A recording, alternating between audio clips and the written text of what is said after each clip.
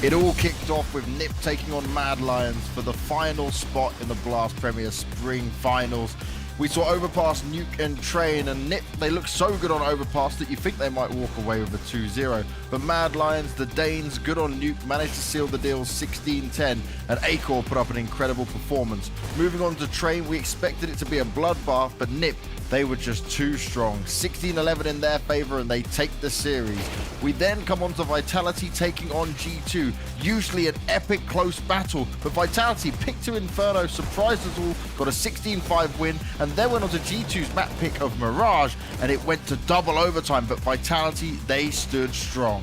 We then ended the day with ENCE taking on FaZe. And FaZe, well, they looked good on Dust 2, which is ENCE's pick, but it was still close as Dust continues to be. We then go on to Mirage, and FaZe had it in the bag, but they let it slip away, and it went 19-16 in overtime from ENCE. Then we came on to Nuke, the final map, and ENCE, they looked lost, only managing 5 rounds on their T side, and they were absolutely dominated at every other stage.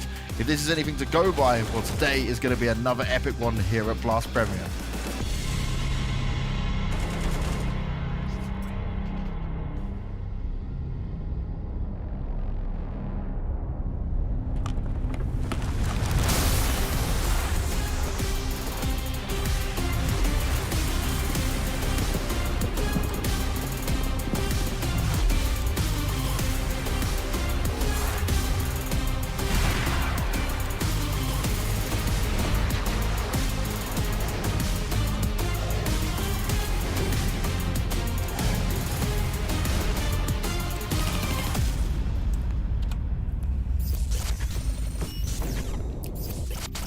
Welcome, ladies and gentlemen, to our second day of the playoffs here at the Blast Premier. Narrated by James Banks. We've already seen 2 best-of-3s in the European brackets, or 3 best-of-3s, including the play-in, but they were real crackers.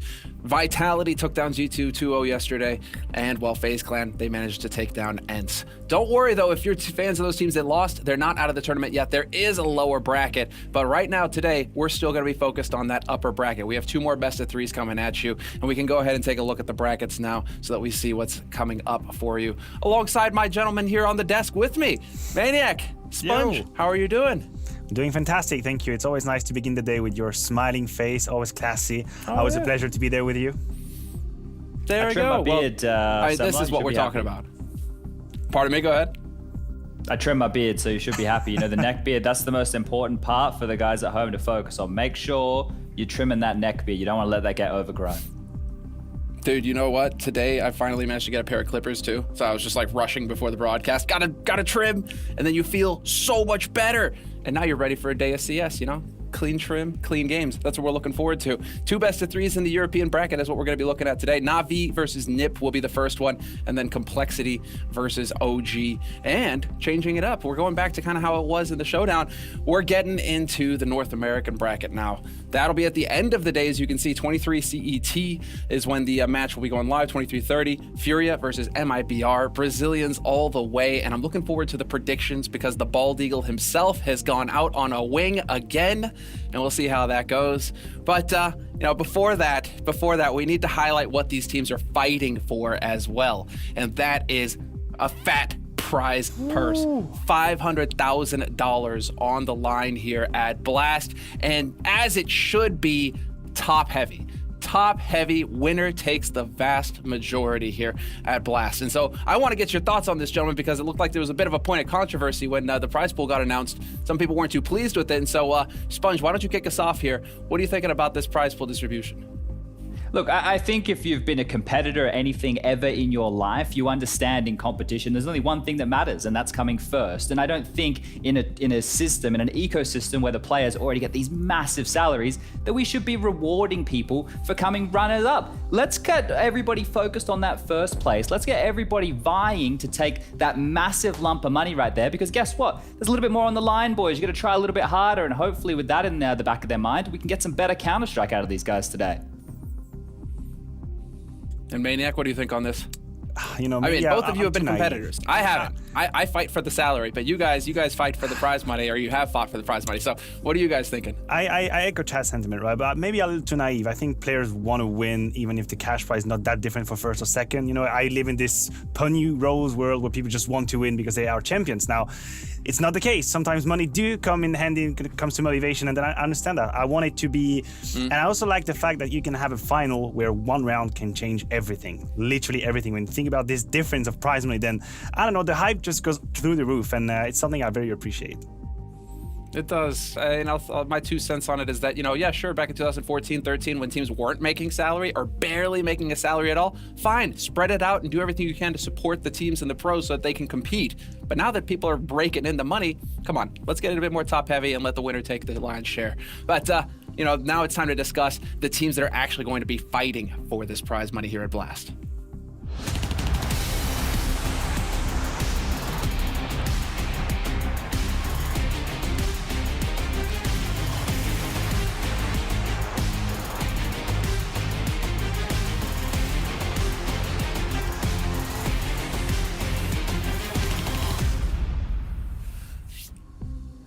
And so we will be discussing 2 European best of 3s today, the last of the first round here in the playoffs, and Navi versus NIP. Now, NIP, if you were tuning in yesterday, you've already seen them play 1 best of 3. They managed to fight for that last spot here in the playoff bracket. They took that, and so they joined the top 8 here. But now, Navi, you're running into Simple first round, and we got to see Simple just put a beat down on some players the other day. He's looking to be in excellent shape, and so let's just go ahead and hop right into Navi right now and start discussing their odds of going for a deep run here in the bracket. And so, Sponge, let's start with you, my dude.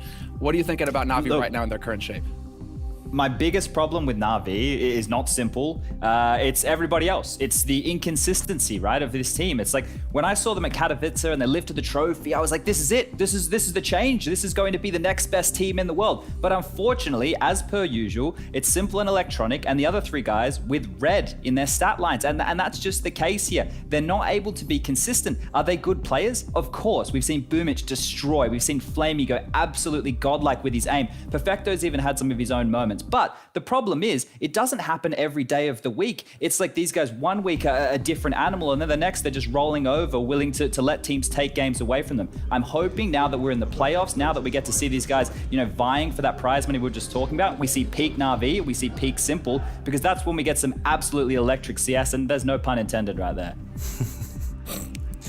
I mean, if I could just bounce back on that point in the stats, I agree with Chad. I actually crunched the numbers this morning, and to be honest, the fracture between Electronic, Simple, and the rest is still here. It hasn't changed. I mean, if we go back to the time where Edward and Zeus were here, the whole point of our discussion was, come on, let's bring in better players. We need to have a more deep lineup. We need to have people able to frag all around the team, and then that's going to be one difference. Now, I'm actually wondering, can we ever get that? Is the solution somewhere else? Is the problem somewhere else? Is that the system, is that how they approach the map, approach the positions? I'm not exactly sure. I am just wondering, and this is an open question. Obviously, Boomich is a good player. Obviously, Flamey is a good player. Obviously, Perfecto is capable of doing good. But why is it always this Grand Canyon gap between Electronic, Simple, and the rest? And it is very unique to Navi. This is always what we're wondering. I mean, it seems like when they really do get their stride, it's the Simple Electronic show. I mean, Electronic seems, if we're talking about maintaining level up there with Simple, it seems like Electronic's probably the one who's able to do the best at that. But you are right. I mean, do we make anything of Blade joining the roster as well? Because this was a big move. Blade's been around since the dawn of CSGO, and even before then, he's seen as one of the great tactical leaders of the CIS region. And now he's joined Navi as a coach. Should we be putting more of the responsibility on Blade here as the coach, that he's not able to get these players to gel? And Chad, let's start with you. Well, look, I think you have to, and I think Maniac brings up a very good point here, because how long can it just be, yeah, well, Simple's fragging well, but the rest of the team isn't? The blame at some point, or at least the questions have to start going in a different direction. Now, let's think about this. If you have 2 extremely potent weapons like Simple and Electronic, well, your gut instinct is going to be to lead with those, right? It's like, well, let's set those guys up, and that's how we're going to be able to win games. But the problem is, if they're fragging in a game like Counter-Strike, and you're on the CT side and Perfecto or Flamey, they're on their bomb sites, and they're not hitting shots, no matter how good Simple and Electronic are, they can't retake in like 2v4 scenarios time and time again. That's just not possible. So I start to question in the same way Maniac does. Is this a scenario where Simple needs to take more of a backseat? Because it feels like he already has, now that he's doing this AWPing role where he is listening to his team, he's rotating around. So I feel like if I was Simple and Electronic and I had teammates who I knew were capable, but they let me down time and time again, that would start getting in the back of my mind. And then I'd go, well, why am I trying to play Team CS when they can't stick up to that style of game, when I'm sacrificing my stats or my best thought on how we can win as a team, and they still can't live up to that. So we need to start dissecting this and looking at the details maybe a little bit deeper and closer. But the way that Navi approach the game is very slow, right? They're giving their players a chance to make these frags, a chance to turn these rounds around. I really don't know where the problem is with Navi. Yeah, I mean, Well, we do actually have James Banks, a Maniac. Before we get to your opinion, we actually have James Banks, who's had an interview with Blade. And so we're going to go ahead and give that a listen real quick and see if we can get any insight from it. Now, is there anything you or the other staff in Navi could do around the players to help them in terms of mentality and dealing with the online stuff? Because it certainly seems like you guys struggle a bit more than other teams when it comes to online. And I don't know how the borders are working for you guys, but maybe there's an option for a boot camp to come in, for example. Yeah, bootcamp will help, absolutely. It will be much more productive if we will practice on bootcamp, because it's much easier and you can be much more efficient even in terms of practicing some new things and to show specific stuff. Also to be very, the approach of each player is much more professional on the bootcamp. It's not like we had won the Katowice and we are thinking like we are the kings of the world. I said that even after that event that we are still we are one of the best teams, but not the best, because to be able to do that we need to show stable results, and we knew that it's not guaranteed to win on the next event. So we are not delusional. We always were saying about that we still see our flaws. I mean, if other teams don't, but we see our flaws, and we need to work on. And right now we see some problems, and we are trying to fix them from event to event. And one of them is, as I said before, we don't feel the team synergy. Like, not every player is showing the best that he was showing, like from on LAN events, for example, on Blast group stage in Katowice. We see this contrast. We're trying to fix it online, and with each game we're trying to adapt more and more, and we're playing much more confident. Well, it feels like we saw that confidence from Simple for a little bit there when his teammates were stepping up with him. But yes, clearly there's been peaks and valleys, Maniac, in this Navi performance since Katowice. And I mean, they've got to fix something going into the rest of this tournament to go deep in the bracket. They do. And there was a point that came to my mind when Blade was talking about the synergy in the team, and this might sound weird, but I want everyone to realize that playing besides players like Electronic and Simple is not always easy when you then self-reflect on what you are capable of doing. And this is something that actually matters a lot for players, because you have next to yourself, you see someone doing things that you can't even imagine doing, and then you can see your team sometimes losing games, and obviously the problem doesn't come from them, because you're sitting next to them and you see them doing all this amazing stuff. I had the same feeling when I was playing next to Kenny's. I couldn't understand why we were losing, because he was doing stuff that was completely incredible. So the problem had to be me. And actually, it's a really tough task for a team to maintain that cohesion, to maintain that synergy, to maintain the motivation when you have players that are in the shadow of others. And it's normal, it's completely understandable. Electronic and Simple are two of the best players that ever graced Counter-Strike. It is. And my point is not to invalidate that, absolutely not. But then you have to think about, how do the three other players feel during tough times? Because obviously they should be the problem. There's something wrong with them. So this is where Blade should come in and make sure that the team loses or wins together. I like it. The masters in psychology once again on display here. I'm just going to keep turning to you for this, right? I'm going to call you the Maniac, also known as Freud. But now we need to move into our next team to start discussing here. OG, who have also been a bit in an up and down cycle. We're not really quite sure. When we were talking about the bracket yesterday, we weren't quite sure coming into this, what do we expect from OG? And so, Sponge, I want to get your thoughts here to start. I mean, what do we make of this team? If I'm going to be brutally honest, they've exceeded my expectations. When I saw this team get cobbled together, I thought, okay, well, there's a lot of experience, but where's the fragging power, right? Because Valde, unfortunately, when he took over the in-game leadership role towards the end of his tenure for North, he wasn't the same man that he was before. The same with MBK when you look at the struggles he had with Vitality over who was going to be leading that roster right there. And I didn't know in what direction this team was going to go. So to see them come through and be able to pick up, some wins, have Mantu step up in a massive way, somebody who wasn't on any of our radars as far as Tier 1 Counter-Strike was concerned. Look, they've gone beyond that, but whether they can continue going, I still don't think it's there. I still think that they're missing younger fraggers or talent that can help them against the best teams in the world. Can they potentially creep into, a top 10 slot? Maybe, but I just don't see them as world beaters. And that right there is where I would draw the line with this team.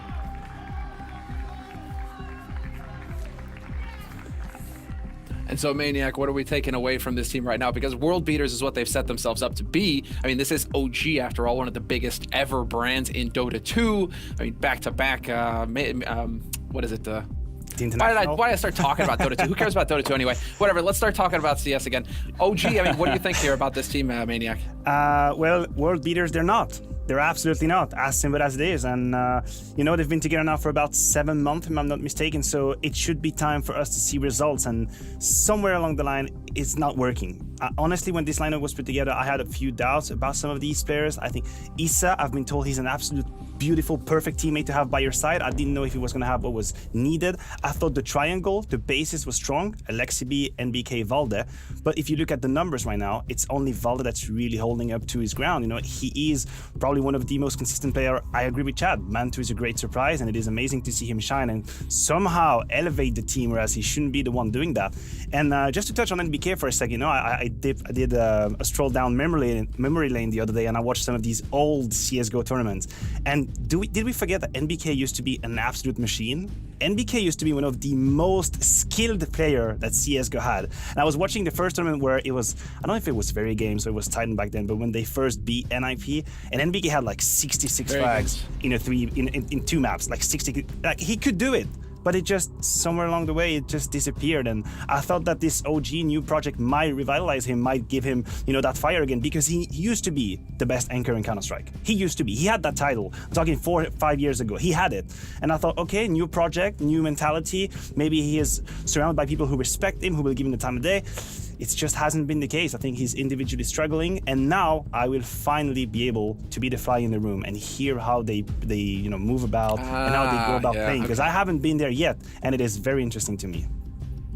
I expect a full report when we come back from that match, because we're going to get to hear them. They're going to be our second best of 3 of the day here, the last best of 3 of the quarterfinals of the first round of the playoffs. And, well, you took me down a memory lane there, very games and NIP and what, NBK, when we used to call him the natural born killer, that's his name, that's what it stands for. He was insane. It does feel like for a long time, we haven't really seen that killer instinct from him. Hopefully we'll see that today. If you're an OG fan, I'm sure you're hoping. But let's talk about their opponents briefly here, because these are the teams that made it from London and that we're going to be focusing on. But Complexity. Complexity also a mix. Jason Lake back in the mix as well himself, really trying to make plays to get Complexity back at the top of CS. And so what do you make of this roster here, Sponge? Look, I've been pleasantly surprised with this team. I think their work ethic is the thing which excites me the most about them, right? It's just their grind. It's just their ability to wake up every day and play in all of these tournaments that there have been. It just seems like every day when I wake up, Complexity are playing in some online Counter-Strike tournament. And Blame F, I think he's the leading force behind that. With Rush, I was going to put him as the 2IC, right? Somebody who is very experienced from the North American Counter-Strike scene, seems to have a great attitude. And when I got to listen to them back when we were in London, he was one of the individuals keeping the team calm. And then the last member who I want to bring out here is Keita, the coach, who probably doesn't get much praise, but somebody who, at least within UK CS, as far as what Henry's told me, was quite a figure in terms of understanding strategy and from that line. And I think he does a lot to help this team on out. Yeah, definitely. So, Maniac, there is... Well, go ahead. I was going to say, yeah, they have been quite impressive, I have to be honest. And when you look at the numbers, Chad is talking about grind. Well, they have played more than 100 maps in the past 3 months in official games. More than 100 maps. It is absolutely insane. And in terms of win rate, it's about 65%. So they do actually win most of these games. The problem is when you look at these numbers and then you actually filter in the top 20, the win rate goes down to 40%. So I think that's the one issue with Complexity right now. Are they able to bulldoze team out of the server? 100% Valorant? Yes. I have even casted them doing so in some of these Home Sweet Home Cup where they completely destroy the opposition and you feel like no one has a chance. Everyone in the roster is over there. Obviously, the man that you have on your screen topping the charts, actually 1.23, I think, rating past 3 months, so it's insane. But then, how do you take this game style, how do you take these qualities, these abilities, and translate them to the top level of Counter-Strike? We talk about Blast, we talk about London, we talk about this period, and this was probably the first glimpse of their ability to go up against giants of Counter-Strike. But ever since then, it's been a little bit drought. I haven't seen it in a while, and this right here, this is the occasion for them to make a statement, say, yeah, we're not only about winning Home Sweet Home Cup, we can actually do it versus the best teams. But there has been enough time for me to doubt it. There has been enough time for me to ask them to prove it again, and now is the occasion. I'm always so amused when I see Blameth as well. I expect to see some like strongman stuff, you know, Magnus for Magnus, and you know, I am the Viking as he punts somebody off the stage. I mean, the guy's a beast. He's a monster. He's huge. But I mean, we're gonna get to discuss that as well, you know, going forward, obviously, as that is our second best of 3, and we're gonna get the pre-show there. We're gonna get a little bit more into the nitty-gritty. But you're right, both of these teams, in terms of competition versus Tier 1, lacking right now. Tier 2, they're fine, but they are kind of caught in the middle of that seesaw, let's say, trying to get across to the other side and make it into the Tier 1 scene. And so, gentlemen, that's going to be it for our pre-show. Then we're going to move into our first pre-show of the day, going into Navi versus NIP, but that will be coming up right after this break.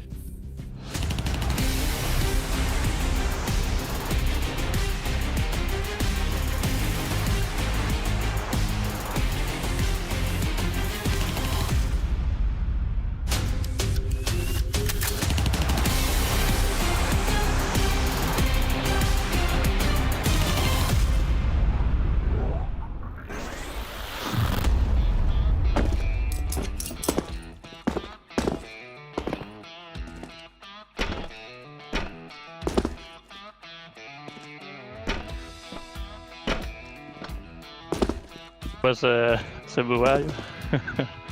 Oh, I don't know. You need to go in the map, like, yeah, this one, yeah.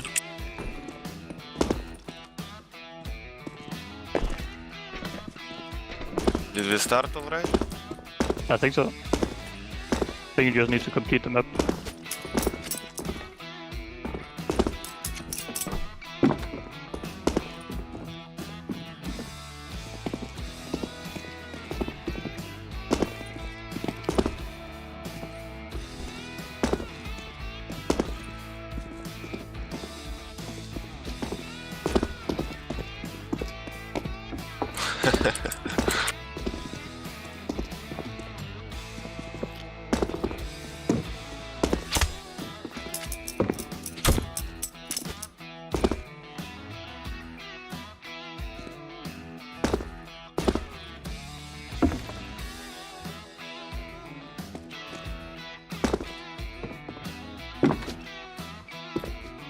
Did you complete already? Yeah, you're just playing Waiting football. for me? Yeah, playing football. Waiting for you.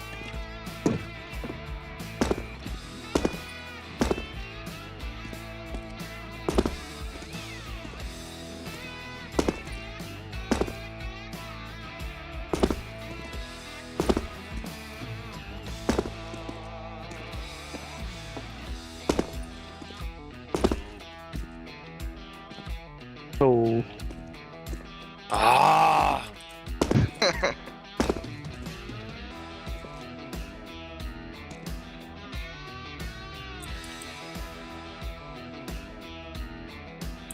Here?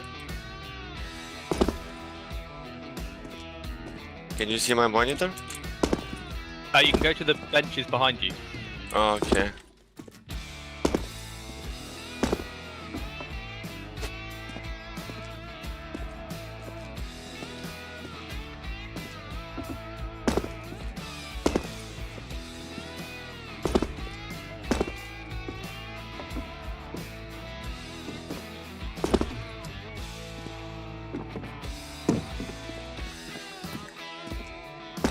Oh, Simbu. Let's go. Easy.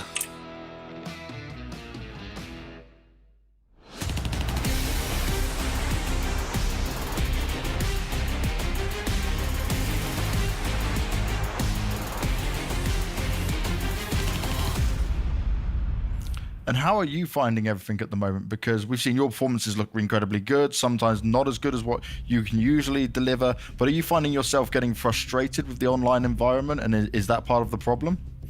Yeah, I think that we stopped our bootcamp, we start to see and feel each other better, and that's the main reason why our game is not that good again.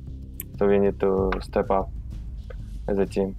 Nork, now when I look at you, I see you as the superstar of this NIP lineup, but I wanted to see from you how you currently feel with your individual performance and where you're at, because I'd say what we need to see from you today, especially in this Navi game, is someone that can challenge the likes of Simple and Electronic. Yeah, I agree. I've been playing really good recently. I think my biggest weakness is my consistency. Some games I can be like really good, and some games I can be like a bit meh. So I just need to find my consistency and do it like all the time, and I think it's gonna be up from there.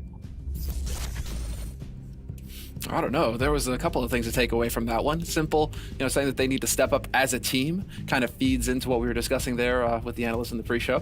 But then Nock's eyebrows, I feel like that just spoke a whole volume right there. Just the little going up. I gotta measure up to Simple and Electronic, and the eyebrows just told the tale. I mean, what did we take away about that? We're gonna focus a bit on NIP here, going into the pick and ban. But what did we take away from that one? And let's start with you, Sponge.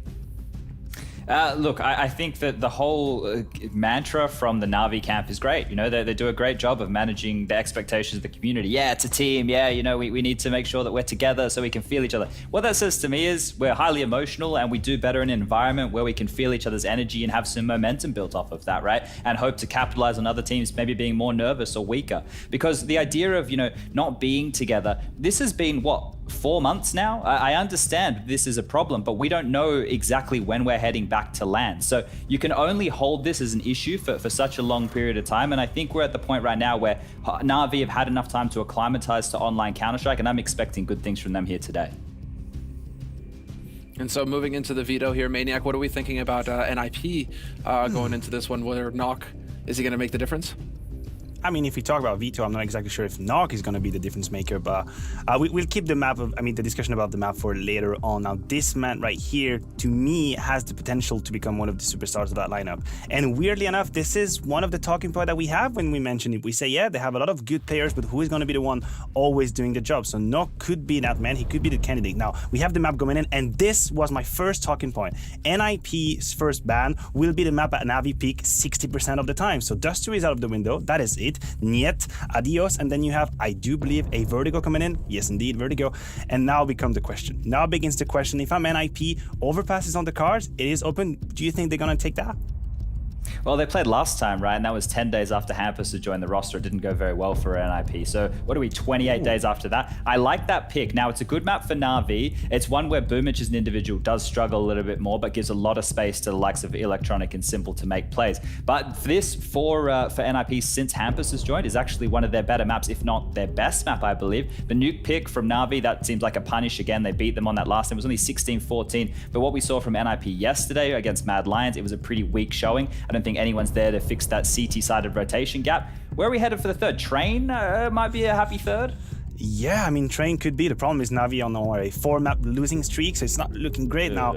That could be Train, I agree with you. Now, I'm just kind of smiling. Oh, actually, nope. They're going to take Train away and have Overpass as the last map. I guess NIP must feel great about it, but it's just, I don't want to read too much into it, but is it Blade's footprint to see Navi picking Nuke in a Bo3? I feel like these two, it's like they collide each other. They don't really, mix up in my brain.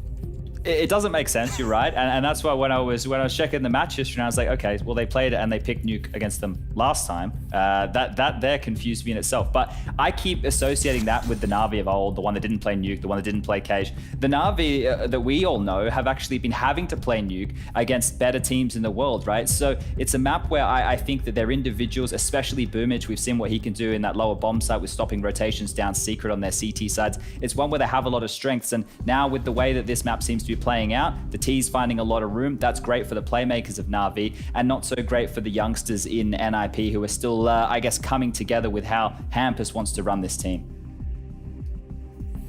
And that's a perfect note here. Hampus, as far as Hampus is concerned with NIP, is he going to be measuring up well against Navi? I mean, the coaches are going to be having an input, and so it's going to be that Hampus threat combo You know, is that enough, Maniac, for NIP to make the difference?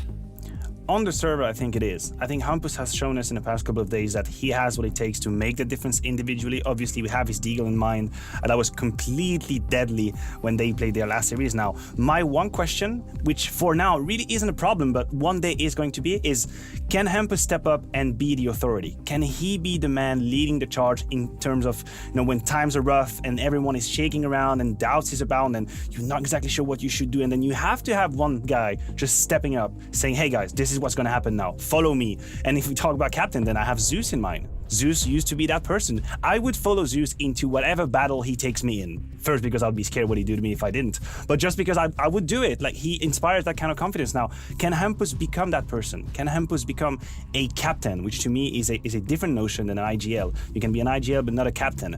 At the moment, Threat is behind and he's kind of helping out when he feels like he needs to. He said it in an interview, he wants to leave space, which is great, but Hampus' development as a captain is one topic I want to follow quite closely. Is that Threat? What happened? He shaved. I almost didn't recognize him for a second there. All right, then. Well, Threat focused on the good things. Definitely looking positive going into this match. And I mean, we're about to get into it here, gentlemen, so this is going to be it. Do we still all hold pretty firmly on Navi in the predictions? Yes. Okay. Yeah, I straightforward do. one. Sorry, boys, I'll jump in here. I definitely think that the Navi, because I think what's happened with this team is they've come to terms with the environment that they found themselves in, and I think they're going to be taking this with 110%, right? You want to be peaking in a tournament like this, and you want to kick it off on a very strong foot, and all those woes that we were talking about of the past Navi, they need to bat those away, because you want to be starting this week, you know, with some wins in your back pocket. There's more big tournaments coming up for them before the player break, and you don't want to be going into the next RMR event for these boys on a flat note. So I think simple, he's going to be fired on up. You know that he's missing the competition, and I'm just excited to get this one underway. You know, you're right. It does feel good to start the week with some wins in your back pocket, Chad. Maniac, how about you talk about that, you know, wins and losses and how to deal with loss? You know, it's very those easy. predictions right now, man. It's looking grim. I have absolutely no recollection of yesterday. That's how I actually deal with that. No, I just repress everything down in the back drawer. Never happened to me. Never predicted any of these. Today's a brand new day of Counter-Strike, brand new predictions, and I see that we actually aligned. So we either going to be both very happy or both very sad. We share the companionship for this one today. But yesterday, not my greatest work. It's just Moses, you know, taking he's going for the fences right now with that MIBR pick. I see him bold, trying to make plays and, you know, take the risks. You got to bet against the pack sometimes. You know, Moses trying to make it. I appreciate that. We're going to hear from him in a second. Obviously, him and Anders are going to be casting the first match here of the day in this best of 3. But let's go ahead and just focus a little bit more on the match that's coming up, because this is going to be it to kick things off.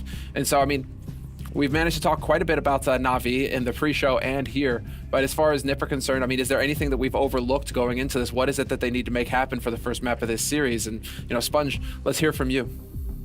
Look, for NIP going into this one on Mirage, right, I think once they flick on over towards their CT side, it's just about holding Navi at bay, because Navi are the ones who make a lot of unforced errors. The amount of rounds that just end because they ran out of time and it felt like they completely forgot what the clock was saying, that's just a Navi special, right? If they're able to force Navi to play that slow start, be very flustered in the mid-round, every turn or every pick that they go to, they get denied and they have to go back somewhere else, that's one of the best ways to frazzle Navi. Because then what do they go for? Well, we have to start going for faster plays. They're running on in, they're pushing through smokes, they're getting killed by BMAS in a 4K in apartments in Mirage. I remember watching that last week. So you just want to frazzle Navi, because as soon as you get that team emotional, it's pretty much all over. Unless Simple gets angry, and then you're in trouble.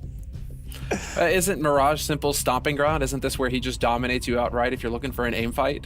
Are we really looking for a map? Is it where we're at right now? Do we need a map for Simple to completely step on you? I feel like he can do it anywhere. Yeah, you're right.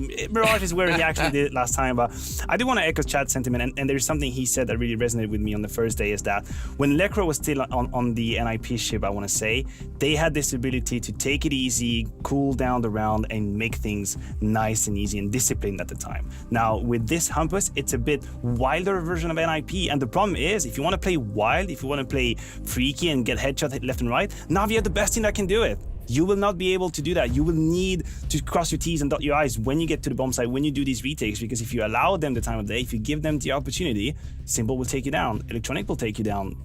in a beat. So this is going to be the one challenge for me for NIP, is that, okay, you have to accept some level of chaos, because that is Navi and this is how the game will play.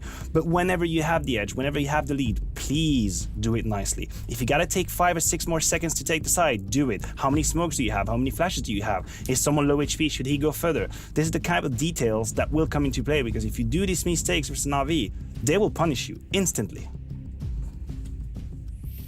And so Navi, really, right now, what is it that they need to fall back on Mirage? Do you think it's just going to be Simple that carries them through, or is there somebody else that we're watching to stand up here and get the job done?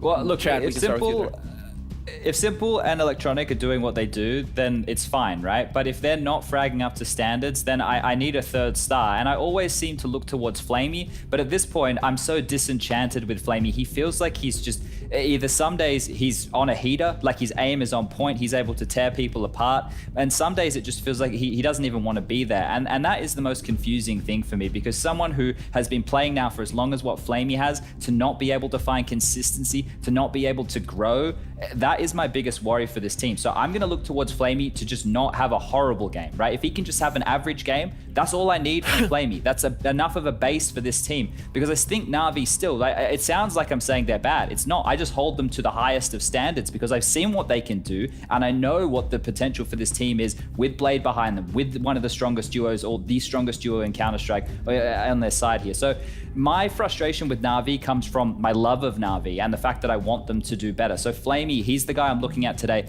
And Boomich, we need you to just stop with your same old tendencies, mate. Let's try and reinvent some of your plays. There's no Inferno today, so you won't be getting naded at sandbags, but we just need a little bit more than one-dimensional Counter-Strike out of Boomich. Well, we are currently waiting on one of the players. Speaking of standards, we're waiting on one of the Navi players right now who decided to step out for a smoke before the match, and still isn't back. So, standards also involve showing up on time for your official matches, and turns out, well, Navi's still working on that. Not quite there yet.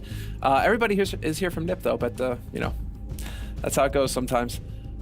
As far as Mirage is concerned right now for NIP, Twist, man on your camera there, Rez as well. Rez has really been standing out on an individual level for NIP. Over the past few days, we've got to watch some of their matches, and it feels like he's usually at the top of the scoreboard right now.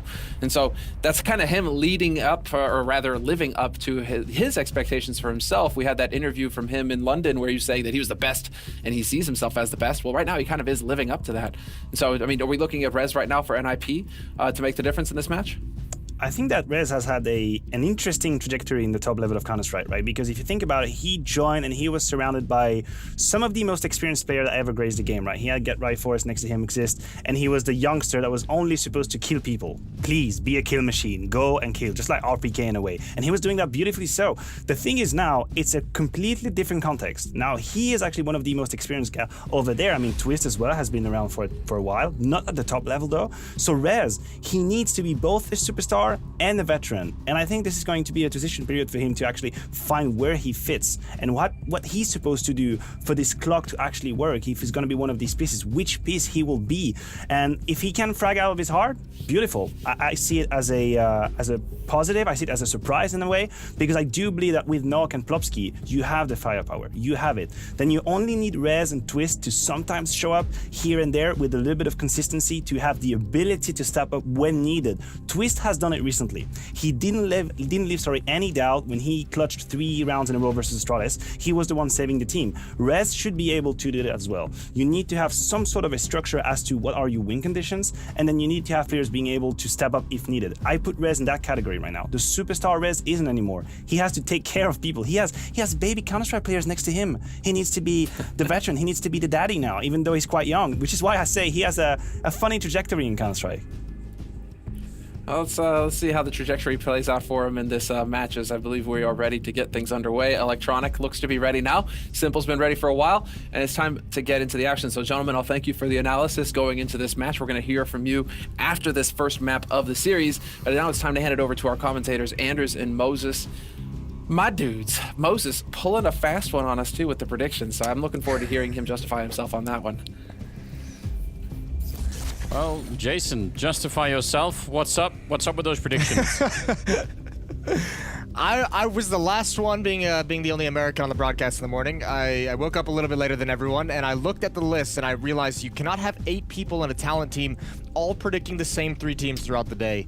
And I really just wanted to curse MIBR. I know Taco very much believes in the voodoo magic that I bring to the table. It's true.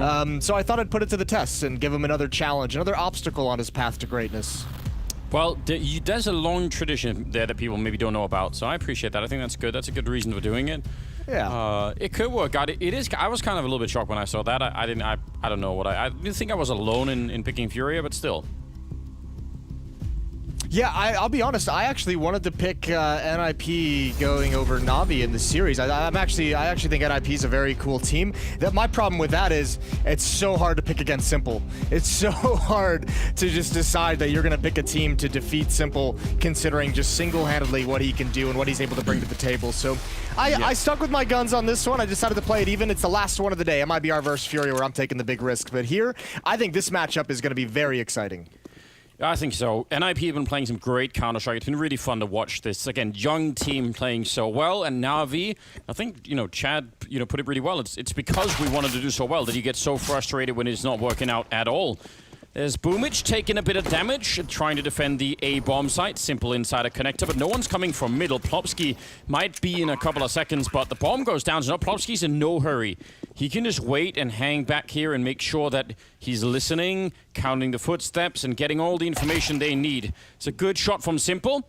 Might put a little bit more pressure on Plopsky to start to move, but again, no one's even near the bomb at this point in time. And that's an excellent kill, taking down Flamey. Rez will fall next in line, and let's see. Plopsky, they're just going to try and ignore him. I actually don't mind that, but you have to go quick then.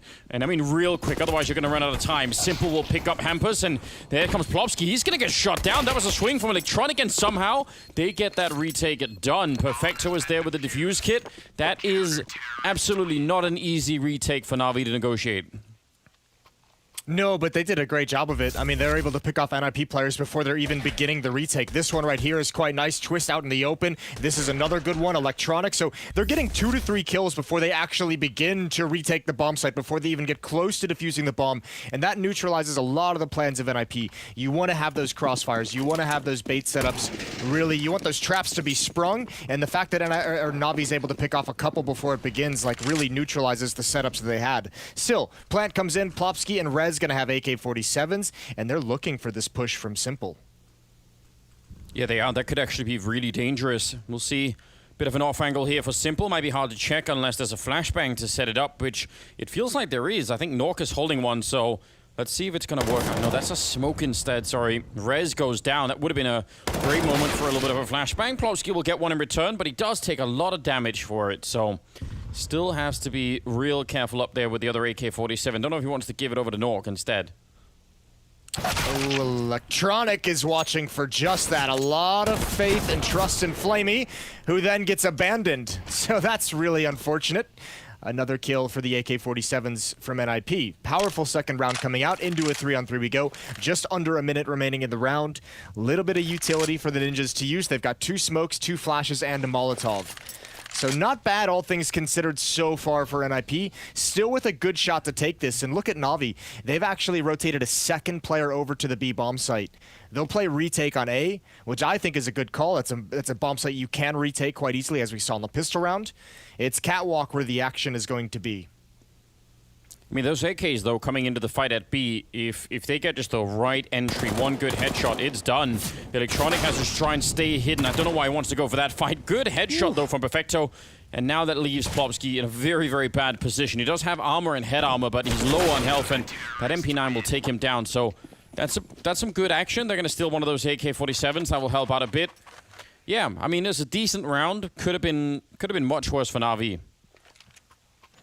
Yeah, it really could have been. I mean, you have to say great shots from Perfecto with the SMG. Even at long range towards Catwalk, able to grab one more headshot.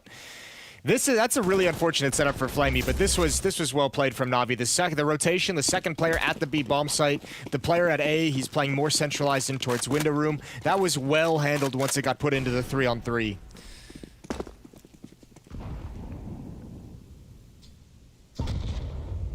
So now we've got Deagles, although not to be underestimated. We've seen some ridiculous Deagle action coming out from the NIP squad. You know, Hampus had a series of triple kills for no good reason in some of the last games we've seen.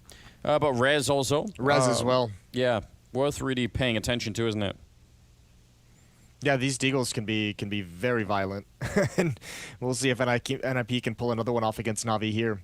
Slow progression. This is nice, though. At least what they've accomplished in rounds 2 and now 3 is Simple's gotten aggressive in both these rounds. Last round towards top mid, he went 1 for 1. This time he's dropped without any kind of a frag whatsoever. So at least if you're NIP, you've been able to handle the early aggression from Simple in these rounds. And if you're not able to handle that, he's just going to go wild, right? He's just going to be able to do whatever he wants. And he's only going to get more and more confident and aggressive. So it's good that they've kind of put him in his place, so to speak, early on in this game, so they don't have to deal with that down the road.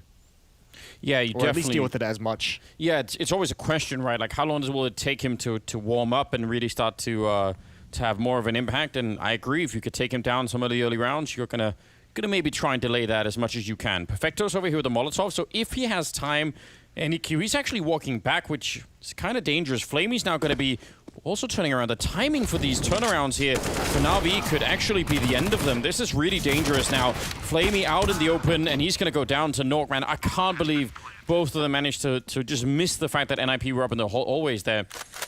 That's so unlikely. The other side of that too is why is everyone turning? Why is everyone taking their eyes off? Why are we feeling uncomfortable when there's no action, there's no noise anywhere else on the map? 2 good kills on the retake, still a great chance for Navi to take this round right back. It's going to be costly, but it's looking like they're going to do it. Nok has a chance. Yeah, and they know where he is now. Speaking of something that's really uncomfortable, why is NIP facing that hard in the middle of, just in the beginning of the retake? There was 3 people going down before they were even close to the bomb site. So a couple of mistakes, I think, on NIP's side as well. But I think, yeah, the Navi problem, looked like they both wanted to check for anyone going in a window, but that shouldn't have been their job in the B bomb site. I was going to say, that's the one thing I could think of is if there was communication, someone might have said, hey, no one has eyes on window room or something like that. Yeah. And that causes them to turn. But both of them seemed very uncomfortable for some odd reason. 3-0 for Navi. And, I mean, that's a very nice round for NIP. The second round kind of falls flat with those forced-up AK-47s. Look at Simple. Late aggression. Very late aggression. And NIP already pushing into connector. Hampus has 2 opening kills. Boomich finds 1, but they know exactly where he is. Good kill finally, but the bomb site is open in another retake scenario for Navi. It's a good shot from Nork, and that probably will seal the round. Don't know if he could see, he couldn't see the shadow or anything like that, but Flamey still in a 1 versus 2. He's kind of anticipating it. That would have been an incredible headshot if he could have caught Plopsky jumping. What do you do from here on out if you're Flamey? You could put some pressure on them by maybe smoking off the bomb or smoking off CT's bomb, but not going to be worth it, I guess. He's picking up the AWP and just running away with it. So, good round from NIP. I actually think it's not even that. I mean, Simple was late to the middle, you're right, but I think they thought that flashbang they put in the middle would have flashed way more people, and it didn't. Yeah, they had a lot of faith in that flashbang to be way more effective. I just found it odd that Simple, I think he was peering all the way up towards the base of Catwalk. He wasn't even kind of clearing deep in mid, which, I mean, obviously that's a wide swing, so it would have been a risk in its own right. Still, a good round for Hampus, a good round for NIP. Finally, they're able to take the bomb site, and I like the call to stay from Flamey. You have the op, there's enough money on Boomich, there's enough money on Simple to get 2 rifles on the board. You can pass that AWP over, so you still have a pretty solid round in terms of the buy you're bringing to the table for Navi, and it's early in the half, so no reason to risk your entire economic structure in round 4. No, not quite yet. I mean, it's a bit risky, but there's that ult from Simple. Early output from him. Going to be taking down Plopsky. Let's just see. Boomich is hiding inside of the bomb site, waiting for his cue. One good flashbang would maybe set him up for it. So far, he's seen no action by that Molotov up on the... That's the bomb. Yeah, that's the bomb down. Up on the balcony, he's finally going to be gone. That's a little bit of a risk, too. You could see now he has to worry about it, whereas a second ago, he didn't really have to. Deep grenade, a double nade landing on him, putting him down to 2 health. So now a 3-on-4. Well, practically a 3-on-3 with Boomich being that low, and plenty of time for NIP to make something of this.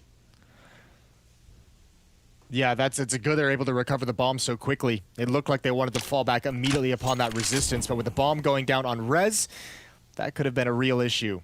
Navi in the process of rotating back to the B bomb site and being very cautious about it because they have not had eyes on this part of the map for quite some time.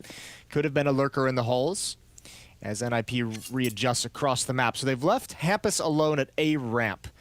And if he can find Boomich, and talk about, you know, a really thin margin, Boomich with 2 HP as the only player at A, if he was to go down, that would force a rotation away from the B bomb site. So that's why you're seeing them switch up. It's going to be Perfecto taking that stance. You can see it on the minimap. Boomich is just going to be watching for the push. If Hampus was going up against a 2 HP player, this fake would work so perfectly. Oh, they're walking through the smoke on the other side. That's actually really risky. Flamey, if he catches one of them, but he's not. Nok will get a quick headshot to take down Flamey. Still another 2 people here at the B bomb site. That could have nearly been a kill. Oh, it's so close for Simple to put that through. But now the fire at his feet is going to put him all the way down to 44. And this is going to be an issue. Hampus, look at that. He's quick up in the hallways. They've got 1 flashbang left on Nok as well. That could be a very good tool here in the afterplant. 3-on-3 as the bomb is down. That CZ is about to walk into certain death. Boomich has nothing to do there. Quick reaction from Simple, though, to take down Twist. Only really his shoulder showing at that point in time. A little bit of a challenge. Perfecto will take one down, and now Hampus up here in a 1 versus 2. They could probably guess where he's coming from, but oh, nice shot and nearly a follow-up. Simple will live, but no defuse kit, so he is going to have to make a run for it. That is so hard to deal with. Good triple, but they'll lose the round. Yeah, that is tough for Navi. No kit is just brutal. What a great round from NIP. That early obstacle at the A bomb site. I mean, remember, this is a 4-on-5 round, essentially. Even Boomich adding 1 more onto it. So this was a great round to start for Navi, but NIP is able to just kind of walk back across the map and find the kills they needed. The really key battle is that one with Flamey. He jumps up on the van. He thinks that smoke is going to cover everything, that he's going to be safe for a little bit, not realizing NIP had already walked through it, or 1 player had come through. That's a big kill to get into the bomb site. I think those are the kinds of rounds. Watching NIP find a way to overcome adversity in a round like that is one of the things that has people starting to get a little bit excited about this team, a little bit interested in this roster. Yeah, there's some great decision-making throughout that. I mean, you get the whole setup with Hampus potentially being able to win a fight over at A and that causing enough of a distraction, but they don't wait around for it forever either. And I mean, when they don't get the chance, Hampus did see someone and couldn't follow up the kill. They just say, all right, fine, we'll just try and see if we can maybe initiate on B. They did and won the afterplant, so it wasn't just an sort of all-or-nothing kind of play either for NIP. Simple, quite far away from the action with the AWP, so yeah, this is just the likely outcome now. It's just about saving it, maybe sniping some kills, but don't go too hard at it either. I think that's got to be the goal for everyone on Navi at the moment, is those pistols. Get close to Simple, protect him at all costs, keep that AWP in his hands. Yeah, it'd be great if you could find some rifles, some AK-47s right at the end, but all 3 players in towards CT spawn means Simple's going to be largely on his own as Nok goes through the hunt. He'll find his second, that's Perfecto. Electronics able to shut him down, but no chance at recovering that. Hampus steps up to the plate next. And Simple should be okay in this position. Yeah. 3-3. That's a nice little comeback, and again, it puts a sizable amount of pressure on the Navi economy. They could put together a buy here, and that's going to be helpful. But if you are on the NIP side early on here, you probably feel pretty good about what you're seeing right now. I feel pretty good on behalf of NIP at the moment. Electronic and Simple are doing pretty well. That is a dangerous combo to be up against, but yeah, good answer for NIP so far.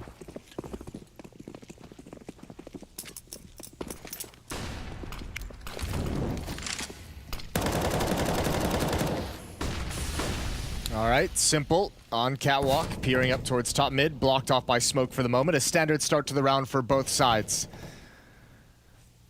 3-man triangles defense set up for Navi. 1 in window, 1 catwalk, 1 in connector, and you've got Boomich deep at the A bomb site, just peering towards A ramp. And for the moment, NIP's just making sure there's no aggression anywhere. Very cautious, moving across the map.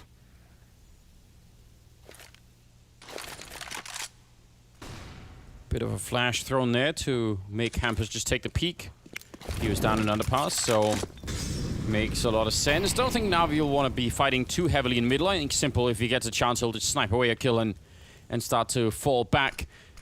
This could definitely be an A crunch now that Hampus and Flopsky and Rez are about to. Actually, there are still all 4 in middle. I thought someone would have joined Nok, but he might just be the sole hitman coming out from the apartments there. Boomich unable to get back behind the box, and that's a big issue. It's a good headshot, but the bomb is still going to be going down, and now it's a retake, and one that Navi cannot afford to lose. Yeah, this is a misrotation. I'm amazed they're still going for this. Flamey needs a flashback if he's going to turn this corner. It's not coming. Baits out the shot with a shoulder peek. Plopsky's there. Oh, but he gets away. He abandons the fight. Good call from Plopsky. But still, this is way too much resistance. Yeah. I think Navi needs to back off right now before they lose everything. Twist still with the op, and you're smoking yourself off, and a leg shot onto Flamey. Now certainly you back away. Yeah, you feel like at some point they have to get the message that this is not going to be doable. Oh, and Simple going down. Twist. A very, very tricky kill. That is going to be Flamey next. And, I mean, again, this is way too much of a loss for Navi. They could have definitely made it out with 3 rifles, and that would have kept them competitive. Simple could have dropped for somebody, and they could have had a pretty decent buy. In fact, I think Simple could have dropped for 2 people in the next round.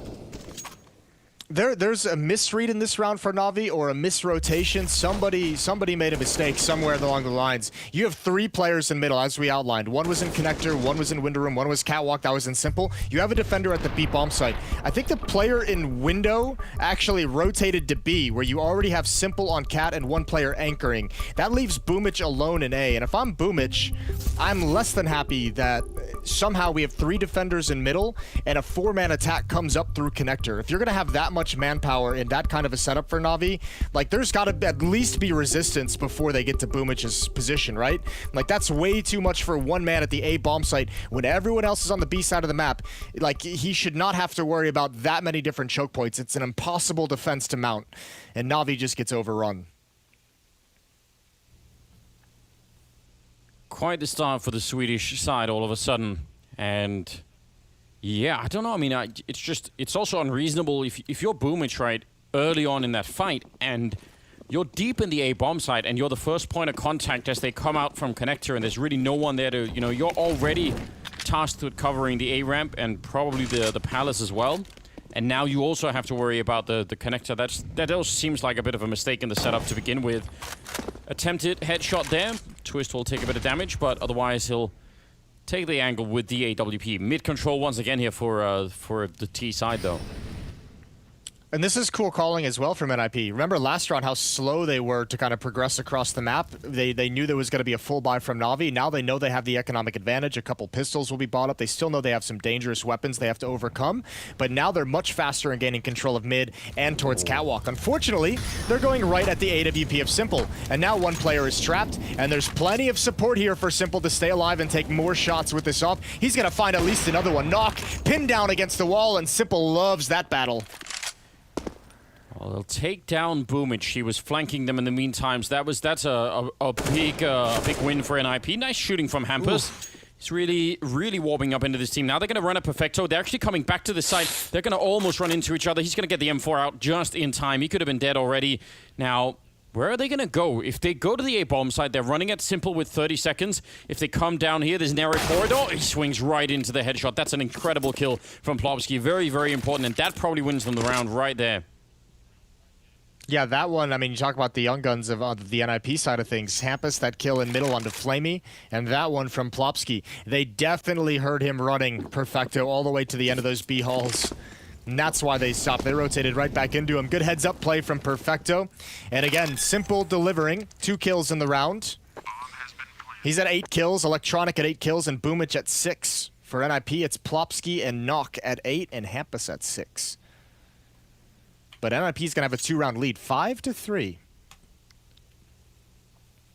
Yeah, I mean, it's everything they wanted, Navi, at the beginning of the round. 2 kills for Simple, Boomich on the flank, but they could pull back out again, and Boomich doesn't get even, I think even just the 1 flanking kill there on Hampus in the middle would have made all the difference in the world, but that's not what actually happens. That's 5 rounds now for NIP, pretty early on in this game on Mirage. That's actually pretty incredible.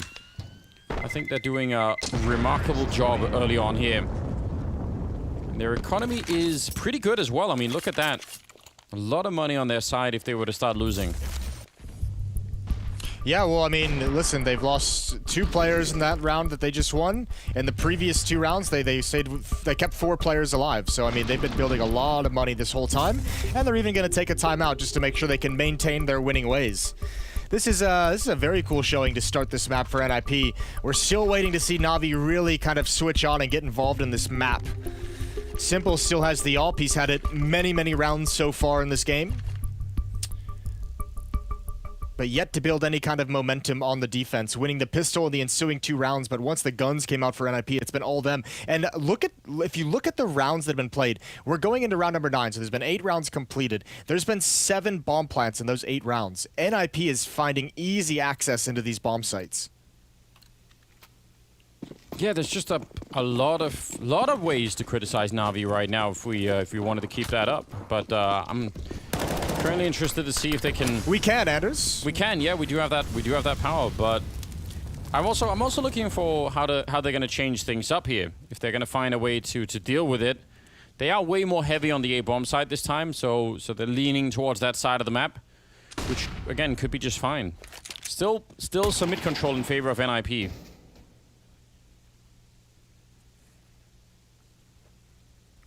This is wild. They're going to get up here quietly again. Yeah. Electronic and Boomich are down at A ramp, but they're going to have to watch behind them. Electronic is looking behind him this whole time. Boomich, he better win that fight. And now Electronic's in an impossible scenario.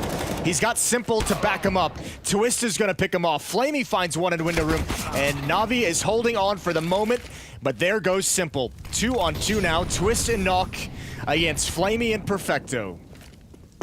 If they could just get that bomb down, the cover of that AWP would be huge, the one that Twist is holding at the moment.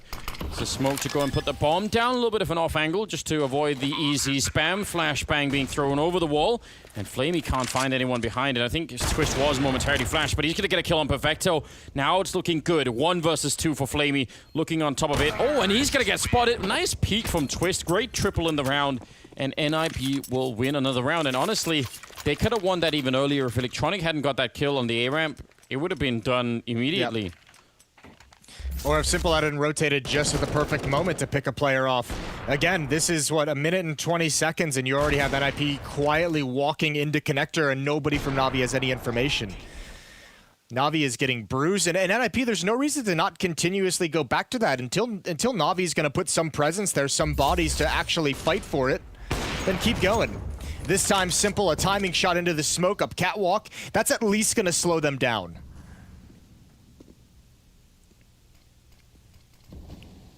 What a dreadful start this is for Navi. I mean, this is with them winning the pistol. That's no longer feels like any kind of a victory. It feels sort of like a, you know, almost like a point of that you have to sort of withdraw from it. Could be 9-0 at this point in time if NIP had actually won the pistol round.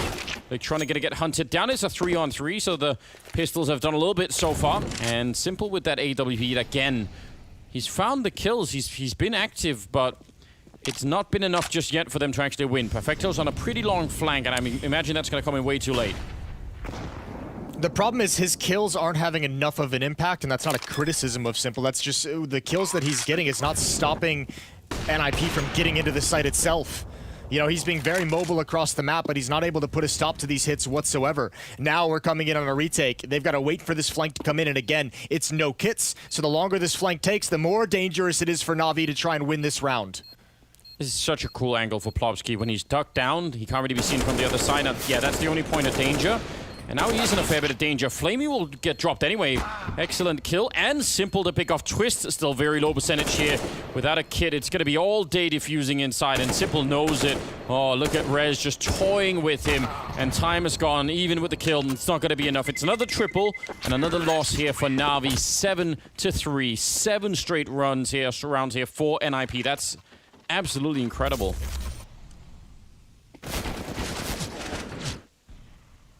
And 8 rounds that NIP's been able to just stroll in and get the bomb planted. Navi, if you're going to live and die by the retakes, you better actually be able to retake a bomb site, and they're not showing it with any real consistency here. This is getting rough. At this point, NIP's already put together a very good T-half, and they have a chance to make it an excellent T-half. AWP on Simple still, as he saved it from the previous round. Here comes Hampus. Yeah, making a bit of noise in middle. Again, there's no one challenge. I mean, Electronic is just sort of here looking. They have Flamey and Perfecto over at this B site, and that's good news, but they still need to get the grenades down, and look at how close NIP are getting to the actual bomb site. 1 kill, if that had gone through for Rez, and the follow-up is amazing. In the middle, it's Electronic going down. That leaves Flamey alone, and there's no time to call any backup. It happens so quickly. Needed to be a double spray there for Flamey, and it isn't, so I think NIP just have the luxury of being so close to the bomb sites when they pull the trigger, and Navi can't even react to it. Yeah, it's weird seeing Navi not actually try. It feels like they're not even really mounting a defense of any kind. There's no, I don't know. This defensive side is just everything is standard. We're not seeing a whole lot of aggression. We're not seeing a whole lot of, you know, fight for map control. We're not seeing them actually challenge to take any early fights in these rounds. It's kind of scary to think about the amount of times we've seen NIP now just walking into a contact at B bomb site, previously just walking up connector, and they're not being harassed. They're not encountering any resistance whatsoever. So this Navi team needs to wake up. Like this defense is gross. Yes, I mean it really is. There are just feels like there are so many things missing at the moment. They tried that one round where they flashed their way in the middle, and the flashbang wasn't that great, so they ended up losing simple. But I still want to see more of those kind of plays. I don't know why you wouldn't, just to even get the information. I don't even care if you get the kills. Just try and see if you could, you could do the same thing at the B hallways. Jump for some information, flash your way in there. Try and see if you could figure out what's going on. And it really feels like they know by the time it's just way too late.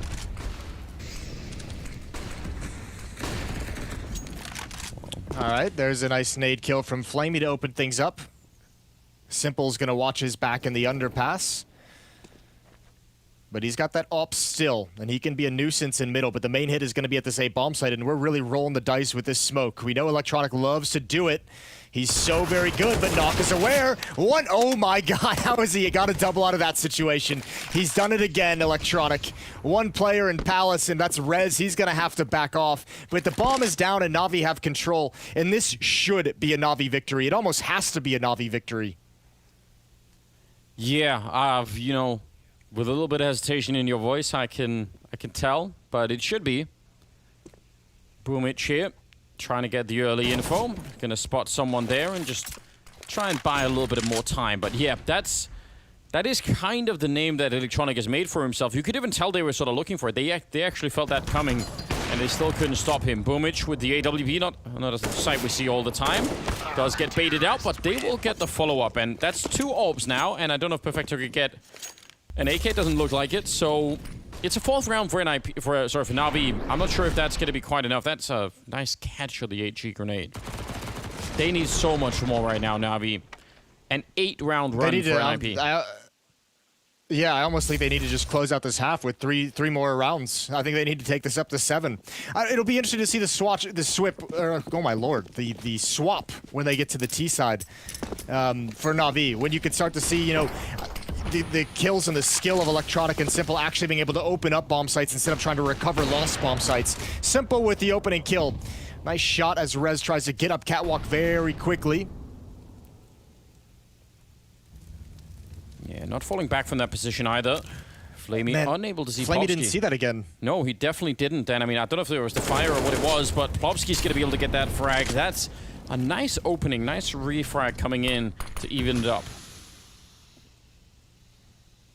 How are they in these positions? I don't know. This is what I'm so confused about. Boomich is fortunate to be alive.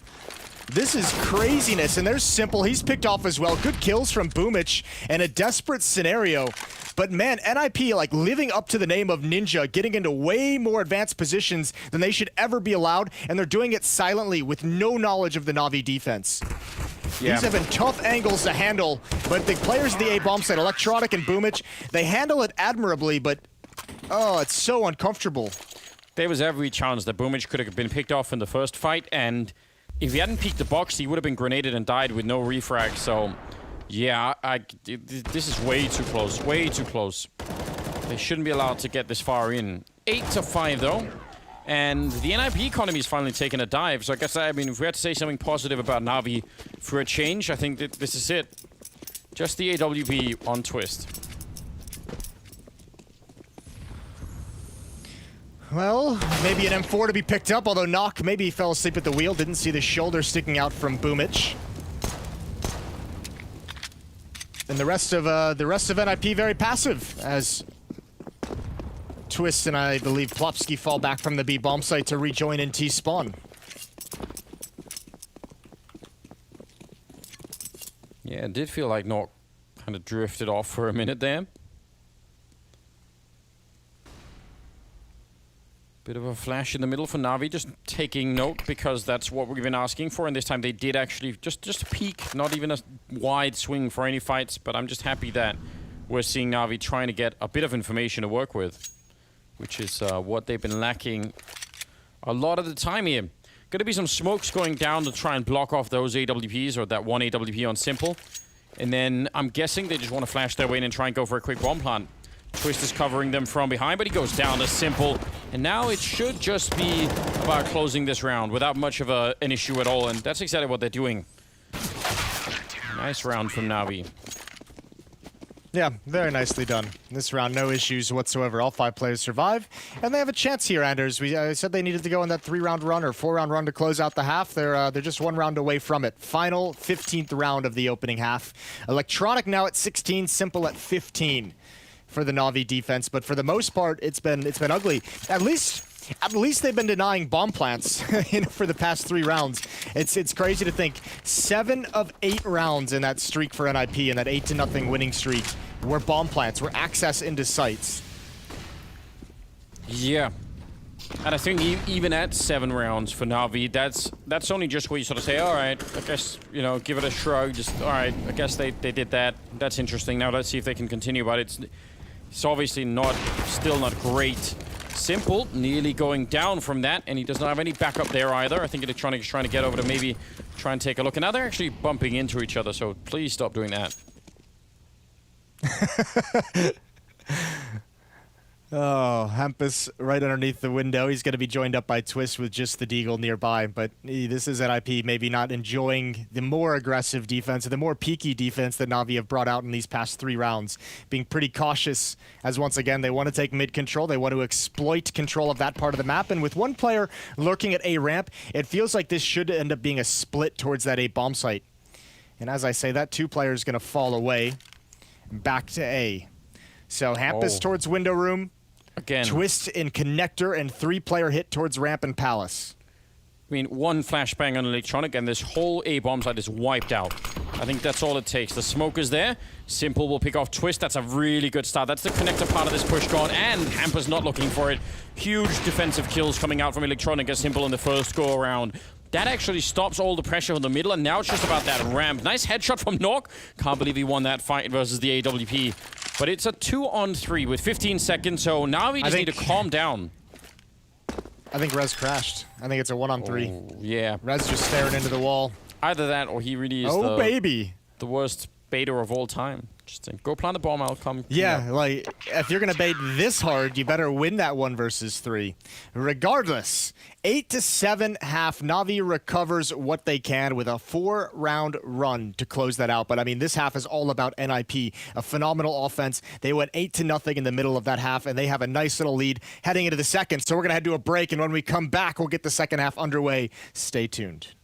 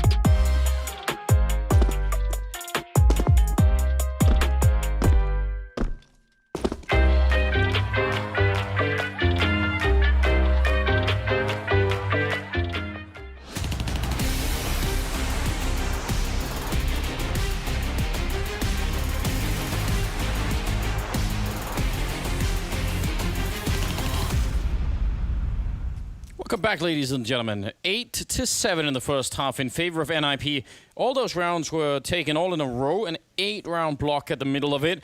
Navi, winning the pistol round and the following 2 rounds, and then, they picked up a little bit at the end. That makes me feel really weird about this game. I still think NIP put on a much better show. Yeah, they absolutely did. It's not about, NIP looked like the better team just by the eye test in that first half, but we could see that disappear very, very quickly. But NIP have a pretty tough task ahead of them. Down 1 round, 7-8. They need to win 9 rounds to close this map in regulation on their T side. That is not always an easy task. At the moment, spread across the map. Standard default, and Hampus is going to get baited into a nice little push. Easy kill for Electronic, who can now switch out for the USP. Rez is spotted too, but they've made their way close to Connector, and the USP, that's in some danger, but he handles it so well. Double kill for Rez. When that flashbang that came over the wall did nothing at all to Rez, he's going to get taken down finally. Simple sneaking in and almost getting caught in that murder hole. That leaves Plopsky alone in B versus 3 people that are coming for him. So now really is the time to be a hero. If he can get even 1 kill and buy some time, that would at least get Twist and Nork a bit closer. There's Plopsky with the 1 kill on Boomich. He's looking for 1 more headshot. Electronic's up there with the bomb. He knows Simple is close. Plopsky, great defense, taking down Electronic as well. What a heroic stand.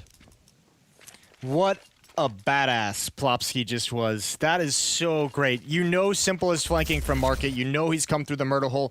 Your only option is to get aggressive towards the halls and see how many kills you can get. Between him and Rez, they stood their ground so very well. He's taking these fights instead of letting him get close up. That's a beautiful shot on Simple, and Plopsky is a beast.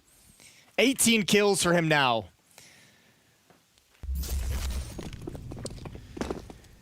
Yeah, that made a huge difference, just being able to read it. The fact that he knew that Simple was coming from the kitchen area really, really helped out of the marketplace in there. So, some deals on the Navi side, but the fact that they lost that pistol is really not a good sign. We'll see how long the win streak lasts for this time for NIP before Navi are allowed to have a say again. I actually think that pistol round victory for NIP, and with the fact that Navi haven't forced up here, it feels like for me, that's like the hopes and dreams of Navi of being able to close this out in regulation are kind of just gone in my mind. Like, it's going to be so difficult to grind out that many rifle rounds once NIP is able to get M4s and AWPs, and they have the economic advantage, at least for the early going. So Navi's going to be in a really grinded out affair down the stretch. Twist looking this way with a scout.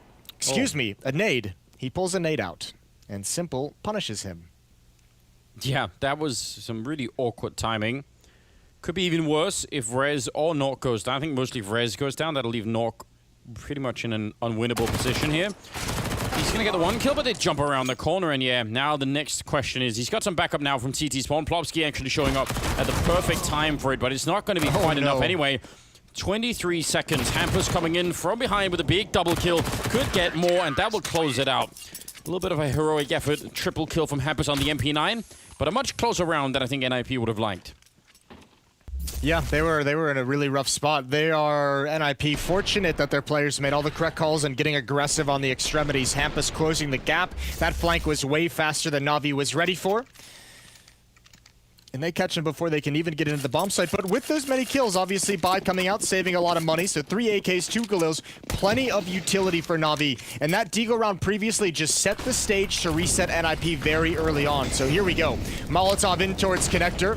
Plopsky's going to put it out. And he's fortunate he did so because Boomich was about to turn the corner.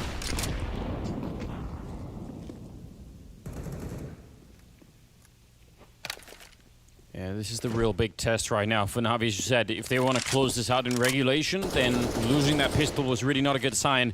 If they can't win this first rifle round, then maybe it's not even going to be a question at all, and we'd have to go to Nuke to figure it out. Now, this map was picked by NIP, and Nuke picked up by Navi, so I guess we'll see. But again, I really like NIP on Nuke, all things considered. I think they're just a fun team to watch on that map, so again, would not underestimate them. Looks like it's going to be a beast, but with Electronic in this position, it could be absolutely amazing. He's in a nice swing position, either to stop rotations or to take the fight against Hampus if that goes south for the first part of the push here. Oh, there's no stopping the rotations that are coming in now. This is a perfect timing for it. Electronic might have done some damage over to Plopsky, but there's going to be 3 players here, maybe even a 4th very quickly for NIP. And Navi, they haven't nearly got out enough to negate the fact that the entire defense is going to be here. Even one on a fast flank is coming in hot. Good kill from Flamey in the smoke. And look at this, they know there's going to be resistance. They know this is taking a while. Boomich going to get dropped by Plopsky, still holding onto the bomb site just barely. Well, look at this flank from Nok, though. I mean, the bomb is planted for Electronic. That's really the big news here. And there are no more smoke grenades, but they still have to get some more kills in here. Nok flanking in should be an easy pickup on Flamey. And now it's all Electronic, and he's pushed forward. He knows he can't fight it 1 versus 3 once they're on the defuse, and they're going to lose the round. That is... Well, first of all, the Molotov that was thrown there at the beginning from Hampus was just the god-tier timing, wasn't it? And then the follow-up, the rotation coming in from NIP, they had a very good read. Man, Plopsky is having one hell of a game, Anders. Yeah.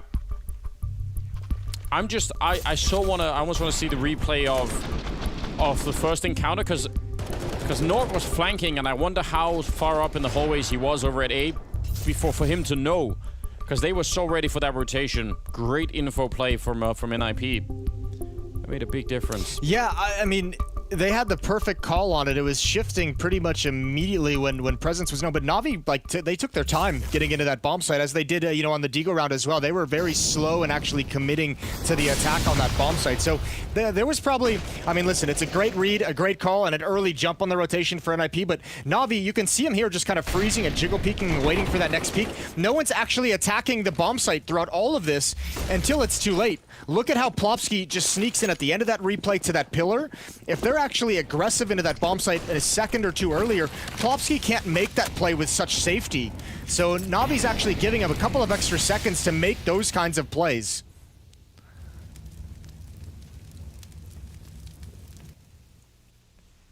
Well, they've used all of their money except for $200 there on the NIP side, or sorry, the Navi side. So this, once again, has to work out. But I feel like we've been saying that for a while, and some of those important rounds that Navi just desperately need to win, they're not doing that. And I don't know. Even that last round, they were red far before they even really got to the site. And think about how you can contrast it with the way that NIP were playing on their T side, where, you know, once the fight broke out, they were pretty much on the bomb site. Like they were jumping down into B when the first bullets were fired. And here, Navi, they got Molotoved off. There was a whole rotation coming in. It's such a very different feel when it comes to playing the T side here.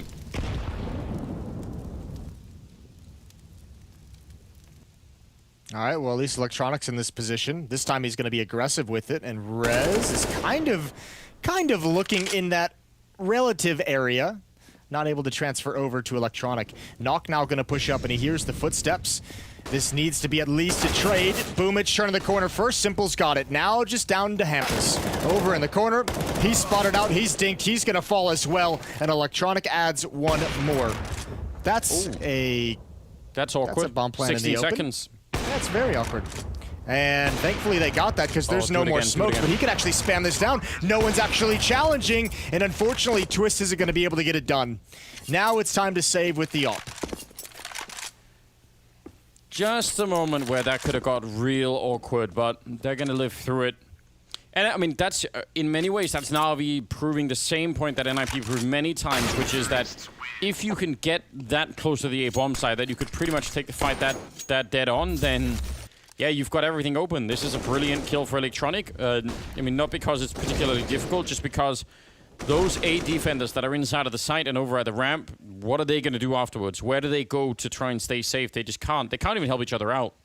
So that's important. 8-11. And this time the NIP win streak is way shorter, and that's good news for Navi.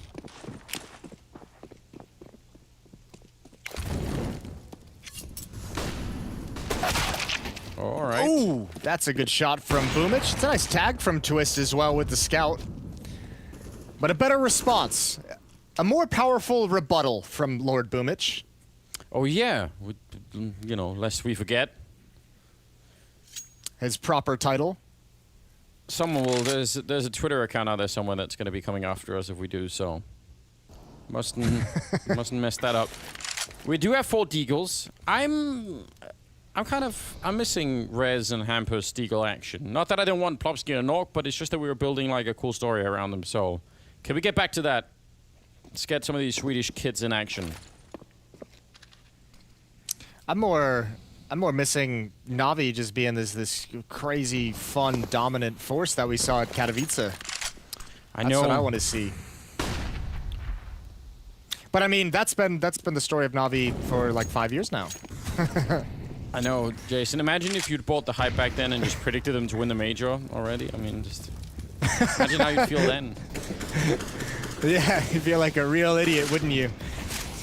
Well, they're going to be rushing into a fully stacked B-bomb site, all with Deagles, but they're getting the early fights. There's Plopsky and Hampus getting one each at the very least, but yeah, no chance for Hampus in that corner.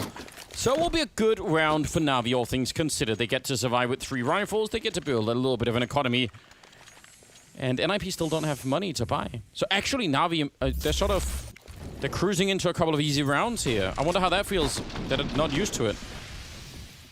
Yeah, they're probably a little bit shocked as well themselves. I don't know, I just find it funny. This is playing out exactly how Chad kind of described it on the desk. Simple and Electronic are going to get theirs. You know, they're at 22 and 23 kills respectively. But what a drop-off. Boomich is at 12, Perfecto at 9, Flamey at 8. It's the other 3 guys that haven't been able to find some consistency. And you go to the other guy in the desk, Maniac, and I even think that he made a very good point where sometimes it is a bit rough playing with players of this caliber when you know that you can contribute more and for whatever reason you're just not able to do it. I think there's some mental game there with those 3 players that's not letting them to deliver fully to their potential, but certainly Navi's going to need to find a way to fix this issue. Yeah, they absolutely have to. The hunt is in for Flamey. He's got some backup in Boomich trying to come in and help him out, so that's a good friend right there. And Flamey decides why risk the AK-47. He does make it back. That's terrific. You know, well, they know the last 2 players are.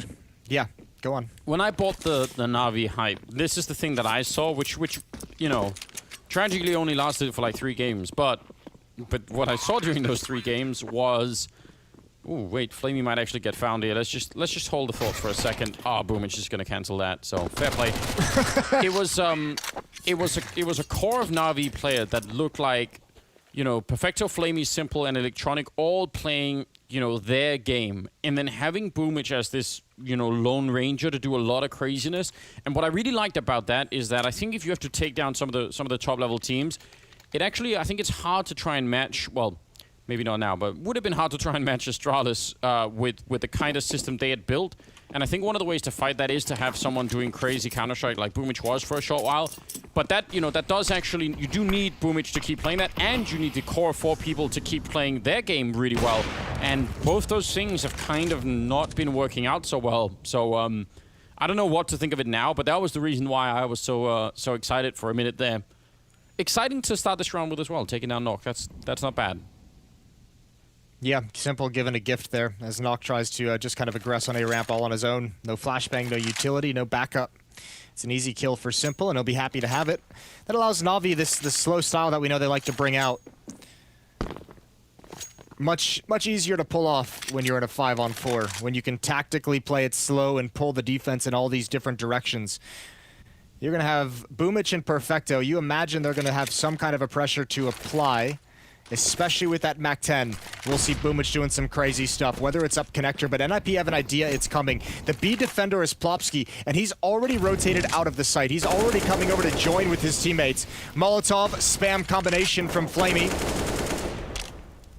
And Twist is under some pressure in Dark. There's Boomich running over the MAC-10 to take down Rez. I'm kind of shocked that Twist is still alive. So many bullets and grenades thrown his way. It's going to be one to set it up. There's a long-range fight that almost the MAC-10 wins. Hampus showing up. Good spray, but Electronic will take both of them down afterwards. And that is going to leave Plopsky in a very bad position, trying to sneak through the hole into the window room. And Perfecto will take him down. Navi now tying the scoreline at 11-11, but more significantly, building an economy and destroying NIPs. It's a kind of a scary turnaround we've got going on here. I feel like Navi's kind of lucky that Electronic gets that blind spray transfer over. They're really kind of, NIP's been able to read them this whole game on both sides of the map, and these hits are kind of slow to come to fruition. We saw it at the B bomb site earlier when NIP's able to rotate someone, and again, Perfecto's able to rotate from the B bomb site to the A bomb site and get there in time for the battle. I just think Navi's making this a little bit harder on themselves by letting NIP rotate into position and having to grind out these gunfights with trades, with always encountering someone from NIP every step of the way. And now they're winning, so I mean, you take from that what you will, but it does feel like Navi is really ensuring that they're going to have a battle each step of their attack. Yeah, playing on hard mode in some sense. A very Navi way of approaching Counter-Strike, isn't it? Plomsky. Yeah, that has been their MO for a while now. Feels like it. Deagle back here by the bench could be good for a kill. I doubt it's going to be more. Depends on whether or not they check. He doesn't have a kit or anything. Otherwise, staying here the whole game would be fun. But I don't feel like that's what's in the cards right here. Electronic taking down Rez and Plomsky. There's, 45 seconds or something like that. So even if you were to get one kill and the bomb planter, it's not going to be enough. So fair play to Plomsky. I don't really blame him for trying. No, not at all. But that's the most Deagle clip I've ever seen in my life. When the Deagle betrays you in that fashion. 12-11 for Navi, coming alive on this T side, and now finally taking the lead for the first time since like round 6. We're in a good place if you're Navi. 12-11, and Electronic now up to 28 kills, Simple at 23, and you go to the other side of the coin, it's NIP on the defense. It's only Plomsky who's able to match either of those guys. 22 kills on him. Next closest is Knock and Twist, tied for 14. So Navi showing some resilience and coming back into this map. And they are rich, Jason. They've got so much money to work with. Disgustingly rich. Holy hell, they are. Yeah, that's great. All the penthouse suites. All that stuff. Champagne for breakfast. I don't know what rich people do, to be honest, but it's fine. Something like that. Champagne on your cereal. I don't know. Is that allowed? You're a cereal guy, Jason. You talk a lot about it. No, you cannot desecrate the bowl of cereal with champagne. That's disgusting. All right. However, orange juice, on the other hand, is great. Okay, well. And I'm not going to doubt you. You fed me peanut butter and jelly in LA, and it was great. I got to admit, for your first time, your first PB&J, it's a spectacular sandwich. Yeah, I was doubting it a lot. Had a lot of prejudice going into that one, and I was instantly converted. It's real good. Orange juice cereal. I feel much the same. No, orange juice champagne. Oh, champagne, not cereal. All right. See, okay, well, I thought that's what you were saying. You amateur. Fair play then. Well, here we go. Enough about the cereal. It's Simple getting grenaded all the way to hell, and Knock nearly getting caught there. That could have been dangerous. He's good for another one, but Boomich will take him down. That was shooting him through the box. Just pre-firing that grenade into the corner, and Reyes is going to walk right into it. Ooh. He barely lives through it, but that is dangerous. And Electronic, he's still holding top mid while this bomb is down. That means this retake, if Electronic gets the right timing, it's not even going to happen. Nice shot from Boomich with the AWP. He's almost going to get the second one, and Twist will get one in the middle. But here comes Electronic. He's slowly sneaking in behind them. Flamey's there for a kill on Rez, and now it's Hampers and Twist, 2 versus 3, but they don't realize they're going to get shot in the back. Just that one kill will absolutely seal the round, and Navi are now well on their way to taking this map away. 13-11 with, again, all of the money in the bank. So ridiculous. This Navi's doing such a good job with these lurks, guys like Electronic that we've seen up in window room a couple of times, or in ladder room once or twice. Now the flank on catwalk during this retake. They're doing a really good job of winning the initial battles at the bomb sites, so that lurker, that flanker, can have such a massive impact. And they're starting. I mean, they've taken complete control of this game. Now it's NIP's defense who just cannot find a way to get comfortable. Navi on a 6-0 run of their own on the T side, and this is just a mirror image of the first half. In the first half, Navi wins the first 3 rounds and then loses 8 straight. Now it's NIP winning the first 3 rounds of the second half and losing 6 in a row at the moment. What an odd game. I mean, I'll take it. I think now I'm just interested to see if NIP can turn this around somehow. They actually know that Hampers is in there somewhere, so I don't understand why they want to try and do that. It's Twist as well, and he gets He gets to take a little peek behind that Molotov, and it goes down instantly. So that doesn't really work out so well for him. Nork hearing the flashbang, wanted to go for a fight, and he'll take down Electronic. So now it's interesting. Well, they've seen one in Connector, and they've seen one on Catwalk taking the shot, so they know there's a bit of a crossfire. Good job from Nock to take the AK-47. And we'll see what he can do with it. I think Perfecto might have heard those footsteps, but doesn't know if he's gone to A or B. So at the moment, Navi's just going to hit the pause button. Group up together. They still have plenty of utility. They've held on to that. They haven't wasted anything. Oh dear, that is a real ridiculously good shot. That's going to make everyone nervous now. Look at the time that's left. 25 seconds. They walk in. Another one from Hampus. They line up for him. He's going to get a double. And Perfecto is alone in middle. 20 seconds. He's got absolutely no chance of doing this. He's going to get a headshot here. But all Res has to do is wait behind that pillar. No chance that Perfecto checks it, and he goes down. Huge win for NIP with the Deagles. And that is going to put an end to the Na'Vi win streak. That, I don't think anyone could have guessed that's how that round would have played out. No, you said you wanted the NIP Deagles to come alive. There's a great round. That shot from Plopsky out of Simple is so filthy. It is so filthy. That's the best player in the world, hands down. That Plopsky just straight disrespects like this. 13-12, as you mentioned, Na'Vi just so rich that they can take that kind of a loss and barely even blink. They just shrug it off. Back to a full buy, and still Electronic with $11,000 in the bank. Simple, gonna be under some pressure here. Deep smoke. Gonna force him away.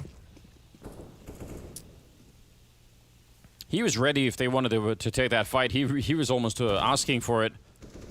No one in window, no one even close by. So Boomich has got to be here for free. What a powerful position to be in, especially this early on. If he actually keeps going, this could be super dangerous to NIP. We'll see. He can't know that, obviously, but it's going to be interesting to see how this will play out. This could be a devastating loss for NIP having just won the round, or could end up pretty well. Good grenade down the middle.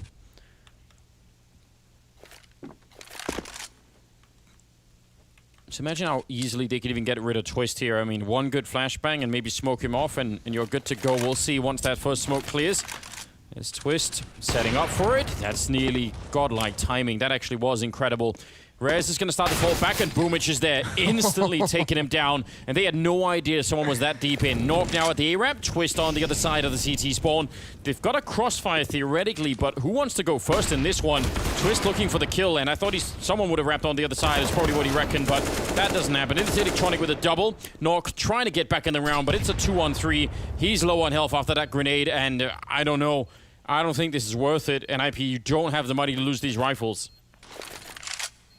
No, you don't. I'm with you. This should be a back off, but we'll see what they can do with it. Nock is already pretty committed at the moment. Plopsky coming in. If Plopsky can get the AWP, it's time to go. He does have a kit. He's going to trust in the smoke. He's got Nock holding in Pals. Actually, all of a sudden, there's some real promise here. Some nade work, some spam coming through, and on the bomb, Plopsky is going to get it. He's pulled that out of nowhere. That smoke and defuse, and Na'Vi cannot find him. 13-13. Wow, that is so confusing. Tech pause being called now from Na'Vi. Boomich was in the middle with an AK-47. I'd call it tech pause too if that just happened to me. Yeah, I'd be like, yeah, my computer broke.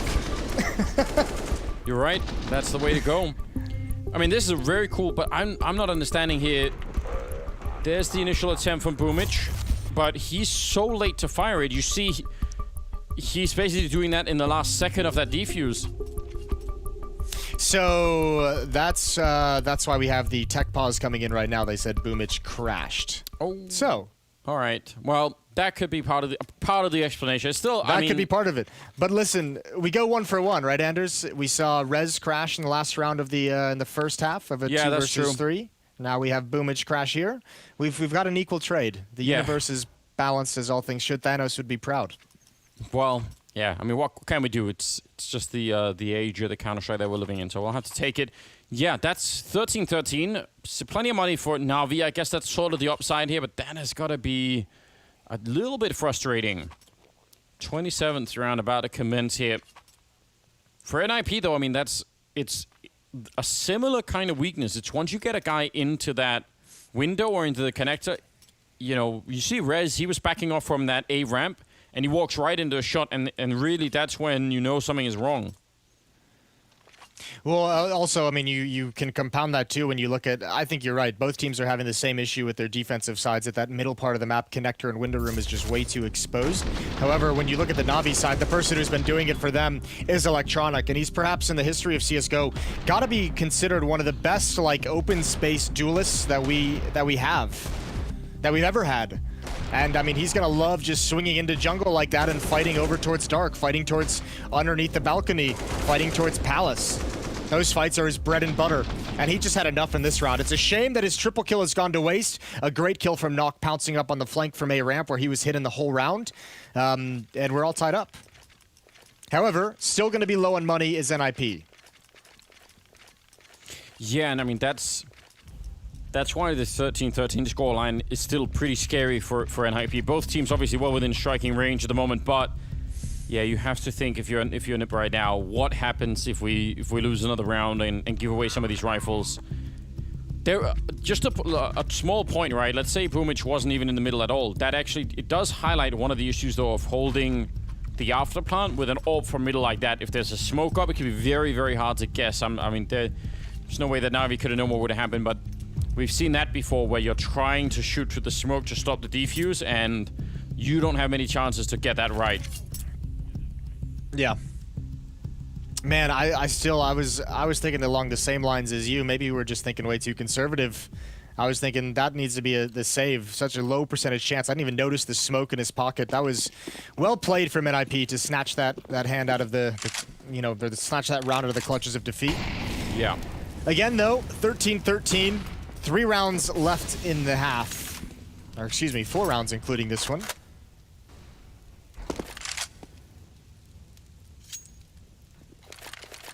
Well, 3 men at the A-bomb site, so sort of a similar setup. Nork and Plopsky are a little bit further back this time. Twist and Hampers over on the other side. And Twist with the AWP. I like this setup for them right now, especially because it allows Hampers to lean closer into middle. And Twist is going to be holding that. He could have taken a deeper angle, but he probably knows Simple has an AWP, so I don't blame him for not wanting to go more, more challenging over at that B side. Just get the leverage towards the middle at this point in time.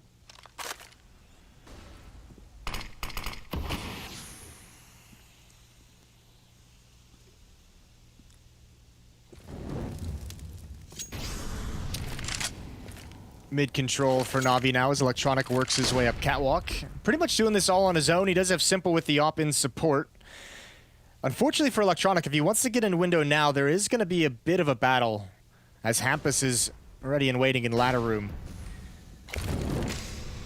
But this is pretty standard stuff so far. Flamey, they've seen him plenty of times over in Palace. There's the peek from Hampus, and Simple never expected it. Good return, good rebuttal from Electronic, but now they have to press forward into the B bomb site. And the AWPer here is Twist, and he's in so much trouble. Taken down, rotation is late. Electronic just missed the angle, but now he's got it back. And now they really need to think about this Navi. The bomb is down here, and so do NIP. I mean, what do you do 3 versus 4? You can see Plowski is miles away. He's probably worried about Flamey being up in those apartments for a long time. He's in middle, though. He already rotated back, and they just need to save the guns. That was one of the rounds where Navi just looked so decisive. As soon as Electronic spun for that kill, they were ready to go. And that is like the complete lack of input delay in that one, where they immediately made the choice. I want to see that pretty much every round out of Navi. Yeah, that's kind of been our criticism of a couple of the rounds where they've made contact and gotten some kills, but they still kind of are very lackadaisical in getting into the bomb site, and that's allowed NIP to rotate into position. This time, you're exactly right. As soon as Simple goes down and Electronic gets that trade, they're pushing into the bomb site. So, well done from Navi, getting in quick, getting that bomb planted, and unfortunately, NIP with 3 rifles but no utility just didn't have the stones to go for the retake, which is fair play. 1 round lead for Navi now, and NIP buying everything they can into the round. It's going to be 2 FAMAs to surround the M4s. No AWP, a little bit light on utility for a couple players, but they have plenty of kits to work with. Man, what a scary scenario for NIP. They did just win 2 in a row, but lost that last one. Puts so much pressure on their economy, no doubt about it. Navi could definitely walk away with a victory here. wait while the clock runs down on the timeout here. 10 more seconds, but right now, I don't know. I like the way the Twist was holding that early on with the AWP over there, but he did fall back just, I guess he was Molotov back from that position to begin with, and then the grenade landed right on top of him. I would like to see NIP try and go for like a time mid-retake or something where, you know, because they've had 3 people towards middle a number of times. So maybe just, you know, set that up, flash your way in there and try and go for a fight. It looks like Navi, though, might be going a little bit faster towards the A-bomb side. Ooh. Might be slowed down by that smoke going up, though.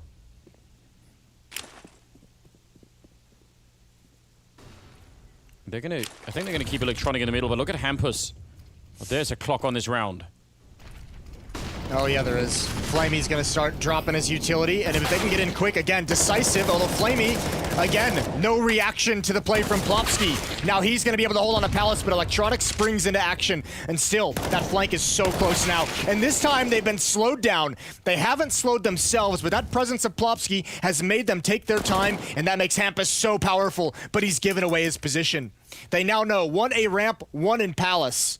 And Simple and Electronic, the top fraggers for Navi, have all the time in the world to make their decision. Electronic is low on health, though. Simple gonna go for a very open bomb plant. If he gets into CT spawn, he could probably cover this all day. They do have another smoke, so it's worth really thinking about, because we already saw once what can happen. But this might have to be up to Simple. Hampus made his way in the middle. Electronic is hearing this step every time, so yeah, he knows what's right in front of him. Simple with the 1 kill and a good follow-up. Electronic and Simple, that duo has been working all throughout. 15-13, but yeah, it's Electronic at 34 kills. That's so incredible. And Simple, not that far behind, but still a little bit at 25. I can't believe Electronic has got 34 kills. I didn't even notice. Yeah, he's been doing it solid. He's been doing it just once in a while, every couple rounds. He's been getting his 1 or 2, so that's not bad at all. Man, that's a really tough, I don't necessarily want to criticize it, but that decision by Hampus to rotate all the way around towards mid, it forces Plopsky to be passive too, which what allows Simple to get that bomb plant and move to CT spawn with such safety. If they stick around, maybe they can decide to take that fight, but if you rotate around towards mid, it really forces your teammate to play it passively, even though he dinked Electronic and had the advantage of HP. And again, not a criticism, it's just the consequences of that choice. Oh, they walk right into the grenade. They wanted to flash their way into a fight, but that could have ended so badly. I actually think they're lucky to get away with even just losing a lot of health there. Nok goes for a kill. He's going to get the 1 headshot, but if he goes down, there's no more defense at the bomb site. He doesn't actually run back into the grenade. Good push, and he's going to get shot in the back, but that's still way better than it could have been. Bomb is on the ground as Flamey will pick up a headshot on Rez, leaving Plopsky in a 1 versus 3, and he'll get that 1 kill. He is in a lot of trouble, though, and he'll go down to Flamey. It's 16-13 as NIP failed to close out this game after a spectacular start, and that's going to really hurt. That was their map pick. Nuke is going to be the second map, and that is going to be coming up next after we talk to the analyst, coming up right after the break, so stay tuned.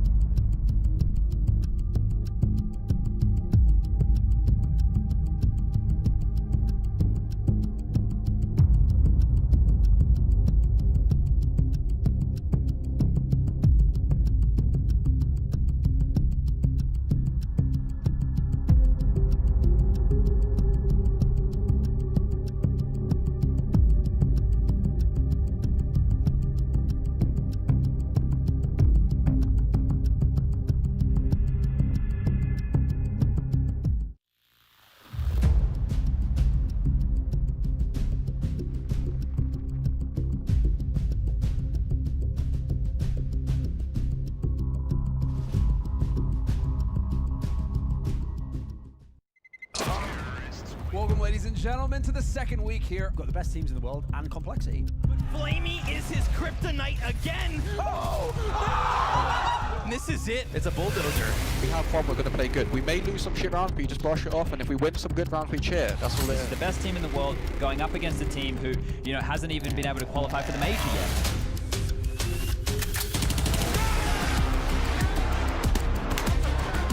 Just trying to buy time, flanking around, Flame punching him down, and he tries to immediate defuse. He's right there with the kid. Oh my god, I can't believe it. 16 and 12. Yeah, I've seen every big CSGO match ever. I can tell you that would already be like a top 5 upset of all time. Simple could catch. Oh! The shutdown. This isn't the Astralis that I know. Really trying to get the pit. Can he stand tall one last time? He lies. Oh no! A beautiful spray! Electrons have got it! 16-14, Navi do it! Who's ready for Vitality versus Complexity? I introduce you to North America's newest juggernaut. 16-6 as they take down Vitality. Complexity have one last beast to challenge. They wanted to kill Juggernaut, but we're gonna destroy the Juggernaut. Of course. 16 rounds to Navi's favor, victories on Train and Mirage. And the Navi storm has come and conquered today. It's an exciting, you know, couple of days that we've had here, and it doesn't feel like we've had any losers other than maybe Astralis.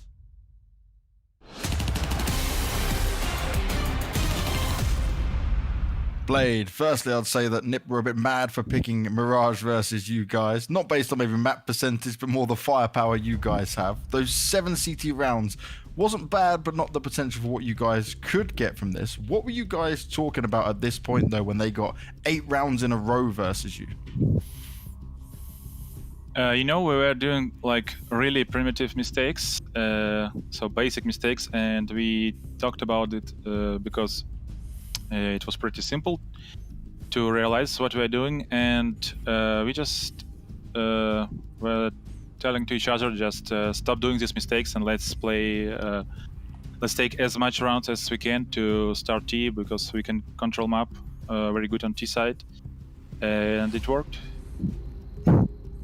Now, Nuke's up next. It's your pick, and NIP do play the map, but don't have too much success on it. They made it close versus you guys at DreamHack Masters, so what's the feeling from you guys going into this one? We're feeling good and pretty confident. We have a good game plan, and I know they also were preparing this map. Mostly every team is picking Nuke against them, so it's obvious that we will pick Nuke. We're not expecting an easy game, but I think we have a really good chance to close this 2-0. So very solid comeback there, and they're right. Adjusting the small mistakes certainly helps. It also helps when you not only have to rely on Simple, your other star Electronic steps up, Boomich stepped up to the plate. It seems like Navi were able to answer some of the questions we were asking going into the series, whether or not the supporting cast of that team would rise to the occasion here versus NIP, and it looks like they certainly did. They managed to stabilize and take the first map, and so let's go ahead and hop right into it. Chad, what did you take away from Mirage?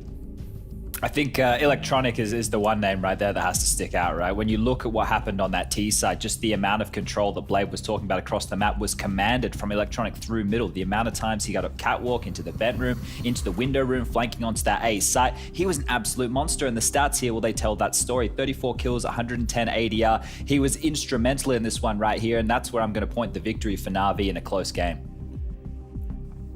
Oh, Electronic was an absolute beast. He was a complete beast, 34 frags. Symbols was also obviously up there, 25, and Boomich, as you mentioned, he did play an instrumental part, I want to say, mostly on the T side when they were taking the bomb side. He was very good with the entry frags. But there's something that denotes from this Blade interview, and I don't know if production is ready or I might throw them under the bus, but he seems so calm when he's talking about how they will fix their mistake. Now, I want you guys, the viewers, to come with me into a journey and listen to Navi's team speak. Я даю на борту, походу, играет. Саня, Робс аккуратно. Робс аккуратно. Я белый. Он был сверху единица. Даю флеш. Нет, Фрия будут играть. Под коврами. Убил? Да, под коврами пенти давлю. Еще аккуратно в упоре. Да, может, между аккуратно. КТ один перетягивается. Не будет. Смерно не было. Я отставлю. Давай, Ликфлеш. Возьмите, брат. Да, он меня стреляет. Позицию. Я мейн зашел. Ой, Я я на форусе. Можете Он на мейн, выйти на обратно. выходе. Мейн на Не, по выходе. мне знают, что я на двойке. Я в дефолте живу. Я на форусе. Okay, well, ladies and gentlemen, welcome to Organized Chaos. This is what it is, and this was an eye-opening experience for me to listen to Navi. This is the first time I actually do it. Problem is, I don't understand Russian. I don't need to. I've already discovered plenty of elements to talk about here. So there you have it. This is how Navi go into these rounds when it's 14-13. That is the chaos that ensues. And there is a name that I want to mention, one that somehow surprises me, is that Boomich actually shouts all of his information as an IGL. I think I'd like him to be a bit more calm. I think I would like him to be the voice of reason whenever you go into a bomb site. Because when I have an IGL next to me shouting, you know, shadow, shadow, shadow, shadow, how can you not make mistake when this happens? Chad, as an ex-in-game leader, what do you take away from that, my dude?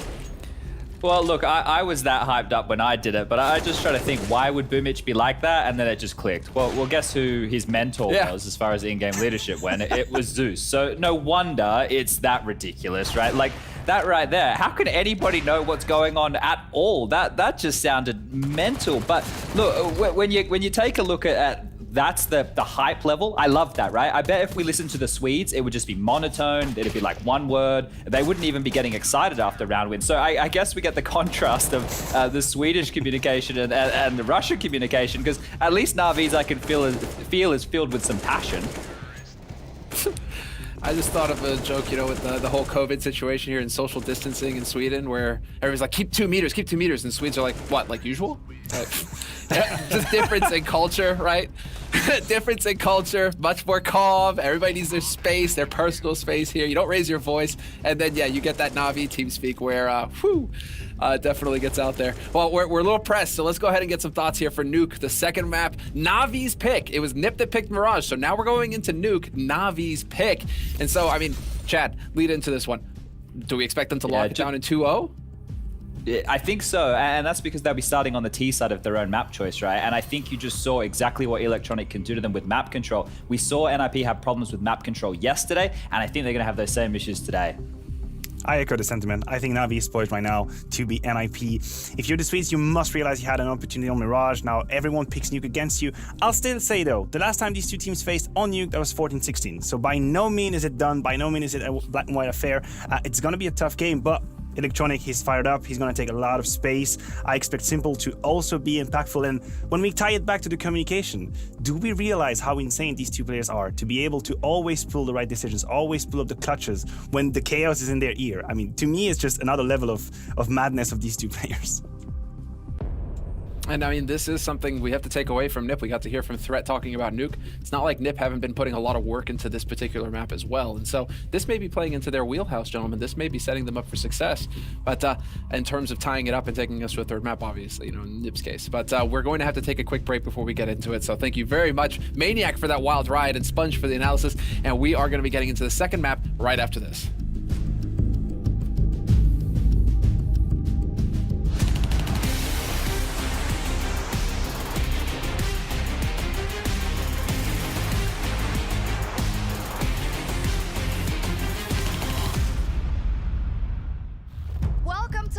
For week 3 of Blast Premier, we've got some top tier Counter-Strike coming your way. The 100 Thieves and G2!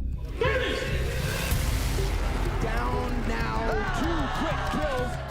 They should not lose this game right now. This is not a team that yet has the pedigree to beat an EG. It is Valentine's Day, guys, but what happens under the desk stays under the desk. Dad and Dad, we're back together.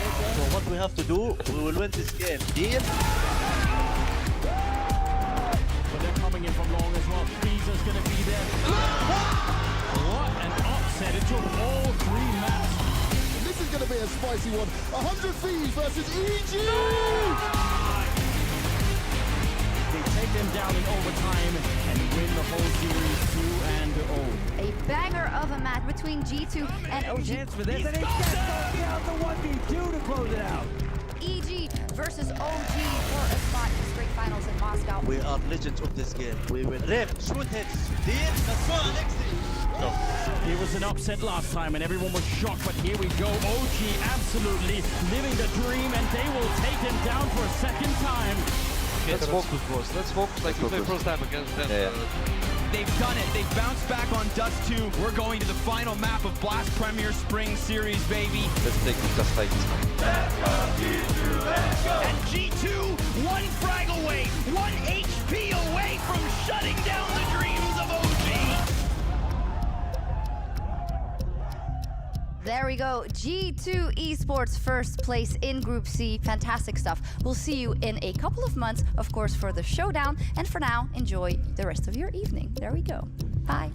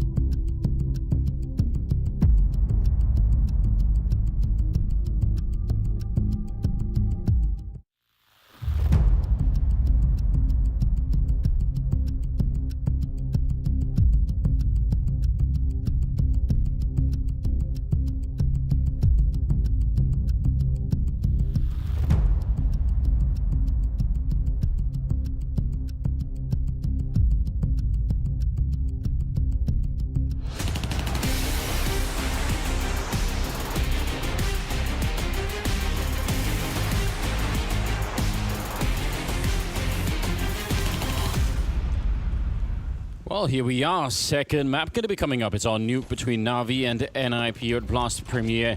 And so far, it's been a really interesting matchup. I don't even really know what to take away from that. That first match just looked like it was going to be NIP, and then Electronic dropped like 35 kills or something like that.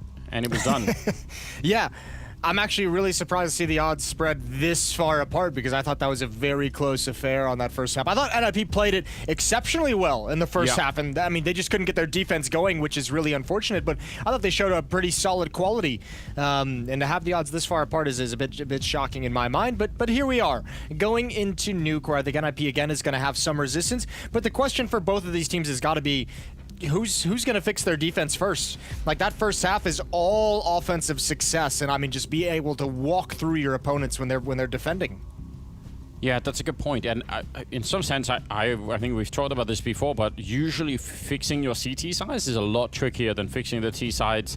So I expect that that's actually going to be a problem for both of them. I don't know, maybe the map could definitely change it. I mean, you could obviously have a good CT side on one map and not on another, so Nuke could be completely different, but I still think that's a cause for concern for the future for both these teams on Mirage at the very least, and I look forward to seeing if it's going to be something similar here on this map or if there will be a change. So yeah, we'll have to find out. I don't know. I think this will be a 2-0 as well, but I'm not 100% that NIP couldn't take this map away. I think there's a chance. Well, I mean, they have one pretty big obstacle in their way when you think about the first map, especially when you think about the fact that Electronic just had 30-some kills in that opening map. Remember, he's a guy who likes to play outside. He likes to play with Simple on the AWP in support of him as well, rotating over. But Electronic is phenomenal, not only at defending the outside, but as we've seen in the past few months, toying around with smokes, which there's going to be plenty of outside as well. So NIP is going to have to get past that, a player that just dropped 36 kills in them and defending the most important part of the map. So a bit of a tough task for NIP to go up against that. Now, I'm pretty sure NIP should be starting on the CT side as well, so that won't come into play until the second half. Yeah, I think that's probably how it's going to play out. I'm just really curious about this. I reckon maybe with them starting on the CT side again, if we saw the kind of run they could go on a Mirage. If they build something similar here, it's really worth taking a note of. Although I think NIP's T side is the one that's more fun to watch on this map, and the one that I sort of look forward to a bit more. I'm trying to think. I mean, if you were to let go of it, I think the classic problem that we see on Nuke normally for CT sides, the most upsetting kind of losses we see on this map, are the ones where they lose control of Yard, and suddenly you know, they don't know how to rotate. If you lose, if you start, you know, falling down on ramp room, suddenly you're gonna get shot in the back, or you could be shot down up at heaven. Like losing control of that yard area on the CT side is really bad. So I think that's probably the #1 mistake that we're seeing these days on CT sides anyway for this map. Well, I think for NIP, I don't think we're going to see them like perfectly with all their protocols and rotations on the CT side on how they rotate and how they kind of move around the map when someone goes down or when someone needs to move his position. But you have to think that is going to be a strength of threat and someone who's way based on tactics, way based on organization, the way that threat is. That is something that we'll see NIP improve over time. My question for this map, for this opening half here against Navi, is going to be, where are they exactly? Do we start to see some semblance? Do we start to see there's some idea of how they're going to do this and how they're going to develop as a team? Or do they look a little bit lost, like they haven't covered it enough? I think it's going to be the first one. I think we're going to see some semblance of an idea, even if there are mistakes. Well, I certainly hope so. I think it's about time that now we start to add some consistency in their game. It's a little bit wild to watch when it's just all over the place. Even if it's cool watching Electronic and Simple be that deadly duo we know they can be, we still would prefer the teamwork and the consistency over any random spikes like that. Smoke there to block off Mini, and then a swing with the P250, looking for a fight, and almost getting his head taken off by that USP. There's a follow-up. He's not afraid to fight, but maybe he should be. Now they've thrown a grenade inside, but it doesn't really matter. Nork and Hompers have got the first 2 kills. Twist will go down next. Oh god, Electronic is fighting his way back in the round. Big double. Can he close it out as well? He's in the corner. And they know exactly where each other are. A minute left here. Cooking for the fight, and a tag. Knock all the way down on low on health. 6 health left. And that's going to allow for a bomb plant. What a crazy pistol round. It's amazing that Navi is able to stick into this round so much. Electronic with no armor as well. Nock's going to come all the way back around. So Electronic, it's all up to timing. And he's going to sink back. He's going to take the peek. 6 HP. Finishes it off. Triple kill for Electronic. When Simple gets dropped so early in the round, he's still able to come through Mini and make it work. That is some effective trading for Navi in taking this upper bomb site. I really can't believe it, because they lose the first 2 kills, and then there's just a whole bunch of kills coming back in. Electronic in charge of 2 of them, and the third one here. That's kind of shocking.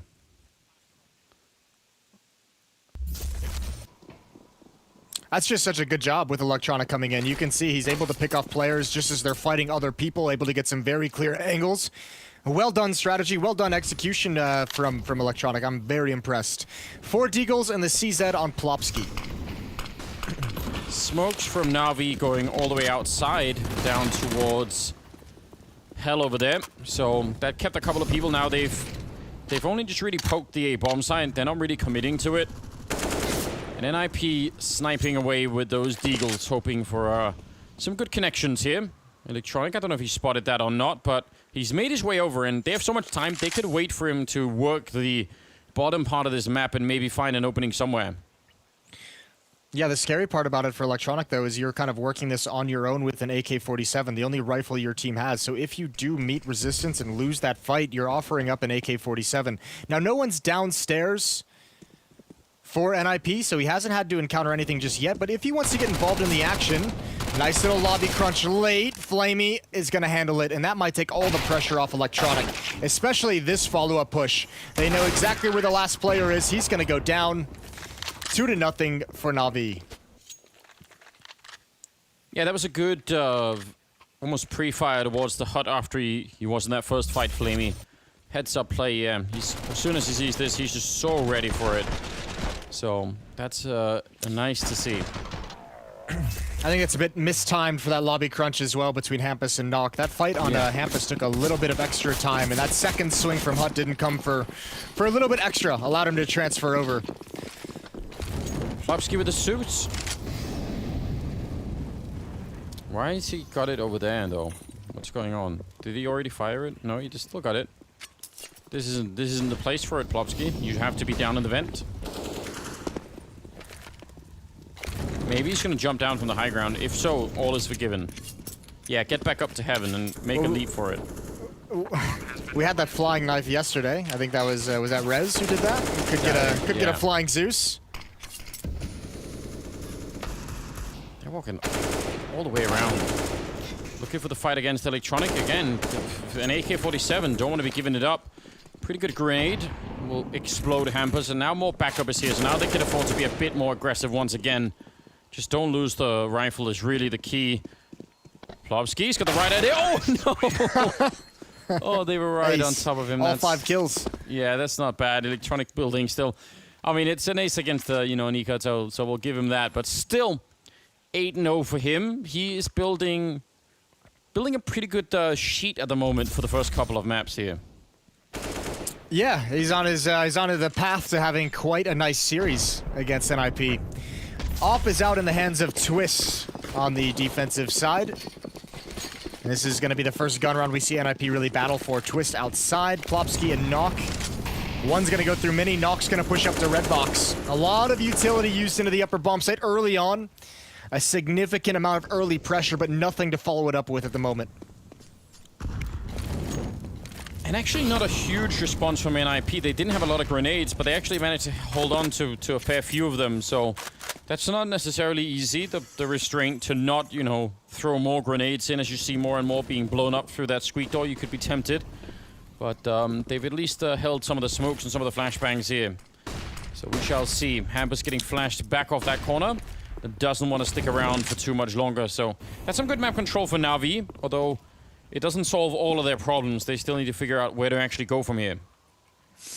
And they only have 1 smoke and 1 Molotov to do it with. This is going to be the danger of Navi on their T side. We know they like to slow play their rounds, but that means they have to be so smart with their utility. You only have the 1 smoke to block off mini if you want to go back to this upper bomb site. That's going to leave Heaven. It's going to leave plenty of things open for this defense to be effective. Perfecto transferring over. Simple still lurking in ramp room. Electronic slow playing outside. And Simple now going to come to join up with the hit. I would imagine they want to come in and bring Electronic into mini late.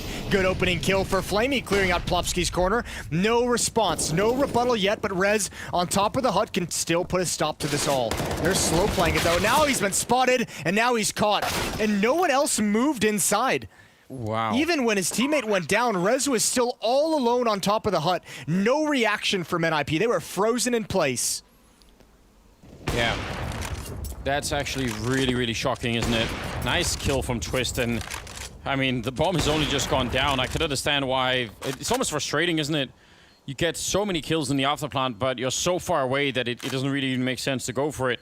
I completely agree. I have no idea why he was alone for that long, Rez. It seemed like ages when someone could have been at the high ground up at Heaven to help him out or anything like that. It would have been big, but never comes through. So a 4th round for Navi. Man, and he was just never able to get into a good fight. He was looking the whole time for a follow-up, someone to come out hut, someone to like follow up that door hit. He wanted to take that battle instead of being over towards door, and it just never came. Eventually, he just gets spotted out. Nice job from Perfecto, landing a nice headshot, but the fact there's no other defenders there that makes that a pretty easy take for Navi. They're up 4-0, and we got our first timeout drawn out of the defense.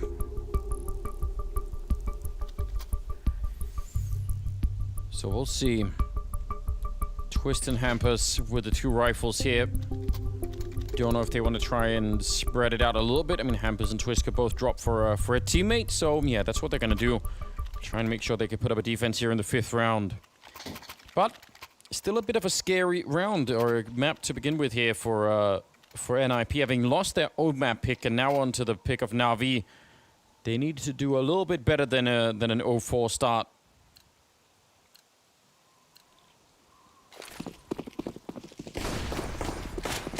Lots of options as well for them to still go for. I mean, that AWP on Twist, if they could find an early kill with that would make their jobs a lot easier.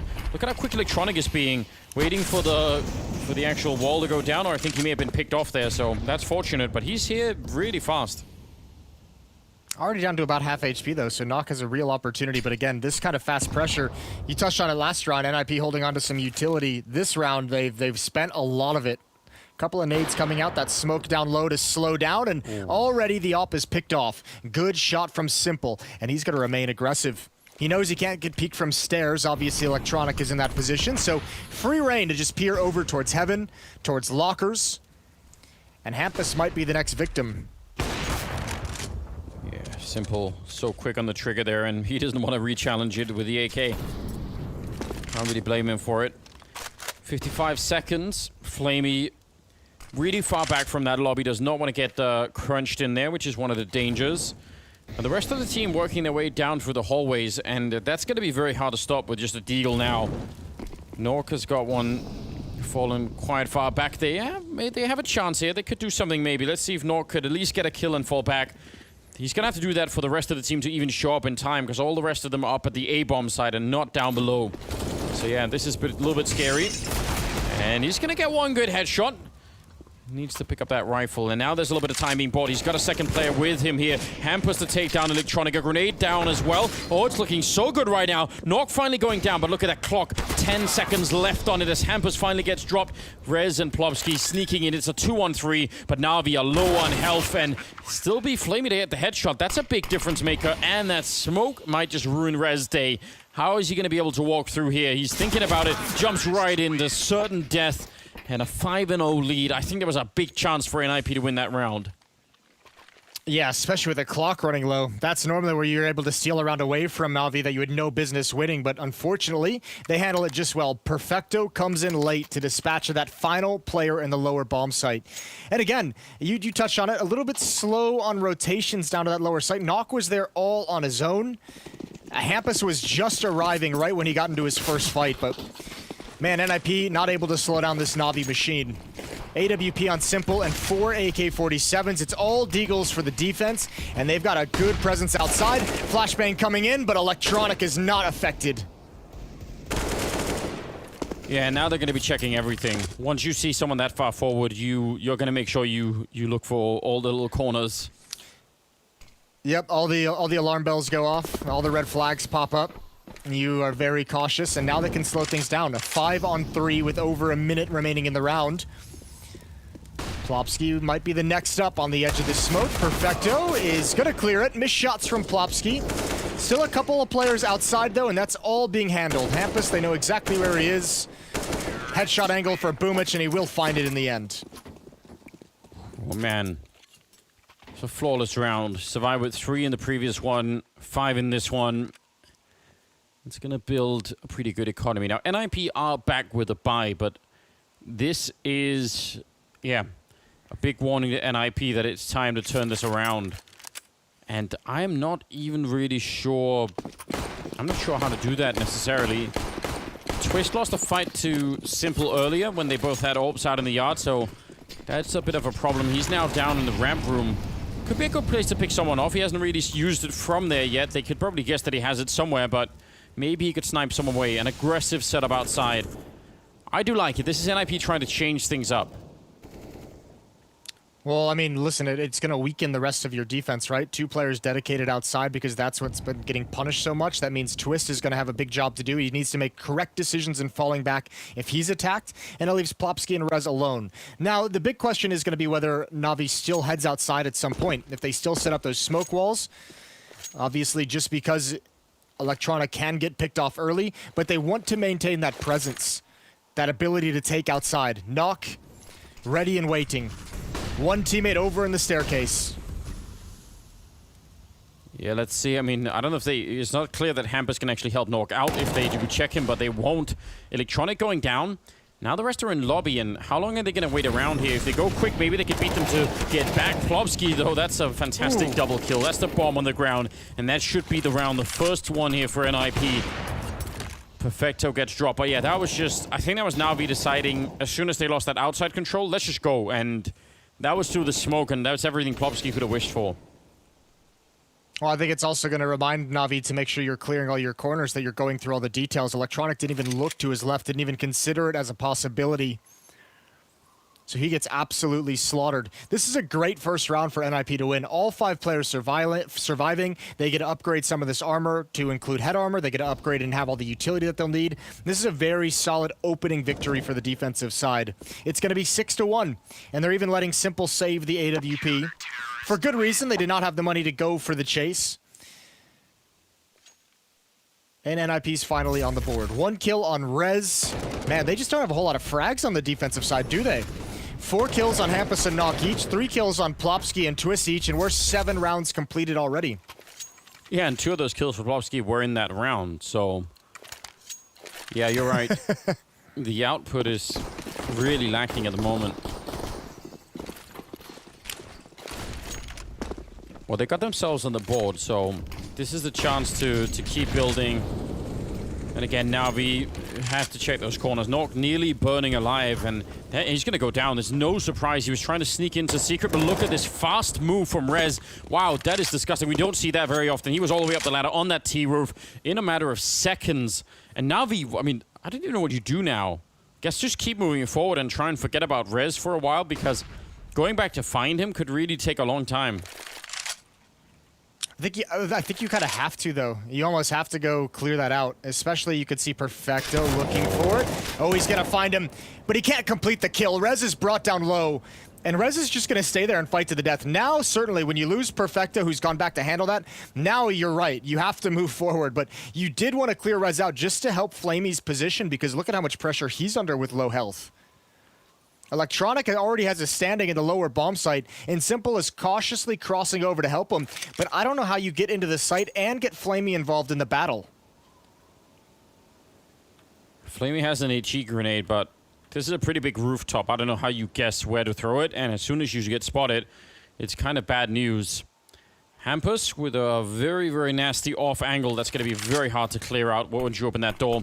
It's going to be open right then and there. A smoke for them to try and get out, but another smoke on top, and that's making things even more tricky. Spray down from Hampus is going to certainly end the round, and Flamey's outside here with 18 seconds. Either needs to save the AK if he wants, or go for a fight right now and die. I don't know. That's... yeah, I don't really understand why Perfecto didn't win that fight, to be quite honest, though. He had the early shot against Rez.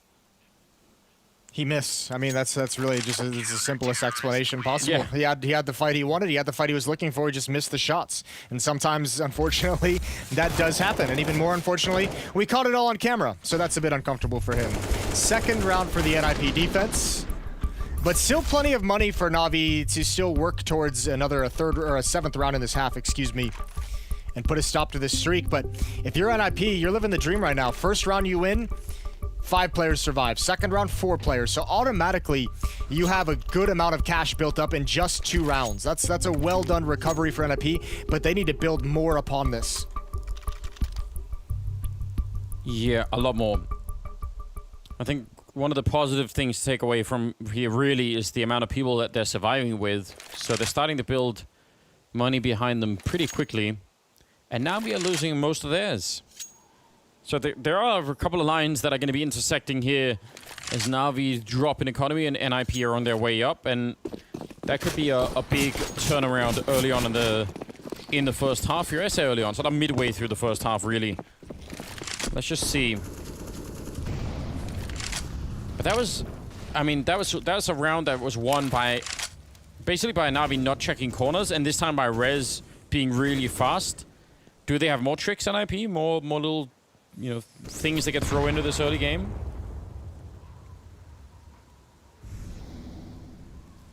We'll see. That's a pretty big trick to bust out, and then, you know, the opening 8 rounds of a half. This is a nice one from Plopsky. I like this off angle in towards the old school dark spot, just waiting for someone from Navi to approach hut. A lot of presence outside, though. The other part of this position from Plopsky isn't just like the confusing angle and maybe a tough battle to clear. It's the information he can gather. And Perfecto never even expects it. So now Plopsky backs away, happy with the advantage that he's given his team. And look at the utility on Navi. It's an absolute nightmare. 1 smoke, 4 flashes, a Molotov, and an HE grenade for the rest of the round to take an entire bomb site. Navi's gonna have to win some battles. Yeah, especially the first one, right? If they lose the first fight coming out of the hut or even out of Squeak Door, it's pretty much done. Rez goes for a bit of a fight. I don't think the AWP was even looking there. I think it was looking up at the high ground. Hampus really far back. Should be good for at least a kill. And at 28 seconds, that 1 kill is going to be everything. And Twist is there with a crossfire. That should be the round right here. 2 on 4 with 20 seconds left. They're down below, but even if they get the bomb plant here, which Simple might, I don't think it's going to make a big difference. They're going to. Oh, yeah. There's nobody even nearby from NIP. Yeah, he's going to get the plant. Flamey's in position. This is winnable, Anders, when you could... Oh, maybe not. Plopsky delays, and oh, Simple can't get the shot off. It's all on Flamey. That would have been a big no-scope if it could have worked out. tapping the bomb, and now they know where Flamey is. He's in a fight for his life, and I mean, even if he got that first kill, wouldn't have made a big difference. Nice triple kill from Plopsky, and a third round for NIP. Again, surviving with 4 members. That ramp defense really caught me off guard. I probably thought Hampus was going to get that 1 kill, but it's the fact that Twist is there for the off angle. That's great. What timing? I actually thought the idea from Navi was really good as well. They fake an upper hit, and it's not to give them the freedom to go downstairs. It's to get someone to peek from the bomb site into hut. Simple was looking for that equalizing kill with the AWP, and he got the peek he wanted. It was very shallow. It was a tough shot to hit. But NIP just reacts so well afterwards. And the fact that they've won these rounds with so many people surviving, this sets themselves up to recover very nicely in this half. If a Navi cannot get a plant in this round, they're out of money.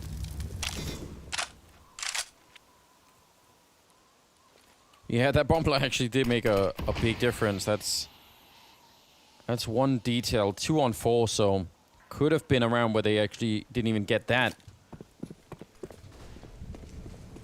Electronic taking a bit of damage outside early on. Boomich is here to try and help him out and see. And, ooh, those smokes are dangerous. He's going to get taken down as well. Twist through the smoke. Be fun to see how much he could actually see there. I'm guessing he probably could see over a little bit. But a quick trade, I think Navi will be fine with that. Yeah, they absolutely will be. 1 for 1 outside. That's not too shabby at all. Boomich has some danger. This position from Knock, it's all down to timing on Boomich. If he peeks up at the right point. The other members of Navi, Perfecto towards ramp room, 2 players in lobby, that's Simple and Flamey, and there goes Flamey, but Knock is traded off immediately, and now they can start crunching in towards Mini. Rez lured out into the open, Flames at his feet, it's all down to Plopsky, off angle, he cleans up Boomich, now his position is revealed, and it's fantastic trading, but Twist is dropped down, and he finds himself in a one-on-one. It's Simple to try and clutch this out for Navi. Yeah, he just ran the gauntlet downstairs, and now Twist, I think, smartly picking up the AK-47, although he's low on health compared to Simples. This could be a really awkward fight. He's going to be opening the door and swinging for it. That took a second longer than anybody would have wanted. He's still going to win the fight, but that made everyone real nervous there. 7-3, and Navi back, shutting down NIP, and in spite of everything, that's actually costing them so much money to rebuy. I think, did he not have head armor here, Rez? I thought he died really quickly to that Galil.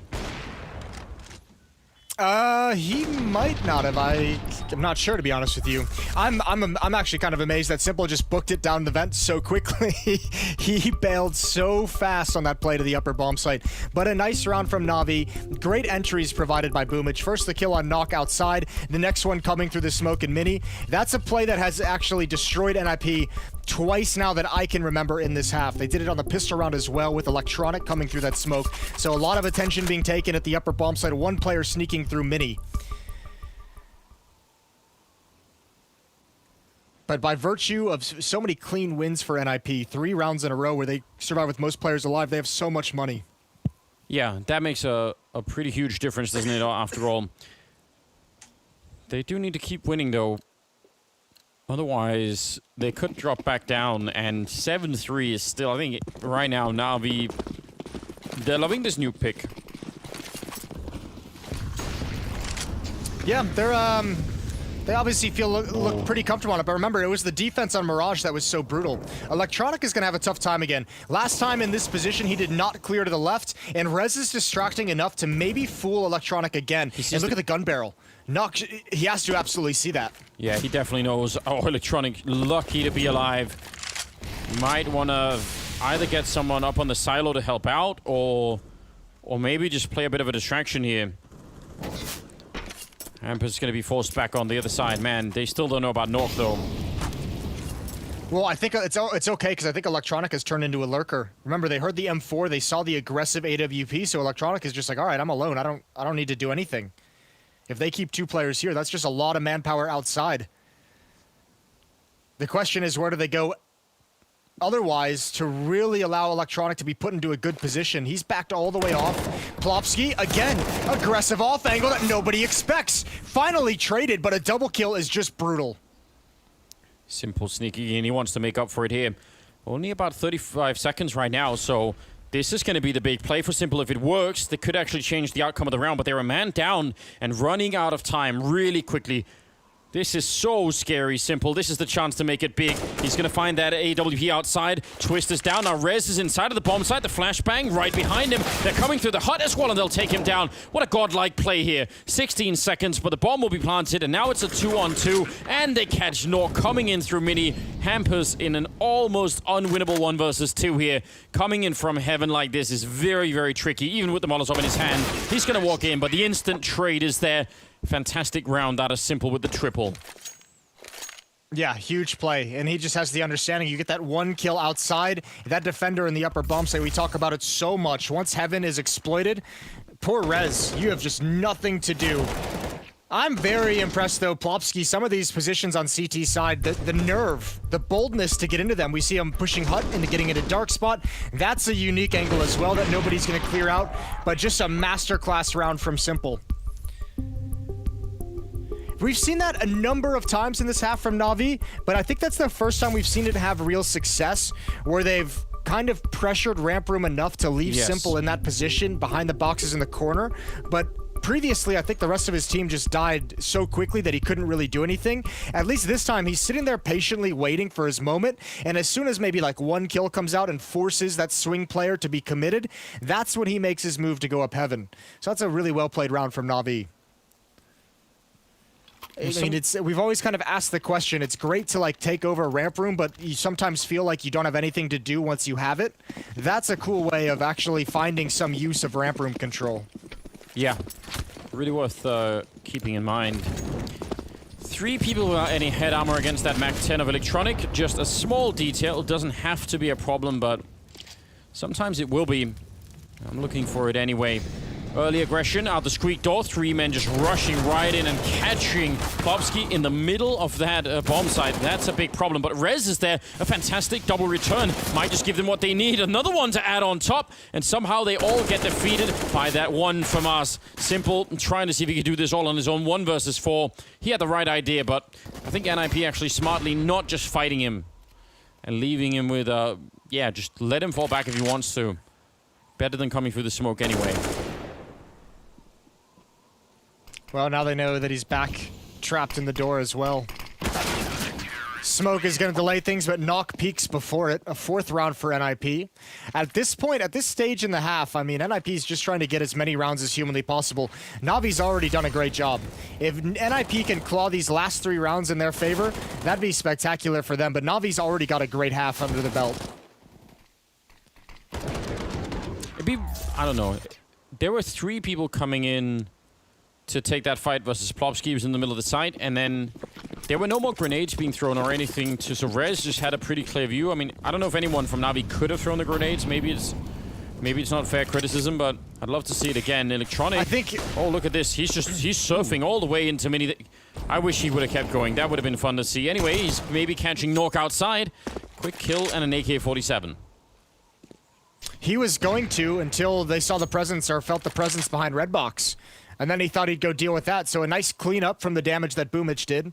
To go to your point, I think the reason you're not seeing them throw utility out that hut in the previous round, that's a fight I think most people are going to be just happy to take. Yeah. When you have Rez just like a straight angle like that into hut, especially with the FAMAS, I think, you know, that's a fight that you're more than happy to have as a rifler, as an AK, or trying to entry into the upper bomb site.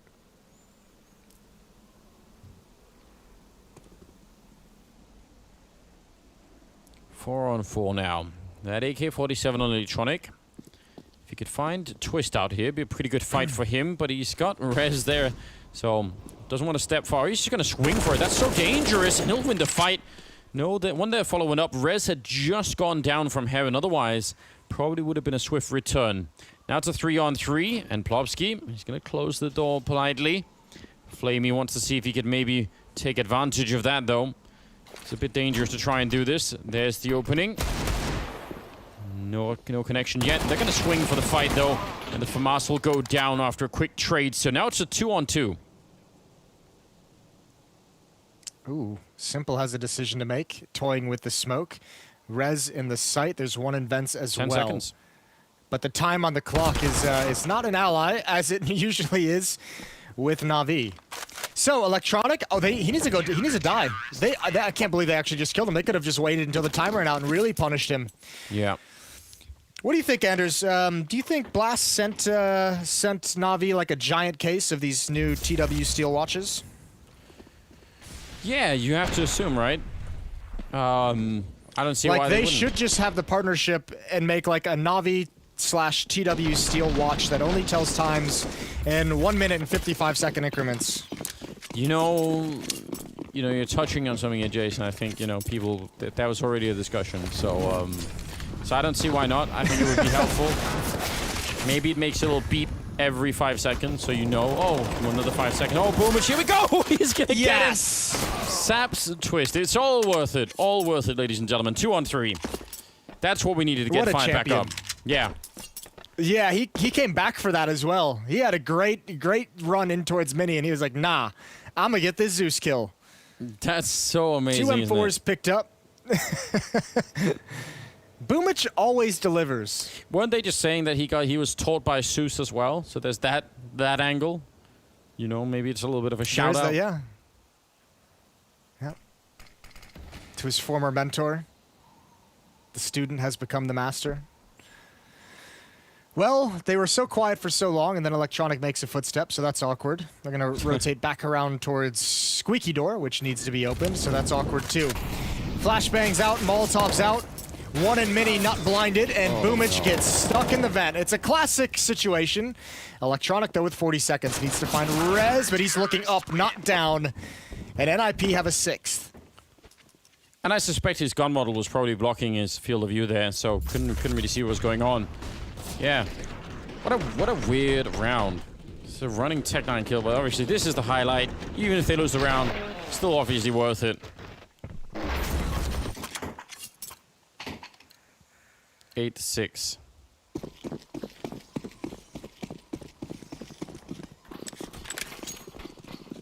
I don't know, I mean, if NIP could find a way to get the 7th round, still have a game in our hands. And again, we talked about how both teams, at least on Mirage, were having a really hard time defending anything when they were on the CT side.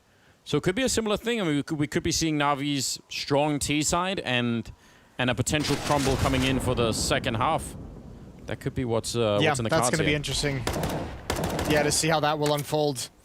Simple on just a Deagle, 2 AKs, 2 Galils for Navi to work with, but NIP's done a great job in recovering. 3 in a row now, looking for 4.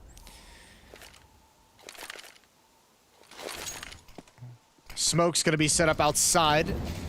It's a deeper wall. There's a bit of a gap that is completed with a 3rd smoke. Twist wants to jump over this one.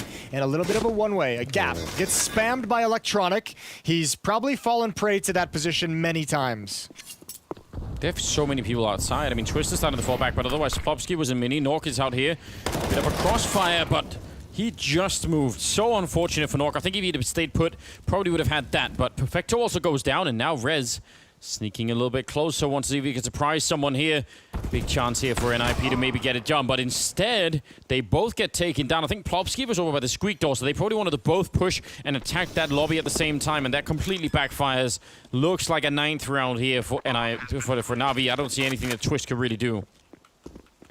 Yeah, I think NIP got really scared that the lower bomb site was going to be the final goal of Navi. They were decimated on the defense all across the map, and just everyone trying to kind of recover the situation, and nobody really had any eyes on where any of the players in lobby were.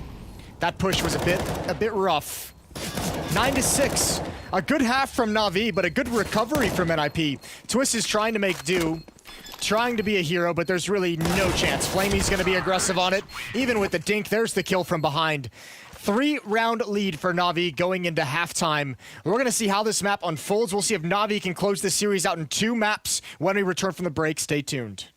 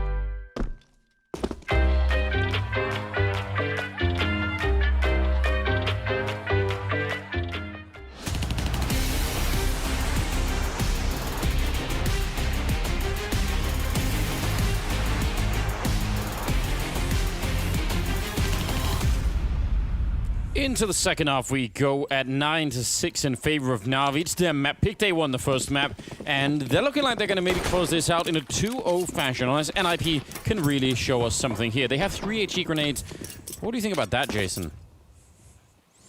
Ooh, I am very excited about that one. I wonder where they're going to put it, though. This is going to be for so maybe hut. nade top hut? Yeah, no one is there, though. Oh, what a shame. I would have loved... No, actually, not even going to be for hut. It's going to be for inside of the bomb site. What a beautiful play. Well, one of them missed, but I mean, regardless, that's a $900 expenditure in a pistol round that gets you nothing. I don't care if it's 9,000. Which is not a good start. It's still cool. Okay. Well, I mean, I'm not saying it's not cool. I'm just saying it's useless. Here we go. Pop flash is in. And now the set piece, but Navi doesn't really have to fight for it too much. They already have a 1-player lead. They can just sit back, and now they hear the consequence. They hear the rotation down to the lower bomb site, and everyone's going to rotate in. It's going to be another retake scenario. Yeah, but there's no one here. They're actually quite far away. Now they're getting down the ramp a bit, but this is really awkward. Rez is up close with the Glock, and they're going to have to go and fight him straight on. Easy kill. Swings back around, and Rez finally gets taken down. That's such a critical kill. And Flamey with 3 incredible headshots to just shut NIP down. I still think the grenades were cool, Jason. You know, in my heart, they won that round. Just trying it. That's good. That's a nice little participation trophy that they're going to be very happy to have at the end of the day. Can we give them a point for that? Can we give them another round for it? Well, so here's the thing. It'd be cool if I don't know all the nades at the top of that hut. It'd be cool if you could have like maybe 1 or 2 positions that could be naded from this spot, and you do this like during a set piece where like if you have someone challenging into the upper bomb site with a P250, and he's like oh one's in heaven, or oh one's in the bomb site, and then you could double nade it. But the blind double nade like 10 seconds before you actually attack the bomb site. I don't know, it just seems to me like there's a very low percentage chance of that having too much of an impact. Yeah, Jason, but if it had worked, imagine how it played you'd feel. It's a big if. Yeah. What if? I would have loved it. If? Oh, simple. Did he not see that? It doesn't even matter. Hampus didn't see him either. I can't explain how or why or any of that happened outside, but still, they should be safe. Give them an 11th round here. Here's the other side of the coin, Anders. It's during a pistol round. Like, you already don't really have resources, you know? Like, if you do a blind double or triple nade in this round when you have AK-47s, at least you have, like, guns that can match in the fight. At least you have, you know, other utility like flashbangs and smokes and Molotovs that can help you get into the site. But that seems like a lot of expenditure, a lot of resources that go into, like, a gamble on a pistol round. Yeah, that's what makes it so cool. They had it was either going to work or they lost it all. All right. There's no pleasing you, is there? Now, unfortunately, they lost it all, but I really... Oh, dear. Well, the first step isn't the nades that NIP have to worry about. For me, it's proving that they can take outside, that they can do this effectively. Simple's already going to pick one off. Electronic is still out in the garage, ready and waiting. Dear. Oh, another flick, half blind. He saw it before the flash popped, and that's brutal. It's really hard to deal with, and there's a little bit of danger from Hampus. He could get shot in the back by Electronic in a couple of seconds if he's not careful here. Jumps up, Perfecto's there with the FAMAS, and, well, that's the round pretty much done here. Nork and Rez, I mean, they can't even help each other out where they are right now. Unless Navi go to challenge them, there's no recovering this round. Oh, what a devastating beginning to the second half.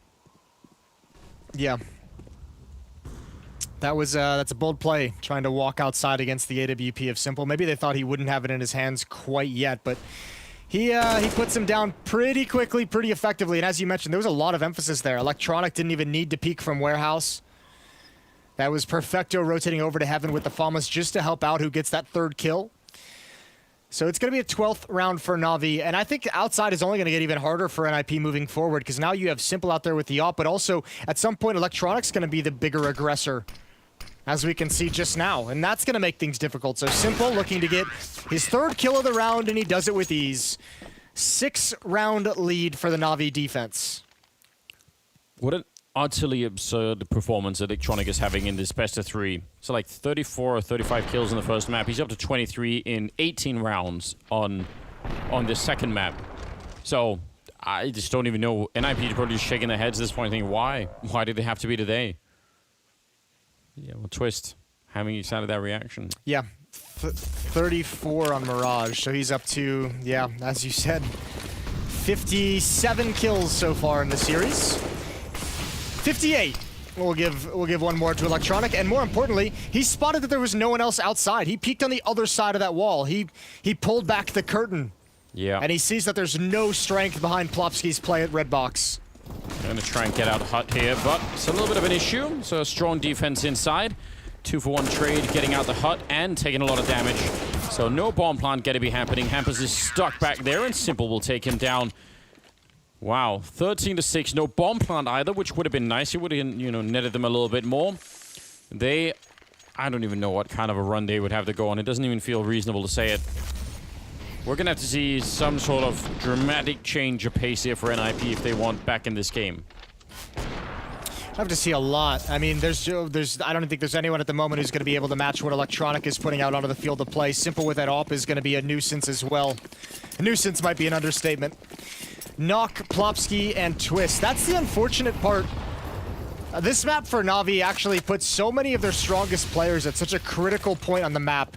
Electronic and Simple defending outside. You have to establish success there if you're a T-side on Nuke. And unfortunately, against Navi, you're going right at their two best players. It's not an easy task. No, maybe go ramp instead, just to avoid the madness. Boomich will take down Hampus and then fall back while flashed into the vent. So that's a neat little kill. Simple, ready, and that's a Plopsky was committed to that. He wasn't afraid. He really wanted it. He should have been. Maybe that fear is a good thing sometimes. Sanders Flamey with one kill. He's got a second challenge. He's brought Rez down to 46. And Rez is the only one remaining for his team. Even if they've had some success, they used so much utility to cross and not get picked off before they even reach Simple. 8-round lead now for Navi, and this series drifting away from NIP. Slowly but surely, so much so that Blade is even taking a little break for himself, just walking around his little room, stretching his legs. Feels like job's probably done at this point. Wow.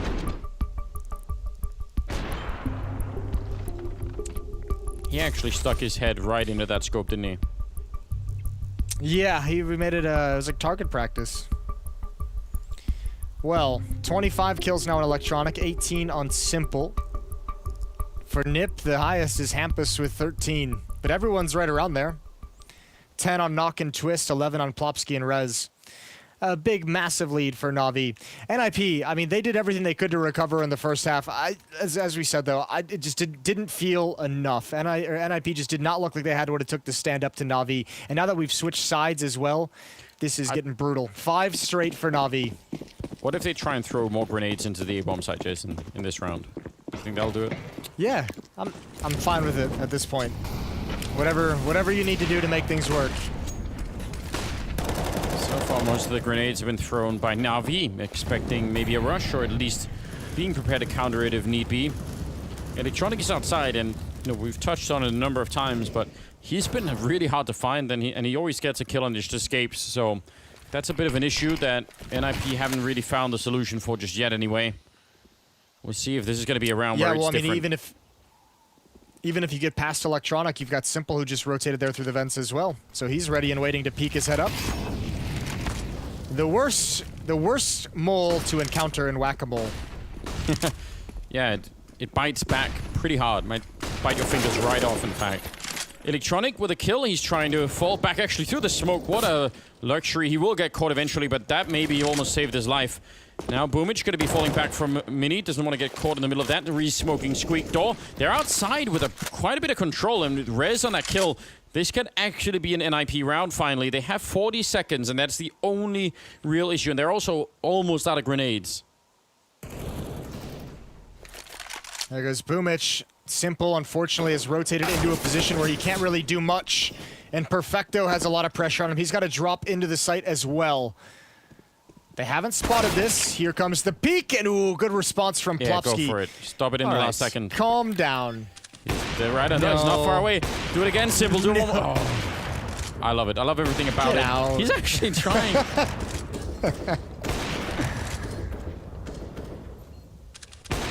Oh, well, who's going to pick that one up? Don't they know you have to go for those uneven steps to avoid the worm or whatever it is, Jason? You know, just gotta be careful. Anyone ever seen Tremors?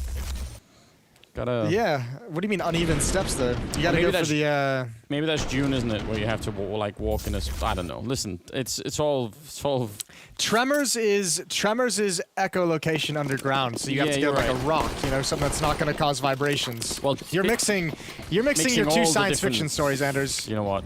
And that's horrifying. Call Semler. He's actually read the Dune books, so we'll get him on the line to sort it all out for us. But if you haven't watched Tremors because you weren't born, 50 years ago, then you should watch it because it's great. Simple. We'll take down Tremors is incredible. Tremors 2 is great. And then it falls Tremors off. 3, you can pass that one off real easy. All right, 1 and 2. There you go, kids. Go check it out. Twist goes down early on, and they've got their backs really against the wall at the moment. Flamey and Simple both over at the ramp room. Hampus, this is... Oh, he's going to get a headshot on Simple. That's huge. Flamey there for the return, but no one can cover Flamey now. He's going to take one more with him. It seems unfair, doesn't it? Because they actually had the beginnings of a really good fight going on there at the ramp room, but Flamey was hard to put away. Ooh, Boomich has been spotted. Yeah, he doesn't want to take that fight, or maybe he does. He goes back for it with the flashbang. He's waiting for teammates to arrive. Perfecto hasn't moved. Electronic hasn't moved, and Boomich is going to go down early. Spam from Plopsky. Yeah, he opened the door with this side turn to the actual door being open, so that did not seem like a great idea. They do have a kit on either player, and a smoke just picked up there from Electronic. He didn't have one on him a second ago. Let's see if they can actually do this retake here. 2-on-2 NIP hoping for an 8th round, and Navi, they just want to close out this game. It's a pretty good dink, but not quite enough for a kill. Electronic sneaking in, and again, he's been carrying this team for a while now. He's going to get the one, jumping down to the low ground, not checking the corner just yet, and he's running out of time. Going to tab the bomb, but he's looking the wrong way, and Plopsky will drop him in the end. So, good round here out of NIP. That was a 2-on-3 from that ramp room that they ended up winning. Yeah, that's what's so weird to me is, I mean, we had the glimpse in between maps of the comms of Navi that was very hectic. And listen, I don't know, I can't speak Russian, but it sounded hectic. I'm assuming it was very hectic and crazy. I don't know why there's no one moving to help Boomich. Did he not ever spot the second player? Between him and Flamey, did they not see the last two players went down ramp? Because Electronic's still over by Hut in the upper bomb site, and the other teammate was, what, in heaven? So, I mean, or in hell? So it's just, why is nobody rotating quick enough to get down there? Still, plenty of rounds for Navi to play with. They have a 6-round lead at the moment. Might dwindle to 5 after this round. Oh dear. Yeah, well, he's reloading, so that's going to take all day. And they'll survive all of the madness there in the lobby. Yeah, I don't know what was happening in that round. There's a lot of things that were weird. You actually said, well, Boomich is waiting for his teammates, but then he wasn't, and he just opened the door. So, like, there are 10 different things that I don't understand about that round. Yeah, and then none of them moved until he died. So I was just kind of scratching my head. I was wondering why nobody was really taking any kind of urgency to come support their teammate. Another buy coming in from Navi. They have the op on Simple. Fine on nades. They have no kits. That'll be a big deal if we have to see them forced into a retake scenario. But again, much like the first half, NIP now starting to get involved in this map. Problem is, again, like the first half, it's a little bit late in the day. Simple scoped up out here. It's so dangerous. He can't unscope or he'll give the game away. So if someone wants to walk the other way, but he sees it, Twist will go down, and with a kill on Hampers to start off the round with, this is not a good look for NIP. They've got Nork down below, but what is that going to do for them right now? They need to find a kill, and even then they're in trouble. Oh, man. Yeah, unfortunately for Nock, when he rotates up these stairs as well, he might as well have never have gone down below. It's like he just kind of walked in the standard path around Red Box. He might confuse Simple, who has no idea. I say confuse, but he's just going to surprise. It's interesting. Maybe they could collapse on the ramp. I mean, if Electronic goes down here with no kills, that's big news. But that kill on Plopsky, again, just makes it a little bit worse. And Electronic nearly getting the double, putting Rez down to 10 health. So they are still much worse for wear. 2-on-3 with 45 seconds. They are bringing the bomb out of the ramp room and actually outside, which I'm not sure that's going to help them at all. I don't think there's a really case you could make for any route that is going to be a high percentage win or a high percentage chance for NIP. 10 HP on Rez, but he's got utility. Boomich hiding in the corner. If they can double peek this, that wouldn't be bad, but Rez is going to die so quickly, it might not even matter. Oh, timing is everything, though. Let's just see. Yeah, not going down first. They needed that kill on Boomich clean. Well, exactly that clean. That was a nasty shot coming out from Rez. He's going to go straight for the bomb plant, but won't be allowed to put it through. Close round, I'll give him that, but it's 15-9. NIP need to win the next 6 in a row to force overtime, and it just seems so unlikely that's going to happen. Yeah, the nice thing is at least in that victory, NIP take the AWP away from Simple. That's been such a difficult weapon for them to get by. The best way of defeating it is just never letting Simple have one.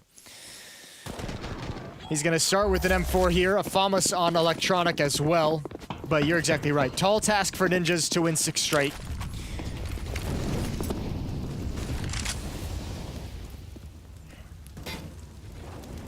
It would be, I mean, it'd be beautiful if they could do it NIP. I want to see more out of them, and on Overpass, I mean, it could be a fun game, but I'm not sure we're gonna get there right now.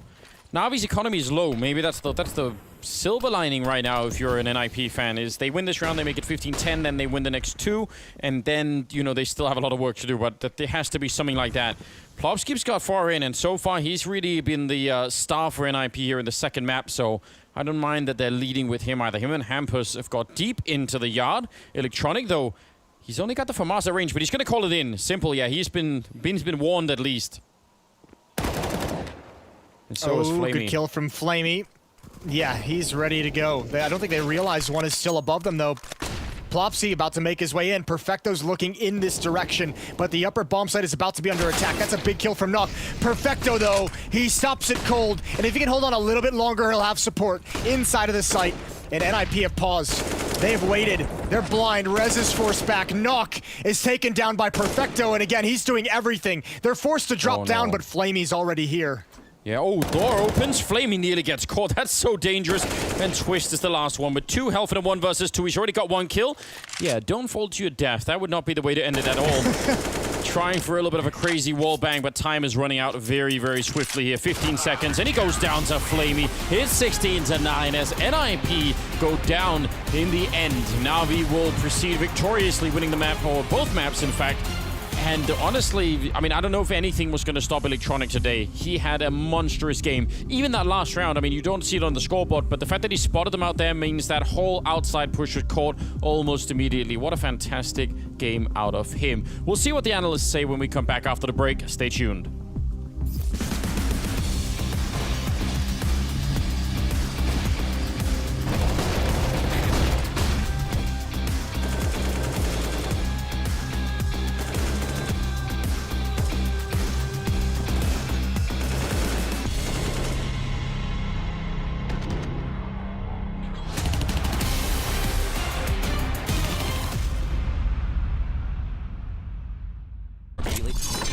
RBK gets a solid entry, but shotgun, it's inconsistent, but it is enough. Just popping out of the box, and he lands one more. Counter-Strike is not just about headshots. Audio is your best friend, and I'm going to show you some tricks using the sounds of weapons, utility, and the map so you can always stay one step ahead. I'm Anders Bloom, and this is Audio Advantage. Weapons in CSGO come in all different shapes and sizes, and they make all kinds of different noises. Aside from their primary use, here is how gun audio can become a tool with which to fool your enemies. In certain situations, the defense will know as much of what you're doing from seeing you as they will from hearing you. If you're jumping from high ground to low, it'll emit a loud sound that will tell the defense exactly where you've gone. But if instead, just as you're landing, you fire off a loud weapon, this will obscure the sound and thus make it impossible for them to figure out where you've gone. A lot of the time, this will give you the advantage needed to win the round.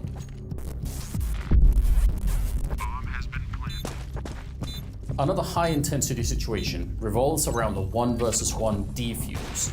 Here, a defuse again triggers a sound that will tell your enemy exactly what's coming. But with a scoped rifle, you can add another sound to the mix. thus confusing them and thinking that you've come off the defuse. A lot of the time, this will trick them into delaying the push, and you can win the round while they're waiting around on the other side of the wall. Bomb has been defused. Terrorists win.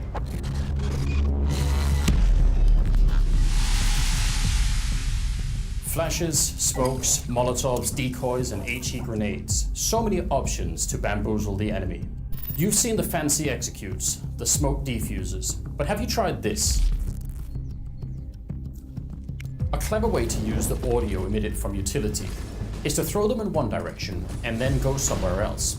A popular example here is the middle of Inferno, throwing a grenade to top banana and then going to the A bomb site. If your opponent is close enough by that they can hear the grenade going off, they'll think you're headed to B, thus giving you a huge advantage.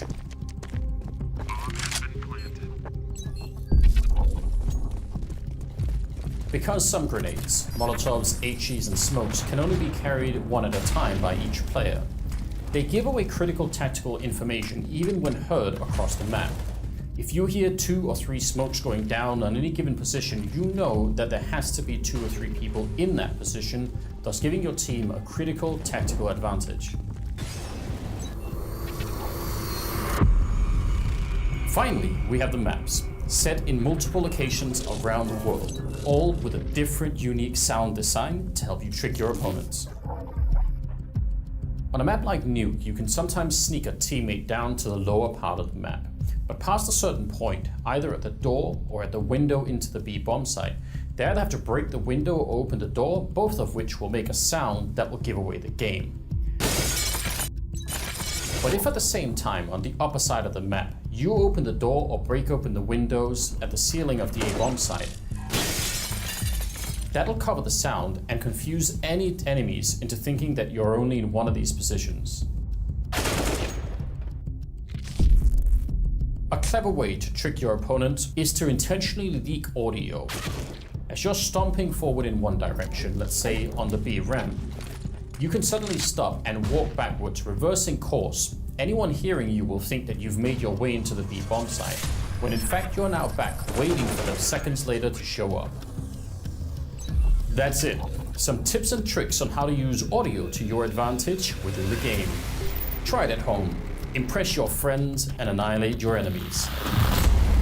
Share your audio skills with us, and we'll share your clips on our social channels, showing off the best in audio advantages that CSGO has to offer.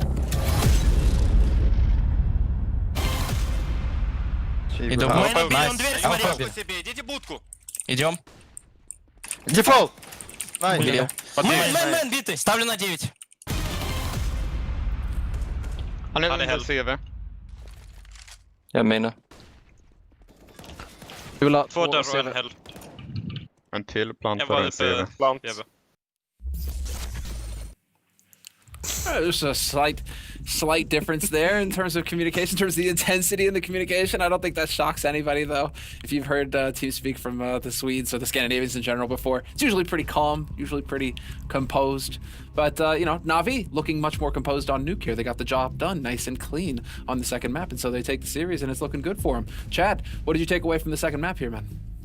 Well, I think if we just grab that clip right there, and I can use that to build some of my points here, because in that first half, when Navi were able to get map control, which felt like they were able to do it just through aura of like simple and electronic and their utility, it pushed NIP back into these very passive setups. And when you're playing that passively, if you don't hit the first shot as they breach through Squeaky or Hut, the dominoes will fall, right? There was one round, I think Flamey came out Squeaky, he killed the Squeaky player, and when that happened, the guy top Hut now has to look towards Squeaky and then Hut as well. Then he gets locked on down. And that happened time and time again with NIP. It's something which I identified in the early stages when Threat had taken over. They were very passive on some maps on their CT sides, and you can see that here, still a problem for them on Nuke. So I think it's just a teething issue, but Navi, they look great, and I'm happy that they were able to show such a dominant form here on Nuke.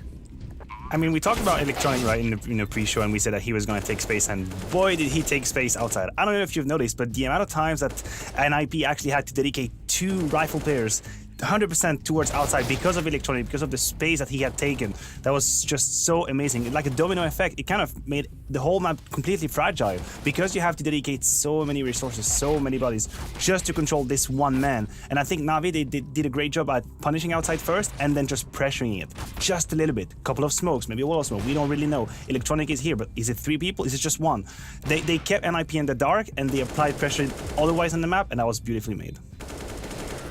I mean, I think that Electronic picked up 64 frags in 2 maps, if I'm not mistaken. So, you know, that's a solid performance against a team that's no pushover. I mean, it's not like NIP are just going to give it to you for free. So, I mean, Electronic is a monster. But, you know, there's always talk about Simple, and I think, Maniac, that you have a clip that you want to show us regarding Simple and what he's capable of. I do, and I guarantee you this is not a special effect. It's actually going to be the same clip from the TeamSpeak. It's a move from Simple in a 3v4, and I just want to talk about the clutches, the decision. So we have Simple here, grabbing his timing. He knows that there is someone outside, because Electronic had given him the information early on. So instead of attacking inside directly, he has a free kill. There he grabs it, and then from this point on, he could make one mistake. He could die instantly, but he doesn't, because he's Simple. He just applies a little bit of pressure, flashes, gives time to Flamey to come, and then he will get the kill now. He drops downside, has to help his teammate planting the bomb. He gets the kill on Tunok. This is all Simple, by the way. All of this amidst the chaos that we have heard on the TeamSpeak. He makes all of this decision live, and then he gets the magic position perfectly, trades Flamey, and there you have the round from Simple. So I really like to do these dive-in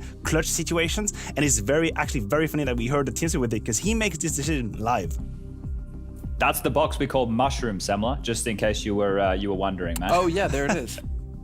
I was curious. I'm glad that you highlighted that for us there, Chad. I was wondering where that was at. I mean, I like how Maniac also highlights Simple's ability in terms of making mistakes. It's like, he doesn't make mistakes. He's Simple. Come on. Obviously. I mean, that's why he is where he is right now, and that's what he's doing. So, I mean, is this a big shock? I'm already looking forward to tweeting back at NIP, who tweeted question mark at us, you know, for our predictions. And I'm already looking forward to just throwing a little bit of something there. And they did. They were throwing a little bit of shade over there. I don't know. We're going to have to take a look at that. But as far as, there we go, the brackets. You see, well, not the brackets, the predictions.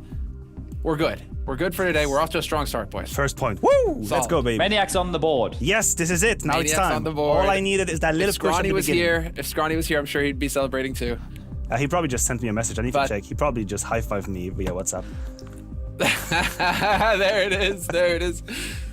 This is the bracket. This is the tournament overview. You can see that Navi have now progressed over NIP, who just won the play-in yesterday. And so NIP, it's a tough one. They go from a win to a loss. They're not done yet, though. As you can see, there's a lower bracket here. And so second chance is possible for NIP. They'll be going up against either Complexity or OG Esports. And those are going to be the teams for our next best of 3. And so let's go ahead and just start moving into that one. We have a bit of time here, gentlemen, so we can dive in. But OG versus Complexity. We touched on it in the pre-show earlier before the first best of 3 of the day. Now we can kind of get a little bit more into it, because these are 2 teams that have been shaky.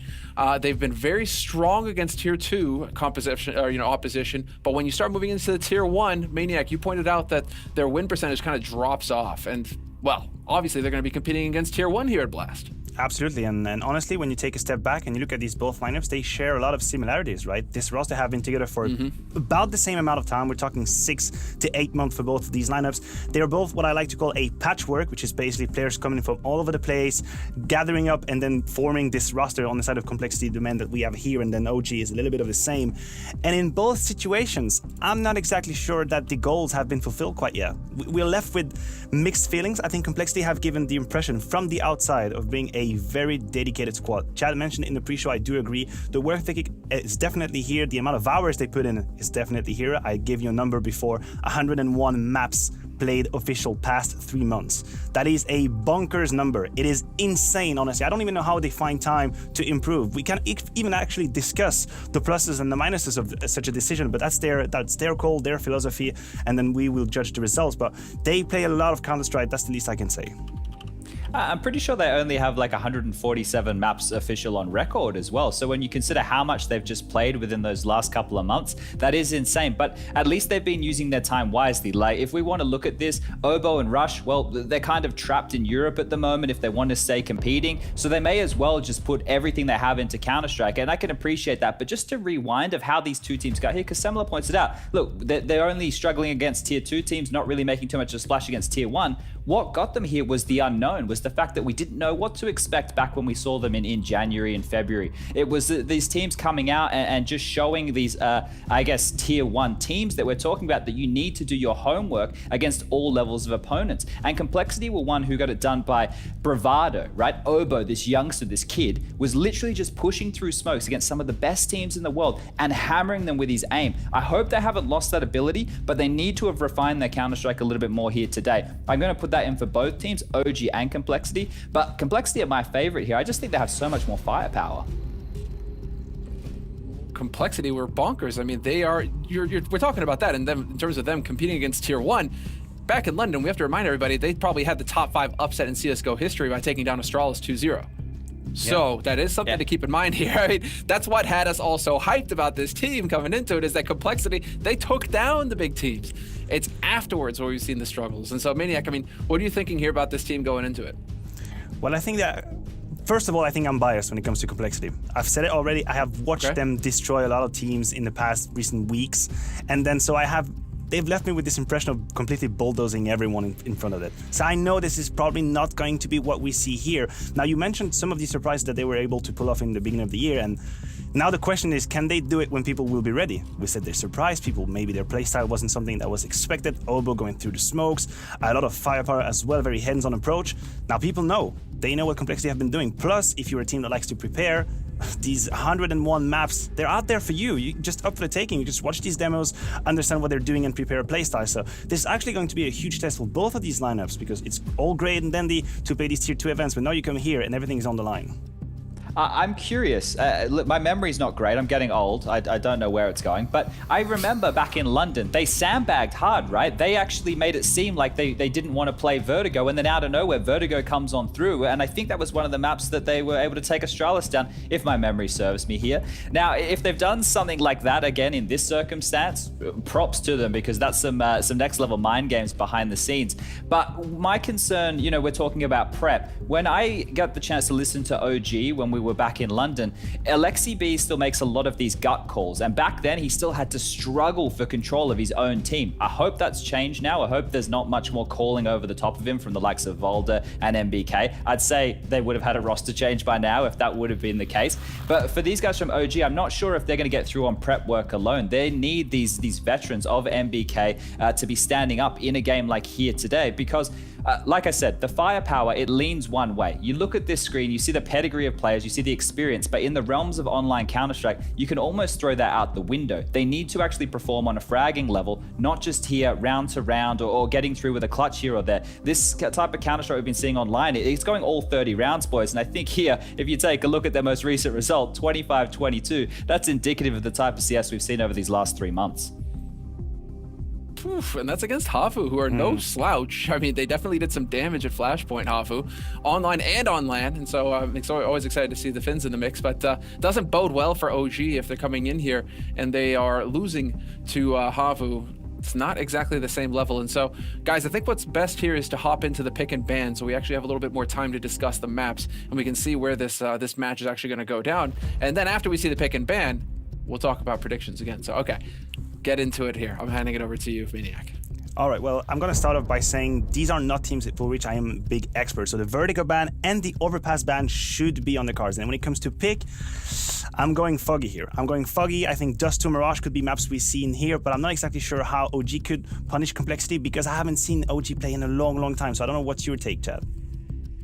Yeah, it's a weird one, right? I think these teams can be quite flexible because they do play the other 6 maps in their pool other than these ones we've seen banned right here. I hope a Dust 2 can come through at some point for the likes of Complexity, just because I like the makeup of their team. It's not necessarily something which I am certain will come through within this first phase. I'm like you. It's one of these scenarios where I feel they can, okay, Train as OG's pick. That's a map historically, at least Alexi B calling with Ents, was where they kind of started that run all the way back at the Katowice Major in 2019, and something which he has these tendencies. Now, Alexi B has these tendencies where he makes these gut calls, right? He'll do one where they get a player out into Olaf and then call players just contact down low ramp. On Inferno, he has another one where he likes to just send 3 players contacting, bursting out of halls. These, if you're able to prep for them and if Complexity know they're coming, they should be able to deal with them quite easily. The Mirage pick, though, I like that. That's a comfort zone for Complexity for sure.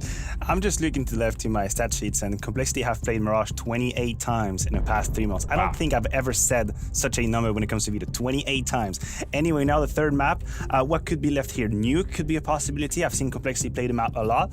I'm not exactly sure. Actually, they have the choice. They could decide to go on Nuke, and you talk about Lexi, you talk about his playstyle. To me, this is very exciting because I feel like it's the first time that I will see OG with enough time for Lexi to build his game plan. Now he's had time. The first few waves, the first few tryouts I've seen from that lineup, you could see he was just trying ad hoc situations. He was trying to make do and find solutions, gut calls like you call them. Now today, he has the choice, he has the chance to show us what he can do, and actually, Nuke is going to be the decider as I thought.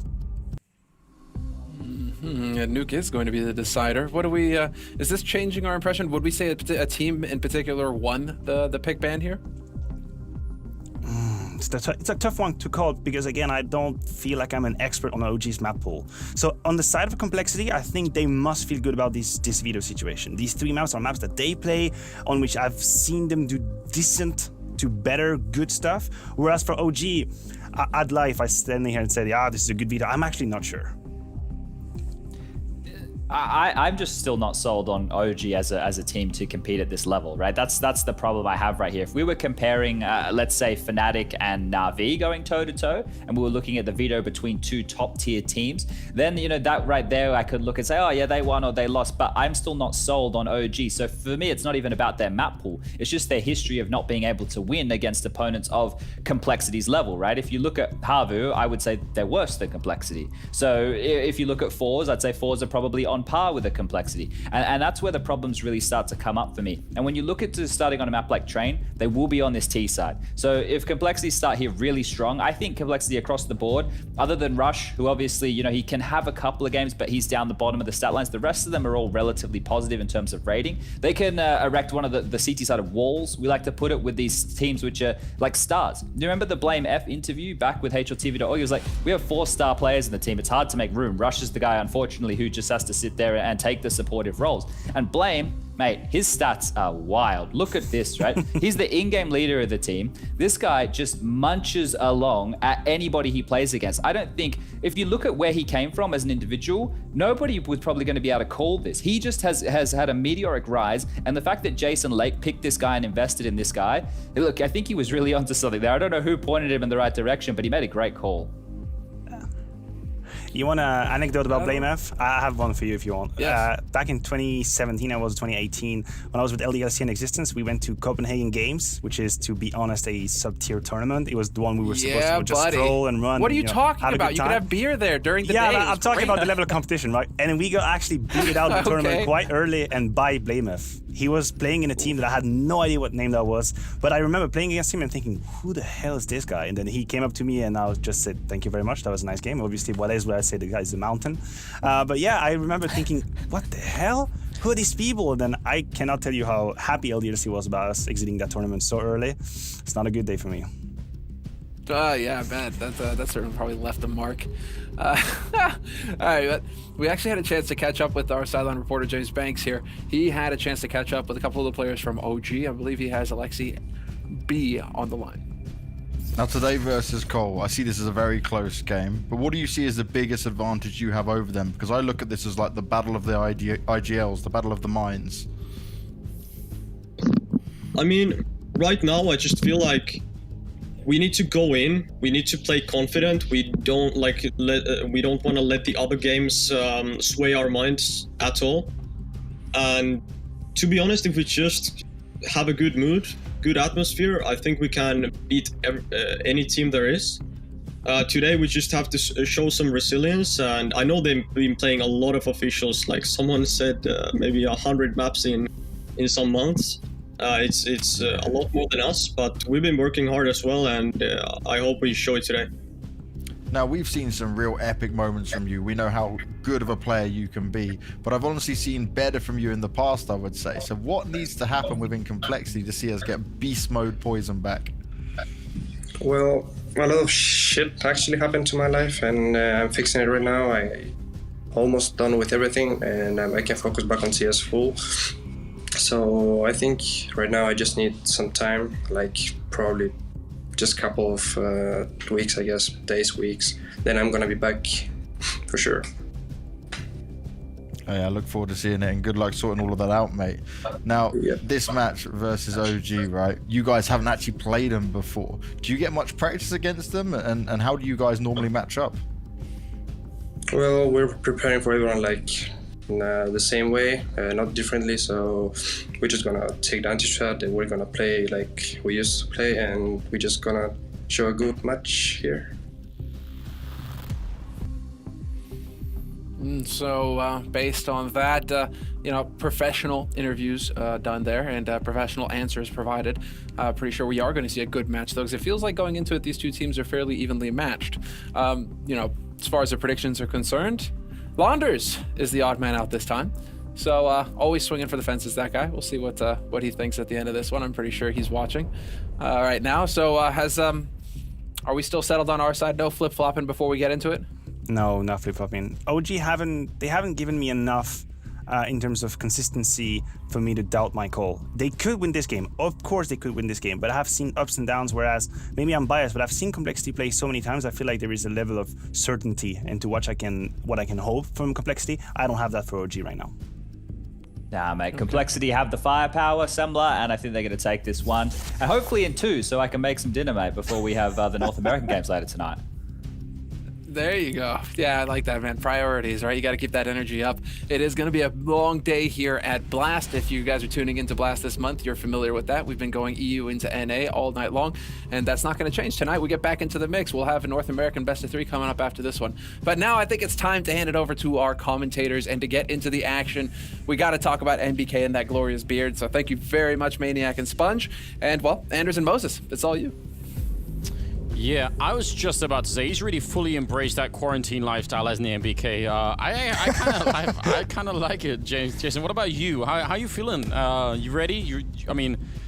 We can't really battle NBK on that beard. None of us can at the moment.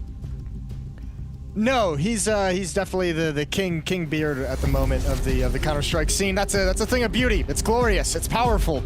Now, if you want to talk about NBK embracing quarantine lifestyle, Complexity have been flying around Europe in private planes, practicing this whole time, playing at all the Tier 2 events, playing at all the online events, playing as much Counter-Strike as humanly possible. That is embracing quarantine lifestyle. Yeah, that's the way to do it. I'm still waiting for you to send me that private jet, Jason, but I'm sure it's coming up any day now. You know, so I've been ready for a while. It's on its way, bro. Bought and paid for. Good to know. Well, I'm looking up in the sky every night thinking, where is it going to show up? This is looking like a straight B hit. Obo and Poison need to live more than anything. They need to wait for the retake. If they can snatch up a kill while this is going on, that's amazing. But if you commit to this fight and go down and make it, you know, a 3-on-4 or something like that, that is not going to work out well. So let's see what they do here. This is not going to be easy to hold at all. Poison already falling back. That USP at range. That's a nice headshot, but Obo goes down. So still a very, very strong start here to the round for OG. And they're pushing forward. Isa getting close, and actually he's going to get taken down. Config, one of the best aimers on this team. Immediate headshot to take him right down. And he's sneaking in. He's just got past one of them. I don't think they know that he's this far up. So let's see what happens. It's Rush to pick up the next one. And Config right here. Oh, he's going to get tapped by LXCB. But this retake is working. And they're going to win the round. That looked very, very good for Complexity. Yeah, they really did. That was a very nice pistol round from Complexity. I think the cool thing about it too, Anders, there were 3 players with utility, with nades on that side. So actually pretty dangerous when you have both defenders at the inner bomb site without armor. Can't take a whole lot of damage, but it's perfectly played. They do things so well, and Config obviously is a beast. This is what the desk or the analysts were talking about too. When you look at all the skill in this Complexity team, you look at a guy like Config having a resurgence. Poison has shown great potential. Obo, one of the players from North America that has the most potential looking forward to in his career. They have some very hard hitters that are developing quite nicely, and I think that's why the amount of Counter-Strike that they've played is such a good thing to get these young guys so much experience. Yeah, it's almost like a talent incubation scheme that they've got going on, which is really quite cool. I mean, yeah, Because if you put Obo in a team with a bunch of other young, talented players, but you don't have that experience, the outcome could be really, really different. But yeah, he's going to be learning a lot, on top of the talent that he's obviously got.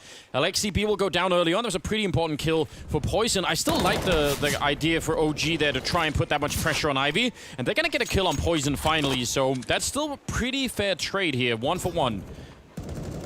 Yeah, he went back for it. That might have been ill-advised. Rush with the scout, peering towards Ivy at the moment, looking for at least a tag. And if it's on Issa, he's going to be low on HP. There's no more utility from OG. They're in some trouble, going to try and get out into this bomb site. It's going to be straight-up gunfights. And Rush still waiting for that peak. NBK and Valda, if they go down here in main, then everyone on this A defense is going to turn around. That was nearly the double they needed there, but there's still some threat from main. Valda sneaking in, nice kill, and Mantu's there on the other side. That's huge. Oh man, if they had taken down Valda as well in main, I guarantee you that that Ivy hit would have completely crumbled, but he stayed alive, Valda back there. Big double kill for both him and Mantu, and that leaves Obo with 20 seconds here in a 1 versus 2, and my god, this is still a scary round for OG. If Obo can sneak out and stop the bomb plant, or even just shoot him under the train again, we almost never see that work, but it actually can happen. 10 seconds, and see, he's gonna go for the swing. There's a little bit of a peek, and the bomb still goes down. Oh, I actually thought he could have got him right before. Now it's a one-on-one. Obo versus Valda. And it's that Galil versus the FAMAS, and he's looking for him. He's no idea where to catch him at the moment. He could be behind E-Box, and he's going to tap the bomb to find out. He does not have a kid. It doesn't even matter. He's going to get the kill straight up. Big 1-on-2 being won here by Obo early on.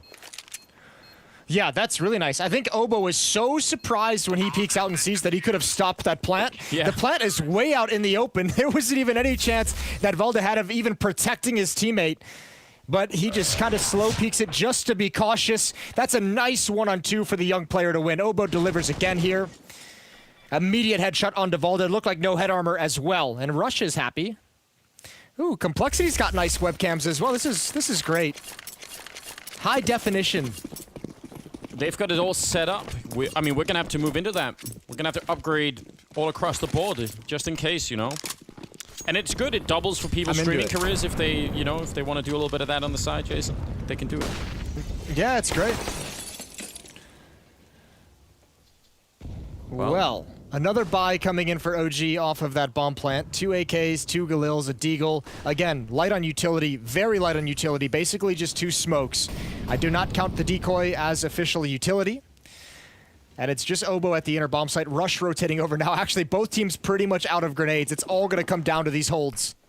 Yeah, well, Obo, good headshot to begin with. Looking for a secondary fight. Rush is going to go down without getting anyone killed in the mix. And that's a great take. They have to rush through that smoke that was put down in the beginning. Config is there with the M4. Swings in for a straight headshot, taking down Mr. Quarantine himself. And now it's a 3-on-3. LXCB is already very low on health. The bomb is down, but they're stuck on such a small point here. They need to win this fight on the high ground against Config, and that's not going to be possible. He sees the last one. He's got the pistol out. Already a triple, and swaps out for the Galil. It's just a question of time. Valda has got nowhere to go down here. He is so incredibly dead already. Poison will take him down, but it wouldn't have mattered. He would have died either way. That's going to be the round. What a godlike play from Config. The big risk of just crawling at that upper ramp. Issa only has a deagle. If that's an AK-47 player, maybe that play doesn't exactly work, but he clears out the entire bomb site on his own. But again, not a bad job from OG in going down 0-3. Another plant coming out. They can keep up economic pressure if they'd like. They can go for a half buy with deagles. Still intimidating. Complexity just barely holding on to some of these rounds.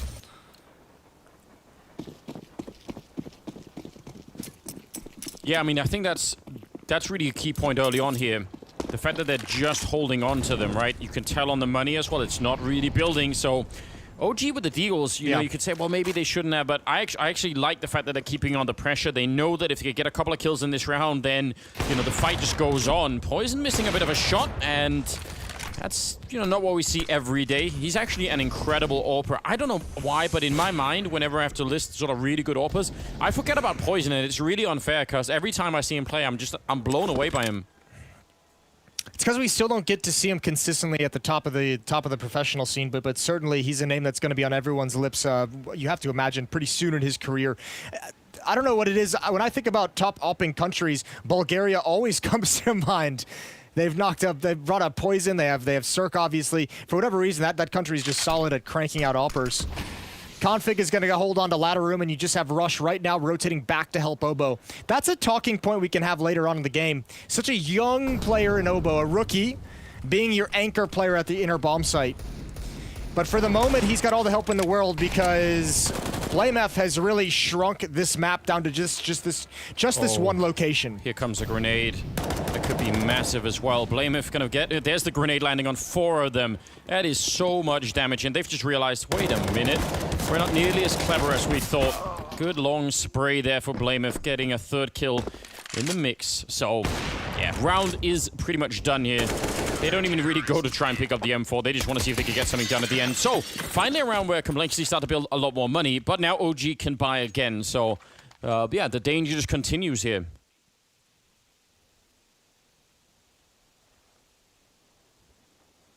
Well, Complexity, that's going to be a nice win for them, keeping 4 players alive and getting that luxury of a bit of money behind them. OG yet to find a winning recipe, helped out by a couple of plants, or 3 plants early on in this game. 4-0 for the Cole defense in that beautiful Dallas Star. And here we go. Man2 with an op of his own. And Valda is quickly going to take control of Box Halls. What a perfectly timed flashbang, but it just didn't matter for BlameF. Immediately traded by Config, and Obo's feeling the heat. He's going to back off under cover of a Molotov. Yeah, that's important, but they want to go right through. They're going to be jumping right through the smoke. He gets the FAMAS out in time and gets the 1 kill. He's ready for more. He almost spins for the kill. And Valdez exposed. He couldn't get back behind cover after having to peek all the way out the actual ledge there to find the kill on Obo. Now it's a 2-on-3, but Rush is walking right in, and that's a free kill on Man2. He had absolutely no way to defend himself against that. And Isa, 1 versus 3. And with no bomb plant, they could just wait. There's no reason for Complexity to try and fight this a lot. And, I mean, Poison's falling back. Rush, only really Config is moving forward, but he's also crazy, so can't really do anything about that. Yeah, he is a psychopath. He's going to be able to find the kill as well. Isa goes down. Double kill for Config, double kill for Rush. Can I just... I think if you went through, you know, much of the footage of Config's career...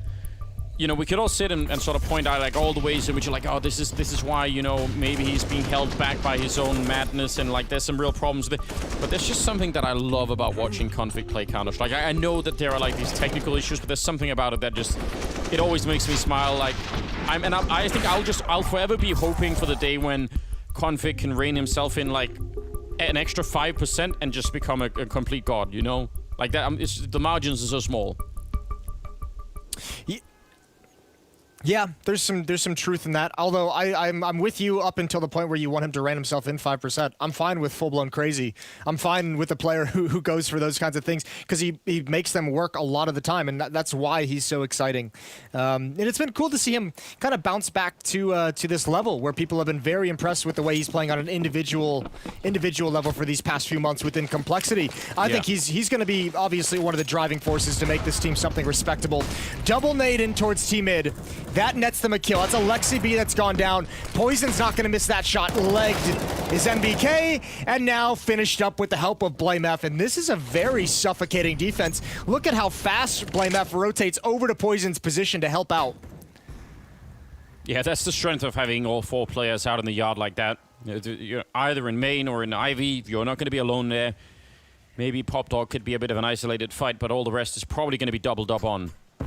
Yeah, and they dunked on them then in main. They got completely shut down. And Obo's now got back up again, because why not? Deagle and a Tech-9. A bomb plant here would be a real gift for them, and it's looking unlikely. I mean, they're going to have money either way. They could easily buy with a round loss bonus in this next one, but it all helps down the stretch. Need to find a way to get OG on the board right now. Last time we saw them play, we were really impressed by Valda, I seem to remember. I've always been impressed by Valda. I'm not so worried about Valda too much. I mean, the question is, how do you fit, you know, Issa and NBK? I heard Maniac talking about NBK's old days of being one of the really skilled players, one of the best players in the scene. And I like that conversation because I've brought it up a couple times, but you know, it's so rare we get to see that glimpse of NBK, which is frustrating at times. Man2 as a young player, how's he going to come in and fit into this team? I feel like there's so many more questions on OG that haven't been answered yet. While Complexity, we've had those same questions, but obviously when you start your year beating Astralis 2-0 and being massive underdogs to even qualify to get to this stage in the tournament, those questions like kind of fade and disappear a little bit. Like people stop asking them because they've seen the results. And now you put this team in Europe for 2 months in a row, just boot camping, just practicing, and people are going to be far less concerned about those issues. Yeah, and I mean... But I mean... It's also a fun thing to just see these two teams go head-to-head, because remember, Alexi B was the one who was originally offered the Complexity contract. He was the one offered to be able to build, the Juggernaut. And, he turned that opportunity down to kind of form this team. So this is like a really cool litmus test to see where the two squads are. It is, and I mean, and again, they're both sort of international rosters, which is just so crazy to think about. Again, we've sort of, in some sense, in a tech way, traveled back to the 13, 14 online Counter-Strike eras. But if you actually went back there and showed me these lineups, I think it was just a joke. Someone had photoshopped, like why we've got all these people from different countries playing together. That wasn't a thing back then. You'd be like, oh, this is a cute show match. Yeah, exactly. What's going on here? Why are we having a laugh? But it's actually happening, and it's working incredibly well. I mean, I think OG still has a lot of promise, but Complexity, yeah, they've already proven quite a bit, and you'll see the power of them right here in this game. Poison? How? Man. How did that flashbang not even blind him a little bit? Is something broken? Maybe he just had sunglasses on or something. Powerful shades. It's the goggles. Well... I still wish you could buy the night vision goggles in this, even though they had no use. Oh, Valda's been hurt. Tick of damage, and Obo's got him. Nicely done from Obo and Poison getting the opening kills. Issa. Oh, he's walking into a trap, but he's going to clear it. NBK finds one as well. I'm going to need to see that kill from NBK in a replay. I think that might have looked ridiculous. Let's see if we can find that at some point. 2 on 3 though, and the bomb will be going down. Iza is covering, and with that smoke, actually, this could be a very, very interesting round. This is not done yet. Iza has got a Molotov as well, and they have got no smoke to put out that Molotov. So if he can stay alive up there, he can actually win this round in a very, very absurd way. Let's just wait and see. 3 versus 2. Yeah, there is a flank coming in, but I'm all about that one Molotov on Iza. It won't be easy to throw necessarily, but there's a big chance here. Rush goes down. Iza's position's been revealed, but he's thinking about it. Yep, and there it goes right on top of the bomb, and there's another headshot. That almost certainly will do it. Config, long-range spray, but it doesn't even matter. He's now going to throw a grenade of his own, but again, it's just too late. Great turnaround for OG, finally picking up their first round. Yeah, well, unfortunately, none of their players survived. They've got plenty of money built up, 5K on 4 players, 5K or more on 4 players. So they're going to be flush with cash, able to buy again. Check this but that's out. going to hurt a little bit. He's jumping back. I don't know if it shows, but you can see he has his knife out. He's jumping back from there. Poison. Yep. He's not touching the ground without happening. Oh my god, that's got to be upsetting, because he's thinking, like, I'm escaping this train, haha, I'm gone, and then NBK catches him. Well, we'll see if they can do it again. That's a lot of money blown through for Complexity as well. So not only is OG trying to come back in the scoreline, but they're jockeying for economic control, and they've got him right on the edge. This is a big, big round to dictate how the first portion of this map is going to go. Yeah. Alexi B is setting up for a smoke that's going to land on the inside of the B bomb site. So he actually just put it out. So there we go. They want to go quick here. 3 of them going to be coming up the high ground. Rush has got a big task ahead, and Obo trying to look for it as well, putting out a little bit of a shot, but Rush will go down once again. And Obo, he's so trapped in here. I don't know what he was supposed to do. What an entry from Valder. It's time to save these guns. Yeah, that might be Alexi B and OG catching on that every time they've attacked at the inner bomb site, there's been some relative safety going out the upper ramp. Both players are in positions where it's not exactly a hard stoppage, a hard defense on that upper portion of the bomb site, and those are a couple of very clean kills. Well, 6-2, and there's nothing else to do but save for Complexity. They've also, I think, they've run into Poison. He's been playing hard on Ivy every single time, so they know he has that AWP, but they know they don't have to worry about it being in C connector. So they probably feel way more encouraged to say, well, okay, yeah, we can just run up. That's a really good point. Yeah, three of us coming out upper. You know, maybe we just win the fight, and they did. So really good stuff. Yeah, well, the nice thing for guns Complexity is they can drop 2 rifles. They have Config Yes. who can drop an M4. Poison can drop an M4 if he doesn't buy any utility either. So for Complexity, this is going to be their last really full buy in this half before they'd be forced into a save. And here we go. Afamas is taken by Rush. Poison's going to have the op with some utility as well. And Rush takes the sacrifice. Well, he's the experienced man on the team, so I guess, you know, happy to do it. Happy to try and see if he can make it out. I feel like Rush has been through more than he deserves. You know what I mean? Yeah, it's time. I do. It's time for Rush to have a break and just enjoy the good Counter-Strike life, you know? He does have, if you actually went back and looked at his career, like, you would just be like, why is he still playing? Like, how is he putting up with all of this? The loss of motivation. Oh, great shot from Poison. Good reaction to the Tracers. Yeah, I agree with you. I'm there. Rush deserves a break, but he's one of those guys as well. I think he's severely underrated, and I think he's gotten mostly a bad rap due to the conditions of his career, and I'm really excited for this Complexity project. I think it's going to be a resurgence for him. Well, and Man2 helps out by throwing a Complexity smoke. Yeah, Poison's like, thanks. that's amazing. I was out myself, so I'm just happy to take it. MBK going down. That was BlameF. On a bit of a solo mission, didn't have anyone with him, but sneaking in a kill. And now, I don't know, from winning 2 in a row here, OG, into this kind of a start, missed smokes and you know, the kill through the smoke down at Ivy, it's got to be really frustrating. I don't even know, it's hard to find a way back into this round. It's already kind of being read that they're going to be going B, and Config would be really quick with a flank, and they can't have anyone watching it when there are only 3 men pushing in, so I don't know how you do this. Yeah, well, they've got to hope that Molotov is going to do its job, but that also signals exactly what's coming. Op leads the way to its death. Rush can only get the first, but Obo is lying in wait, both with nades out in hands, and there's only 8 seconds left anyway. Obo cleans it up through the smoke. 7th round for Complexity's defense. And a double op setup is recovered. Wait, is Rush going to be the second op? You know, it's one thing that we just have to embrace in 2020 Counter-Strike is that everyone is an AWP now. I mean, we've got a Cillian, we've got... It just doesn't matter anymore. Yeah, but... All right. We'll give it a chance. We'll give it a shot. I'll reserve judgment. I'm in on it. I just think it's the new meta game. Apparently everyone has been able to do it all along. It's just, you know, been living in this fake world where we've had dedicated AWPers, but now it's just a free-for-all, Jason. 5 AWPs, let's go. Well, Poison's at the inner bomb site. He sees absolutely nothing, so 4 defenders outside, and Rush has yet to put his AWP into play. Wait, he's giving it to Config. That's even crazier. But I guess he's low on health, so... He's low HP, that's why. Okay, Rush close up at E-Box with an M4, more suited to his style. It's gonna be an outside hit. All the utility is coming out. That smoke is brutal. OG is using so much utility, they have to come through it. One's already made it, and Rush. That's an awkwardly timed peek. There goes Config as well. The shuffling of weapons does not pan out whatsoever. No, this is looking very, very good for OG, and from their point of view, that's amazing, because that last round was really ugly. So, yeah, 4 on 2, Poison and BlameF with the money they have.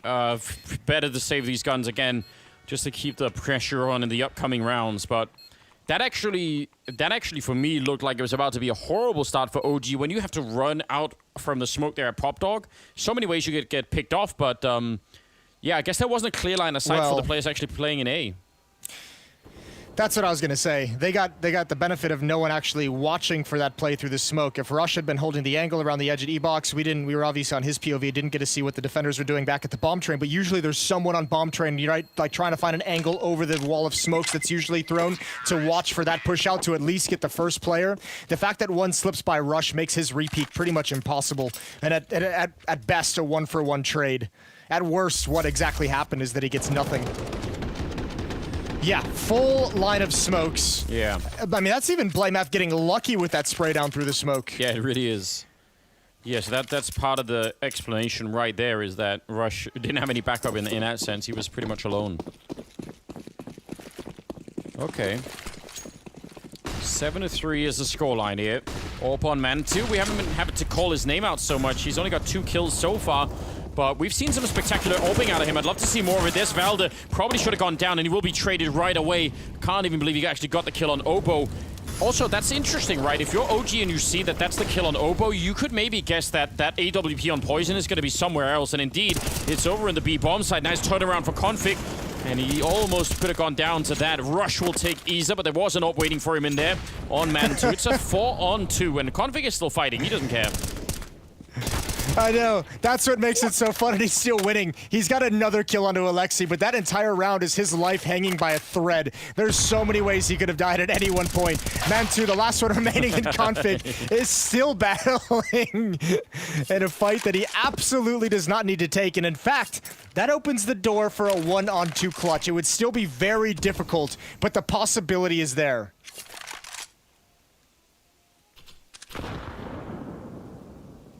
Config really is the kind, I mean, if this was boxing, right, he'd be going for the knockout every single round, even if his corner was telling him, but you already won by points, just all you have to do is not get knocked out and things are fine. He's like, no, no, no, no, we're swinging. And he's out there still throwing haymakers. Yeah.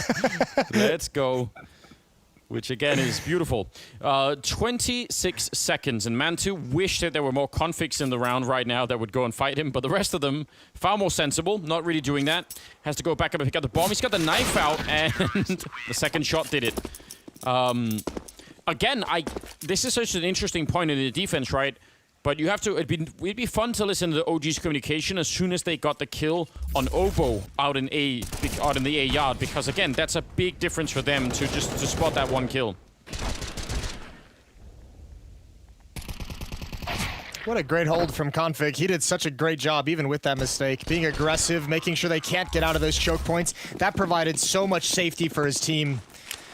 Important couple of kills from him. Here comes some utility. Out into the train yard. 3-man stack on defense towards Inner, and Obo's gonna go for a flank. This is gonna be so fast. If they lose anyone, OG, they won't have the manpower to watch this flank. Config over in hell, and there's the drop down. It's a bit too early, and Config's gonna go down as well. Oh, but he gets a grenade kill after the fact. NBK must have been low somehow. 2-on-3. Another flank is in, but Valde's gonna hold it back. I'm actually kind of shocked that OG win this round. But it's huge news for them. 8-4, they desperately needed to get on the board a bit more, and now the economy is broken down for Complexity. There's such a big chance right now for OG to swing back into this game. Yeah, here's the grenade. It just catches NBK, but I actually thought that flank was going to be working out. I could understand why they're a bit frustrated, because why is he even holding that? Well, I think Obo's flank was a bit fast, but I think they were playing for like the bait flank, right? There was a second player coming, so Obo's just like, let me just go see what I can get, and it won't matter if I die because they'll never expect the second player this fast. Unfortunately, that's just a great round for Man2, and they're getting enough kills outside OG that he could split his attention between the 2 choke points. So well done from OG. It was super important that Config was cleared out of that position as well. Now, let's just hope they don't get caught by these deagles, and Obo's gonna make a play. He's walked up behind them, but yeah, if he starts running, they'll hear him. If he's slower, then he's gonna get shot at the back by NBK in a matter of seconds. He does spot one player, that's Man2 going down, and he's gonna pick up the AWP. He has to go for the fight, and he almost gets it. That's so close, but all of the grenades were thrown at him, and that definitely took him down. Rush will go next. So the threat of the deagles has kind of been neutralized here, but there was actually a moment there where Obo could have done way more. Yeah, you could tell he was feeling the pressure that he had to make a play quickly when he went for that kill on Man2. And obviously the op, you have a certain amount of timing, barrage of nades and Molotovs. Good shot from Blame F. Still, a 5th round for OG. When this started looking a little bit sketchy, it was 6-0 for Complexity at one point. This is a really nice 5-2 run that OG's putting together to keep themselves in this game. And now they've got a solid half. They've got the rounds needed to at least make the second half doable no matter what happens from here on out. And they've got a chance to build upon it. 2 rounds remaining to close out the half. It's Valde leading the way, 12-10. Same as it ever was, it seems. Been a lot of games that we've seen out of OG lately where he is the guy to start to bring them back. Now, what's really tragic is sometimes he actually just ends up getting no help at the top there. So those are the kind of games that I think OG need to correct for and need to make sure that there's at least 1 or 2 other people that will join him. And they've got the talent for it, so it shouldn't be happening nearly to the extent that we sometimes see. Bit of a return, but no rifle being picked up here in Man2 with the deagle. Oh no, the AWP, yeah, that, I mean, I don't know, that's That's potentially very, very risky. Running for the fire is as well, but it's Config again. He saw the opportunity, he thought, you know what? This is exactly the kind of fight I want. Ooh, if Rush can just find a gun that's low HP on NBK, he considered the peek, but he just realized I can't go down until my teammate's ready to peek with me. All down to timing for Rush. Alexi, he knows he was at Ivy. He knows he had plenty of time to go back towards Team Mid. This would be a miraculous 1 versus 3 to win. Yeah, with a USP and no armor. And again, if you could just find a gun, it would make it so much easier, but that's not easy to do. Let's see if the timing is with him. Alexi B looking that way. Oh, he's going to walk right into a bit of a shoulder peek, and Rush is going to run for it. Oh, he had the grenade out. A big chance there. That is very cool, but it doesn't work out. Scary moment. That's a long time to play that clutch out as well with just a USP and no armor. There was a minute left in the round. Nice attempt for Complexity. Pretty good, all things considered. Just unfortunately never able to pick up one of the weapons that they took out of their hands. And Valde, yeah, with a little bit of a cheer. 8-6. OG fighting for this final round of the half. They've got a double up set up on the T side, and they've rattled off 4 of the last 5 rounds. And 6 rounds is pretty acceptable for T-side Train. I actually think they've made the made a mark here in the first half. Yeah. That's probably good enough. Obo with Rush over at that B-bomb side once again. And Poison back at Ivy. So they've got... Oh, Poison back at Ivy? That's not bad. Got a big chance here. Yeah. It's the way that just amused you mid-sentence. Christ almighty. Surprised myself. I know. Valde above ladder. Pretty quiet round from OG so far. Utility being used. Everyone's far back on the map for the moment.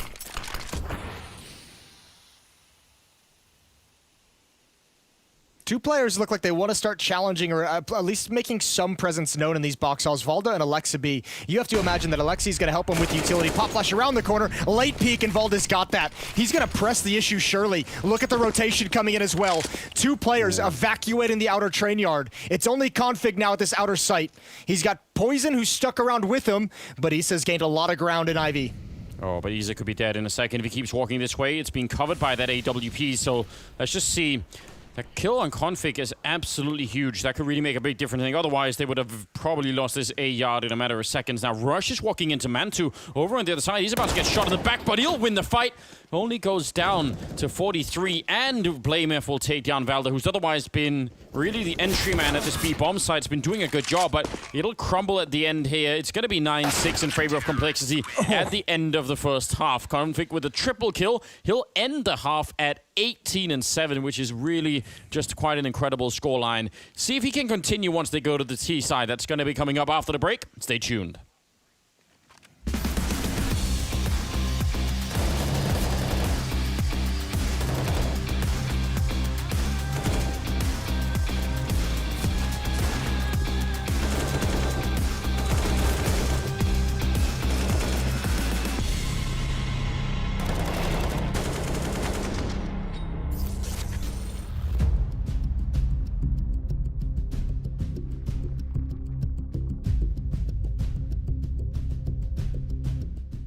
All the while, we have a player walking up, and now he takes that kill. The question is, can he land another? Flamey, there he is, straight in front of the crosshair on the edge of the smoke, and he's gonna work closer. No kid, the spam is his! He's gonna walk right through this, and it's gonna be an easy 2-piece, because he knows the scope is there. How about another? He's got an ace, man. That's an easy kill right there. The Vitality are starting to clear things out, so if timing is correct, yeah, they have an opportunity. Alex, he'll end up dying. Perfecto gets the first kill of the round. Yep, too many players to handle. They all come at him at the very same moment. RPK meant to be slain, but he connects 3! USP taps, and Zywoo only gonna get one more. Still, Perfecto in a 1 versus 3 clutch. Yes. They're gonna start sprinting, and if he doesn't pull that trigger, he's got all 3!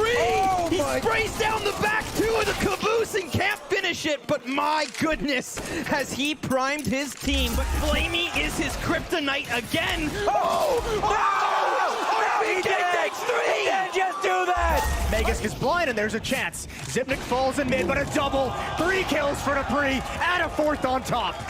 5-0. Close to middle, they know they are on catwalk. They're going to take the fight right away, and Config will land a parting headshot, taking down Device and Megan, and he'll follow it up, taking down Dupree. That's 3. That's a whole arm of the attack gone, and the follow-up is amazing. They don't know if someone's in there waiting for him with a rifle, so he can't just book it there immediately. Dupree has somehow wrapped around him with the Deagle, and he's tapping away and taking down Poison, and there comes Device with an M4 instead. I can't believe that Astralis are back in this in a 2-on-1 now. Obo alone, he's got 30 seconds, and he's picked up a Galil there. Not really sure that makes a big difference right now. I think that bomb plant is going to be what's really tricky. And he goes straight for it. Dupree almost catching him in the middle of it, but that at least gives him a little bit of space. He gets that headshot immediately. That's very quick. And now does he know? Device pretty much can only be at this angle. He's out in the open, so if he doesn't win this fight immediately, Device will take him down, but Obo will do it! That's a triple kill. A little smile at the end. Complexity 2-on-2. They have a slight health advantage, but against these weapons for Astralis, it might not matter. Oh, Magish, he had the health for it, but now he's been taken out, and Sip just trying to buy time, flank it around. Blame if hunting him down, and he turns for it. Immediate defuse. He's right there with the kid. Oh my god, I can't believe it. 16 and 12. Complexity taking down Astralis 2.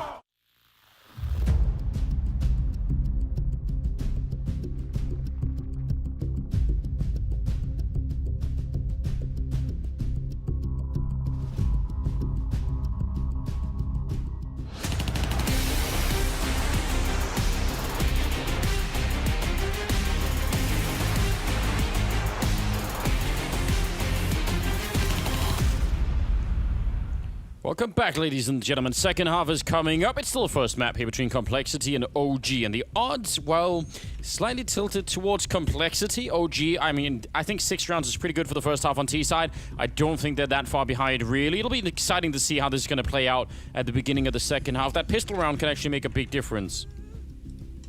Well, this is also where you get to see, you know, what all this time in Europe and all this time at the boot camp is going to do for Complexity. How deep is their map pool? How deep is the T side on their map pool? Are they going to be able to manage to find some rounds on train and go up against this OGD?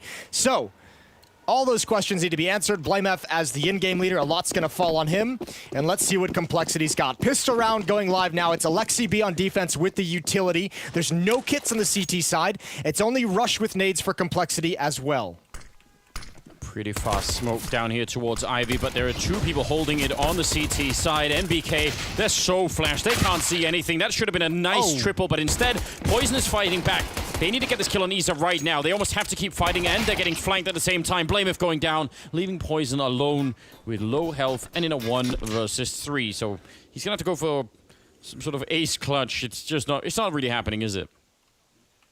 No, I do not see a world in which he's able to win this round, especially considering he's also boxed in from behind. Ooh, there's one more kill. Okay, don't take the silencer off. We know how that works. On top of the train now. But remember, the time limit of Valda coming in behind him. This is a unique round so far. Issa, he gave himself an opportunity to get picked off. I don't think Issa even still realizes where he is. No, they probably don't, but...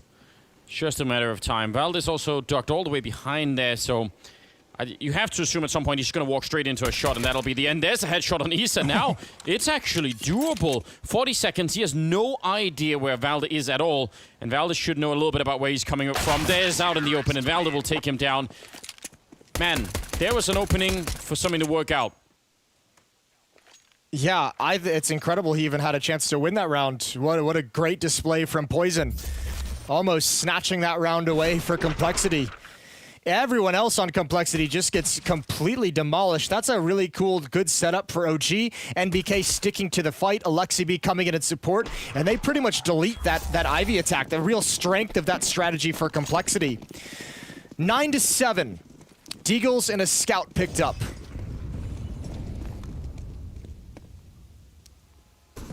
Well, I mean, they didn't get the bomb plant. I kind of wonder about this buy. They're going to get grenaded. Poison goes down right off the bat. Why are they buying in this round? You don't like it, do you? No, I'm confused. All right. He's unhappy. You know, maybe they felt confident with the Deagles and the Scout. Maybe they had a plan for it that just got busted up by the nades. There's the first kill. Information gathered. 2 players here. Mantu with the Famas is going to back away. Does not want to get pinched. But yeah, the chances of stealing this round, of winning this, of overcoming The OG defense is dwindling away, although that helps. Good kill from Rush. Yeah, that is a bit worrisome, especially because Alexi B is low on health, so either the Deagle or the Scout would make pretty quick work of him. Valdez decided to try and bring the round back by sneaking up aggressively and catching Rush in the middle of the lane. But he's going to get traded. That's the bomb. Yeah, that is the bomb at 40 seconds. No, they would have had a jump to push into that bomb site, but the bomb was dropped on Rush so far back, so now BlameF has a huge task. He's got to hold this line so that his teammate can get in. And Mantu's already rotated over to the site, so it's going to be doable. Obo's crossed over. Here comes the plant, and this is interesting. Yeah, very, very interesting. Another smoke here to try and buy some time, and there's a flashbang on Obo as well. If they can get the timing down right, that could make all of the difference here. He's looking at that sidewalk and not seeing anyone. Oh, that almost is the kill on LXCP. That's the serving, and he's going to go back for a headshot. What a play from BlameF, and now Mantu alone. If this falls away from him, it's a disaster, and it will be. BlameF to pick him off. A triple kill for the Dane, and Complexity, that is one hell of a steal. That's why they buy, Anders. It doesn't always make sense, but they've gotten the job done.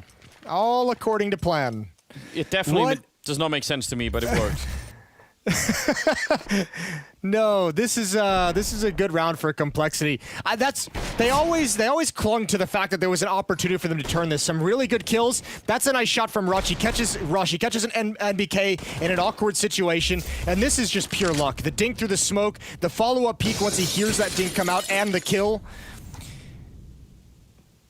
And that's really unfortunate for OG. 3-round lead for Complexity. Isa worried about what's next. First hits the Molotov, then the double nade, then the spam coming through. It's a hard position to be in. On the other hand, it's 3 grenades thrown, and they only really do like 62 damage to them. So I guess maybe it's not that terrible. Yeah, well, you know, they're not the nuke grenades that you love so much. Find no fault in those grenades. No, it's true. I mean, that wasn't nearly as cool. Don't get many points for that. NIP though, still. No style points from Anders. All right, well, Complexity slow playing this 45 seconds, and this is where it starts to feel dicey to me, not necessarily because of the time, but because of the time and the location on the map of all the players of Complexity. 2 at Ivy, 2 going to go down ladder, and the bomb alone in T-mid. There are so many things that can go wrong here. Especially that bomb alone is a bit of a disaster. They will make their way through, so that's Config getting that 1 kill there in main is really important, and I think that clears up all of the danger, really. Valda, he's been spotted out here, and the tapping away won't work, but that is, I completely agree, that's a dangerous round. The bomb alone in mid, even if all the other fights go according to plan, that if they lose that bomb with that single player and an OG member pushed up that can then get his rifle, there's no guarantee you get out of that round with a victory. Complexity riding a fine line, but they've come out on top on the right side of it for the moment. 11-7.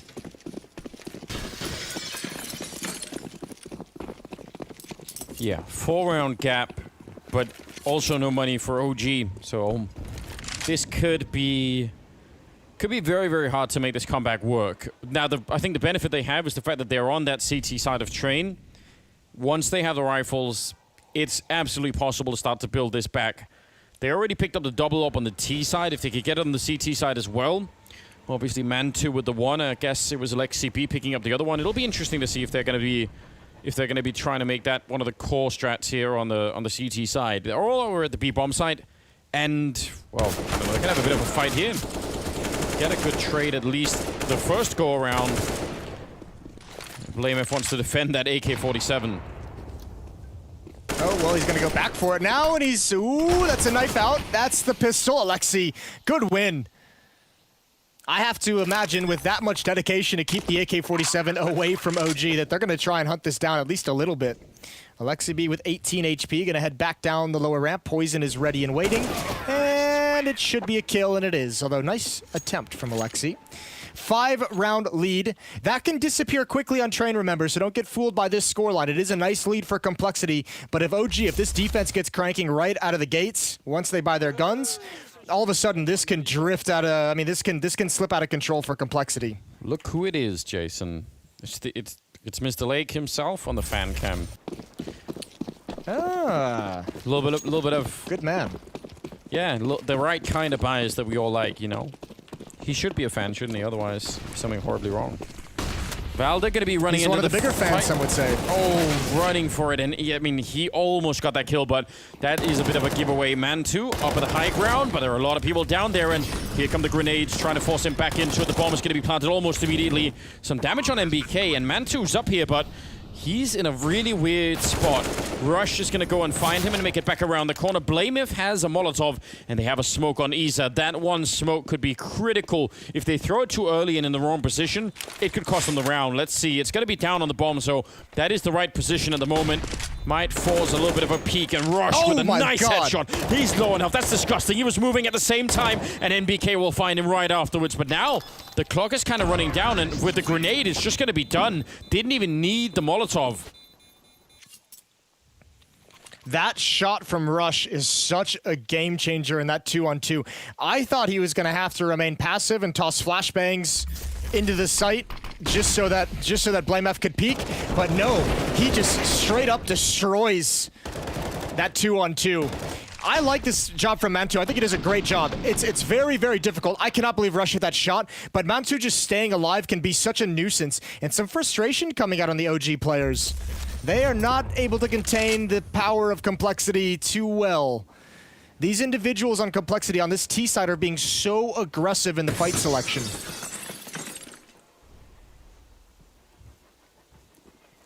Well, the gap has really opened up now between the two teams, and the economy is still so busted for OG. And ultimately, I mean, that is probably what's going to bring them down in this game. That comeback is looking increasingly more or less impossible.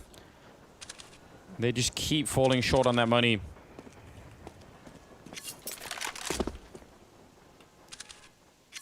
After this round, you've got to say that they're going to have maybe one more shot at doing it. Yeah, and that's nothing. You're not going to be too happy with that if you're at 7 rounds and you only have one real chance to get back into the game. Complexity already knocking on the door. And this is OG's map pick. That's the other side of the nightmare. Ooh, this is the one OG wanted to play. And next up, we're on Mirage, that Complexity picked. So we'll see if OG's got anything in store for these final few gun rounds, as Complexity looks to be marching to a pretty easy victory. They lost the pistol in this second half, and they've won the 5 following that round. Yeah, some of them close, some of them looking a bit scary, but ultimately they've turned it in their favor now. Bomb plant here, and I mean, those Deagles could look for some exits. They could try and do something. The round loss bonus is still, I mean, even with the money they have, it's not going to be great, is it? So they are just there in such a tough spot right now. They almost, I mean, it's going to be 14 rounds here for Complexity. What do you do after that? A bit of a fight. If they could get a rifle, it would be so huge for them, but they're going to be denied. Yeah, nothing picked up at the end here. And they're going to be buying into the round, obviously. Yeah, they have a little bit more than I was expecting. They will get that AWP on Man2, so that's some good news going their way. But this is their big chance to do something. Yep, they have a full losing bonus, so they're able to crank out much better buy than we initially thought. 2 kits on NBK and Valda.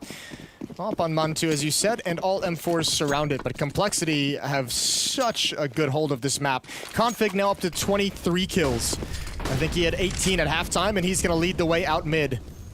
Already has a position, an advanced position, and I don't think OG realizes it quite yet. Poison goes down. That was a grenade from AlexCB. Some return damage. Wild spray. Everybody's blind, but Blameth will get the better of it. I don't think Isa could see anything either. And MBK's going to go down. That was through the smoke. Rush will just drop him. I don't even know how half these kills are happening now. It's a 4-on-3, and Config almost moving in, able to get that kill. He's so deep in the bomb site. Man2 is in a lot of trouble, but then again, so is AlexCB. Just the fact that Config is here, and Valda's making noise running in on the other side. Alexi will get a kill, but there's the lineup for Config, the double kill to seal the round.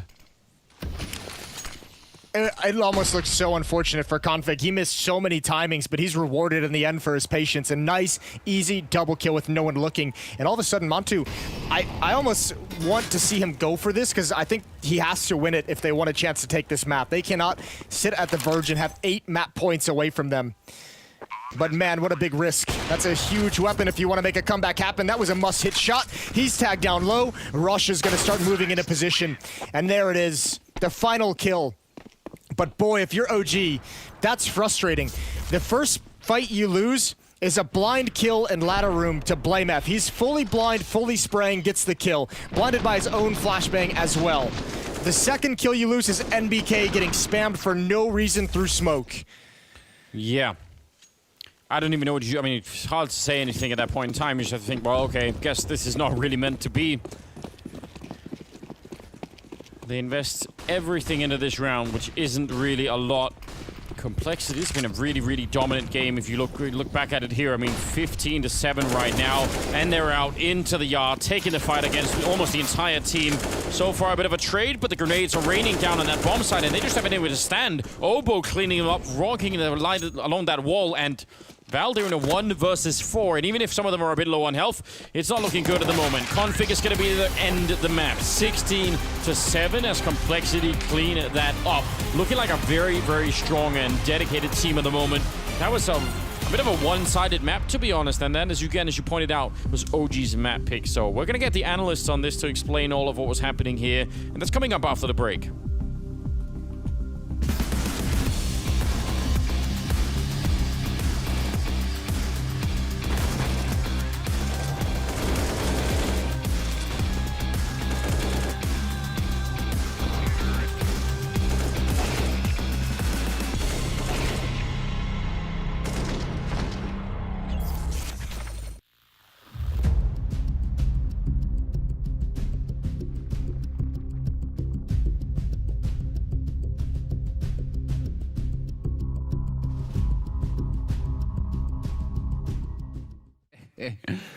But you got to draw a line somewhere, I guess. Only good for that 1 week. NBK is going to be in for a bit of a tight time here. Whoa. Nicely done. Point blank finds one, gets a second, a third, looking for it, and he gets the fourth as well. French CS. So they'll have to wait that one out. Clearly G2 looking to just split this B site at the 30-second mark, but a dig from JKS. Corner. And Kenny's going to just have to hit some heads. He's hanks for them, and it's just the first. He's able to fall back. He's got to put his weapon back together. And he will. It's a good time flashbang, but he knows the magazine's low. Now he's got the knife out. It's a stab onto Issa. Oh my God. And the headshot on Devalda. Hunter's going to help him out from pit, so Alexi B is all alone in a 1 versus 5. Nobody gets out from porch. Nobody gets footing close to that site. And it all goes around Kenny S. Wow. Alexi, the 1-on-3, you'd think he's got no chance. 1 player back default, 1 in the pit. It's one of the most dangerous crossfires, even when you have 5 alive. Saw he struggled in that situation. Headshot through the wall. Alexi's out of the round. What a round from Kenny S, though. He's getting back around ramp. He needs clean kills, and he takes down Kenny. Follows up onto Hunter. Wow. 3 frags from him. Let's see if they can get out mid. Again, smoke spam. Great timing coming out of the CTs. OG throwing Alexi B forward, only able to grab another kill, but he's done such a great job. Oh, what? Nexa robs it back. 3 kills, but here comes Valda on the flank, hot on the heels of the mid play. 2v2, and he dodges the op. Kenny sprints into the B site. Yeah. Yeah, wants to get some exits here. Ruin the ratio. Oh my God. He's gonna get them both. Oh, Kenny's gonna die to the bomb. So he's got to come out with a wicked Kenny peek, and it's just gonna feed. I mean, we say Mantu shouldn't get all 3, but Mantu also had 100 HP, and the door's open. Amanek gonna rush it. Whoa, his teammate it's not there. planted. Oh, 3 seconds. Cover that. There's no way. Amanek robs the round. Close the door. Has to form a miracle to be able to win that. Oh, Once but again, running into the blender versus Fur, Hunter, top of the hut. Finally. Oh, good trade comes out, but Nexa looks to pick up the pieces. 2 up versus 1. Alexi only Mac 10 in hand. Better guns all over the place if he can find them. Don't know how close, though. And quite... Kenny is now moving in for the kill. Interesting, though, to make it a 1v1. He drops off, and Alexi, he loves to take this fight. We saw how patient he was in this moment. Jax pops up behind him, pops his hat right off.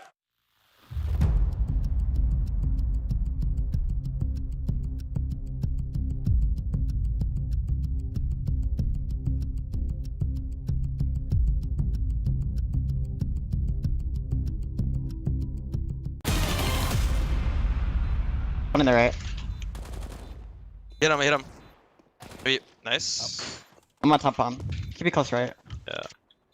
I'm pushing left here. Nice! Nice! Oh! He's not done how we've done that.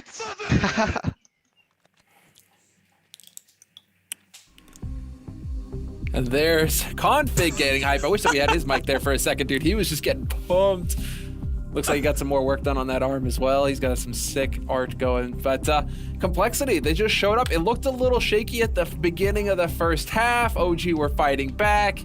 And then Complexity just kind of rolled over him and said, yeah, no, you're not getting in this game. We're just going to take it. So Train, job done. Complexity looking very solid indeed. And so let's go. Chad, what were you taking from that one? First of all, that was OG's map choice, right? So let's just make sure we really drive that one home for everybody here playing at home. So the fact that they picked that and that was the result, that shows the disparity of what I was talking about firepower-wise going into this. They decided in the first 4 or 5 rounds of the game, yeah, let's force buy and play heads-up Counter-Strike against these monsters. And they just got destroyed for that. And then from there, Complexity, I thought they built such a nice rhythm on their CT side and were forcing OG around the map, having 2 riflers inside, then throwing poison solo with the AWP, but they lost a couple of unfortunate rounds. I think that they actually had OG completely booked, and I love their approach. I think their first half could have had even more rounds. Yeah, I agree. I was listening to OG, and to be fair, I will give them props for that comeback on their T side. I think they were able, and Alexibi was the main factor in that, they were able to kind of localize some of the weaknesses of Complexity, and they were able to find these solutions. They did put up, if I'm counting correctly, at least 5 or 6 rounds out of the last 8, so that was quite a good comeback. The problem is, and you mentioned it, chat, when you talk about heads up and Broly Counter-Strike, that's exactly how they dropped the match. I think this is exactly where here on your screen, you have the moment where it all goes to hell for OG. It's an anti-eco round, they won the second pistol, and look at where these frags are happening. They're happening way too forward on the map. Now the clutch is a little bit unfortunate, I'm gonna agree to that. BMF going through the smoke, bam, bam, bam. But when they lose it, that is it. I think that's the end for OG right here and there. And how they approached that round, to me, was a gigantic mistake, because they're not gonna win any rounds after that, and it's just gonna be a Complexity show. Is this where Config really gets to show what he's capable of as well? Like, you know how you have those kind of, when you're like building up a boxer, building up a fighter, getting that confidence in, you give him a few easy fights, you know, you let him start kicking, you know, in this case, clicking some heads, and then that's shaping you up to get in deeper into the bracket where you're going to go up against tougher opposition, but you built that confidence up. Could this be a perfect scenario right now for Config to come back in full swing and just start destroying everybody again? Well, the question becomes, how can he translate that to another game? But in all case, in all scenario, this is a beautiful map from him. And it has been the case now time and time and time again. We hear them scream on the TeamSpeak, actually in Danish. So I don't know if there's some sort of like magic spell between BlameF and Config, like they hype each other up or something. That could be a nice way. You know, if the IGL, you want Config to be firing on all cylinders. So he's been doing that precisely in the last few games I've watched from them.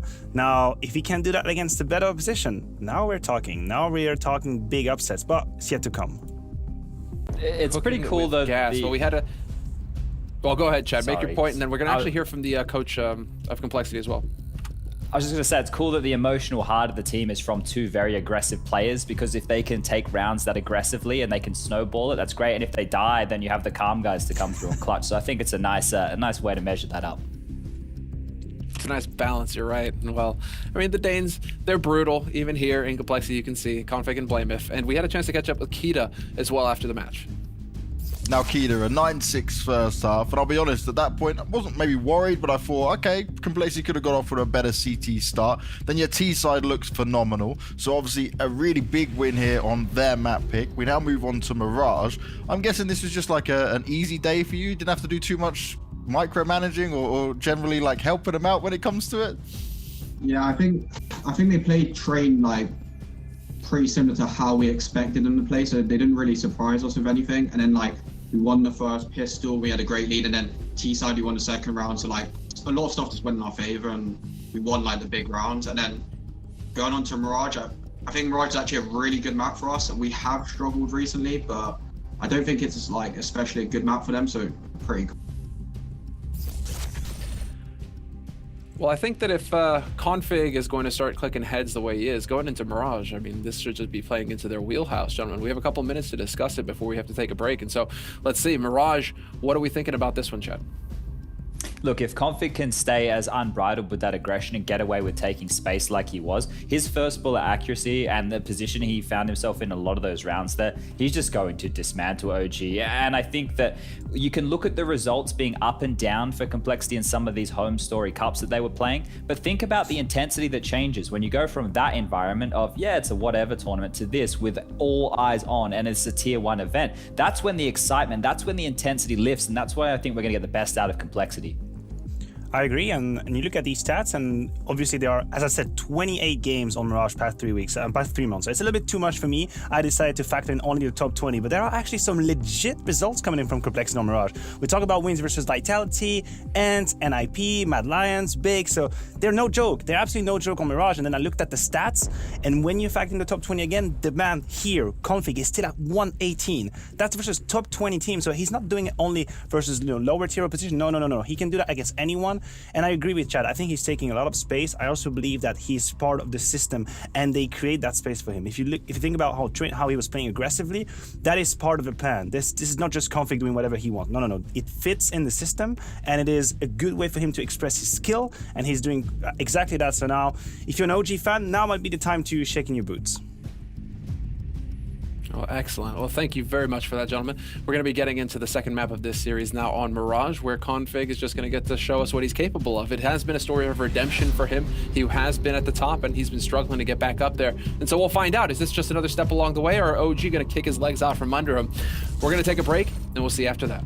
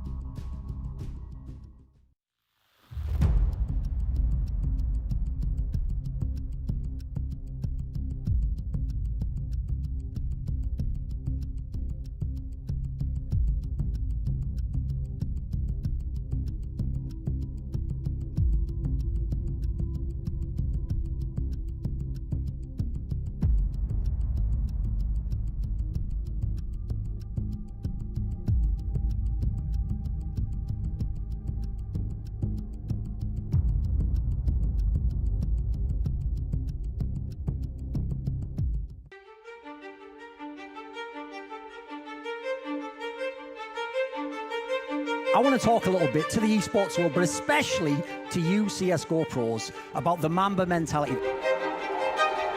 I'm sick and tired of some of the things, some of the talking points that are coming out of these pro players. Like people saying, oh, well, I won a major, so what is there left for me to accomplish? Think it through. 2 majors, 3 majors. How about being the best you can be? If you could win 5 majors, if you could set the record, go ahead and go for that. That's what the Mamba mentality is about. It's about pursuing greatness. It's about building a legacy for yourself. It's about actually trying to be the best you can be, whatever level you're on.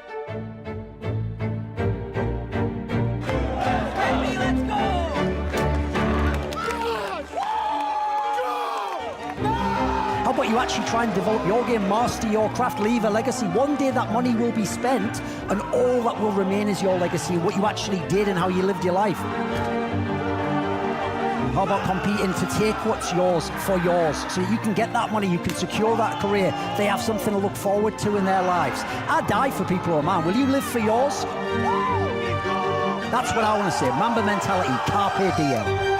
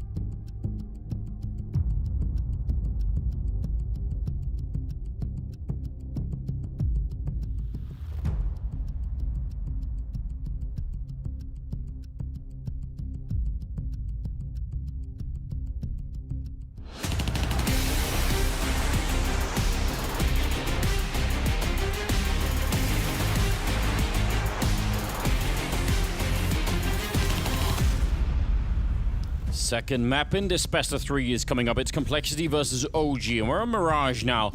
The Juggernaut was in full effect on that first map on Train. So, Jason, how do OG even bring this back? Well, first of all, they have to calm everything down because that was a very visceral map from Complexity, especially on that T side. They were all so aggressive and all looking for fights. At pretty much every time there was a decision to take a fight or like play it passively, Complexity was deciding to take a fight. So you need to at least show that you have some strength to get Complexity to second guess that, to start making them actually think about the passive options that are going to give you some space to breathe. And for OG, that means establishing some early success. Well, it all starts with a pistol round, so maybe this is where they could get that done. Isa, the only one of the A-bomb site for now. Man2 is close enough by. They've got some HE grenades on that CT side, but they're all the way across the map. So it's going to be a while before we see them put into play. And look at this quick rush. This is going to be a fast bomb planter. It should be. So it's all about the after plant. And Isa smartly falling back, not trying to get caught by that incoming Glock rush all the way towards CT spawn. Now, there's 4 people on the other side. Let's see. OG, they're going to all be swinging at the same time. A couple of grenades around the corner, but they run into all the Glocks, and they get obliterated by it. Obo with a triple kill. I can't believe it. I thought the grenades and the USPs would have done it. Not so at all. And now Man2, I don't know what you do here. 1 versus 4. He's out in the open, and Obo looking to add another one. It'll be the quad kill to close out the round. Yeah, BlameF even had a flashbang that he was waiting to throw for that exact fight. I don't think it actually hit anyone. I don't think it even blinded anyone from OG. I think that's just a straight up great performance out of Obo, obviously. Yeah, none of the hands over the eyes. That flashbang was way out of reach. You do see he got a couple assists credited for it, but a beautiful round from Obo. Quad kill, and Complexity up 1-0. Yeah, wow, that was quite... I mean... I don't even know how you judge that. If one of those HE grenades had landed a little bit further forward, maybe that would have made all the difference, but that was on a knife's edge and it worked out well. But I feel like even that tactic out of OG, I mean, it's all well and good, right? I'm not criticizing the tactic, but the double nades around that corner, like, think of what's on those stairs. Like, the staircase itself, there's the trash can. Like, there's a lot of things that can absorb that nade damage, and we know in CSGO the nades are not very forgiving if they're placed incorrectly, even with the update. Yeah, you're right. I mean, it is risking a fair bit. I guess they probably wanted them for the B hallways anyway, so it was probably a bit improvised, right? Yeah, I mean, they had to throw him. You knew Complexity was going to be lined up, at least 2 players on that staircase. I mean, that played out that was pretty much the standard way that retake A pistol round usually works, as there usually is a huge battle at that staircase and spawn. Valda with a nice 1D, gonna drop the smoke for protection. NBK gets in one of his own, and a second to follow it up. And so quickly, it's Obo and Rush versus the world, and they've got a lot of people to find. And the bomb, I mean, it's 30 seconds and the bomb is dropped in the middle of the catwalk, so it's nice enough that Rush is sneaking in and get these kills, but it might not actually matter. They need to move so unbelievably quick to even get close to picking this up. 24 seconds now for a 1 versus 3 Rush. Well, running in, picking up the bomb, and now jetting back towards that A-bomb side, but he's going to get tagged on the way. This is exactly what they needed OG to try and just get them back into the mix of things. Nice second round. Yeah, that worked out very differently than the train rounds did. There was nobody on Complexity to trade these kills. That one comes in a little bit late. Config not ready for it. Obviously, Valda gets away with just a 1-shot and has the safety immediately afterwards. So a good return from OG. Remember, Complexity did that to OG on train as well. So, I mean, this is just OG returning the favor. Losing the pistol, winning the second. Let's see how much OG can build off the back of it. Yeah, that's the big question right now. They need to go on a bit of a run here. Valda ready to take the fight, and even though Poison knew he was coming, there's nothing he could do but BlameF taking 2 in return, and that's a disaster. That's going to open up the B-bomb side for a bomb plant here. Valda trying to hold it for a second, but Config's going to be down on low ground for the bomb plant, and Rush is flanking them over at the A-bomb side, so he's shooting long range at Valda. I think he's going to make it around the corner, but still, this is very, very dangerous. 4 on 3 for the after plant, and they know, I think, the Rush is in here somewhere. They're going to go look for him, and they finally get the kill, but that's taken so much time off the clock, although no bomb plant yet. That's really weird. Yeah, well, I think they're waiting for that, do a little bit more damage. Config's kind of trapped with the bomb at the moment, but I think they were a little bit worried about the amount of support BlameF could provide with 5 HP. But now this is a really sticky scenario. They have no idea that Catwalk is entirely clear. And Obo's going to have to do this pretty much all on his own, and he's risking the run. Swaps out to an M4 as well, and now has to bring it all the way back, and his teammate's gone down. And this is OG taking advantage of the slow pace brought out from Complexity. It's a good shot, but 30 seconds. He's going to spend a little bit more time looking for one more kill, at least make it a one-on-one, and he's going to get caught right then. It's a great round here, Valda with the triple, but I'm so confused. I actually thought Config was already putting down the bomb as Rush was running through the A bomb side. I just thought naturally that's going to happen. I don't know if they were afraid. Yeah, I did. If there was like an HE they were worried about or something. Yeah, no, I thought that bomb was going down as well. I would have to go back and watch exactly what Config did. Listen, it could be something very simple. It could be the simplest explanation, which is that he just didn't even realize he had the bomb, or completely forgot he had the bomb. We know, as we mentioned, we highlighted it on Train, he's a little bit crazy. He might have just been thinking in his head, you know, go find a kill. It's very easy to kind of forget that you have the bomb when you're always pressing forward to the next battle. Yeah, it could have been it. That's something that we're gonna have to go back and review at some point in time, because I think that, you know, that bought so much time for OG. I actually thought by the time that Valda was back in the window to try and take that fight with Rush, that was, you know, something that was gonna cost them, you know, time that they maybe didn't have, but then they had plenty of it, so that's a bit odd. Anyway, the fourth round here is looking much better. Obo, upset about the wall bangs. Oh, but BlameF finding one on Mantu in the window.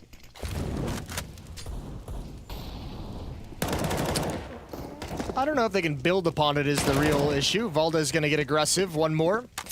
And 2 players way back in middle. And I guess Complexity has one real option remaining to him, and that's go to the B bomb site and probably get absolutely slaughtered.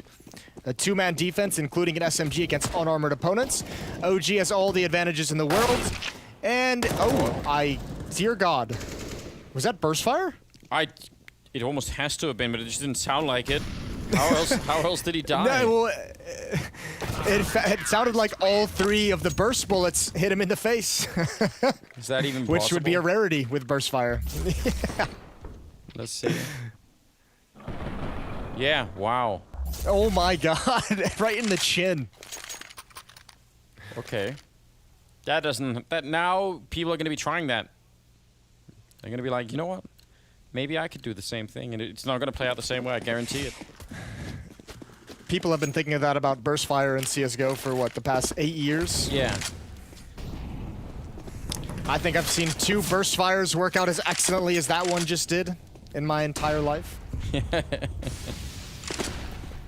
Well, they got AKs back, but OG are up 3-1, so they've made something good of it here. Valda gets caught in the middle of that boost, but Mantu, that's a 2-for-1, taking down Russian Poison. That is about as good as it gets in terms of getting back from an early loss. And that's actually a very timely kill, because especially with that pick, and here's what might have caused it. Remember, that first kill that BlameF gets is the boost on Catwalk, so there are obviously 2 defenders called out on Catwalk. They might not have assumed that there was just going to be an upper chilling in the corridor. They might have just leisurely turned around that and walked right into his crosshair. Regardless, that was probably going to be a pretty deadly split towards the B bomb site with 1 player going down on Cat. And unfortunately, it turns the other direction. BlameF with very little HP. Again, it's going to be all on Obo to provide something, and he misses the shot. Alexi is going to get a double. 4-1 in the favor of OG. Well, this has turned out just very differently from maybe what we were expecting coming into it. We were pretty persuaded by Complexity on that first map, but yeah, this is a different game right now, which is really refreshing. I mean, it would have been sad to have seen OG just get washed away. So 4-1 at the moment. Economy's in their favor. Launders is loving life for the moment, dreaming of that 3rd map. He's living the dream. Yeah. He would absolutely love that. Here we go, B-Rush. There's the smoke to put out the Molotov. So much damage is done. And it's going to be a slaughter right into the grinder. We go. Some good return kills from BlameF. Actually, one more would be great if he can find Mantu. Low on HP. Oh, that could have been a headshot. And if it was, then it would have been a real possibility. But BlameF just falls short. Yeah, I mean, doing a bit of damage, it's fine. But ultimately, it's still a 5th round. No bomb plant for Complexity either. But they will have money. I haven't seen even a single... Maybe off in the pistol round, but otherwise no default A execute, which is usually something people just try, you know, every once in a while, just see what happens, but not something we've seen them do really yet. Yeah, still early going. Well, I mean, they have plenty of time to bring that out. Problem is, there's now a double up setup in the first one. Oh no, misses chance. They're trying to get the wide angle. That's gonna leave Mantu all alone. Alexi goes down next. Good kills from Poison, and now he's got the op. He's got his favorite weapon, and he spotted one more. NBK up above, but he's got a lot more challenges to come his way. Obo's up catwalk, pinning him down, and Config's coming from B-halls, but is not necessary. And OG, Issa, and Valda, they just have to save. Yeah, Blameth was actually in window, sort of, or yeah, in the middle there, just trying to wait for any kind of a rotation. Getting that kill, though, I mean, it's slightly encouraging, but they're not going to go for it. Valor will pick up the AWP there and just start to make its way back. So yeah, good round. Spawned off some early kills in the middle from Poison. That was everything they needed. Would be interesting. I think that, I mean, remember, that's both AWPs as well in middle. There was one on Mantu and Connector, and Poison gets both of them, and then Alexi B on Catwalk with the other op. So would have been interesting to see if Alexi B hits that first shot. I think that round goes much differently. The fact that he misses that first shot and allows that, and Poison is able to get that close to him, kind of negates the range of the AWP, obviously. And Poison, it felt like, never really got a chance to get involved in the fight. Second round for Complexity as they close the scoreline just a little bit, but at least they've stopped the run.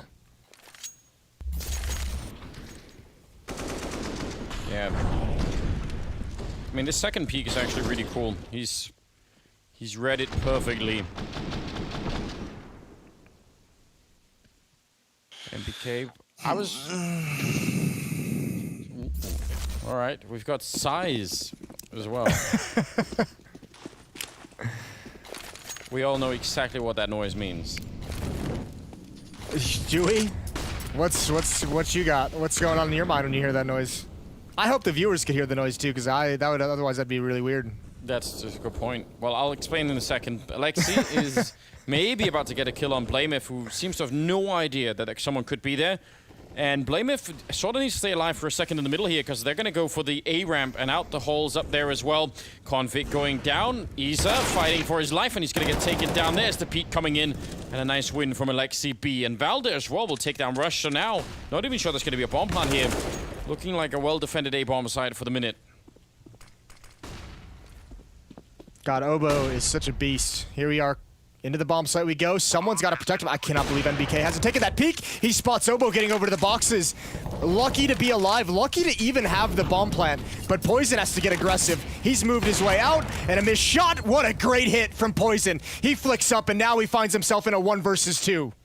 Sneaking around the box. He's going to catch another one. Oh, that would have been close. Mantu will take him down, but that is so... He knew that if he was up in those A apartments, he was never going to get out. So he just decided to run for it. What a cool play. But still, a round out of OG, making it 6-2. I was going to say that sound from NBK's, that's just a sound you make when... It's like you want to find a way to articulate the hurt that you're feeling, but you can't. Even that doesn't really seem to work. So you just end up giving up. I'm not gonna lie, that did not sound. Not that I don't really have extensive knowledge in what an NBK Psy sounds like, but that didn't sound like an NBK Psy to me. That sounded like someone else's Psy over his video feed. Oh, you're starting a conspiracy now. Could be someone in production. That's what I'm saying. They pre-recorded a sign, played it for the fun of it. A little bit of damage exchange, or a lot of damage exchange onto Issa. Obo's not too bad. Rush held back at the moment by the flames, and oh, they could really use that trade. Still one in the bomb site, but again, if this hit gets stalled out, everyone from OG is here. All 5 players has arrived. Issa, they're not going to clear him out. Mistake from Config. Big trade, but it allows Alexi to chime in as well. And now Rush has got to move forward. And over the smoke, it's Valda. He's caught. Good win for Complexity. A 3rd round on the board. Well, that took a lot, but look at what it did to the economy of OG. They're actually out of money, so That was just a straight fight into that bomb site, and it looked like they could have definitely lost that. I think the fact that Rush gets down under the smoke so that Valder is, you know, have a really hard time for him to look there, that makes a big difference. Great round out of Rush, to be honest. Triple kill for him. And a 6-3 scoreline. And that was good because I actually thought they were going to held at bay. And now they've broken the economy of OG. It's 4 Deagles and a Scout. Pretty rough buy, but they've won one of these in the past. Oh. And it starts out horribly for Complexity. What a shot from Alexi B. Straight headshot with the Scout. Yeah, that's a disgusting way to start a round. Everyone else is stacked over at the A side, so they're really hoping that because they've had success there the last couple of rounds, Complexity, maybe they'll show up again. If they win this round, they're actually just getting away with so much, aren't they? I mean, this is the time for Complexity to build something into this first half, and it could be stolen right here. Yeah, I mean, losing one of these rounds and a half is like, that sucks, but we can deal with it. Losing 2 is a massive issue, and then losing 3 would just be like, what are you guys even doing? Yeah, then it's This done. would be number 2, so no cause for too much alarm quite yet, but obviously they don't want to be dropping him, especially in the same half. It's just brutal. Good kill from Config. BlameF still waiting in connector to chime in. And, ooh, did Obo spot the shadow? I think he did. He's come back for it, but Alexi B's not going to give that opportunity. 3 defenders here, and Obo's feeling the pressure. He's got to be very careful. He's just playing a huge distraction. I mean, BlameF and Rush and Config, they're all going to be joining in that A bomb side against NBK, who has got a Deagle. Obo, there's the play, so now it's all on NBK, and he can't stay alive. That would have been very hard to do anyway. So even if they get a kill on Obo over there, how do they get back to actually stop this, or I guess defuse the bomb, because the bomb is being planted right now. Oh, no, wait. Isa gets the kill on Rush. 5 6 seconds. They need that bomb plant right now. I don't think they've made it. Oh, dear. That is such a steal and such a mistake for Complexity. Yeah, that's one of the few times. I mean, we've only seen the one full map on Train, but that's one of the rare times so far in this like map and a quarter, I guess we'll call it, that we've seen Complexity seemingly have all 3 of their players with different ideas. You could see one aggressive towards jungle, towards the murder hole, one trying to plant the bomb, no one actually covering the planter. And that, again, we'll go back, we'll make that an even deeper mistake. What is the point of Obo being that dedicated to causing a distraction at the B bomb site that he jumps out of the window and gives up an AK-47 for no reason? That is the winning moment for ESET. I picked that up and pushed towards Catwalk. He did his job. He caused a distraction. He could have just fallen back, and now we're in this scenario. Bantu's got to fall away with the AWP, but Complexity down 4 rounds. Config is hunting them in the window, just following them all the way through.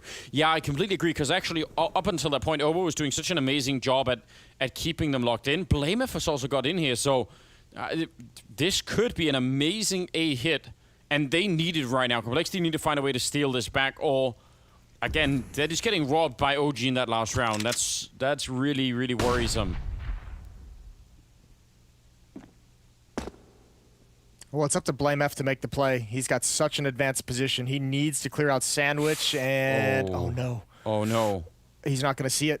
He's not going to see it, Isa. He's going to go down as well. There's Valda as well. Good find for BlameF. He turns and checks the corner, and NBK shut down as well. Some fine shooting from Complexity to get their 4th round. And there's no way OG's salvaging this one. As soon as he turned his back to look to CT spawn, you could feel there was a moment in time there where maybe he was going to get shot in the back, but yeah, you could see actually right where Obo's standing. You're not actually seeing the benches over there if you're looking up into the hallways. So that's a good round for Complexity. And I mean, that started with Config hunting them out of the window room. They were throwing Molotovs to try and get rid of him, and then draw that chaos. BlameF just walked all the way through and got into that position. A weird round that's hard to replicate if you're Complexity. So you're happy you win it, but probably can't be doing that again.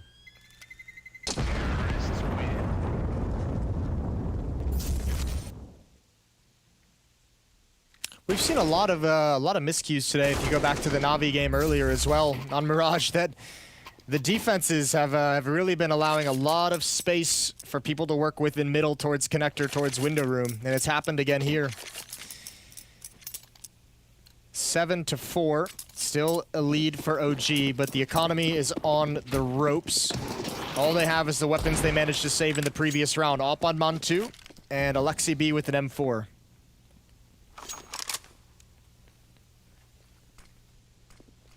Yeah, this is a big chance again for Complexity. If they can win this round, I mean, they might even have the next one sort of for free. There's just so much opportunity right here. Isa underneath with the Deagle. They're coming through the smoke. He could do a lot right here, but he's going to get caught by Obo. Big opportunity. Valder and Mantu going to have to fall back behind the smoke. Actually, Mantu will get a kill. Bit of a gap there on top of it, and now the smoke is faded. He nearly had that one. Oh my god. That would have been a huge kill. Lucky to be alive as Poison darting back around with the bomb as well. Obo is going to be going down, and here comes Mantu. No scoping Blameif, and now he's ready for another fight. They could really bring this back, OG. They've already stolen so many rounds in this first half. They're about to steal another one. It's all on Rush. Close to the smoke. He hears them all coming in, and he's taken... Oh no. Rush still alive, but surely they're going to check this. Surely they're going to clear this Valda. The wide swing, bomb's not planted for him. Rush has to play it patiently. He's found one, looking for the peek from above, and Valda swings from the site. Plenty of time for the defuse after the fact, and OG hang on again. Man, it seems like this would be like a really, like something that Complexity could catch on to in practice with all the games they've played. I know Config gets taken down there through a gap in the smoke that he doesn't really expect, but I would never let Config have the bomb if I'm on his team. I would be like, you are way too much of a wild card. Let's put that bomb in someone's like Rush. Rush is very reliable. Blameif a bit more like, you know, a bit more fundamental as well. But Config's running a route where dropping that bomb caused such a delay. Good flash, good aggression. All three are blind, and he's going to get rewarded with 3. Valda, a godlike play. Yeah, that was beautiful. Like, that whole sequence was just pure art. Even when they actually managed to hide, they still couldn't do anything. They all peeked on top of each other. And Alexi B is right next to Blameif. So let's see who's going to catch who. It will be a flawless round coming out here from OG. 9-4. These rounds have been really, really good, but what's really disturbing is, I mean, the fact that they have 4 rounds Complexity. If they hadn't lost those 3 rounds that were meant to be theirs, this would have been such a powerful first half, and it ends up not being that. Well, I mean, I just done, you know, the impromptu, very made up, you know, barometer of losing those kinds of rounds is 1 is okay, you can deal with it. 2, it's a big mistake. 3 is just like, holy hell, what's happening? So they've hit the holy hell, what's happening phase of losing those anti-ecos or anti-force buys, which you never want to do in a half. And you're exactly right. I mean, even if you just add the 3 rounds to their score at the moment, that's a good half for the T side. If you add the rounds that they could have had as a consequence of winning those, this would be an impressive, dominant half from Complexity. And instead, it's the other way. It's a lifeline for OG. Well and truly is Mantu having himself a moment in the B-bomb site. Quick quad kill for him, all of them with the AWP. And that will bring them to 10-4. One last chance here for Complexity in this first half to try and get another. I mean, if they get that and win the pistol in the second half, it's still a game. But the amount of rounds that have been given over is a little bit ridiculous. I feel like Complexity in practice games and in some of those with the home story cups that they've been playing in repeatedly, and then maybe in some of the smaller tournaments they've been participating in, have had a lot of success with these like 4-man B hits and trading their way into the B bomb site and have one player lurking in mid. OG has done a great job of shutting it down. That I think it's time for Complexity to just kind of ignore that part of the strat book for the rest of this game. And I mean, fair play. There's only 1 round remaining in the half, but they've gone back to it when it's been not super successful a couple times. And this is around, I mean, if you're Config there, you're just going to be so annoyed because you were actually ready. You were sort of far back. You essentially wanted that fight. And Valda just cruises in for an opening. Hard to deal with, really. I don't know, I mean, it's hard to stay motivated. It must be hard to stay motivated if you're Complexity, knowing that you actually had a big chance here to make a really good first half of it. And now that's sort of been given away. Some of those A attacks have actually been working out pretty well for Complexity, but then some of the afterplants, or even getting the bomb down, seems to be sort of a problem. Like, they're winning the first fight to get into the site, but then once you get to the bomb plant stage, it all crumbles. MBK with a good couple of kills here, and it'll be closed out by Alexi 11-4. That's convincing for OG. We could well be going to a third map, and we'll find out if that is exactly what's in store when we get to the second half. That's going to be coming up right after the break, so stay tuned.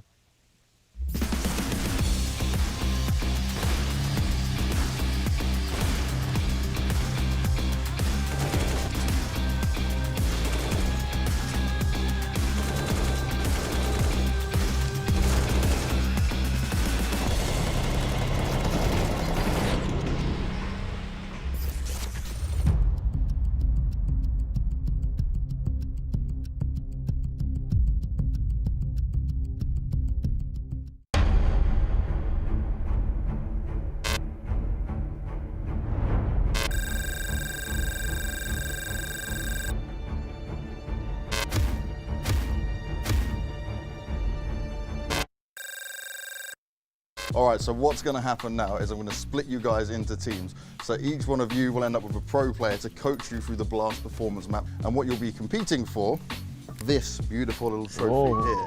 Yeah, it's so amazing, isn't it? See? No money? No money, no. That's pure silver. Silver? We got for yeah. Right, we're all. Yeah, done already. No, trust me, it'll definitely be worth it, guys. Who's the best out of them three?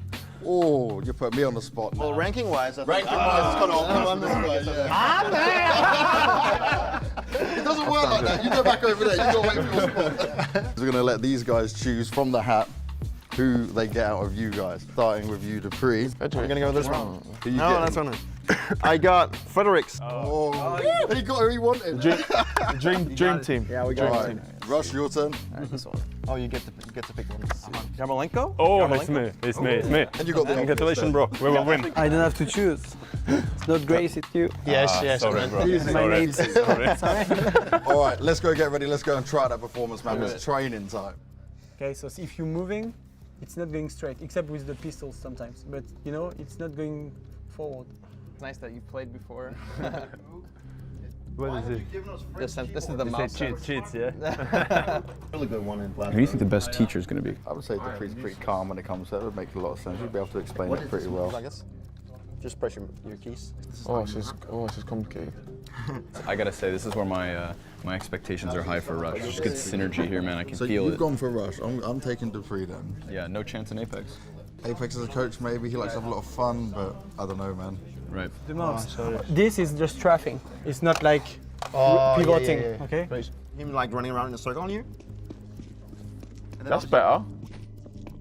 All right, put the mouses down. That is the end of the training. No more cheating, no more time. Let's see how they're going to get on now. All right, it's time for us to see these players actually show what they learned in training here. And we'll be starting off with Dupree and Fredericks. So let's see if they're ready. 3, 2, 1, go! All right, let's get this over with.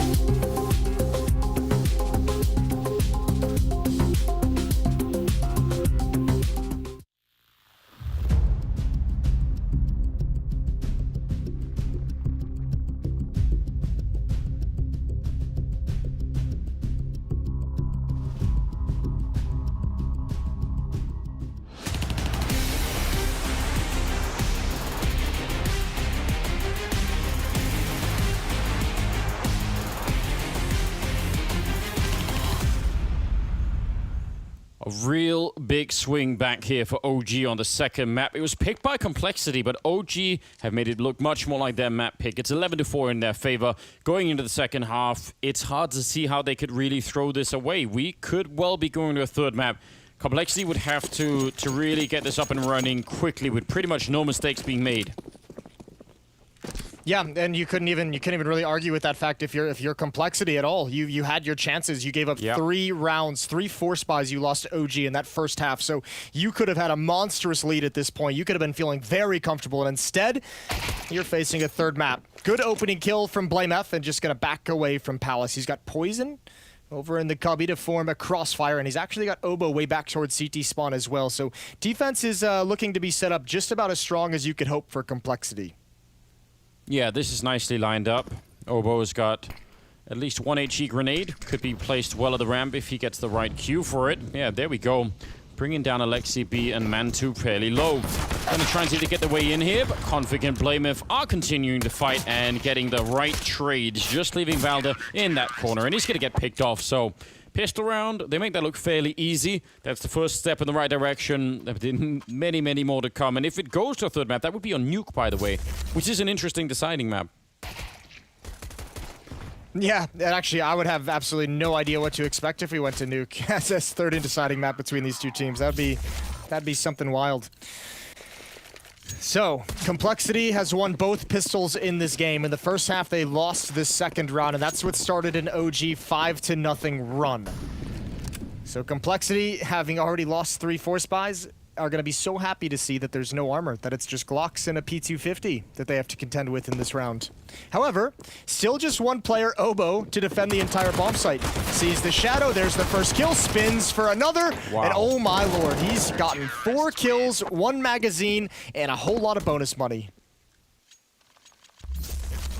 I mean, the fact that they're just not even all jumping down, I thought maybe it would have been tricky if they all jumped down, but that actually made it way harder. 1 jumping down, 1 the ladder, and then 2 staying above to shoot at him, and he somehow got all of them. I'm pretty impressed. But this is going to be the real test. He's probably a little bit lucky. He's probably a little bit lucky none of those were the P250. He got the benefit of getting just like, you know, tagged up by BB guns, essentially. A couple of grenades up there, but they don't really do anything. Easer and MBK will stay far back. MP9s, 2 of them in play. The Scout as well. If Complexity win this round, it's going to do so much good for their economy, but those guns are a bit of a liability. You see Rush here, medium range. Oh, he's going to win the fight. That is impressive. They're coming up a ramp now, but there's some defense here, although Poison with the Scout is going to back away at 15 HP. And, oh, good shot. He comes back for more. Looking to tag Alexi, who's already down low. That could complete the kill. Blame F is here as well, and we're in a 3-on-3, but I think OG is slowing this one down. There's a third player who's going to come into Palace, and Alexi's lucky to get that bomb planted. Oh dear, that's a headshot from Obo at range with the MP9. I can't really believe it. Alexi B's back here, but yeah, you can shoot through. Poison's got the right idea, but not quite the right angle. They're waiting for that smoke to fade, and then it'll be interesting. Alexi goes down. It's all on MBK. They know he's up in the apartments. He has to go for the fight, otherwise they'll be isolated. Blamef will win the fight, and Complexity, in spite of not upgrading the rifles, they win the round, and again, that will help them out so much. They get the AK-47. I'm sure there's something on the ground. Yeah, there's another one there that Poison could pick up, so huge victory here for Complexity. That actually makes a big difference. That's a massive difference, especially when you consider Obo's got, what, 4 kills in that third round from the SMG, or the second round, excuse me. So he had like 9K before he actually invested. Those 2 kills that him and Rush got mid-range with the SMGs were massive. Those were game changers. OG is going to invest a Hero AK-47 on NBK, a half buy on the other 4 players, 2 Tech-9s, 2 Deagles. Grenade just as they're about to run out. That does hit 3 people. That's a pretty good HE grenade. Making a lot of noise, stomping through. A defensive Molotov comes out from Config. Some good communication happening here on the Complexity side. And another grenade around the corner. They've really lost so much health just to grenades in the middle in this round. So one of these rounds, I think, for OG, this is where, you know, you need to do more damage. You need to make sure you get at least 2, maybe 3 kills in a round like this. Man2 doing his best to make sure that happens, but this is money being built for Complexity. So OG, I don't think that's not really mission accomplished in this round. No, they would have liked to have had more. That's a great job from Config. Not just the utility damage, as you mentioned, with the nades, but even just the Molotov to slow down that hit to make sure that he's going to have an easier fight. He knows exactly where they're going to be positioned as he peeks out. 11-8. AWP on the hands of Poison. Man2 has 1 as well.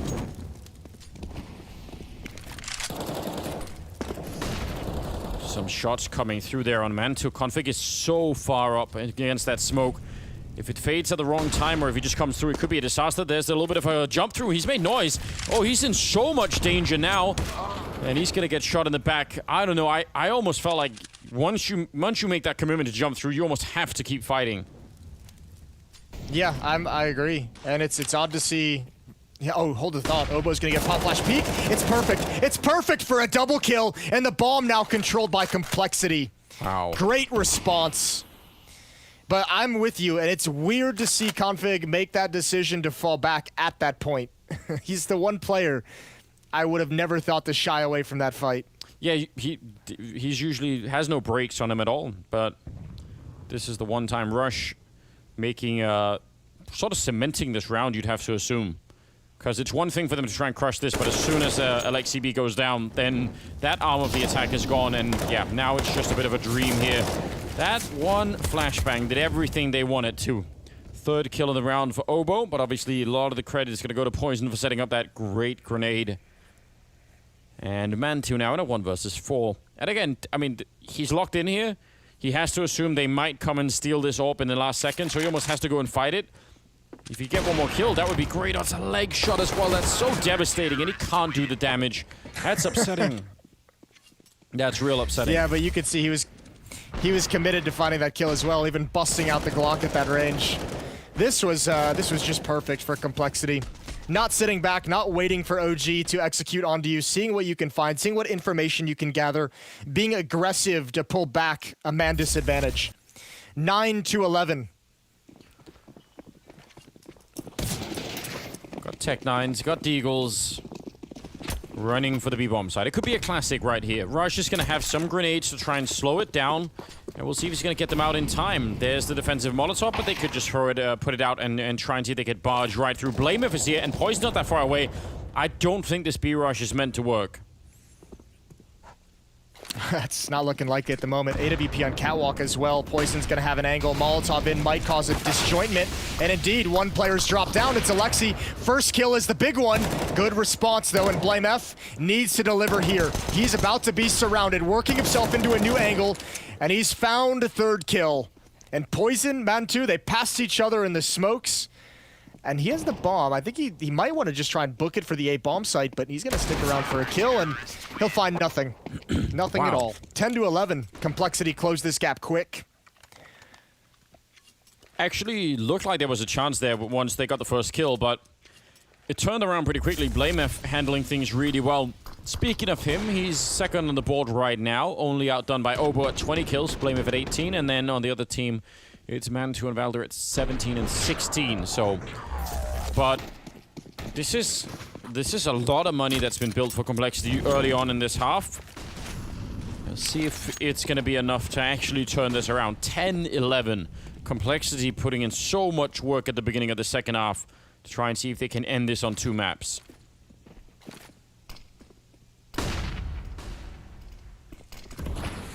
Obo gonna have a big job to do, but he's been standing tall this whole time. I don't think that smoke went where he wanted it to, and unfortunately, there's a massive gap beneath it.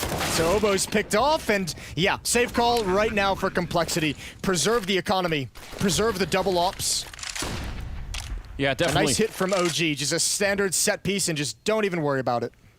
That just happened so quickly that you could see Obo's not even really aware that anyone has got that close. So he goes down, and then the next kill's all the way basically in CT spawn and even further beyond. So yeah, that was quick. What a quick round. 12-10. And they get to save the double up. That's something, but see if OG could do something similar again. I don't know, that there was really no warning that was going to happen, was there? That just happened quick. No. But I mean, that's a breath of life for OG. They needed something positive in this half. They'd been getting dumpstered. It was a 6-0 run to start the half for Complexity. So it's good that they get that win to maintain their lead, keep that cushion as they still try to figure out exactly how to get around this defense for the moment.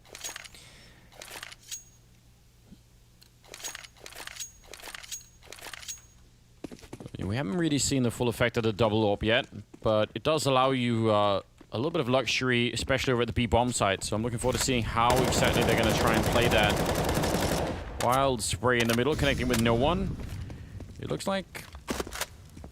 I don't know. It looks like they do want to put config in that deep angle at the hallways. Setting up for a run boost in the middle, but no one is there to be found. But now they can rush further towards Catwalk as config. Now he's finally looking into that deep angle, so that could be pretty beneficial for this mid defense.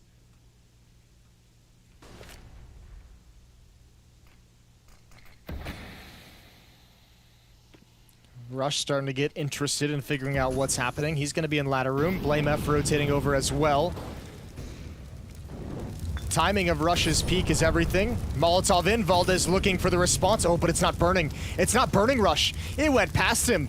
This is perfect. Maybe they realize he's here, but at the moment, NBK, great shot. Oh, and a quick trade. Config got MBK, but it doesn't even matter. They're running up. Obo's the only one defending it right now, and he's in a lot of trouble. He's going to get one headshot. Tries to switch out for a defensive grenade, but they are 3 people hunting him down. And now Blame F alone on the map in a 1 versus 3. Yeah, I think what happened is he put up that defensive grenade rush to actually get into that position, and they just read it so well. Blame F gonna get the AWP and just make a quick jump for it. Cool little movement here. That's another round. That's 13 for OG. They're looking like a much improved team from what we saw on the first map. Yeah, that was actually a very nice hit as well. As soon as they get that kill on Rush, I mean, they made that decision very, very fast. It helped that almost right afterwards, it lured Poison into that peak on top of Ticket Booth. So I think he got 1 kill and was traded up. Excuse me, didn't even get a kill. So he was picked off pretty much immediately after Rush. Now, the nice thing for Complexity is that they built up so much money during the early stages. We talked about it a number of times in those first 4 rounds. Their cash flow was unreal. And now they're buying while the losing bonus builds up. So yes, they're 3 rounds back, but they haven't felt the pressure of their economy disappearing. But that's coming. They need to get back to winning before this kind of buildup of cash just ends, before it all disappears. And it's going to be pretty much right now. Rush is down at 150. Yeah. They're going to have enough money in the bank for 1 more buy round, but they don't have a whole lot more chances. Like CB, they're running close to him. There's a bit of a flash to force him back, but Complexity continuing the aggression in the middle. It's been Config, a couple of rounds, and now he's got actually a lot of backup here, but Rush goes down, and that's the B-bomb side wide open. Config trying to get back in. Blame F flashed, and he's going to be going down. What an aggressive round here from OG, and they're so quick to capitalize on that 1 kill. That made a huge difference. That's around 1. Yeah, seems to be a change in philosophy. They've gotten way more aggressive in the later stages of this T-half. This is cool to watch. Poison and Obo just fighting to keep the weapons alive, but Issa is going to put an end to at least Poison. Obo, I think his entire goal at this point should be to find that op and just bail out.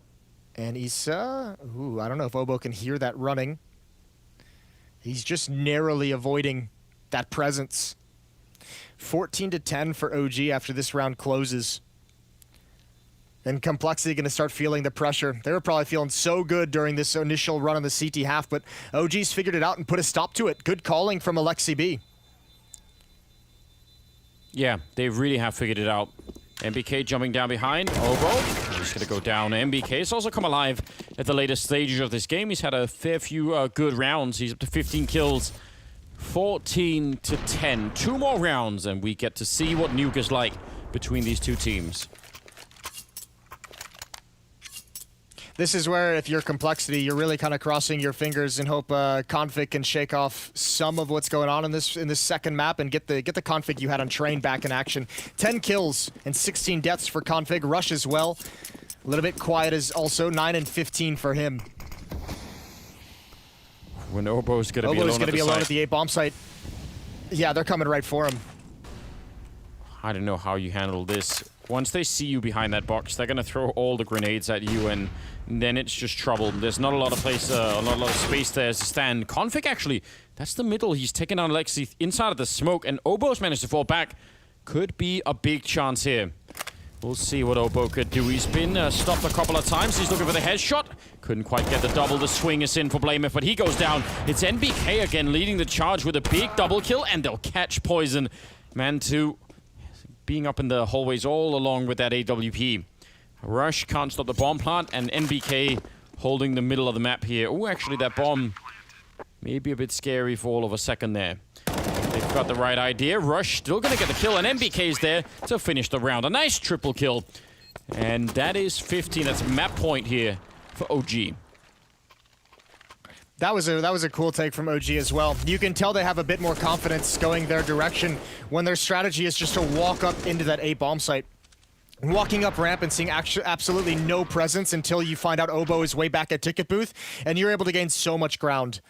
What a great job from NBK. As you said, triple kill, but not only that, the positioning at the end. Rush never even considered jungle to be a point of danger.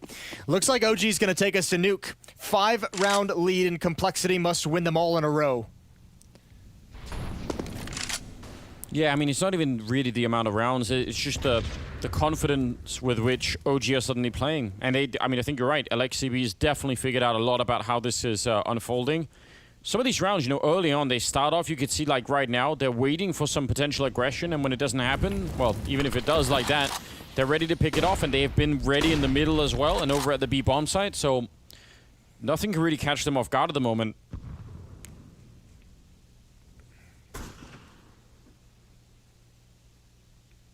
And OG's just really applying the pressure, all the leverage they have of a 5-on-4. The slowdown makes you feel so uncomfortable as a defender.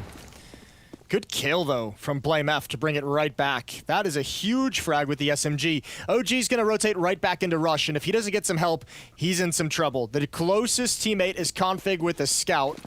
Otherwise, it's all on Rush to put a stop to this. With an MP9, no less. I don't know. Well, you can't even really blame Rush for that, can you? Just didn't really have the weapon for it. Had no backup or any kind.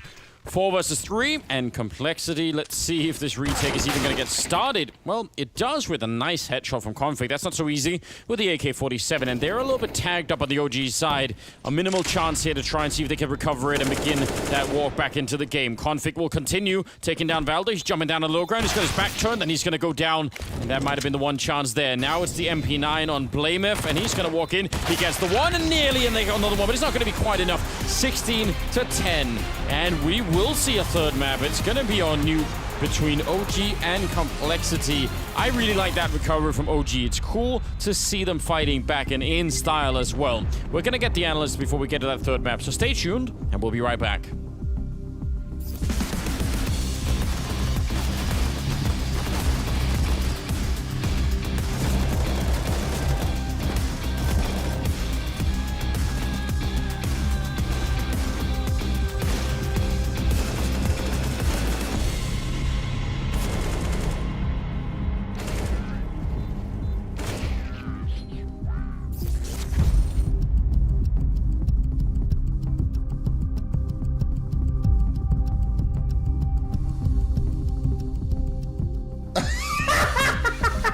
Please knife him. Hey, how's it going, everybody at home? I've got 2 more victims this week, and I can't wait to introduce them to you. Yeah, you called me a noob. You called me a noob in 2016. Maybe it was just a joke. And then after that, I liked him again. Jonas Gunderson is joining me today on the Hot Seat, the show where I'm going to ask very tough questions about NIP. I'm a bit frightened by your intro there, but it's all right.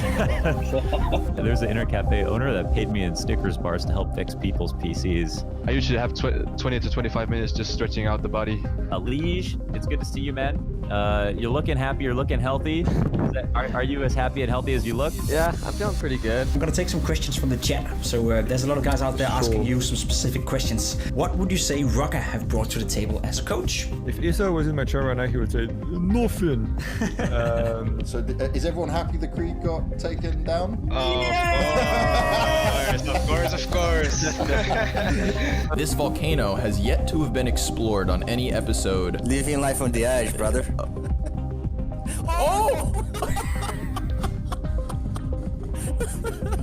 Does Issa go to the gym with you guys? I'm gonna leave Issa out to dry here. Like, he's terrible at joining me and Alexi and Manto at the gym. He's been lazy as sorry. And then he walks past me and the entire back of his shirt is unironed. The whole back of his shirt. If I keep it up, I might become the captain of the Valorant team, you know, so holding my fingers crossed. Mindset. I think for us it's a huge psychological thing. And then you feet in the middle every single time. Let's go. First time at Lobby, I actually insulted him in game. I'm sorry, Nico. Did you call him a noob? I actually did. Okay, so Actually, I go first. Okay, you can do it. I'm right behind you, man. I'm right behind you. Oh dear. I just need a sip of my chocolate milk. Maniac and Scorning. Hello, boys. You're back. Yeah. What's happened to Lourdes? Oh, he's back. He's back. He's absolutely fine. No, no. I'm so sorry. I have forgiven you already. Oh my god, it's beautiful. That's all you needed, man. Good night. All right, see you, dude.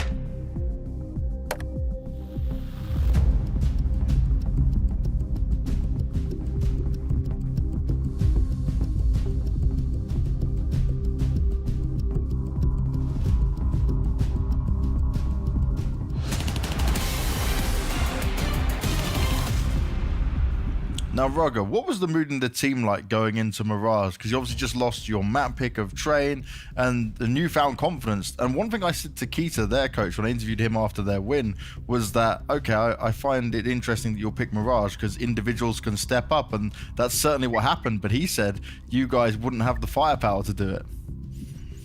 Yeah, like the mood was actually, it was okay. Like I think everyone knew after Train that we got off to a bad start, and when we got running on the T side, we felt like, okay, this is our game. We just need to grind the rounds back.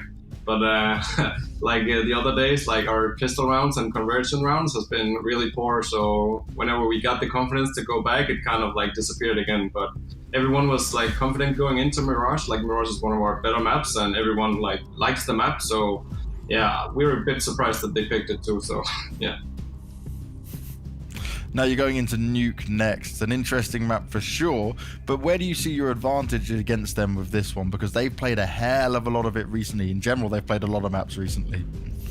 Yeah, but that's what happens when you play a lot of maps. There's a lot of like things to study, so I think we are pretty prepared, and also one of the reasons why we want to play Nuke, so yeah. Solid. I'm glad to see that we got a chance to catch up with Casper there. Coach for OG, coach manager, man extraordinaire, trying to bring this team together, and it's looking good here on Mirage. We see that OG have got some bite to them. It wasn't a one-sided affair at all. They managed to put up a fight, so we're going to a third map, gentlemen. Now, Maniac, I know already that you have a perfect point that you want to make in regards to complexity. Okay. And the value of teamwork. Yes. Let's look at the positive first. Okay, I have prepared a clip from the CD side of Complexity down where time was nice and the bees were just flying around. We will see here a gun round where Config tries to be aggressive middle. He double guesses himself, second guesses himself, will unfortunately not make it out, and now it's a 4v5. By all means, it looks like a round that is going to be very complicated for Complexity, but you will see the reaction. You will see the team play coming in. Blame F is getting closer. Obo will get the perfect flash from Poison. Hello, two blind opponents in front of you. This is absolutely beautiful. You see the replacement from Blame F is now already under Shadow. He's holding that exactly jungle position here. And Rush, he's using that timing. He realizes, hold on a second, they just killed two people A. That probably gives me a timing. And there you have it. He sneaks into the B apps and he will get behind them and win the round. This right here was the point where I thought we were heading towards a 2-0. This was Complexity coming back after, and we need to address it, dropping the balls massively on the first half, sorry.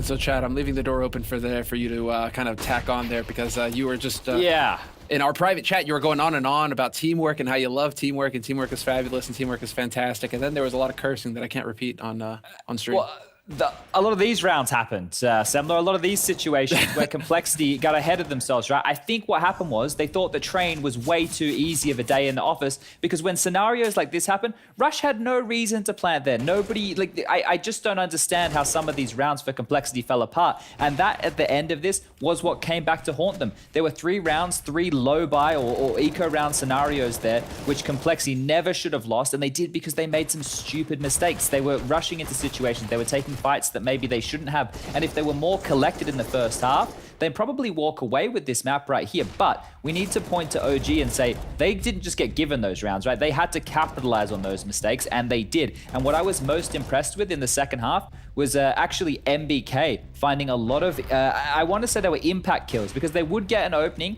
but MBK would push forward and he would take away a lot of space, a frag like this one. There was another round where he pushed into spawn and gets a kill. So I think MBK was actually instrumental here in this win for OG.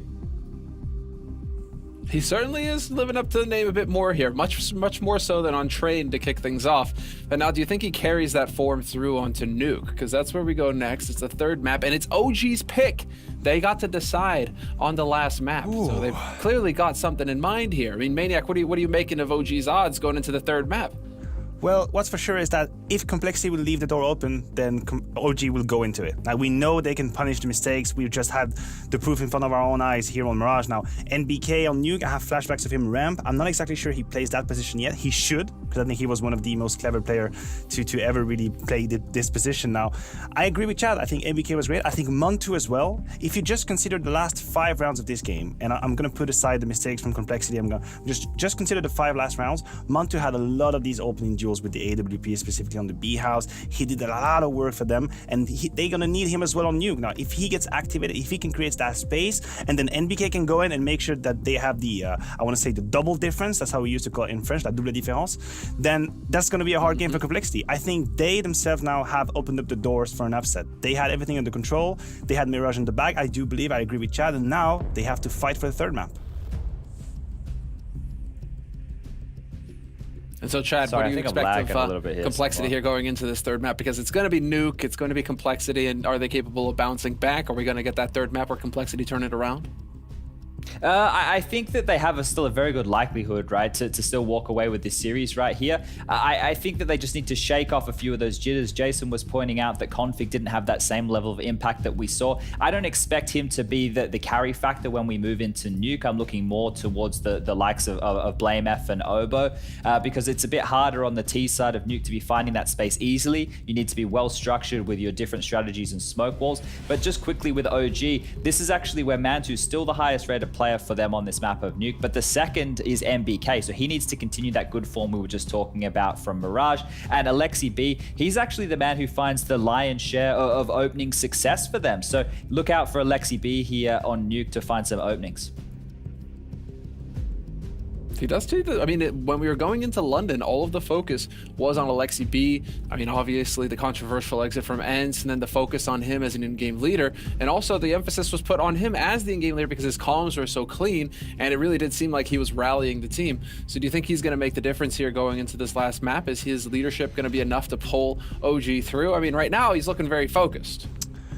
Yeah, I listened to them on Train, and what I heard from Alexi B, I really appreciated. Honestly, he did feel like he was on point. I said it, the comeback on Train T-side was great from him, and I attribute that a lot to Alexi B. I think he still has that the fire in him to find the openings, to find the solutions, to also do some mid-round callings. I've heard him say and kind of counter-call himself when he realizes, hold on a second, they've used these smokes. Okay, this is what we should do now. We should change our idea. So Alexi B is still capable of doing that. He's a part of the success for sure. And if they want to have a good T-side, well, this is going to go through Alexi B's ideas, I want to say. I just want to grab the mid-round point. All right, grab the mid-round point, and then we're going to have to go to break. It's time to get into the second map. But Chad, let's hear it. If the game goes mid-round, I think OG will win, but if Complexity are able to lock them out at the start, then I think that should be good night, and the Juggernaut will take this one. All right, well, we'll find out if Blame If gets the job done or if he gets stopped by that wall after all. We're going to a third map right after the break.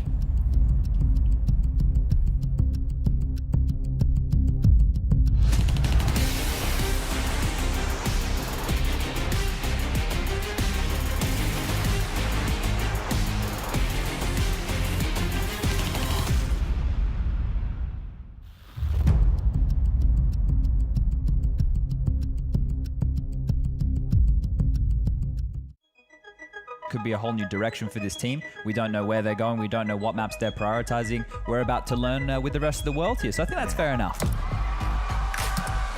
People probably underestimate how dominant they were. I'm sure statistically they probably have all the records. I don't think they'll ever be beaten, quite frankly. NIP were just an amazingly fun team to watch. It's going to be really interesting in the beginning. It's a new lineup. A lot of the younger players, less experienced players that I'm used to working with in the past. Well, now we have to see what this new NIP roster without any of the legends on it, you know, what they're going to be capable of.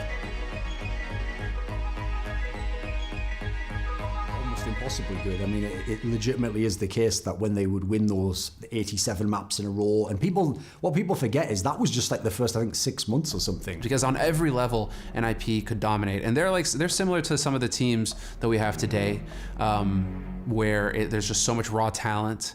on the team. It's kind of like Astralis when they were in their prime. Yes, someone could beat them, but that was actually the unlikely scenario. And in fact, you knew if they played that team in the next tournament, they'd just go and get revenge immediately and be right back on top. And they had a bit of that hive mind Swedish element, the way that Fnatic had it in 2015, somewhere around there, right? It wasn't like there was a fixed strategy to it. It was just, oh, look, GetRight got 3 kills because he somehow managed to sneak all the way onto the opposite B site and then backstabbed everybody. And you could expect that every game. It was the meme where, oh, where's GetRight? Look behind you, because that's where he is. And 9 times out of 10, he was shooting you in the back. Forrest is Forrest. He could just do it all. He was a god. Freiburg, fearless. He had the trust of his teammates, the king of banana, coming up with the big plays, opening up bomb sites, taking over entire sections of the map. But what was great about that team was that you could always tell that it was like a brotherhood in that team. In terms of how important NIP's era was, so I actually thought it really established CSGO as a game, because at the time it was considered an inferior game to CS Source and CS 1.6, and most people thought it was a joke. So I think actually to have some big legends from 1.6 come in, dominate the game immediately, therefore showing there's something to this game. There's a reason it's not just a different team winning every event. I think it actually legitimized the game, and then even though they were very, very dominant, they were only dominant for the first couple of years. So then finally, once the game had built its way up, then other people got their chance and we got to have more of an open scene. They were such a special team, and they had that magic around them. You almost can't overstate how dominant they were.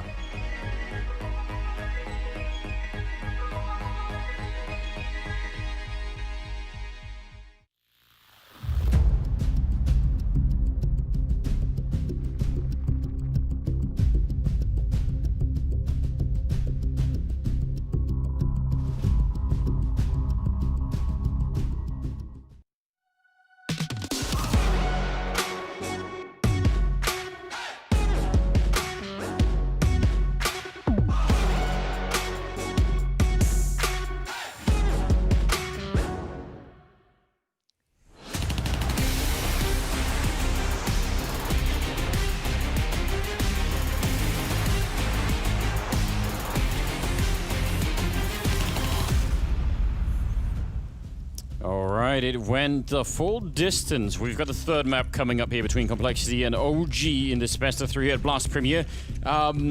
We both thought it was going to be Complexity walking away with it, and I was feeling pretty confident after that first map, but now I'm not so sure anymore. That was a great second map from OG. Yeah, that really was. It was cool to see that resurgence. Ooh, and we're going to start this pistol round. Rush is taking a stab to the back from a teammate. So, big yikes to start this out, and it's a ramp rush. That's exciting, but they're all being lured into a trap. There's one player yet to pounce. Good double kill, but Mantu's missed everything. Oh, thank God Valde got a double kill because Mantu hasn't hit a single shot just yet. They're going to come back for him, and they're going to find him. I am just actually so confused about what happened. I don't know how Valde got a double kill. I don't know what Mantu was doing through that whole thing, where I didn't even realize he was there. 3-on-3 now. What a strange start. I think he played it fine up until he missed. You know? I think that went exactly according to plan. That's exactly how you want that setup to work. Valde getting 2 kills is a cherry on top, but the fact that Mantu misses all the shots afterwards is just a nightmare scenario. Obo was so ready for that. First bullet straight between the eyes of NBK. Yeah, and that was OG getting curious, and now they're going to get walked in on. Alexi B goes down. The 3-on-3 has turned out horribly for OG, and it's going to be a bomb plan, and really nothing that Isa could do. Again, unless they offer themselves up to him, he's not going to have a chance of getting into this bomb site. That's such a legit 3-on-3 for Complexity, though. Obo obviously getting the pick on NBK as he pushes for information, but then everyone remaining paused and allowing BlameF outside to make the next play. If they try and force that issue, maybe it's a 1-for-1, maybe it's a 2-for-1, but the fact that they all just wait and let BlameF be the next player up, a freebie of a kill, and there's no chance for the pistol round for Isa. That is really, really well done. Even the decision to stop rushing ramp and to come back is phenomenal stuff, and it seems like such a small detail, but to be able to have that much control over your team if you're the one making that call, the trust in the team to actually stop when you're basically entering the lower bomb site, that's a really cool quality that Complexity has. Yeah, it is, and I mean, because the thing is as well, if they keep going ramp, then at least in the mind of OG, right, they have a pretty clear picture of what's coming. But as soon as they stop and go back, it's like, you know, all possibilities open once again. That's probably why they eventually have to go look for what's actually coming. So yeah, it takes a lot of the a lot of the certainty that they had in what was coming next out of that round, and that's interesting. But let's see, they managed to convert the second round on Mirage pretty well, so they could do it again here, OG, and that brought them right back in the mix early on that map.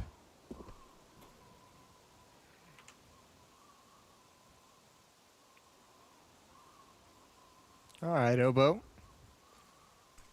Looking for someone to push hut. Complexity, 3 players still outside of the lobby at the moment.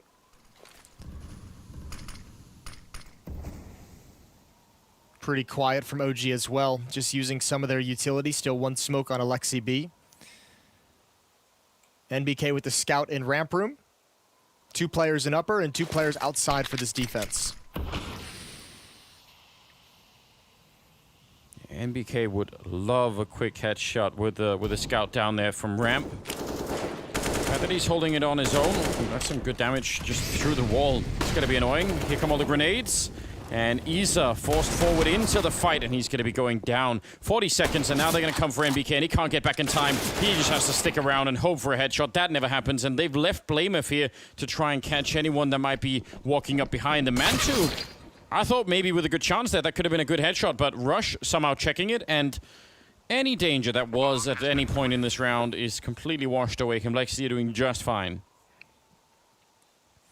Yeah, that's a nice little pressure applied to the upper bomb site, keeping a look out for the push as Obo found Isa pushing in, and then just readjust towards ramp room.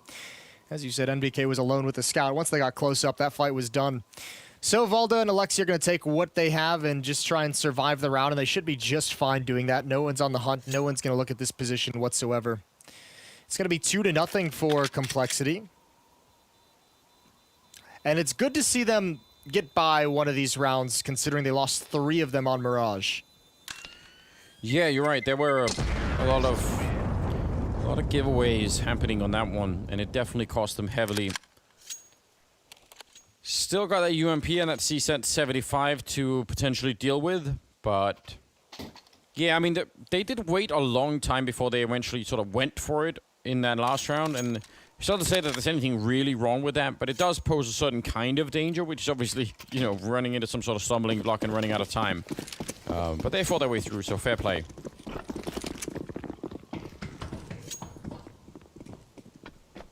Let's just see what this UMP can do, if anything.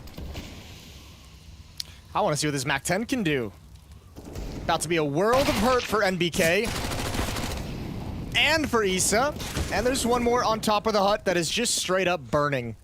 3-0 very quickly for Complexity. And the UMP, Anders, to answer your question, it does absolutely nothing. Yeah, it's really been underwhelming, hasn't it? It was, I was all excited. Yeah, you were jacked up. You were ready to go. The nice thing is, I think he'll probably save this for the next round. He's got full armor, so no reason to give up that $1,000. And you can still make the UMP work on gun rounds as well. Yeah, I mean, that's a fair bet at this point in time. I don't know why they would really go hunting for him either. So, yeah, this is a smooth start, though, for Complexity.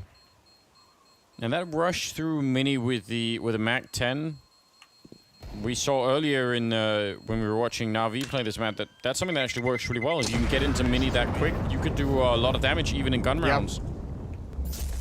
Yeah, especially if there's a distraction going on at the bomb site itself. If you get that first kill of that player defending Mini, I mean, you've got a chance for a multi-frag very, very quickly. There's been no kills in the second and third round for OG. They still just have the 2 frags that Valda got in ramp room in the pistol. That's it. OG not coming in hot on this map. We'll see if they can recover. AWP in the hands of Mantu. There's that UMP on Valda, which allows him to keep $4,300 in the bank. Especially that AWP is going to be interesting. Those 2 MAC-10s as well. There's head armor on everyone on the OG side, so it'll be hard to make those work if it's a straight-up fight. Of course, you could always catch someone with a flashbang, and that'll change the outcome quite a bit. Valda here with the UMP, alone in the ramp, although backup might be coming. Actually, MBK is going to go up to heaven instead, I think, so yeah, he's going to be here a little while on his own, and now they're just streaming through. He's going to be slowly falling back, and they're not jumping to catch him, so ramp control for Complexity, which, again, is only part of the puzzle here. Oh, they're going to keep going around. That would be cool. Oh, Poison got caught, which makes him an easy target, and Mantu's gonna go back for more. What a great flick. A brilliant triple kill that puts a stop, and you're exactly right. That was the question. You got ramp room, what do you do with it? And they get slaughtered, although Issa's found looking the wrong direction. One player on Hut, he was probably looking for that to save his life, and unfortunately, for Complexity, oh no, BlameF can do this, what a god, but he's given away his play. I can't believe he made it out after having run onto the site to try and look for that kill. 35 seconds, and Rush is now sneaky. If he can get up the ladder somehow, it would be amazing. If they only had a flashbang or something that BlameF could set up, that would really be cool, but we'll see. A little bit of a chance to do some more damage. Rush has made his way up, and he's going to be sneaking in. He's got that AK at range. It could be really powerful. Going to be going straight for the fight, and he'll win the first one, dropping down to the low ground with the bomb, and BlameF is here. He's going to pick up that M4, ready for the fight. He's going to take down Alexi B. What a turnaround this is. And Valde now with that long away. Oh, if that goes up, he might never actually make it in, but it just blows up in the air. Here's that UMP. We've been waiting for it. It's going to do nothing at all. Rush will take him down. That is such a ridiculous turnaround for Complexity. That really is, and it's all, in my opinion, BlameF with that MAC-10 just a nuisance in lobby. And look at what OG has thrown away. This is such an incredible triple kill. They're looking for that repeat each and every time, and he gets 3. BlameF coming out of Hut, grabbing one with the MAC-10, wrapping around a squeaky door, almost was able to find NBK, but that is a huge, huge clutch for Complexity. And if you're OG with that clock running low down to like 20-some seconds, Mantu already dropped the bomb underneath ladder. You have to think that that's going to be the final destination of whoever recovers it. Wow, that's a bit of a string. We talked about Complexity giving some rounds away on Mirage, but this is a round that OG should have and desperately needed to win. 3 kills with the AWP early on, and they need to turn that into a victory.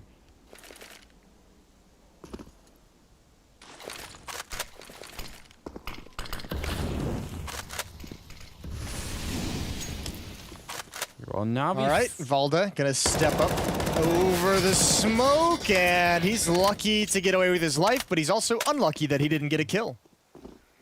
Yeah, could have worked out both ways, couldn't it? I was gonna say Navi didn't check this this silo a lot of the time and got taken down, but Complexity were well aware that someone could have been there. Mantu with a great double kill. Could be more in the store here. It's Alexi showing up now, and they're getting completely destroyed by these Deagles. Obo goes down, third man in line. Poison, are they getting close enough? He's trying to fall back here. This is a 2-on-4 now. And OG, they haven't really picked up that many rifles, so that's their only real problem. Valde, he could get a free kill right here, but oh, Poison, quick to react, will take him down. And another chance for a real heartbreaking round here for OG if they can't complete this. Yeah, Complexity has actually managed to win some of these on multiple maps now in this series so far. This would be absolutely crushing. Pop Flash coming in. That player's going to be blind as hell. That's going to be an easy kill for BlameF. Not the follow-up, but Poison's got that one. 1-on-1.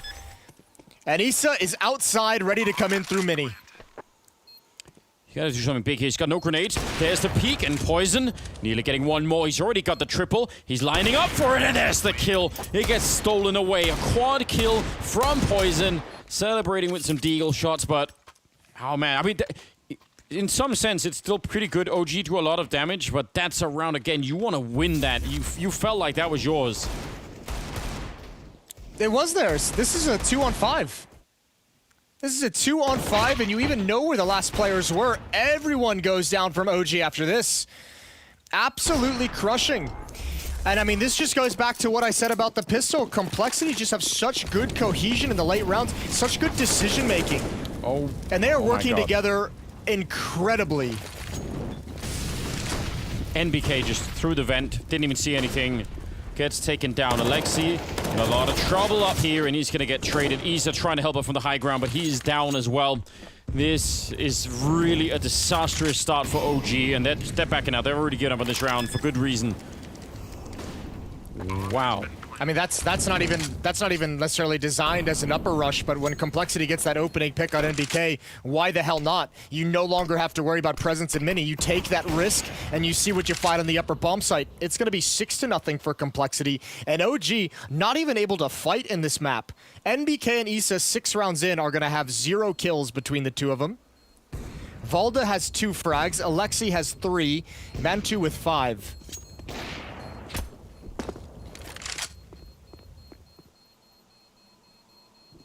So some of these rounds of really must be testing the patience of OG. This time, Complexity make it out with 4 members alive. There's 12,000 on BlameF. OG get to save the M4 and the AWP, but not a lot that's worth celebrating early on here. Man, again, it just started off so weird, didn't it? It was that 3-on-3 in the pistol round that they lost, and then the last couple of rounds have been really miserable. And it's all those mistakes. They're going to start piling up now.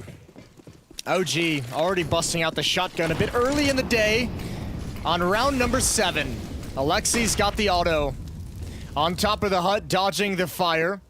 And unfortunately, no one from Complexity is heading in his direction. Poison's going to lead the way, peering over the smoke for a heaven peek, and Rush has the kill. That is him dropping down into vents as well. Shotgun on the ground. Rush has control of the rotation.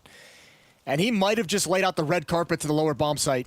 Yeah, it's only Valda down here, and everyone else will have to pretty much come from the ramp. So if Valda goes down, I mean, the retake is almost not even worth doing. There's so many grenades that's going to block them off on that ramp. They're here in time, and that's actually really critical. He sees just the toe there, unable to connect with anything. But yeah, some teammates are down here now, and that's really, really helpful for Valda at the very least. MBK, I think, showing up maybe just in time.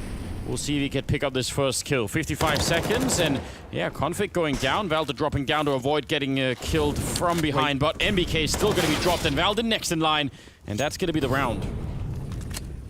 I'm surprised to see Complexity press the issue. It obviously works out phenomenally, but BlameF had such a massive flank coming in. I was really excited to see where he was going to go. BlameF has been doing this on their T sides. We saw it on Mirage a little bit. I'm trying to think. I don't think we saw it too much on Train, but on the other hand, Complexity just battered him on Train. But BlameF is doing such a good job of leading from the other side of the map, letting his team have the action, and being the flanker and lurker who's able to come in for support later on in the round.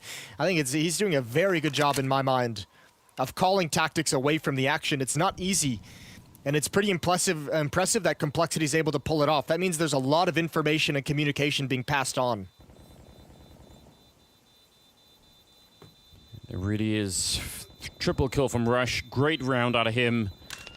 Such a dominating start to Nuke here in favor of Complexity. 7 rounds in a row. Got all the money in the world. Isa's got 0 kills. MBK's got 0 kills. Then it's 3, 3, and 5 for the rest of OG. I don't even know what you do at this point in time. Yeah, it's rough out there. I don't know. I think this would be predictable coming out of the timeout at this junction in the game when Complexity's up 7-0. But I would like to see OG get a little bit of blood pumping in their favor. Get a lobby crunch. Get aggressive outside. You have to win a battle somewhere, whether it's going to be like straight up in terms of player count, giving yourself an advantage, or at least in information, giving yourself a leg up, because they have neither at the moment. Yeah, part of me really wishes that we had like a little, picture-in-picture of Launders in the corner, because I'm sure his reactions will be worth watching.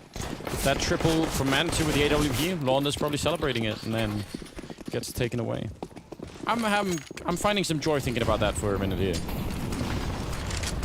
Flashbang out. Rush is going to be challenging in, and Alexi didn't even know what hit him. And another attack to the A-bomb side around that seems over almost before it's begun, though. NBK has something to say about it, and he'll take down Poison.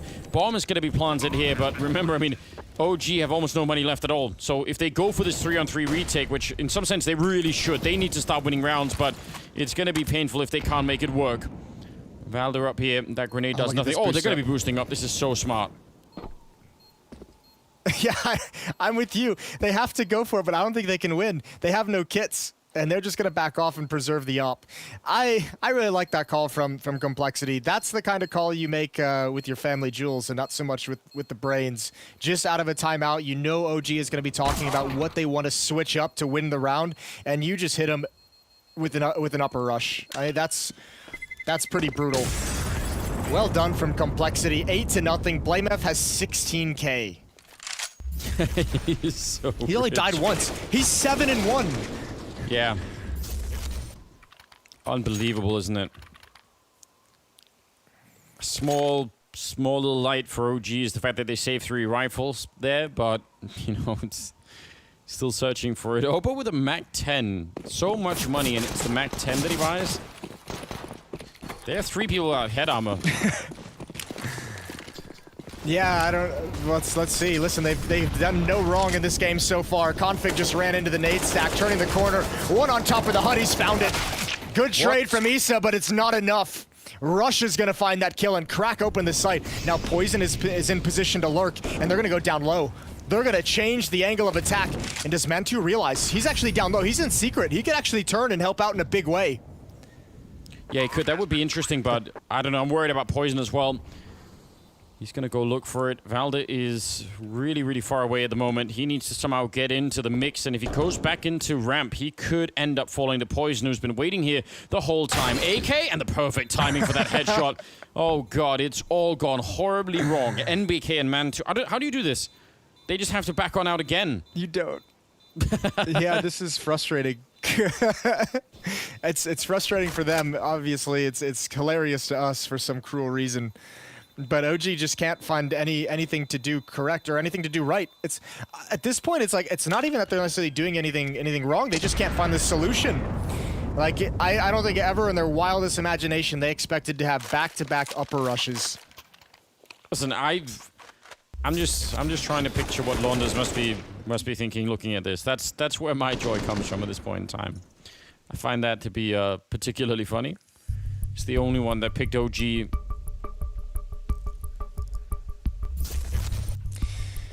Yeah, well, you know, kids these days, Anders, they gotta learn when you go all or nothing on a prediction. It obviously wasn't this one. Yeah, well, it's the next one where I did it. That is true. Oh yeah, that'll be interesting. Actually, that game will be wild, won't it? Furia and MIBR. I might just join the MIBR fan cam and go nuts. Oh yeah, now that's a good play. You should definitely do that. See if Gaules could pick up some new records, break the viewership stuff. 9. Oh yeah, something crazy. He had like upper 200,000s last time these two teams played each other. I think they want to break 300 this time around. I think that's the plan. Yeah, I say go for it. Here we go, Jason. Now's the time. OG, they need to win a round. I mean, better late than surely not never again. And all that. Okay, not an upper rush again. That would have been wild. But they did throw utility as if it was going to be something similar, and OG had to drop a lot of Molotovs at the start. They've only got one remaining on Valde, just to make sure they could be safe for the first 20 seconds. Yeah, they needed a bit of peace in that bomb site. Looks like they're going to try and see if they could sneak by on the outside, while Rush is alone in that trophy room, which, I mean, it's a bit of a danger, but... Oh, wow. They actually had a Molotov for Mantu. And yeah, that's a blind shot, and they deserve it, OG. They've had a really tough time. I almost thought that they were going to try and attack the upper bomb site through Mini, with 2 players just coming through their own wall of smoke. But the bomb's going to back away now. He was the only one outside. No point in risking losing that. Towards ramp room we go, and Mantu not blind. He had a triple kill last time, but Valde's going to handle business. They've got OG their first round on the board. Or do they? Well, Poison in a 1 versus 2. Jason, if you just curse them, I don't think they'll ever forgive you. Oh, Poison, this is so smart. He's going to throw it in the corner. He's not checking for it. Isa, oh, if he had checked for it, that would have been a kill 100%. He won't even know it at this point in time, but wow, 22 seconds though, and that is probably the really big problem right here. Although Alexi B is down below. He's gonna go bladder, he might still find him. He could still find him. Low on health, Isa might still have a pretty good shot at doing this, but we'll see. Poison swinging for it. There's the free kill, 6 seconds, and he's gonna get the bomb plant down. Oh god, this. Oh no, he's actually cancelled it. No! Oh, he comes off it. He heard the footsteps from below. He heard the footsteps from below. He thought Alexi was pushing the site. Oh my dear lord. That's one way to get your first round on the board. Haha. Oh. This is a 1-on-4 that he. I don't know. Those nuke footsteps. There's going to be some complaining to be done. He thought... Wow. Talk about a thin margin to pick up your first round with. I actually can't believe that. Just OG don't even look excited. They're just like, wow, you're just giving us 3 rounds? Is some sort of new level of condescension? What is this? Yeah, are you just taunting us? Condescension, or condescension at its finest. Yeah, it's a classic. Man with the AWP. Oh, man. It's a good thing we have Chad doing the analysis. It's I don't know. We'll have to see. OG, it's hard to imagine that's the round that's going to spark the whole team back into, you know, into a mix here, but we'll see. Can't count them out yet. I don't know. If the only way you're winning rounds is Poison hopping off the bomb because he's mistaken about footsteps, that's not a great winning recipe. You're not going to really rack up too many rounds on that. Oh, rushes through, but it's burning, and Alexi's got him. Nice little outplay there from Alexi. I don't even know if he meant to put the flames in the vents. They might have just spread in that direction. Yeah, I'm not sure either. Oh, they're right on the other side of that smoke. He should have a pretty good chance at doing this config. Hiding inside of the smoke as MBK gets picked off. Good return. So now it's off 3 versus 4. And that smoke is going to be fading soon. Alexi B is looking at it the whole time. But now Config's actually got a bit of an edge. He's walking right through. And this could be a free kill. He's looking the wrong way. And there we go. Alexi B is going to be so upset. He was actually waiting for that for a long time. And now Obo. Can he hold this with the AK? He nearly gets the kill, but he's also alone in a 1 versus 3. The grenade might do it, but I don't think it's even going to matter. Even if he had got that kill, would have been the end of him. So a second round for OG.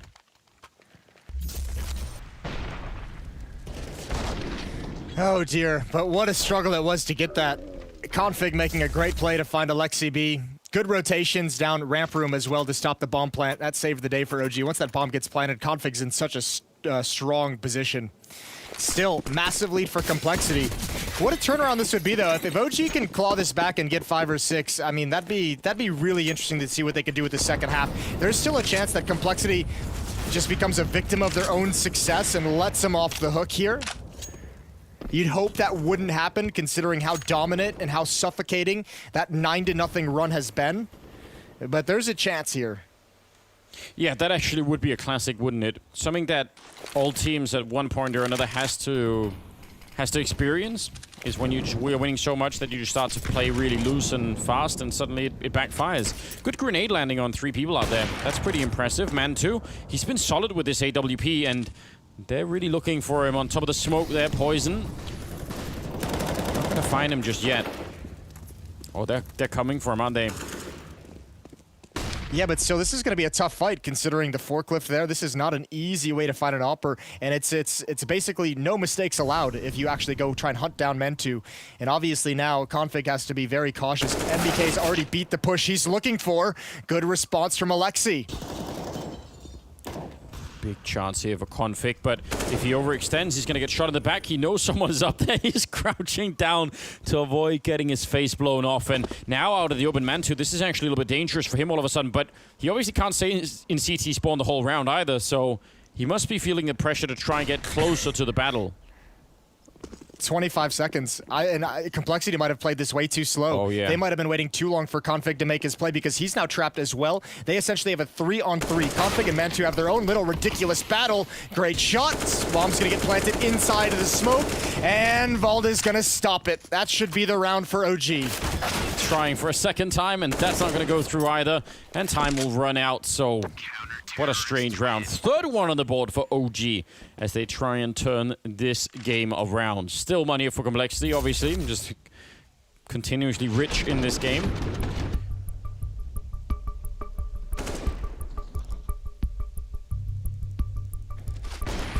Man, this is quite a turnaround. OG fighting back. It's awesome to see it. It would have been so disappointing if this had just been a Complexity just runs over OG in this fashion, if they just continue this throughout the entire half. I'm glad we're getting this defense that's finding solutions, that's actually got 3 rounds on the board. Even if it began with the unlikeliest of situations, at least it got them started down the right path. Yeah, you know what, again, all you need is a little bit of an opportunity, and they got one, they took it, and 3 rounds is not really amazing, but I agree. I mean, if they can build on, if it's 9-6, then even mentally, right, it's gonna feel different going into the second half. You'll feel like, all right, you know what, slow to wake up, but here we go. If they win the pistol on that second half, it's starting to look a bit different. So let's just see. Again, I mean, that round, yeah, they did leave it very low on the clock, and that meant they couldn't clear the bomb site. They just had to go for the chance plant inside of the smoke, and that really backfired. Well, we can have a cool glimpse into the team speak of these two squads. So let's check that out really quick, Anders. Guys, I really need to say at the moment, we don't actually, like, these 2 rounds just prove that we don't actually know how they play. They are doing the moves early round, they are holding, and we are walking into their traps. Please play your own spots, don't force the issue to them, let them fucking come to us and we kill them, okay? Yep. All right. I really like how polite he was. He was like, all right, please just hold your spots. I like it too, but there was a lot of a fair amount of command in his voice, wasn't there? Like you got the message there. You weren't gonna mess around after that. Yeah. Yeah, I mean that's a guy who's been an in-game leader for some time, making sure that, you know, his teammates know exactly what he wants out of him. And listen, I mean, it didn't really work. Well, let's just say that. They did go. That was what, round 2 that was happening on, and Complexity went on to win 7 more rounds. So I don't think that's necessarily I don't think that's Alexi's fault or anything like that. But I think the real gem of that was him saying we don't know how they play, and I mean that's exactly what we saw for the first 9 rounds of this map. Well, they want to go back to this A rush, which has worked pretty well in the past. LXCB jumps off. Isa's going to get traded right away, and he can't really get into the fight here. LXCB, they're checking for him. They know he must be near somewhere. NBK is going to be joining, but Manta goes down, and there comes LXCB. Only good for the 1 kill, and just like that, it's a 2-on-2. A lot of trading inside of that bomb site. The bomb is in there, though, and NBK and Valder are left. They need every single round they can get here, so this is very important. Yeah, it especially is, but the problem is Complexity has been so good at these rounds this entire game. They have been winning all the 3-on-3s, all the 2-on-2s. Except for the 1v4 from Frozen, all the clutches have gone the way of Complexity, or excuse me, from Poison. He's waiting outside of Hut. And these 2 defenders are actually pretty split at the moment. BlameF gonna lead the way, has to be a trade if he can't beat NBK. There's the shot and it misses. NBK with 3 kills to end the round. Big chance there, but yeah, nice double kill for NBK. 9-4. They're starting to look increasingly, slowly better. I mean, just to highlight the absurdity of what we're watching here, NBK just got a double kill in that round, and he's up to 5 overall. Like he's got 5 kills. Triple kill actually. So he was at 2 kills before. There we go. Even worse. Even worse.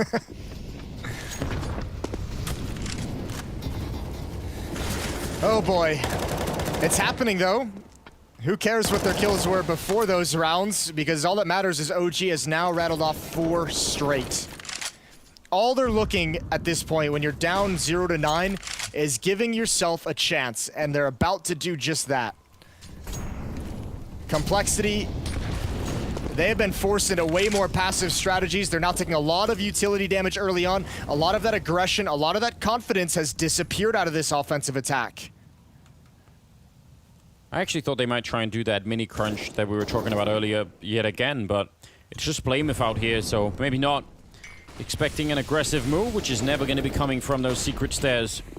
Throwing a bunch of grenades in, and they want to see if they can maybe crunch that lower part of the map through ramp. Valder is going to be here. Quick swing, but what a great double and Mantu there to trade off a kill. That is so worth it and should give them the round here. It's a little bit of a kill in return, though, and now it's a 2-on-2. Mantu charging all the way out there. That was a bit dangerous. Oh, through the window, BlameF goes. Gonna meet up with Rush. The question is, what are Isa and Alexi doing? Isa's following suit outside. Alexi's dropped down.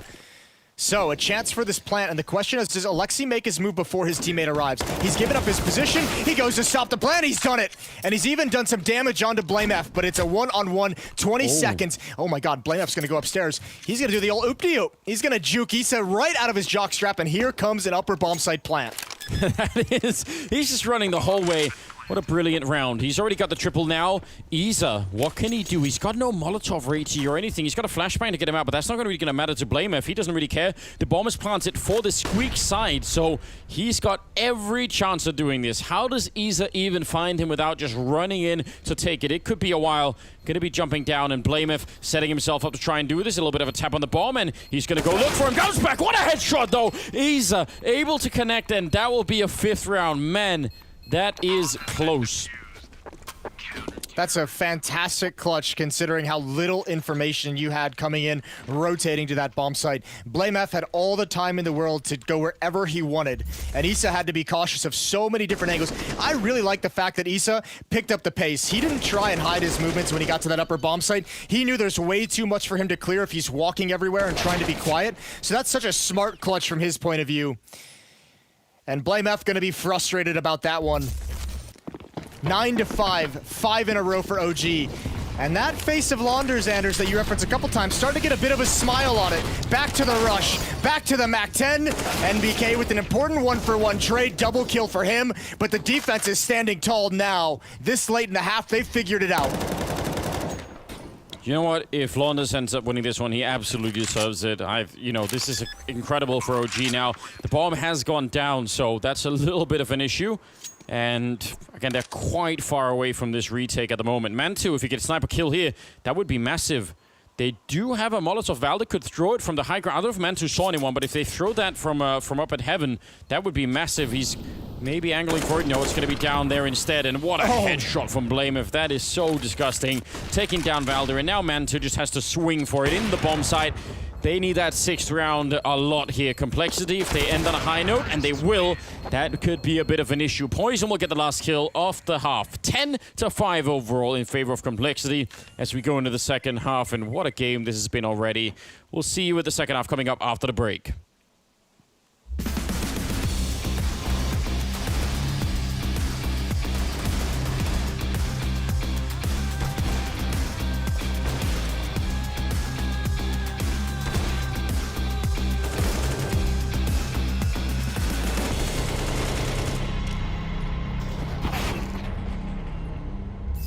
Is new. The team, the players. I'm feeling very confident considering the practice we've had and the talks we've had. Honestly, I'm just enjoying it a lot so far.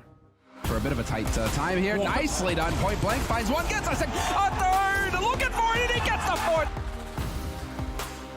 But just always, you just want to do your best. It's just in the nature of being a competitor. Other teams need to look out for Mantu at the moment, just because he's unknown. Mantu, he's like a new guy, pretty unknown. He still has his whole career in front of him. Mantu, he stops Defuse and takes Kenny! Absolutely living the dream. I'd say the wild card is Isa. The emotion he has for the game and the passion. He's like a true joker, and some of the things he says sometimes. That might be what gives OG the final round. I think the standard quality is excellence. If something bad happens, we don't accept it. And in the end, it's gonna go for the better. I'd say being international, a lot of diversity to the team. Some people might see it as an obstacle, and maybe it is in the beginning. Over time, it will get way better as we get to know each other and get to play. NBK could be here to deny it, though. And sure enough, he gets the second. NBK with the clutch. We have to have our standards higher. Our expectations are quite high for the upcoming year. Right now, it's our chance to prove that we're capable of beating these teams.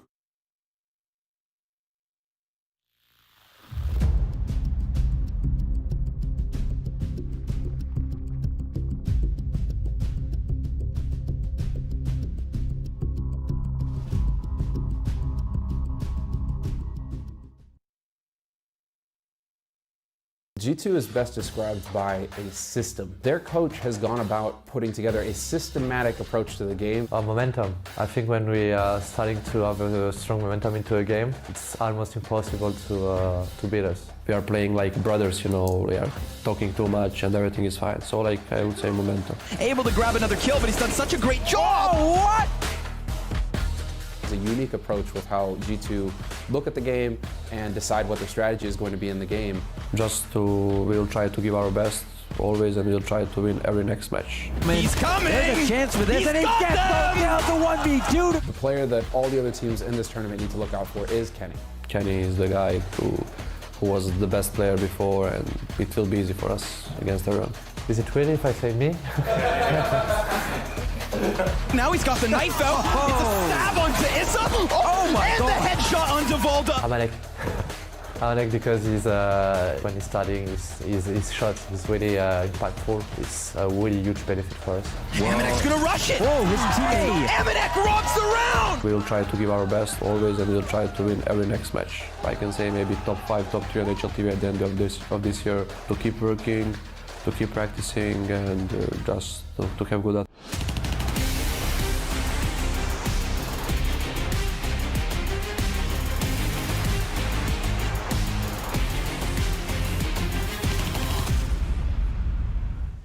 Here we go. We're going to have to find an end to this crazy story we've been witnessing on Nuke. It's 10-5 in favor of Complexity. It could have been way more. OG did a pretty respectable job at even getting those 5 rounds on the board. Now, if they can win the pistol round here, maybe they could have a real resurgence. We'll see. They're all rushing outside. They're going to be running into BlameF, who was one of the big stars for Complexity in that first half, and he tries to pre-fire that a little bit and not going to get any connection. So let's see what they do.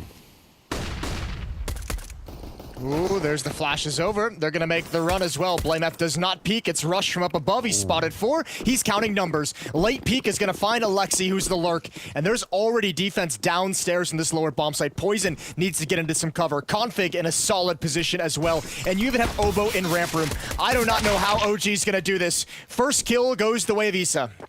Yeah, but as you said, Poison really not with a lot of cover there. And that's a bit of a shame because actually that would have been a great way to entry that fight. They actually had 3 people down here. Obo will still pick up the kill on Valdez, and now it's a 4-on-3, and what a nasty shot from Config. That's the round.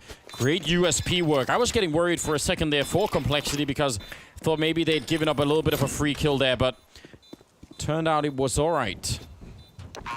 Yeah, I was worried as well. I thought it was kind of a little crazy to give up the plant in such a fashion when you had Config in such a strong position. You had Obo in ramp room. I thought they would pounce before the plant went down, but this works as well. This works too. Obviously, OG caught a bit off guard by Config's position in the post plant. Had never cleared that position whatsoever. 11-5. I'll tell you what, coming into the second half, I was a bit worried for Complexity. Not necessarily because I felt like they were close to losing, but after the nightmare of Mirage of losing those 3-4 spies where you probably should have had, a way better lead going into the second half. If you drop Nuke after that as well, after the first half that they had, that would have just been, I don't know, disheartening to say the least. Yeah, I think that's probably putting it mildly.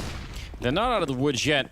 This is obviously a force up here for OG, having planted the bomb. They just think, you know what, let's put the pressure on. Now, there's a lot of good rifles on the Complexity side. They got the M4, the AUG, the 2 FAMASas, so they're not just fighting a lot of SMGs here. This could be a bit tricky. Config will get the first headshot to bring down Alexi B. Obo, he could be very exposed here. If that door opens and he's looking the wrong way, that's trouble, but a nice headshot, and he's going to continue a lot of damage onto Isa. The AUG at range will clean up at least the 1 kill, and a lot of problems now for OG here. That CC, they're all grouped up, but not going to matter. Poison will take care of it, and that's a good round for Complexity. Cheeky little jump around the corner from Poison. And cheeky little off angle for Obo, who I was in a similar mindset of you. Very exposed in the middle of the ramp, but at least he had Config up in the, at the top of the vents by Squeaky Door, counting numbers of the footsteps that he was hearing. Probably was able to call out 2 or 3. Yeah. So Obo could be relatively confident there. 12-5, and OG have to save, especially with no plant.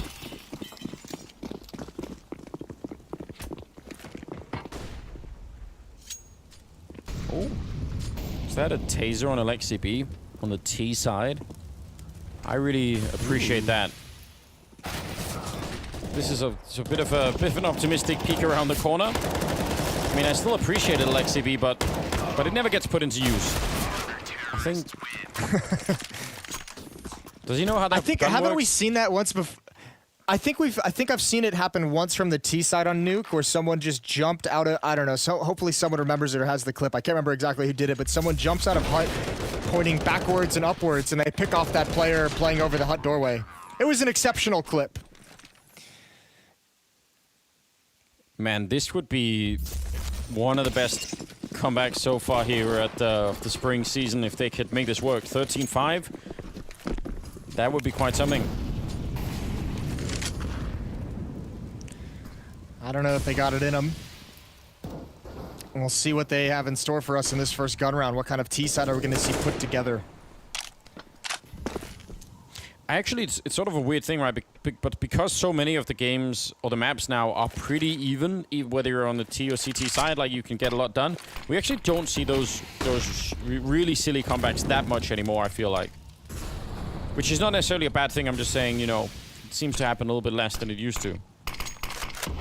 Yeah. I feel you. Issa tagged up as BlameF empties an entire magazine into the smoke, but the bomb and 2 others are still waiting in lobby. So this could all just be a ruse. Config has dropped down vents. He's got a big job to do. Issa and Alexi B against Config. Molotov is out. HE grenade to the corner.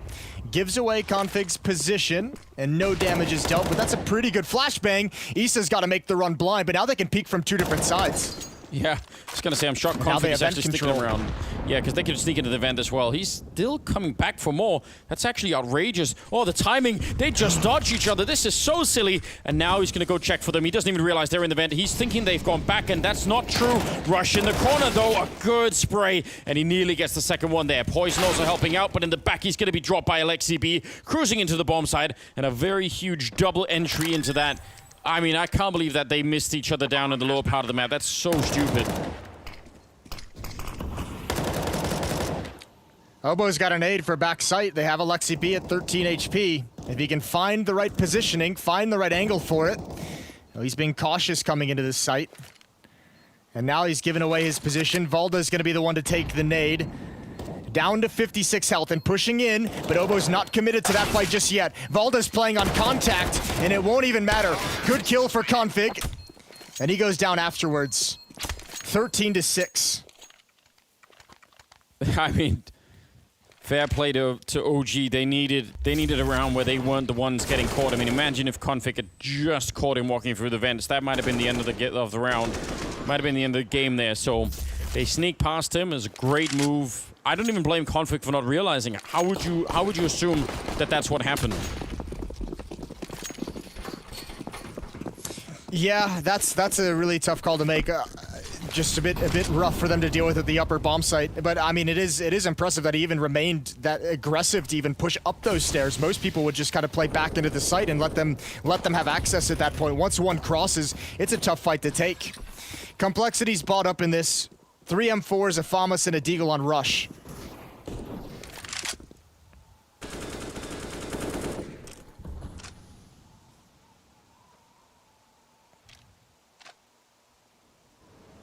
Still a pretty sizable gap here at 13-6. Manta setting up for a Molotov that will land on the hut, so we'll see how that plays out.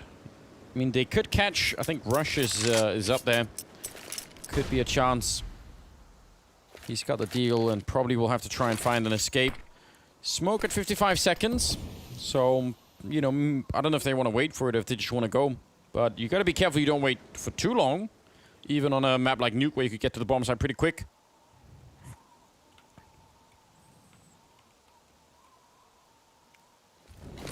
Well, smoke's about to fade. That's going to be the go signal. Rush pushing into hut. He's taken down. Config with his FAMAS. That's a dirty little angle, but he can get nothing done. And I think now's the time you save these guns. Although, Poison going to get real frisky. Yeah, and this is what we were talking about, right? You don't want to let the hype of winning so many rounds just get to you and throw away rifles. You don't have the luxury that you had in the first half of having all the money. This can absolutely spiral out of control, and we've seen it before. So, yeah, if your Complexity, you might want to try and cool things down a little bit here, if at all possible. But a good execute. I mean, that was just some good entries coming out. I love that little angle from NBK, and Issa with a double. Yeah, they caught a really fortunate timing with Rush pushing into hut. If he's in his position on top of the hut when that set piece comes in, he can at least be bait. He can at least take attention upwards towards him, so Config in the site has a chance for a double or a multi-kill of some kind. So pretty nice for them to be able to have an easier time of things entering in after Rush goes down. There's a nice shot from Issa, and obviously the follow-up from NBK, managing to not kill his teammate in the process, which is always a positive.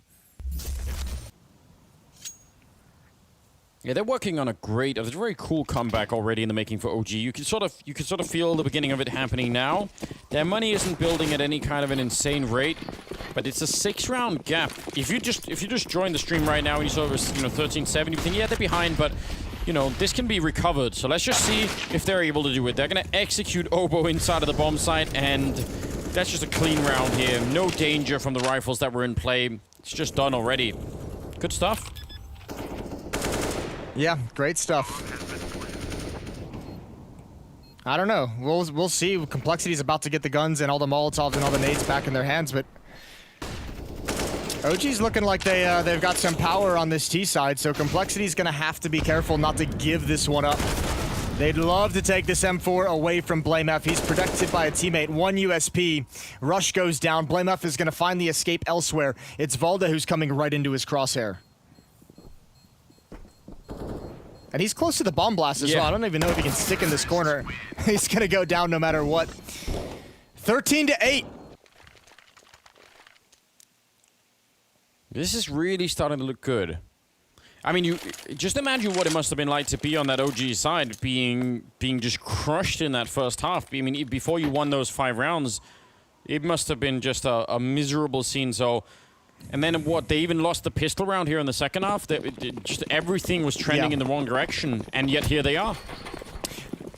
I think you're right. If you were someone who just tuned in at halftime, you probably wouldn't feel too bad about this comeback from OG. But having witnessed what the first half was and how efficiently Complexity just ran over OG, this kind of feels strange and kind of ominous. Yeah, but also kind of cool. I mean, as much as you have to imagine Launder's smug face, I still think this is pretty awesome. Don't even have to imagine it anymore, Anders. He tweeted it at us. A nice big goofy smile. Brilliant.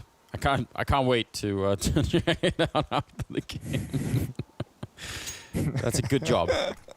22nd round here, and obviously they're up against Deagles mostly, that MP9. So, Valda not letting him go. Tracking him right through the wall with that spray. Rush, though, in a pretty forward position. That might be hard for Valda to check, especially after he gets that kill. How is he going to expect it? And there's a second player there with a Deagle. But everyone else is outside, so even if they take Valda down, I don't think it's going to be a big deal here. Oh, and patience is rewarded. Again, he's almost walking into all of the danger, and he's just fighting his way through. What a brilliant round this is. A triple kill right now.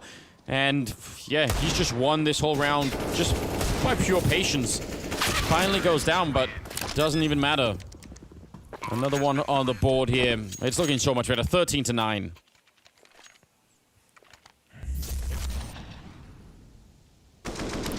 All right, well, this is starting to get dicey. This is starting to get really uncomfortable if you're in that complexity fan cam. Yeah, Juggernaut has been slowed down. I don't think you would have. Yeah, he's been stopped in his tracks. I don't even remember what it was in the comics that actually could stop the Juggernaut, but OG they might have found it.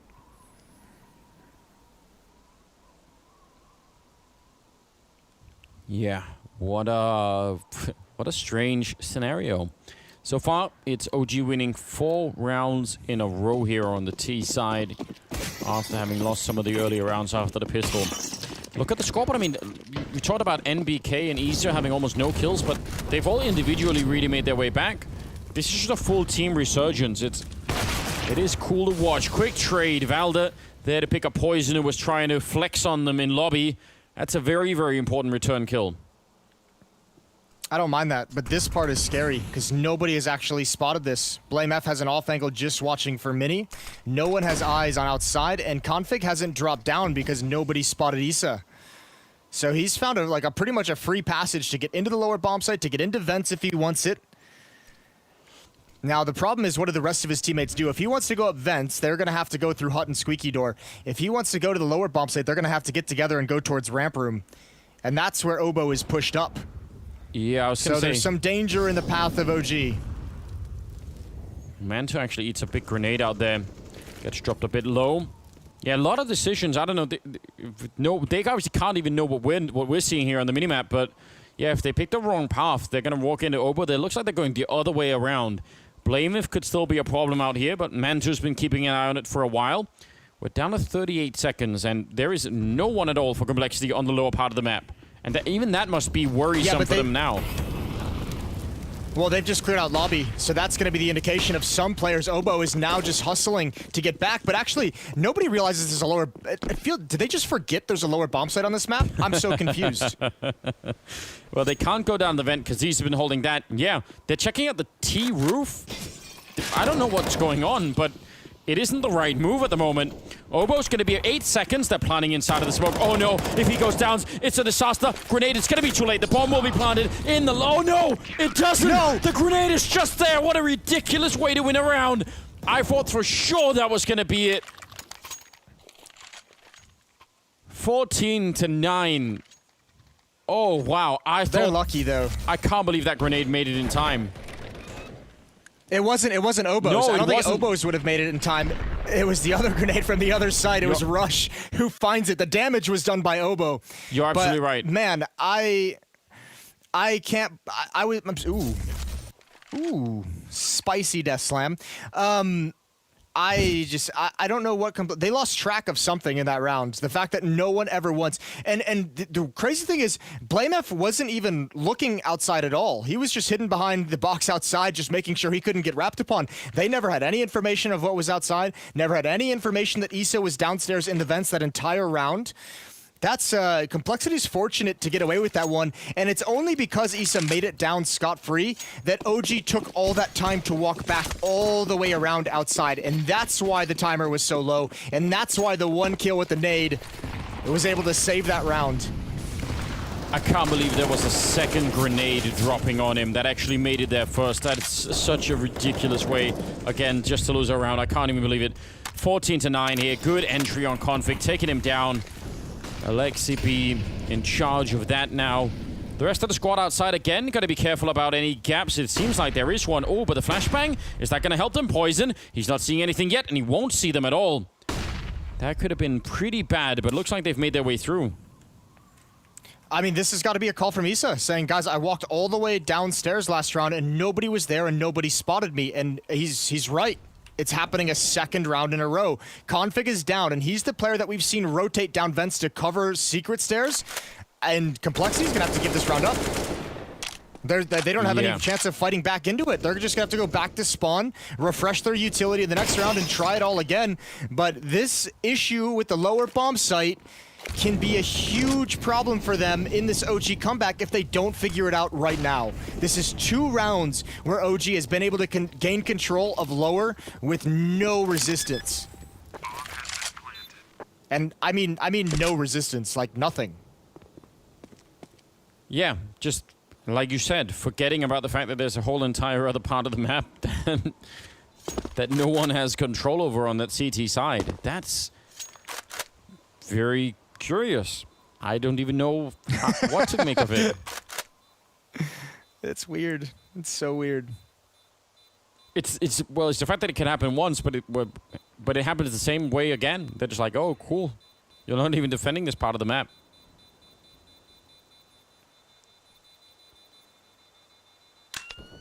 I mean, you have to assume that won't be happening again. But OG have definitely found a weakness. Well, you have to think that Complexity realizes that also. Now, the bigger issue that I haven't really touched on because it hasn't caused any like major delays, right, is this is twice now we've had to have Complexity come out with a tech pause, one for a PC crash, one for the FPS issue. But if all these things are going to be, if they're getting distracted and not actually talking through that problem while they're fixing the tech issues, then maybe they aren't going to be as on top of it as I think. But I have to imagine that someone from Complexity is going to have to rotate over and help outside and actually mount a defense there. Yeah, that would be and good, indeed, wouldn't it's it? going to be Poison, him and Blameth. We'll see. They want to go outside again. It's hard to blame OG for wanting to test this out another time. Valda covering inside on his own, but he's been pretty proficient on his own most of this half, and it's been working out great for him, so Can't really blame them. This time the smokes are much further up towards Mini. So let's see if they can find anything. Bit of a flashbang there. Set up for BlameF to take the peek. Up on the silo though, and no, he's not going to be able to get the return. That would have been such a great re-kill or refrag if MBK could have got it. XCB though will take care of Poison. So still a 4-on-4 here. It's crazy. This out, like, yeah, Poison just using all his ammunition, spraying into his smoke, and oh my god. What? Oh, it gets even worse. And here comes the upper bomb site hit. Wait, that was... And even rushes in lobby. That was team damage on Valda. It's what... this is so strange. Oh no, Complexity is... Everyone is losing the plot in this game.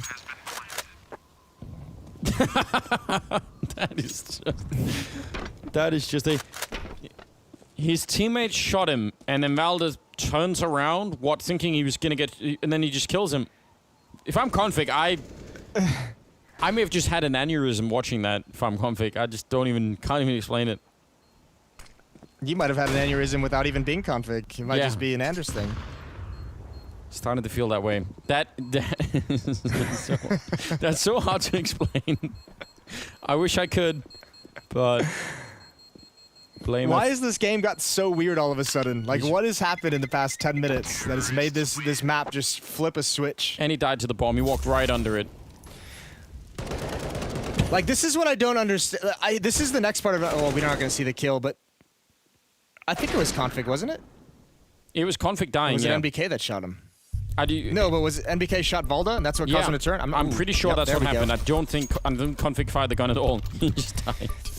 Here's the other weird place, and I don't want to keep harping on the outside defense for Complexity, but again, it's like this time they put BlameF at stairs and they have Poison outside as well. BlameF gets that kill, and then Poison's spamming into a smoke, and again, it's just like either there's a miscommunication about what BlameF is doing after he gets that frag and Poison thinks he's sticking around, or Poison again just completely forgets that people can just jump through a smoke.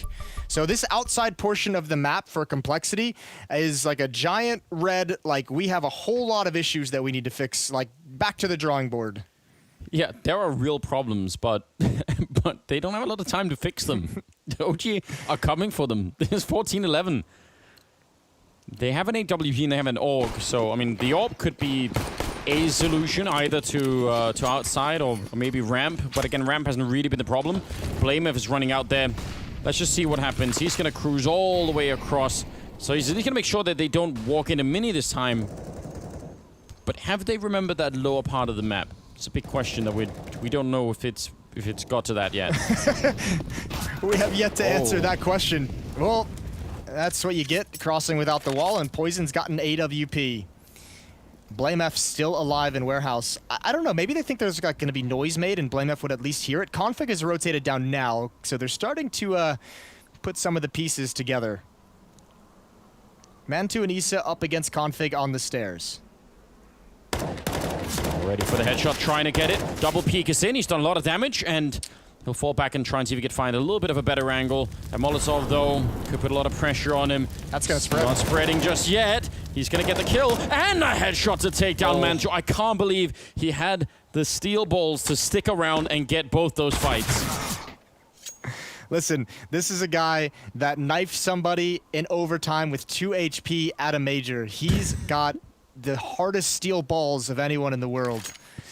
And my lord, he couldn't take one step to his right during that that fight. Like he was so pinned down. This is just an outrageous These balls game. sink, Anders. They don't float. No, it's adamantium at that point in time, isn't it? Adamantium testicles, balls that would make Wolverine jealous. That's what we're working with at the current stage. And BlameF has been patiently waiting in the garage for the whole round. Gets a little bit of a reward there. It's 15-11. I don't know if any of us could handle what overtime would look like in this game, but I'm kind of curious. Like, I've got some sort of, morbid curiosity about what that might entail. Yes. Nice. There we go. There we go. There we go. All right, the fan cam's warming up. I want to see Jason, like, just for shits and giggles, get as hyped on the fan cam as he does when he's actually in person in the arena. I'd love to see him just jump up screaming for no good reason. I bet he does if we catch him in the right moment. For sure he's screaming at the webcam. There's Poison picking up a nice kill that, you know, last time around Valor was there to refrag it. They're going to go through, but Config is there as well. Some good trading happening. They're going to catch Config, and they're going to catch Poison. And it's looking good here. 2-on-3. OG not worried about having their backs to the wall. They want to try and see if they could get into that OT. Ooh, Obo is the only one trying to make that play. BlameF was going for the long flank, so Obo just goes down. I think Poison hit a moment of panic where he pulled out that Molotov and he just wanted to get his gun back out, so he just threw it into a corner that no one was ever going to be in. It's just like, get this thing out of my hands. I know. I'm losing it. Well, it's fine, because everyone else has already lost it, Jason, so you're just in time. The Mask of Sanity it's slipping away. 15-12 is going to be the score. There's plenty of money for Complexity. I guess the question is going to be if they want to, how much do they value Poison having the AWP? That would be my question, because if they really value it, I guess Rush could drop one over. It would really hurt his utility. And that's exactly what he's going to do. I mean, I'd say you should get that Poison AWP. That's a good ticket to win this game. Just have him find a kill and not get traded, and you're off to a very good start. Oh, look, they're gonna go aggressive as well. He's gonna be outside. Yeah, nade work, BlameF coming through the smoke. Oh, and Issa just looks away. It was a flashbang coming in from his teammate that he turned from, and BlameF gonna add one more, and he's looking to close out the map. He is the top fragger for Complexity, and he's the captain, and he's gonna end it right here. It's just Valda, and he even spotted him out. Yeah, didn't even reload, and there's going to be the final kill. Poison will take him down. The madness tragically comes to an end, 16-12. I kind of wanted that to keep going. What an incredible game this was. A lot of weirdness for both sides, to be perfectly honest. I can't wait for the analysts to try and break this down. That's not going to be necessarily an easy job that they have ahead of them. So stay tuned. That's coming up after the break, and we'll be right back.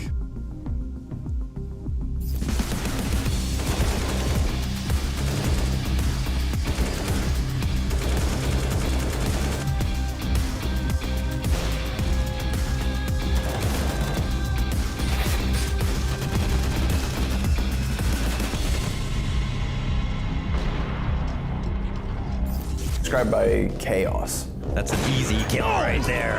Navi are going to be an actual challenger this time round. But here comes Simple!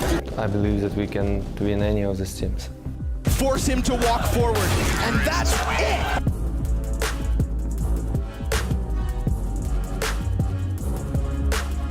I have high hopes for them. I think that replacing Zeus was something that was inevitable. He knew he had to step away. Firepower.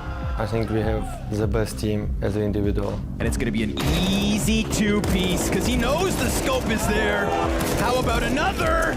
But definitely the wild card has to be the new guy, Perfecto. Electronic is the player that everyone needs to be scared of. One of the best players that I played with. Can he stand tall one last time? He lines them all! No!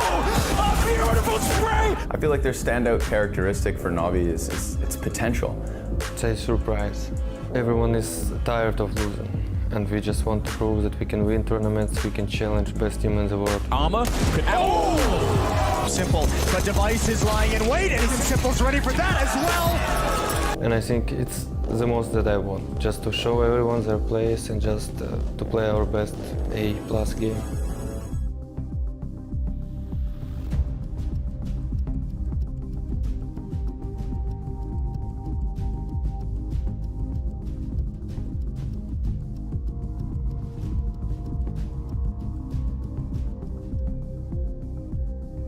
We're like a very momentum-based team. Like as soon as we get like rolling, we're unstoppable. There's just no way that we're not gonna win trophies. Anything you do, you just can't stop us. I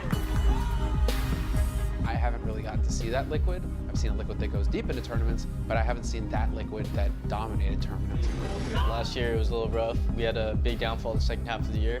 So this year we're just looking forward to have a more stable high than a really low low. They're one of those teams where we saw having time off doesn't help them. I think that Twist, like when he's going off, like he's just going off. Runs forward, grabs himself that AK, but Twist takes down. He is a monster. I think Twist is our wild card. I'm keeping an eye on him. I think that he's going to be one of the players that can really be the card that sets Liquid above the rest. Player that people need to look out for on our team is Stewie2K. I know that like all the pro scene like really respects him, but I think the like general public doesn't as much, and he's a really good player. If we had to pick out one, I think everyone has the same person in mind. I think he's going to be Leash. That's a hell of a shot. Ooh, a second. You know, looking at him from the outside in, he still has a lot more potential to grow as a player, and he still has a hunger, so I can see him being higher up in the ranks this year. It's hope. That'll be the word that I'll choose to sum up Liquid, right? The hope that they will be the ones to return and hoist the flag once again at the top of the peak. Double it backside. Nice. God damn it. Up kid. Come on, I've always given you. Yeah. Stop begging. Fuck crybaby. I've always had the kid. They walked under.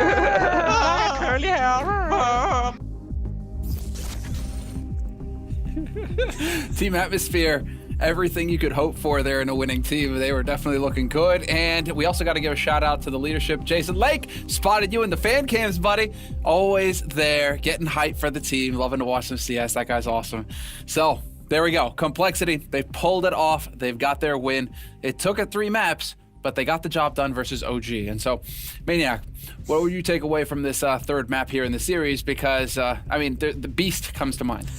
Yeah, first of all, that TeamSpeak has a name for me. It's young and wild and free. That's the Complexity lineup in a nutshell, right? They have this crazy attitude, and sometimes it backfires just a little bit. I think this was the same as Mirage in a way that they had all the cards in their hands, and they did allow OG to come back. Fortunately, they were able to close at the end, but the beginning was absolutely beautiful. Blamef on the T side, Magistral. I have actually a clip to show some of his instinct, because I think that is such a beast. Well, just to start off, let's appreciate Mentu's frags for a little bit.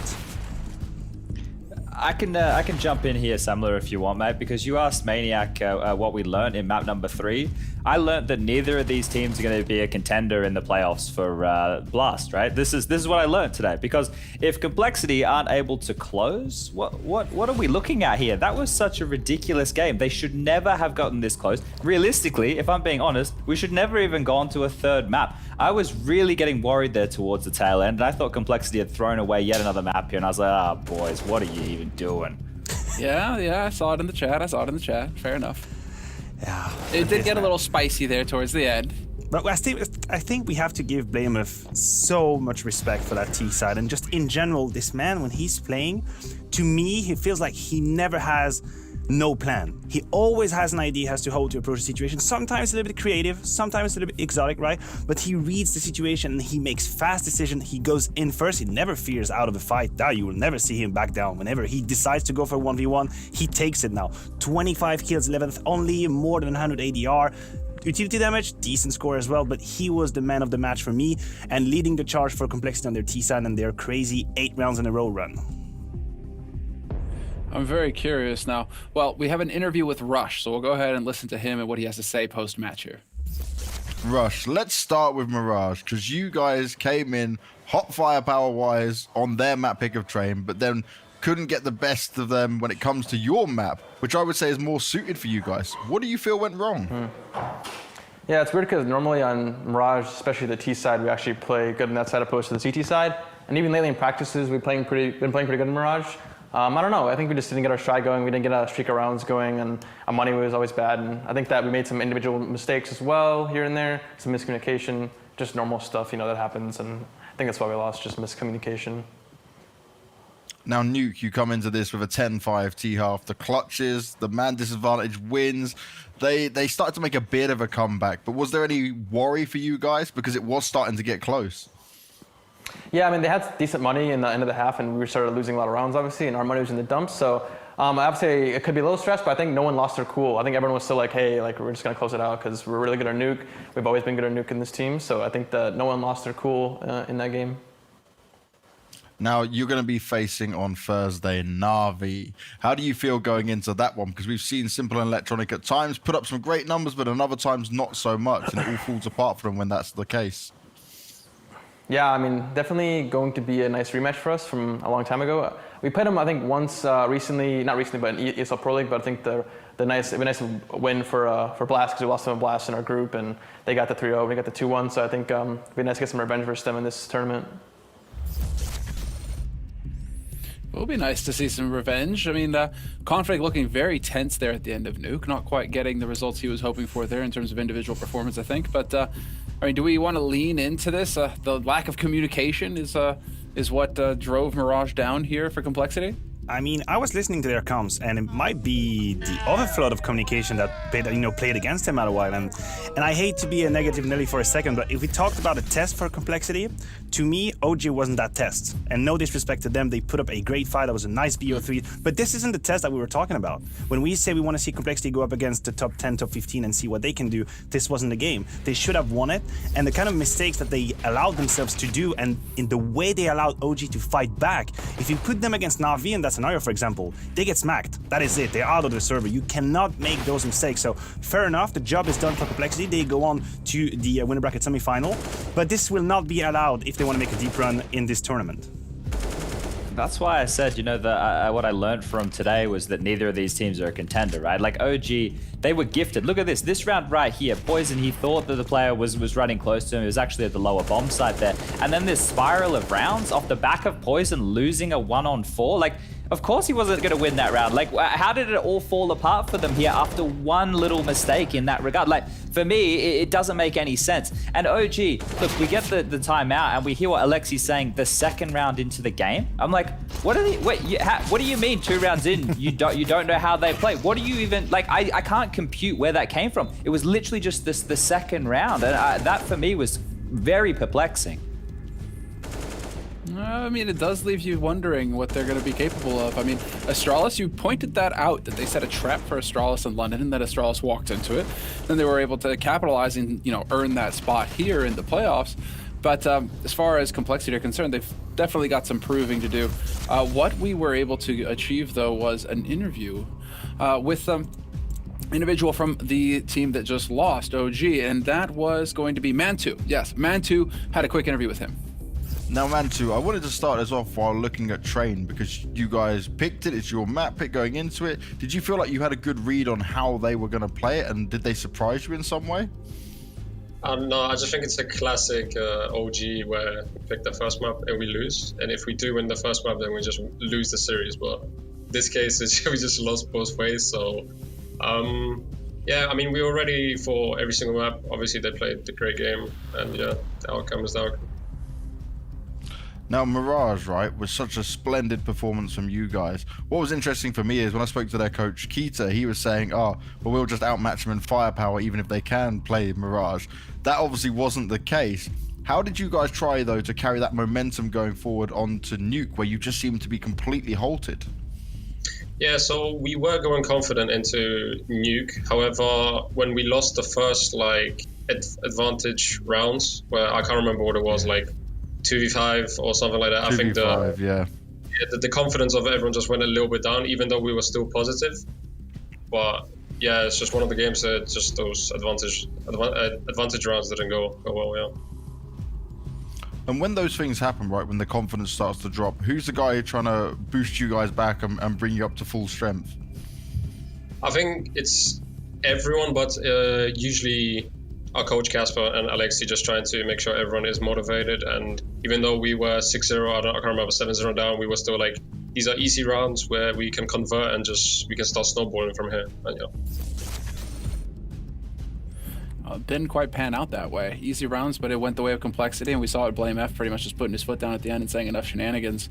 But I mean, what can we take away from OG in this match? Because they're not done yet. They're not out of the tournament. They're going to be going up against NIP in the lower bracket up next. I mean, like, what do we take away from OG here? I have an uneasy feeling of acceptance coming in from Mantu when he says, you know, this is typical OG. Either we win the first map and we lose the 2, or we just lose in 2. I'm like, that's not what I want to hear in an interview. And then you have NBK tweeting that, you know, he doesn't find his groove right now, no positioning, no headshots. So it looks to be a team that is a bit in disarray, at least individually speaking. They were able to find solutions halfway through the game. They were able to kind of come back together, which is great. But I want to see them dictate the pace in the game. I want to see them take the lead. I want to see them be commanding and see that LXB in-game leading style, not only in comebacks, but just to push the advantage. It wasn't really the case today, and it is a fragile OG that we have seen, I believe, and against better opposition than Complexity, because they also have some roads to go ahead, they might just not be enough. And just to clarify one thing, oh, sorry. Just to clarify real quick, Rugga is the coach, not the manager. I kind of was in the mix there, but Rugga, just to clear things up, is the coach for OG. Vladdy's the manager, just so we point that out for everybody at home. She's doing the manager role over there. But look, I just quickly with the OG stuff, this is the same feeling I had with the team originally, right? Like, they're always going to have experience to be gritty in games, right? They're going to be able to pull off those rounds. But it's just about, I don't even think this was Complexity at 75% in the second two maps, right? I think that we heard from Poison in the interview that we had with him that there's obviously some personal things going on in his life. He got caught out in a lot of situations here today where I was like, well, that doesn't make any sense. The Poison I know hits amazing shots. So I don't even think Complexity were firing on all cylinders to get across the line here today. And that's why, for me, OG, I think they still have a lot of work to do. Yeah, that's exactly the way to go with this. OG still have a lot of work to do, but Complexity, I'm wondering if Complexity are one of those teams that just plays up to the level of their opponents, where they're going to rise and fall, or there's that little extra percentage in there that'll let them step up and, you know, get that little bit, because I mean, they've got veterans on that team. But for now, gentlemen, that's where we're going to call it a close, at least as far as Europe is concerned. We can take a look at the brackets here to see how things have played out. Maybe it already Vitality and FaZe. We figured that out yesterday, but Navi and Complexity now will be the next match in our upper bracket here at Blast. And you can see, like I said, lower bracket still in here. If your team lost today or yesterday, they're not done yet. No, they're not out of it yet. There's still another chance for them to make that run. But we're not done yet here with the broadcast today, because we have still got North America coming up. We're kicking off the North American bracket today, and it's going to be Furia versus MIBR, first round in the North American bracket. And that is going to be coming up in roughly an hour's time. We're going to be back in about 20 minutes with the pre-show. Match kicks off in an hour or so. And well, nothing but good times. I mean, that is going to be a banger. So guys, I'm going to let us take a quick break here, and then we come back and start discussing Furia versus MIBR after that.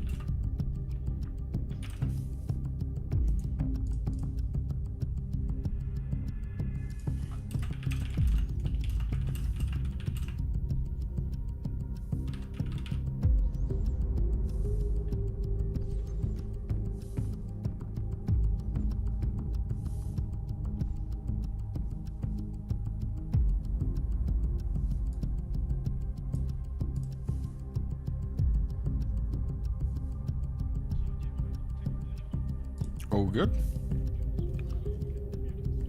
No problem. Art's really good at this stuff, so I have no problem waiting for such an awesome person.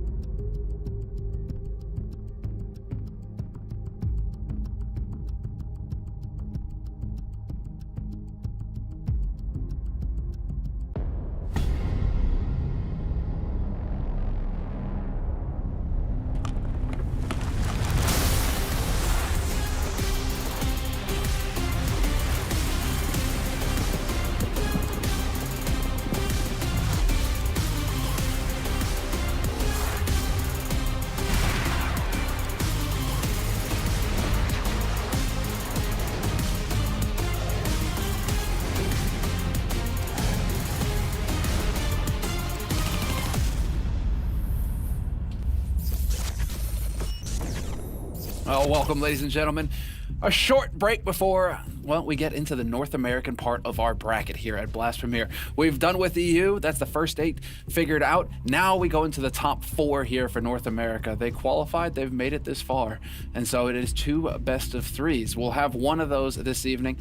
I'm your host, Semler, and with me today on the desk, Maniac and Sponge. Gentlemen, how are you doing tonight? You feeling good? You ready for some North American CS, Maniac? Yeah, I'm doing fantastic. I just had a walk 5 minutes outside. I enjoyed this Scandinavian night sky, which is very particular to me. It's very nice. I appreciate it. And now I'm ready for CS.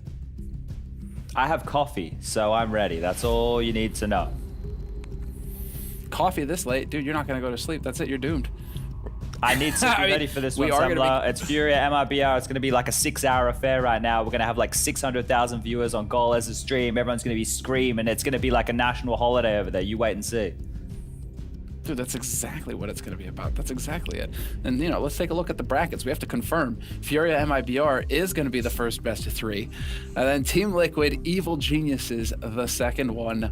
And Team Liquid, Evil Geniuses, that's not happening tonight. That's happening tomorrow. But that's going to be straight fire as well here. For the NA, we've really got the top of the scene right now. And so Furia versus MIBR, I mean, these guys are going at it. Furia has just had a fantastic result, but they're just looking to add to that prize money bank because this is what these teams are fighting for. Not only are they going for the trophy, they've got 250 grand on the line. $250,000. And again, a top-heavy prize purse as well, which we both like to see. Yeah, we do. Well, and us, I think. We don't have that many teams here. We only have 4, but we picked the best out of the very best. And one of them is going to go with this 160K in the bank. That feels good. But first, you got to win some matches. So let's see who will actually lift that trophy. I thought he was going to say. Yeah, Chad, let's hear that. Let's hear that rant again real quick. What, you know, top heavy? Is that what we want?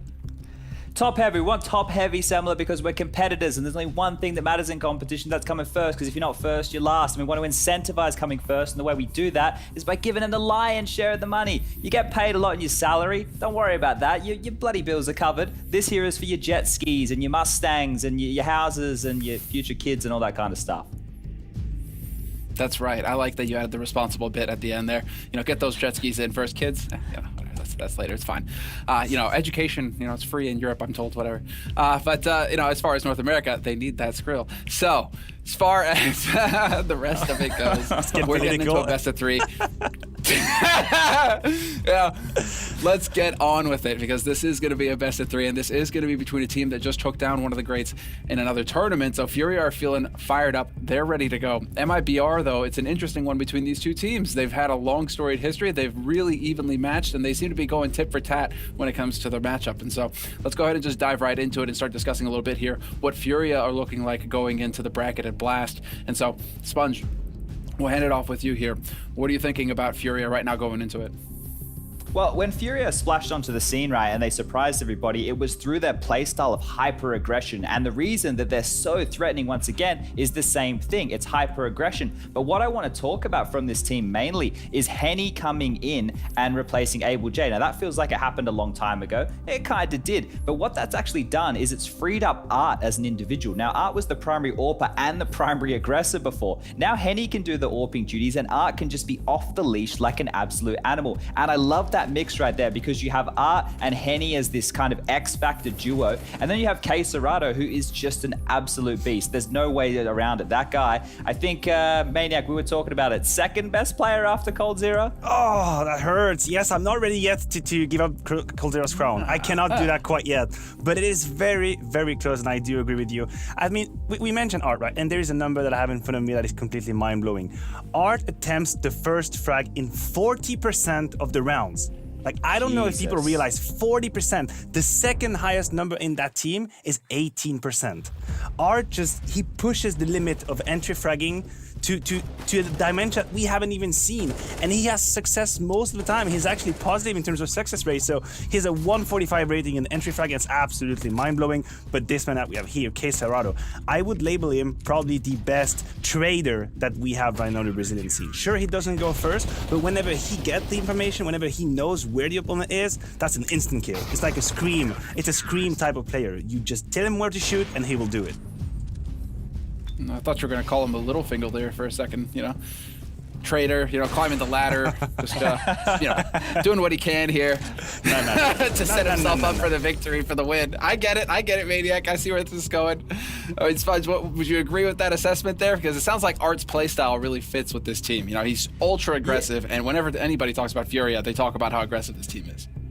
Yeah, and I had the pleasure during, I forget if it was Pro League or the RMR event we had going on, but while I was asking Art a question about some of the spacing and how aggressive he was from the rest of the team, he's like, yeah, well, that's moves we have built. The team knows how to react behind me. If I get the kill or if I don't, they know what to do. We have all of these protocols built in behind it. Now, I'm probably chucking a few extra words in his mouth, but that was the sentiment right there. And the fact that they have the confidence in allowing him to go for that, there's only 2 teams who I can think of that have players that they let do that time and time again. And one of them is Fnatic with JW. That's a team that has broken the meta and still does that today. They play off-meta style of Counter-Strike. I think Furia, you lump them in with Fnatic in their approach to the game. And Art, you have to look at him as the figurehead of this, right? He is the in-game leader. He's the one getting that crazy stat line done right there. And we haven't even spoken about Vinny and Yuri yet, right? And that really tells you something, because those 2 individuals are just very solid as well. So this Furia team, there's a reason that right now you could make an argument that they are the best team in North America.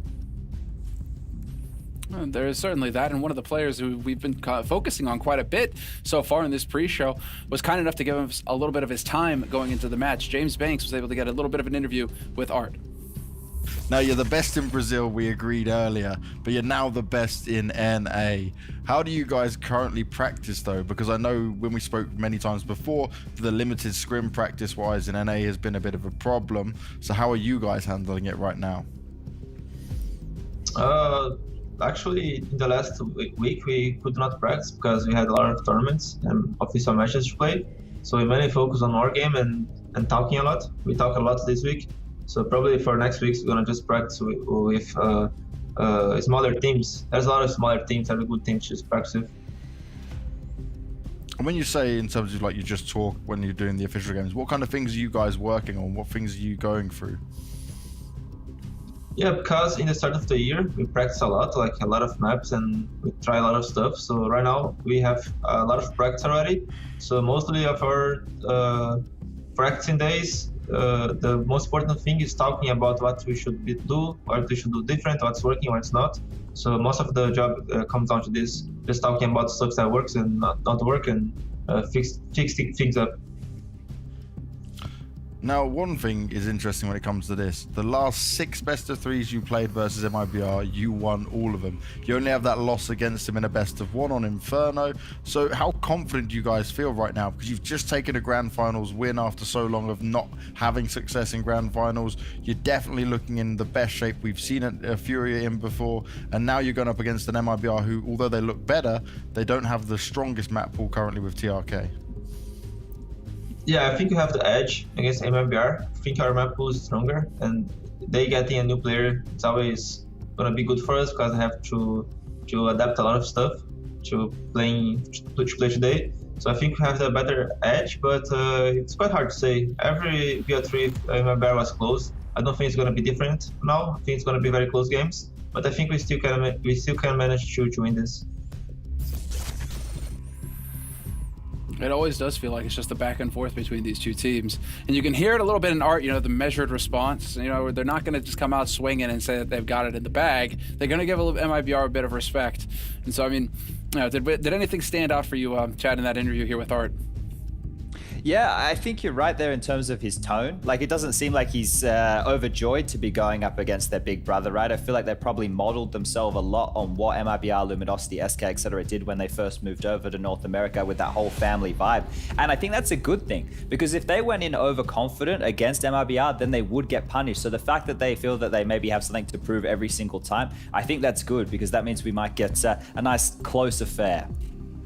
Yeah, and to bounce on that, I think there is a bit of a similarity between the game that is Dignitas versus Fnatic, right? You look at it in a way and you think, there's no way Dignitas could do it, right? Fnatic, they're just better, but there's so much history and there is such a special environment between these 2 teams. That's the same right here. If you look at the results, Furia, they have won 18 out of 23 maps in this last month. They've just been beasting everyone. They have lost one game in the entire month, and that's versus MIBR. That was here 2 weeks ago in the showdown. So there is something a little bit special over here. It's like a microverse between these two teams.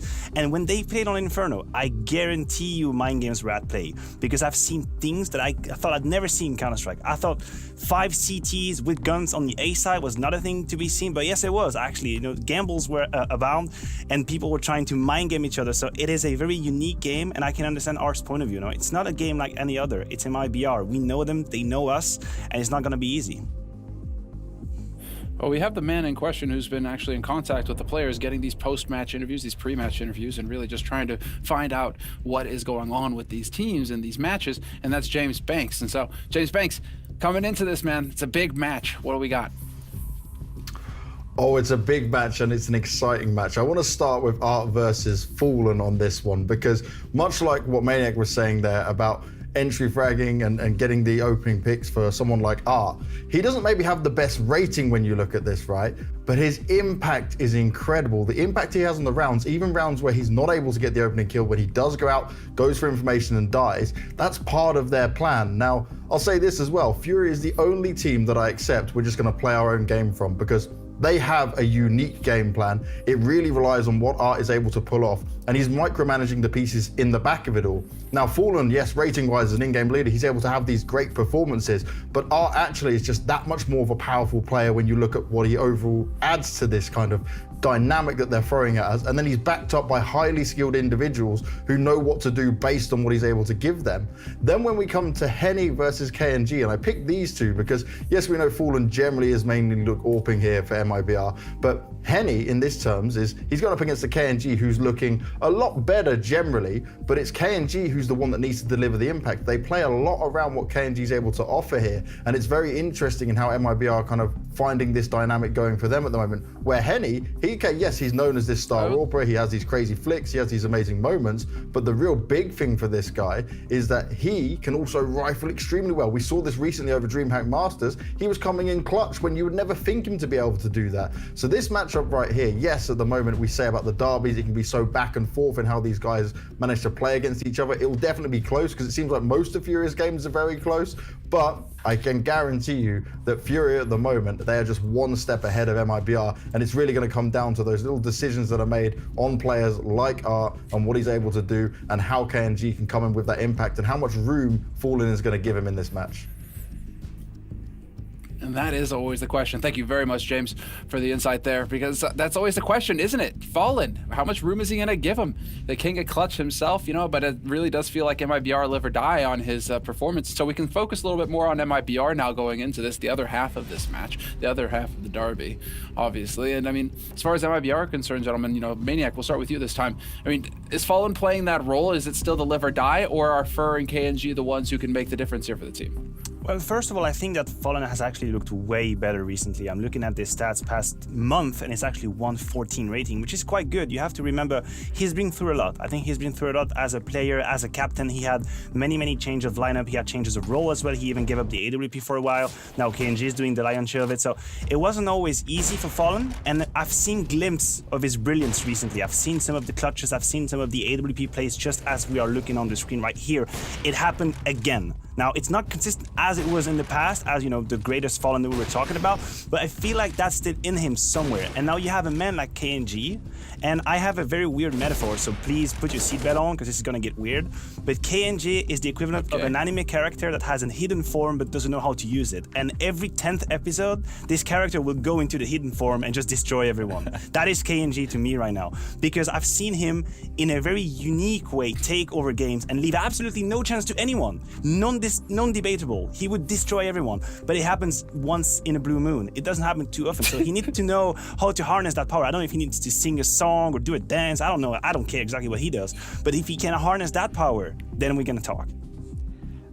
If I could for whatever reason, here. I've just got this. Go ahead. Yeah, please save me from myself because I'm about to go on some weird anecdote. I was just going to jump in because, look, the two guys we have on screen right here, they were teammates. They were teammates in a major final, PGL Krakow 2017. Let's not forget about that right there. And these two as an AWPing duo were absolutely insane. Counter-Strike has come a long way since then, but what I loved about that team back then and what I thought KNG was going to bring to MIBR was that passion, right? That fire. The guy is so fiery, and that's what excited me when I first saw him make that move across there. Now, it hasn't come through. Maniac's bang on. You know, we haven't seen that same KNG that we were all expecting. The team has actually been in relative turmoil for a very long time, and that right there is my biggest problem, because if they only have the double AWP setup to get them through, and you have a team of Furia who can just potentially stay on top of them with Mac 10s and snowbally momentum-based plays, those AWPs might not even get off the ground right there, and that's where I think MIBR's entire game plan can fall apart. And well, you know, I'm very curious as well to hear what the two dads of MIBR have to say, because, you know, if KNG is going to be shouting at all hours of the night, you know, Fallen, he needs his rest. He's got to get up for work in the morning. So we had a chance to catch up with him real quick here going into the match. And when you look at Furia, right, for me, they're a team that has such a unique style that's very hard to replicate. Is there something you see in it where you go, okay, we can take an advantage here? Because I know we can look for, say, example, oh, they might be pushing through these smokes, or they might be getting aggressive at these points. But is there something you notice as an in-game leader where you can say, we can take advantage of this, and this will be an easy way to counter them? There are some specific maps and some specific times during their gameplay that you can find some stuff to exploit. But they keep changing their stuff, they keep changing the way they like to be aggressive, they keep changing the way they think about the map, so it's not easy to really have an answer for every single map and situation, for every single game plan. But you can definitely find some stuff here and there because of the way they play. But at the same time, they have a lot of new stuff they always bring towards the game, so I think the best way to beat them is really find the balance on how much you're going to think about their game, and also how much you're going to put emphasis on the stuff you want to do, so you have some control towards what we're doing as well. Otherwise, it's just going to be playing their game.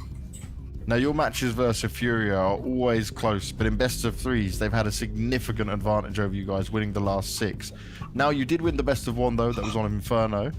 Is your map pool strong enough now for you guys to take a best of 3 against them? I mean, like, I think our maps are pretty strong right now. We have like some really good maps, and we don't have like a weak map, to be honest. But we know that Furia likes to play some maps they are really good at. But I think we are working really hard on our map cycle, and I mean, we beat them in a best of 1, but it could be a best of 3 as well, just one more map. But we don't think that way, that they are like really like better than us. But we know that they have this advantage, like in best of 3s. But I mean, today is another opportunity to play another best of 3, so we can beat them and get the confidence back. Get the confidence back, and dude, I mean, you got to give it. Hard work pays off. Fur, man, the English is getting so much better. It's like him and Kenny have just made insane improvements over all this time in terms of their English. So congratulations on that, guys. Freaking awesome. But I mean, now, getting into this match, this is going to be the thing. It's a real confidence play here for MIBR. There's all this talk about Furia and them taking the crown, the top in NA, let alone in South America. I mean, MIBR is sitting on the sidelines, you know, hey, we're major champions. We need to take that back. And so what do MIBR need to do to take it back? That's going to be the question I'm going to put to you guys. And Chad, let's start with you. What are we looking for here with MIBR? Well, look, I think that's a great point that you brought up, the fact that they are major champions, right? And for a while there, I completely lost hope in this team, and I thought, there's no way. But then I thought about it and thought, Fnatic, right? With Flusher, you've obviously got JW in the mix, and Crimps. They were once upon a time major champions as well. They dipped down a little bit, obviously not to the same amount that MIBR did, but they were able to reinvent themselves and bounce back. And I think the same could potentially happen for these guys, right?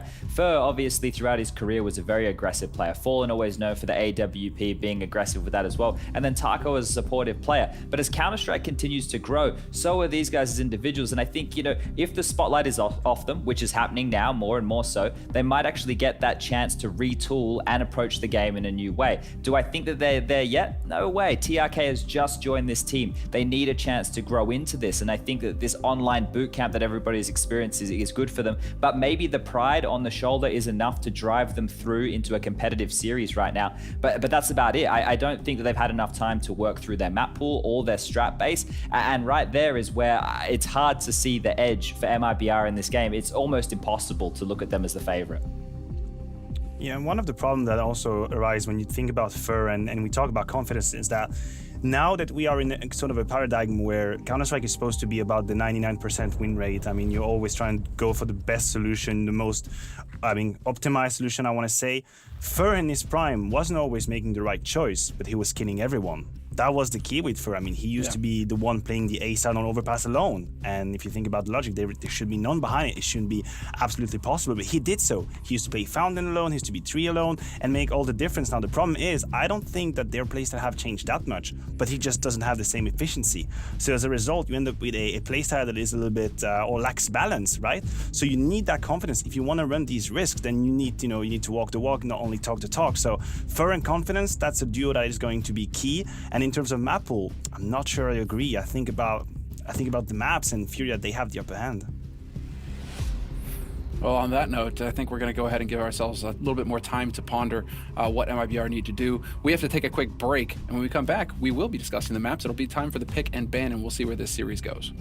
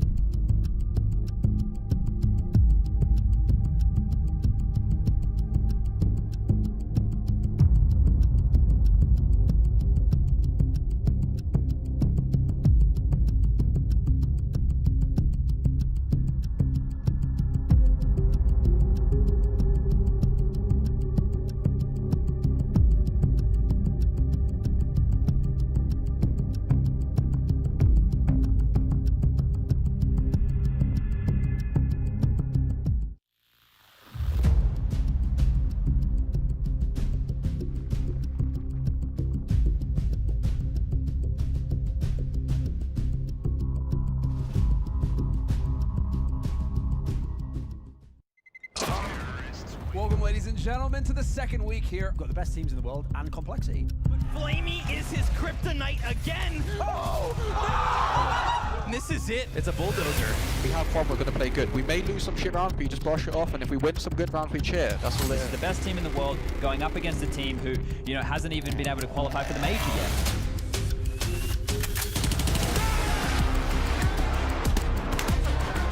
Just trying to buy time, flanking around, Flame hunting him down, and he tries to immediate defuse. He's right there with the kid. Oh my god, I can't believe it. 16 and 12. I've seen every big CSGO match ever. I can tell you that would already be like a top 5 upset of all time. Simple could catch. Oh! The shutdown. This isn't the Astralis that I know. Really trying to get the pit. Can he stand tall one last time? He lines them all. A beautiful spray! Electrons have got it! 16-14, now we do it! Who's ready for Vitality versus Complexity? I introduce you to North America's newest juggernaut. 16-6 as they take down Vitality. Complexity have one last beast to challenge. They wanted to build Juggernaut, but we're gonna destroy the Juggernaut. Of course. 16 rounds to Navi's favor, victories on Train and Mirage. And the Navi storm has come and conquered today. It's an exciting, couple of days that we've had here, and it doesn't feel like we've had any losers other than maybe Astralis.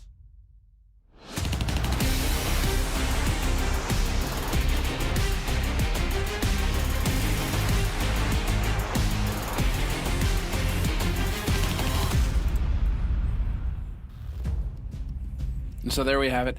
Welcome back, and we are going to be getting into the pick and ban. And so on this, I'm going to hand it over to our analysts, Sponge and Maniac. And Maniac, why don't you take the lead on this? Where are we going to see this battle take place? All right, let's talk about what we know. We know that Furia is going to remove Dust 2. I'll be very surprised. And one of the questions that I had was right here. MIBR had to make a choice, Nuke or Vertigo. And I do believe that Furia will jump on that Vertigo pick. I don't know if you agree, Chad, but it looks like the logical choice.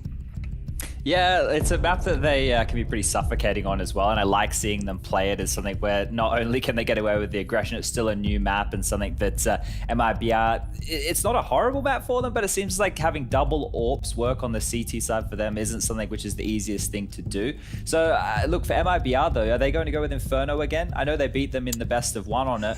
That could just be yeah, okay. Look, MIBR and Inferno, I'm never going to be sold on this. I don't care that they beat them last time. I really just don't. I haven't been sold on this map with this team in what, like a year and a half now? It's something crazy like that. Yeah, they've never really seemed to control it, but they make the choice of Inferno. We have the Vertigo pick coming in from Furia. I could see that one coming. Now we are left with what? Overpass is in the mix, Mirage is in the mix definitely, and Train. Whew, I'm just gonna say it. Furia have a I was gonna say Furia just won Mirage 12 times in a row. So maybe you don't let them have it. Yeah, that's not a bad shout. I think if we get to Train as the third, MIBR might be happy. I was watching one of their games the other day and I like some of the innovation they were doing. They were using the new skyboxes over towards Ivy to try and isolate, get out towards that cutout position and fight towards Main and Sandwich. So there's some bits and pieces I like there. So if they get to Train, I think MIBR might be happier with that one, but let's surely it's see. Overpass. Ooh, yeah. Okay. Well, MIBR, they've just lost the map 4 times in a row. Now, I don't want to read into it too much, right? But if you're Furia, you certainly will not give them Train, because in my mind, in terms of pick, MIBR had the choice between Train and Inferno. So if they had ended up with Train and Inferno now, that would have been a robbery. Oh, I don't mean to cut you off, gentlemen, because I'm liking the reactions already. I mean, Overpass, MIBR. You were just going on, Maniac, about how Fur is instrumental, or was once upon a time, and yet right now MIBR is struggling to find their footing on the map. And so Overpass, if we make it that far, who would we say has won this veto then? Let's go with that. Who has won this veto? I say Furia. I say Furia because of the last map, and just to quickly touch on Overpass, the last time I have seen MIBR on it, they lived and died by Fallen in the first success. As simply as that. And they defied all the rules of Counter-Strike. They went all in on the aggression. They never really asked for a backup. You know how Overpass usually is supposed to be played with a third rotation that comes from B to A whenever you want to be aggressive? Well, Fur and Fallen, they just took all the risks. They assumed all of it together. They took the responsibility. And the rounds, they actually got the kills. That was beautiful. Amazing to watch, clap in the hand. But most of the times they actually lost these engagements, which meant the map had no balance. So if we are going to Overpass, I'm looking at Fur and Fallen, but I do believe Furia has won that veto. Yeah, I'm going to go with that as well. And the reason is because if you're MIBR and you're picking Inferno, well, that's it. That's unfortunately right there for me. Now, look, it's obviously not a great map for Furia. We can see it here within their stats. It's not up there in their win percentage by any means. But it's still a map where I like the plays that they go for. It's something where it's not going to work all the time, and maybe when we get back to LAN and they start versing the Europeans, it might fall flat on them a little bit again. But just the way that they're able to use their utility to force players into positions so quickly against AWPers. I know that KNG and Fallen are fantastic at close range combat AWPing. I think we tried to make a term just for their style of AWPing, right? But if they get overwhelmed and they're not hitting shots, right, that's instantly it, right? The AWP is the most expensive gun in the game, right? It's the most expensive piece of real estate you can have. And if you're unable to get the opening frags with it, it's going to be a quick drop off for MIBR here tonight. Oh, that is going to be it. And let's take a look at, well, here is the lineup for MIBR. And so, I mean, a lot of focus obviously on the core of the team. I mean, it always feels like Taco gets overlooked, but I mean, Taco is also essential in keeping everything together in terms of being in the right place at the right time. And he's also been showing that he can pop off when he needs to, but it usually feels like he's the one throwing himself on his sword for the sake of the team. But what I wanted to look at was predictions, because this is going to be one where the Bald Eagle himself is standing out. He's going to swing for the fences. He's trying to make his break for it. The break for the lead. Moses with MIBR. Has he finally lost his mind, gentlemen? I mean, I don't know. It's been a while. He hasn't. Honestly, this game is not as clear-cut as this prediction would say. I'm going to be honest with it, because you have to consider the domestic rivalry, the fact that these games are always a little bit strange. They don't always follow the rules and the stats and the form. So I'm not saying Moses is crazy. I mean, we don't need that to know that's the case. But that's a risk that I can understand. I can understand the risk. I wouldn't take it, but I can understand it. Semler, he's been spending a significant amount of time with Anders, so there's no question of if Jason is easy. We've all basically settled on that one. You know firsthand right there what that man can do to somebody. But here today, the reason that I can't get behind MIBR just yet is there's no flow of new ideas, right? They don't have a new coach, they don't have a new in-game leader, and their new player is just another guy playing a bitch role, right? It's not a star, it's not somebody who's going to shape and who you're going to play around, it's just another pawn. So unfortunately right now for MIBR, until they download a new way of wanting to approach the game, I can't get excited about them. I still love the players, I still love their approach to the game and Once Upon a Time, and I still love the fact that they're fighting for this, but I feel that they just need a reboot of some kind, not necessarily a roster change, just some new ideas. Go out, sit on a rock somewhere, you know, sit around a campfire, maybe not do psychedelics, but, you know, have a psychedelic type experience and rediscover Counter-Strike, right? Because I feel that at the moment, they're trying to put a round peg in a square hole, and Counter-Strike's changed a lot since they were the best in the world. Well, right now TRK is out there. That's what I was curious about, whether or not all 5 of them were currently in the house in Los Angeles, but all 5 of them are in the house in Los Angeles right now. And so what I'm wondering about is that what could make the difference here? Because it's been kind of the thing where it's like all the matches are online, everybody's spread out, you kind of lose that atmosphere. Could that be a weapon for MIBR to use here to take a win? The fact that they're here on location together in a team house? Yeah, absolutely. Considering the current climate, being a boot camp, making sure that you give that 110% is going to be a difference maker. But I have to agree with Chad, and I think we talk about TRK, and I'm going to be honest, he has impressed me. Maybe his stats aren't that crazy, but his ability to remain calm and be the difference maker in rounds that are really not easy to maneuver. I'm talking about 18 seconds left, and he's alone on the A side of Inferno, and he has to make a triple, and he does. That has impressed me. But I do agree with Chad. He doesn't revolutionize the game for MIBR. He doesn't change things around. He basically tries to do the best in the roles that they give him. So it means that the difference has to come from someone else. And that's an issue. We've been playing the musical chair for what now? A year and a half, maybe more than that, with new players coming in, trying to do the best of the roles they were given, not maybe realizing that the problem is somewhere else, maybe in the system, maybe in the approach. So TRK, yes, he has excited me a little bit. I'm going to be honest. I was dubious to his performance at first, but he impressed me. But I don't think that's going to be enough. And we have a level playing field as well, because Furia are all together in Florida, right? They all live together in Florida down there. I don't know if they're all within the same house or not, but they all are within the same campus, I suppose, because I followed them on Instagram, and after they won the other night, they all had a poker tournament. So they seem to be having a pretty good time, and I think they've grabbed that family vibe, that tribe element that I think is important when you have these teams, and they've run with that so well. So I'm going to throw that kind of positive for MIBR out the window and say they're going to meet each other at level playing field there. Fantastic. Well, I mean, this has been perfect, gentlemen. I think we've set the stage, and now it's time to hand it over to our commentators. And so thank you very much for the analysis. Now let's get our commentators involved here. Different crew across the planet over in Canada. Welcome, Scrawny and Launders. You guys are looking sharp as always, and I'll let you get to it.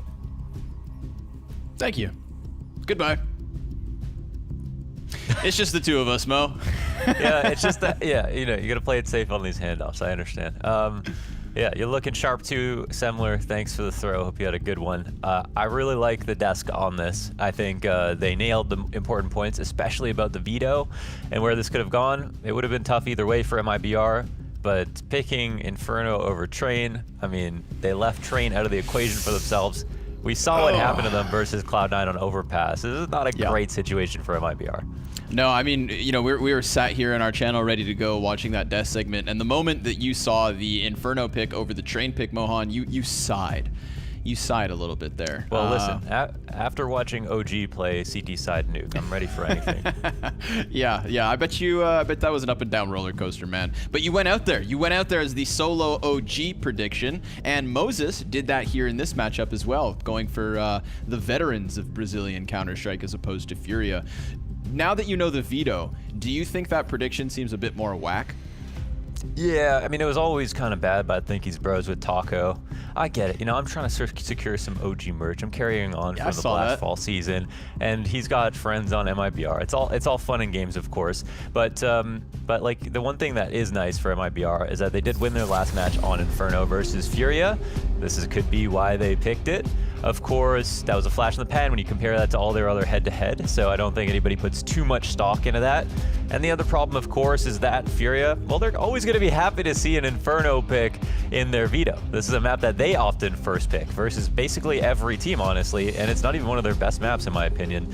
So we'll see what happens on this map. It could be close. And the one thing I would want to reference the most is TRK on this map. You know, he has brought their their Inferno game up a lot. As Fallen said, best in pit. We saw some incredible rounds from him on CT side. And it's not like he was just hitting these impressive shots. He was playing important positions. He was pushing out. He was bringing clutches close almost every single time. He was playing like he'd been on this team for as long as Fallen has.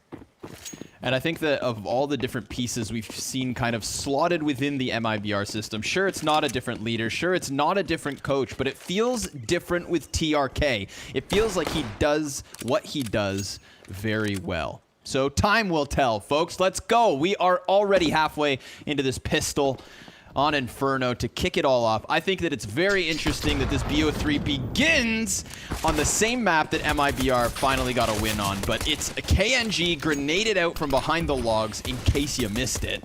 And the 5 versus 3 ensues here. Looks like MIBR want to give chase ever so slightly. Starting to round the corners of Banana, and with very little fallback, they could float down to the bottom of mid. They've got plenty of time. The world is their oyster. Yeah, hopefully they've got a little lemon, make it taste nice. And Art, he's still got some information. Sliver peek here. Oh my god, the nade. Is it going to be well timed? It looks like it might land on their feet. Ooh, good bit of damage. Still going to require headshots.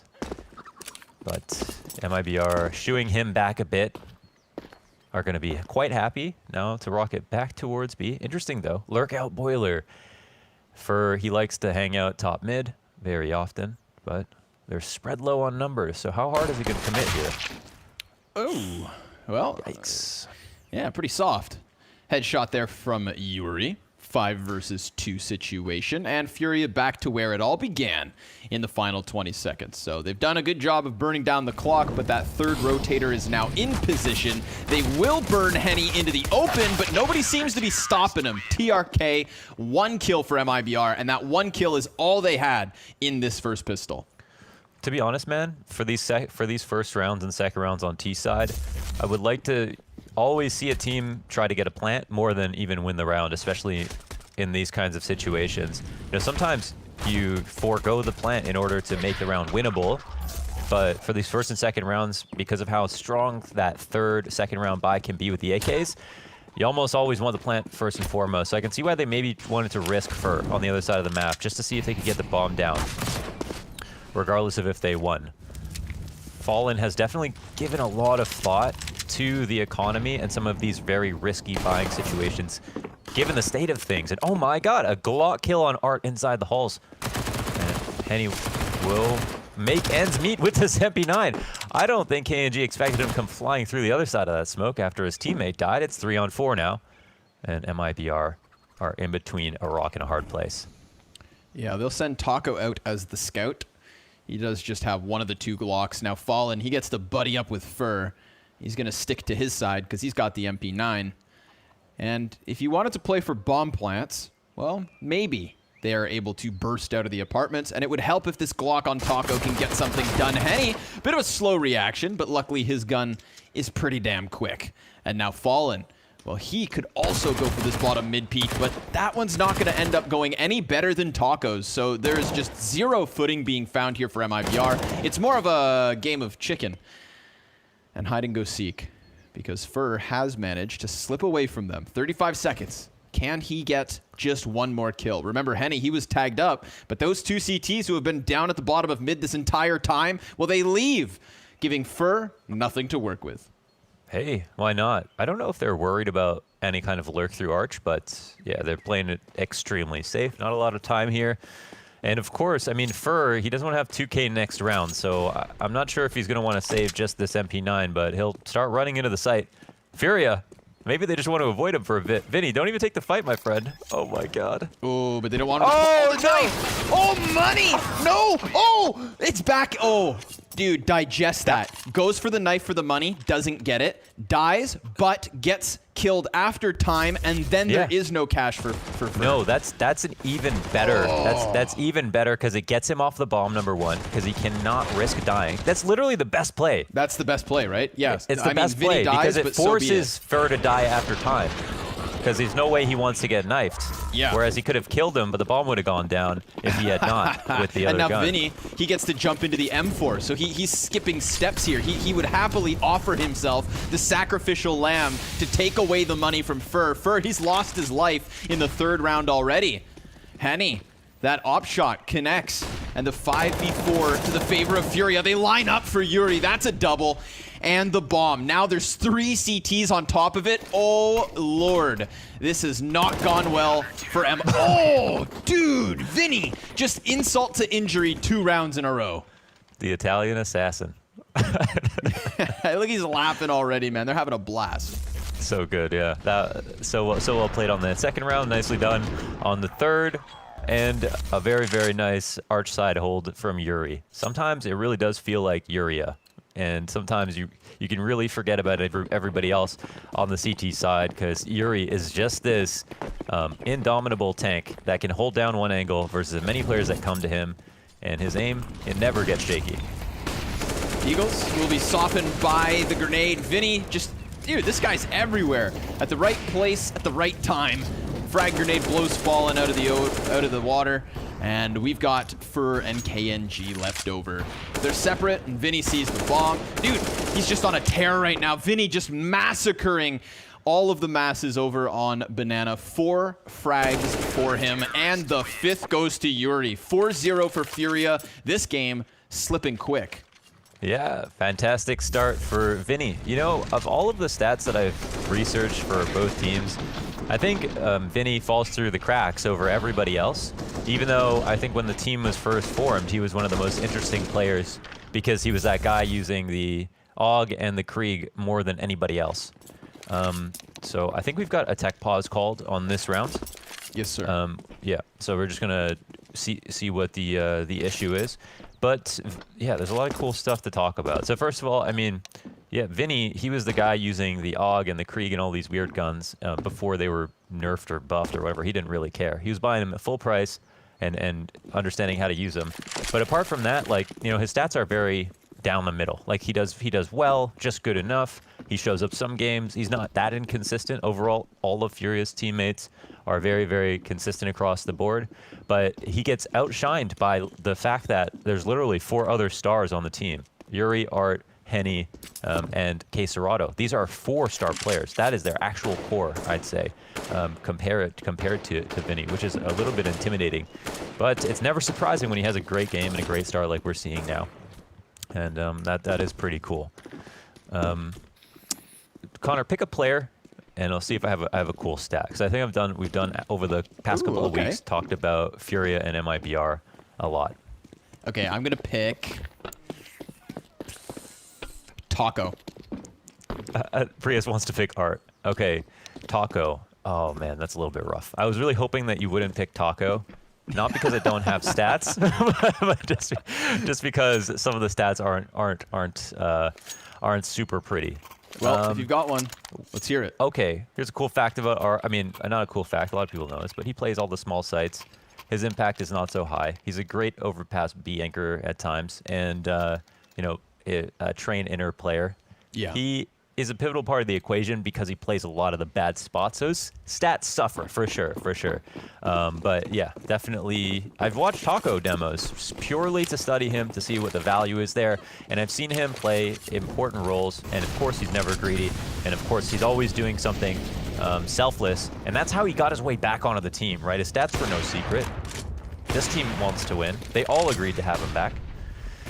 But anyways, it's a faster tech pause than I anticipated, and Vinny, he looks to tag on to his great start already by pressing up against this banana push. And it works. KNG tried to just play next to the wood there. There's a lot of bodies stacking up, and finally, only for a moment, we had MIBR with a man advantage, the first of the map. However, it's taken back by Henny, who's flashed as well. Has to reposition to the depths of New Box. Construction is clear. Thank you, DJ. Okay, Serato, he's inside of that CT smoke. Will he go through this? Off of the plant from Fallen. That is ballsy, and it costs him. Sure, he gets the bomb down, but he dies. Henny lining it up. And now, man advantage for Furia in the post plant. Strong utility for the retake, but the CT smoke gets popped. Fur is the front runner. Taco's meant to clutch. And as that molly burns inside of Pit, this means Furia can run forward, watching this position, but Fur catching off one. And Serato now leaves his 2 other teammates to try and rock this back. Bomb super far gone, and we still have Henny just stranded in the back of the site. MIBR, finally, they're gonna find themselves a first round. It comes at a cost, but dude, Furia didn't even seem to want to retake. They had a player in the site. He was on the site.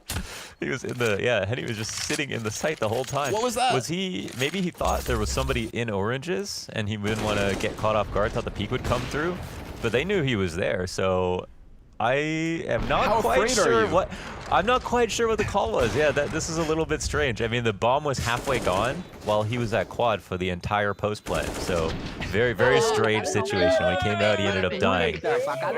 Hello. Yeah, so, well, MIBR get 1 round. I'm glad your reaction is also a little like off-put by that. I in the middle of casting it, I'm waiting for the retake, and that was odd, man. But listen, if it's a reset off of the back of it, I don't think Furia will mind. Art flashed as he tries to jump onto the wall. KNG wastes no time. Moves this train forward into Henny. He was the player that snapped it back last round, and he gets himself the double. Decides to go through construction and Fallen again, prioritizing plant. Ooh, he comes off of it. Henny's gonna fluster him. Dude. Oh, now that could have been the kill, but it misses, and now Henny's out in the open. He missed his chance to take man advantage, to drop bomb again, and Fallen's gonna plant off of it. MIBR looking for the second. Serato, Yuri still outside of sight. They're thinking about it. They're playing it back. We've got Yuri with a lineup here. There's the incendiary to the back of the bomb site. Flashbang over for Banana. Fallen forced forward. Fur. He's able to answer, and Taco seals the deal. Hey, it's Fur and Taco once again in the 2vx. Now, man, Henny, great play there. You know, it came out. He saw that Fallen got off the bomb after the spam. Maybe called out the fact that he was a bit scared about putting the bomb down without teammates near him, didn't want to get spammed down, and then he drops the easy shot. But we can't forget how amazing that hold was. He locked it down with those 2 first kills and took a big risk going out wide for the second one. But you know, that's the kind of tenacity and spunk you have to have if you're going to be an opper and have impact at the same time. He's got 10 kills so far, and here's the scary part for MIBR.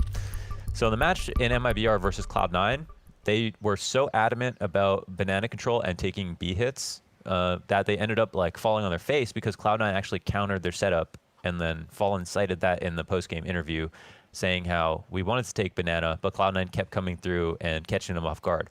Well, here's 2 rounds where they actually get away with it versus Furia, and it doesn't seem like there's specific preparation for Furia here in terms of the banana and how they hold it. So MIBR have found a hole in the defense on banana, and they can continue to exploit it. They might be able to secure a good half out of this. We'll find out.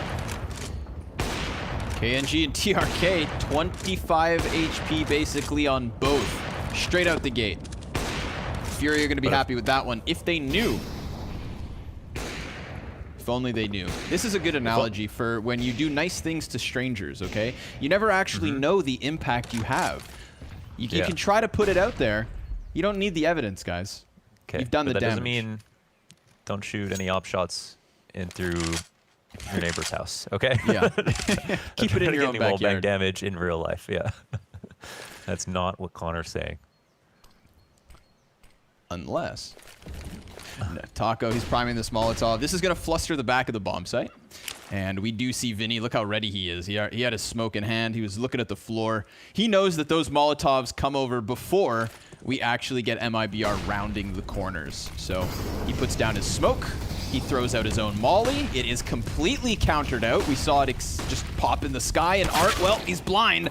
Can't find anything. Vinny, he's hoping he can get some impact before these smokes begin to fade. He jumps up, and it's a mini spray versus TRK, who has cover. And Vinny, he's running out of teammates. He decides to go forward. He had way too much to do. He was unable to make anything happen as his enemies just slaughtered his teammates. He was waiting for that big moment to burst out of the smoke and to knock them all down. But Launders, it doesn't happen. It looks like MIBR find 3. Yeah, everyone from MIBR is on 40 or less HP besides Taco. They'll grab another op. Are they going to use it for the opening kill maybe on the next round? I don't know. But juggling it forward, I guess, to make sure it doesn't fly into CT spawn potentially. Either way. Yeah, so MIBR, they're very, headstrong about Banana. We kind of expected that coming into this match. But the only reason that last round even came close was because Henny, he went out of his way to get those 2 frags at the top of Banana. Here, Artsit's front sight. MIBR hit that continuation flashbang to make sure that he's blind for the entire time he's holding the angle. And then up close on oranges, of course, that's when things get dangerous. I actually quite like the sight smokes that were thrown down. Art threw the one front side, I believe, and Vinny threw the one in front of Emo. And Vinny's got his gamer gloves on. It's looking like a street fighter. Get ready for an uppercut, yeah. Hadouken! Single Famas. A single Famas. And the Deagle on Henny. The other 3 CTs bounce back with absolutely nothing other than their freebie pistols. Molly, ooh, almost burns Vinny down, but he's still got 5 health. And look at him. You got to appreciate the gusto. He tries to stick around for those gunfights. He gets blown away, as expected. Oh, nice little headshot there, TRK versus Art. So that's the B site open for the taking. And MIBR, let's just assume, for the sake of conversation, they're going to close out this 4th round. We're all tied up very early, and MIBR are looking pretty damn good. That, Launders, excites me for this series. I think there is something unique about Inferno B, and that, if you do win Banana Control and you have a good enough B exec, and if it's early enough into the rounds, the only way that the CTs can respond is by stacking B on a gamble. But of course, you risk them running out mid if MIBR ever try A. And it feels like the only time they really blow it is when they do go to A. Now, I will say, MIBR, it kind of makes them a little bit one-dimensional, the fact that they go B so much on this map. But at the same time, yeah, that's what makes this map unique. I think you can actually get away with it, focusing almost your entire T-side game plan on trying to come up with these full B executes. But so far, the punish game looks awesome. Making it very, very difficult for Furia to adapt and adjust. And so we'll see. I'm sure, we're going to get more of the same for the rest of this half. When MIBR, in fact, tried to switch it up and go for A takes, I think in the match, again, versus Cloud9, it really didn't go so hot. They tried to do these, lane haul splits, but they weren't exactly coordinated enough to do it. So maybe it is a good idea. Already approaching a very good scoreline on this T side, I'd say. And yeah, as much as I'd say the veto goes in favor of Furia right here. Oh wow, that's a satisfying Zoomy. As much as I'd say the veto, it just doesn't matter because Furia are favored on all the maps. I do think it is sometimes curious when Furia pick Inferno because I don't really rate either of these teams in terms of top level competition on Inferno. So it looks like a not live is called once again. So I think we're just gonna reload real quick.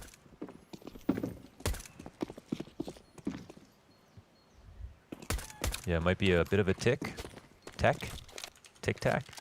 Toe. Tic-tac-toe. Have you played tic-tac-toe in T-spawn yet? Have you played? No, I haven't played. Wow, you sounded like Nardwar there for a second. Tell the people why they should care. Why should the people care about Connor? No, I haven't played. So here's my story of the tic-tac-toe. Is there a creative way? Okay, Prius, he's going to pick top left. Okay. All right, I will pick There's no time center. for this. Oh, damn it. Okay. There's no time. You lose. Simple as that. We'll We'll continue later. All right, next tech pause, fast game of tic-tac-toe.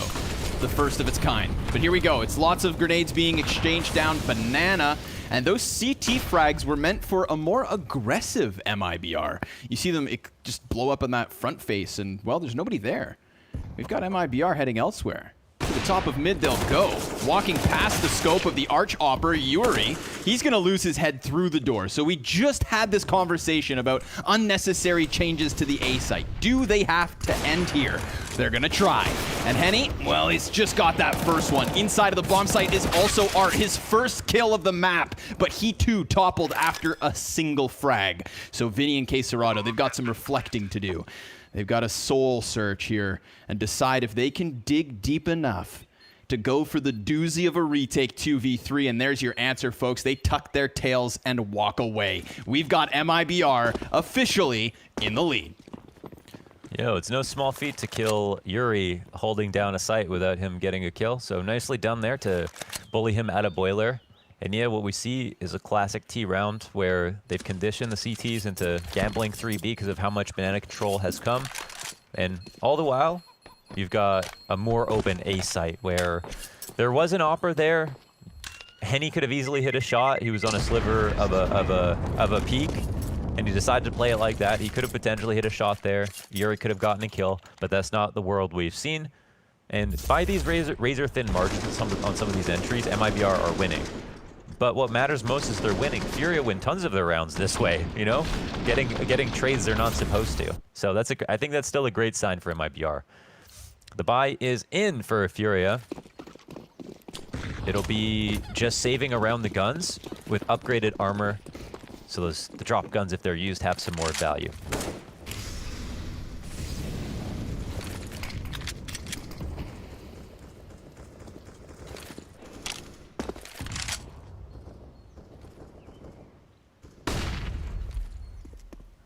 Nothing yet again here. Last round, it was those CT frag grenades that met no terrorists on the top of Banana. And now that we have MIBR in close proximity, there's no CTs to throw grenades. Instead, they sit back in their bomb site. And don't let the lack of banana control make you think this B site will fall with ease. They do have 3... What was that? Whoa.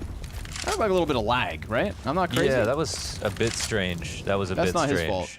Not his fault. I don't think so. Yeah. A glitch in the system.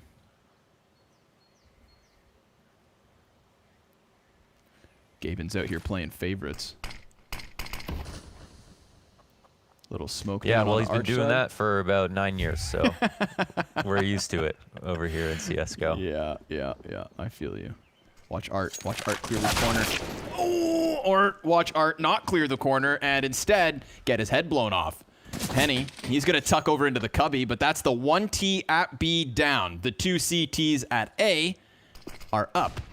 One of which above the balcony. Henny, he's going to get shot down as he tries to come through the smoke. Now, Yuri almost had just enough timing. Ooh, dangerous games. Oh my God, Vinny, he's able to take down Taco and also tag up Fallen. Oh, yes! Vinny, I love it. Just catching Fallen on the retreat. Here's a clutch for y'all. 1 versus 2, Furs in the mini pit. Second CT's coming in off of short. Vinny's been an issue for more than enough time at this point. He is still alive, and Fur takes down his teammate and the second. Fur's gonna clutch it. MIBR keeping their lead, and they're even on fire. Wow. You know, he's always good for it. Really, really nicely done there by Fur. The Molotov to scare him out of rotating out. The utility use was perfect. Oh, Art, it's not often you see him get caught off guard like that. But Vinny, man, I mean, this round is not even close if Vinny doesn't get that second kill. So could have been even scarier. Could have said MIBR deserved to win that one. I don't know. We get the full buy-in for both sides. And into round 11, and Furia will try to make amends for this half. Things have gone south for a number of reasons. Furia seeming like they're one step behind at every moment.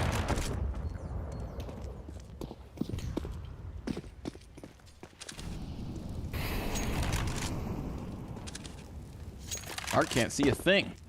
Smoke grenades, Molotovs, flashbangs. They're all over the place. So he's been effectively nullified on the top of Banana. And this allows for the stack up on A. Henny so close to extending around the corner into the crosshair of Fur. We've got 3 Ts in mid, 1 apps, 1 back with bomb. And Henny, at 55 seconds, gets a little bit curious. Fur has come off of this position, and that bodes well for Henny. Oh, and a second! He gets that op right back in position, and now it's a 5v3 for Furia. So how do MIBR punch their way back into this? Is it challenging Henny? Because so far, the oppers are paying off for Furia. That's 3 op frags between Henny and Art. Yuri in from pit is going to cut it down to KNG. And oh, later, headshot as he flies by. Furia now within 1. You know, Art could get 1 kill for the first 20 rounds and then end the game with 15, right? That's the kind of guy he is. So he's never doubting himself, and today neither is Henny. Henny has been so good on a lot of these rounds, win or lose, when it comes to trying to make it winnable. He's come back and... Sorry. What's that? I'm just looking at this replay, man. It's like... It's like he curved his bullet or something. Yeah. Yeah, limitless. He's on the gear. I didn't mean to interrupt your point, though. Please excuse me. No, I was just rambling, man. Honestly, Okay. Nothing special. Just saying, like, Henny, he's like the shining light for Furia, but you can never count Art out. Now, we had a great start from Vinny. We have Yuri slowly coming back into this. He's actually 10-3, even though it's a 5-6 scoreline right now. So very, very few deaths for how many kills he has. Considering Furia are losing some of these rounds. A lot of it's been because of these like B plays, and now that things are not ending on B, it's starting to level off a bit.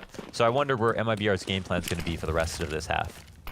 Yeah, there's one thing we should take note of now as well, is like now that Furia are kind of closing that gap ever so slightly, remember that it is the 3-man show on the CT side. We have the high stats from Henny, Vinny, and Yuri, and yet we get this classic issue for MIBR where Fur has 12 kills, and the next is 5.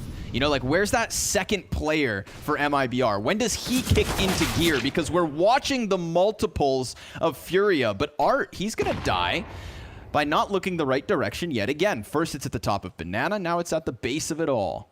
Man advantage for MIBR. This bodes well, but Henny, aha. He decides to get aggressive there with the op, catching Taco inside of apartments. MIBR, they could decide to pressure on Arch as CEST decides to just slink back around the corner just enough. Op shot right back to the favor of Furia. 4 versus 3, but MIBR with 45 seconds look to take it elsewhere. Ooh, that's not going to help. They do not want to run into Henny at quad with an AWP without one of their own. This should only end badly. Oh, sorry, Vinny's here. I mean, excuse me. I thought Henny rotated over. Okay. Yes, sir. Well, this Vinny might be a bit more doable. The rotations are held. He's going to hear the footsteps. Push out. Easy. No, I'm kidding. He's doing just fine. TRK? All right, a little bit of an answer. Now, at least the other CTs aren't that close, but he doesn't know this, so he's being cautious, and that may actually cost him anything further. He could have easily bomb planted and come away with an attempted post plant, but now he has to stick it. CT's gonna peek him. No plant, no round. We're tied 6 apiece. And we recovered the op for Furia. It's a pretty good round pretty much the whole way through. It's all about N1. Okay, this guy opping on the A site brought it back after Art decided to make a risky play. And I always love to talk about Henny as almost the Crims of the team, where he's becoming more reliable, sitting in spots, waiting there. Maybe that's Yuri actually, but you know, he'd be like he's another very kind of passive playing offer compared to Art right now. But put up grenades and sprays. Yeah. Whew. Look at that fire, baby. Warm your hands up, boys. And everything just falls silent. Neither team realizing, like, is that it? Is it just this exchange of utility? So there's no more calling. Yeah, what do we do? Long, awkward silence. And they're not going to move much. MIBR still in its entirety here towards Banana. What's the defense look if they were to commit? Well, we've got Vinny boosted up on the CT wall, and we've got CEST on coffins. Between the two of them, a single smoke. The vast majority of the utility is over on A, where Furia sit just as passively. So a nice little 2-2 split. And now that we see MIBR commit their utility at the least, it's going to get active. Vinny, he does a bunch of damage but doesn't take down Fur. That's 2 of these 4 Ts incredibly low. And K Serato, he's gone. TRK is going to best him. He takes up that position behind Nubox. So we've got an anchored position in sight, and we've also got a real deep anchor down Banana as well. This is going to be very difficult for Furia, and I think they know that. They're trying to stick around a little bit longer here. A little chip damage with the frag grenade, but Launders, it's Inferno. And on Inferno, you save more often than not. Man, I can't believe this. You know, Fur and KNG are very, very low. Taco started off that execute low. KNG too. TRK comes through with a critical entry. You know, it could have very easily been a multi-frag for K Serato if he takes out TRK, considering the HP on the other remaining Ts. MIBR by the skin of their teeth pull another one out of the hat, man. How many tricks do they have?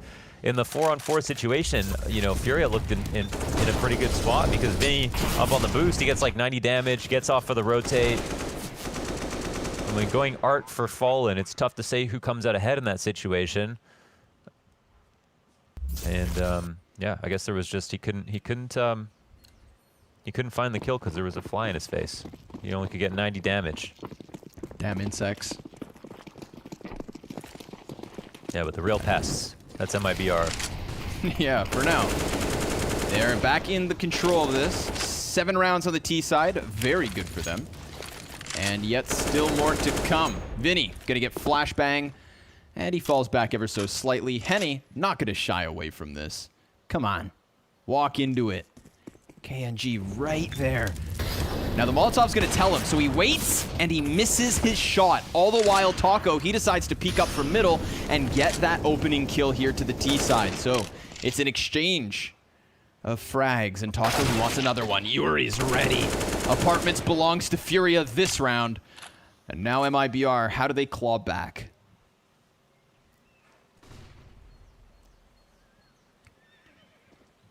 Yeah, they'll try to fool him for a 4th time on B site. And you know what, man? There's been a few times where there's been 2 people here, and they haven't got a single hold kill. Will this be another one? Vinny behind the sandbags. Whoa, He's got this lurk.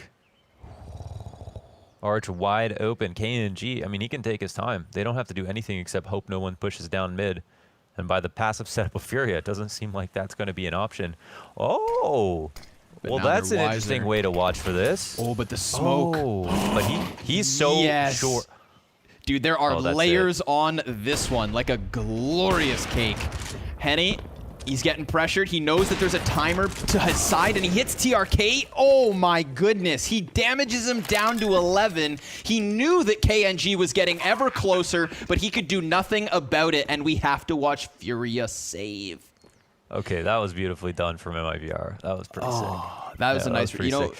Because they sometimes- covered all options, right? They used the B smoke to get in the site, considering it was low time, but to also guys that big flank after Arch came through. They weren't relying on him getting some gimmick kill, shooting someone on the side while they entried. They were going for the long-term play, having the 2 players come in after the smoke goes up, and all the while, even though Henny knew about it and was sure about it, despite having the information, they still couldn't do anything about it. That was the real beauty there. So nicely called round for MIBR.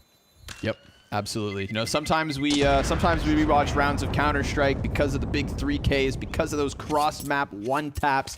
But that round of Counter-Strike was just beautifully layered CS, man. The smoke grenade going down just as he rounds the corner. Like you said, they knew what was coming, but Henny could do nothing about it. And even when he does a little something, TRK survives his op shot through the metal in the coffins. So a bit of a tragedy there on the B site for Furia. MIBR leading by 2, and the final round of the first half's coming at you hot. We've got the op on Art, a double FAMAS between Vinny and Henny, and MIBR who show no signs of slowing down. Although, if I may say, you may. No signs of slowing down, but they've actually played a very tempered half here. You know, like this is contrasted to what we've seen from Furia. It's been very slow and meticulous, and I kind of like it. Yeah, I mean, every time Furia basically have tried to do something really overtly aggressive. MIBR have just been waiting, so KNG in particular catching Art. It's that one round that strikes me when you say that. And yeah, if Art can't feel like he can flank down mid, he's not comfortable. Look, they won't even try it this time around just yet. They've got bottom B control, but the rotations are holding here. No one's cheating 4 over towards A.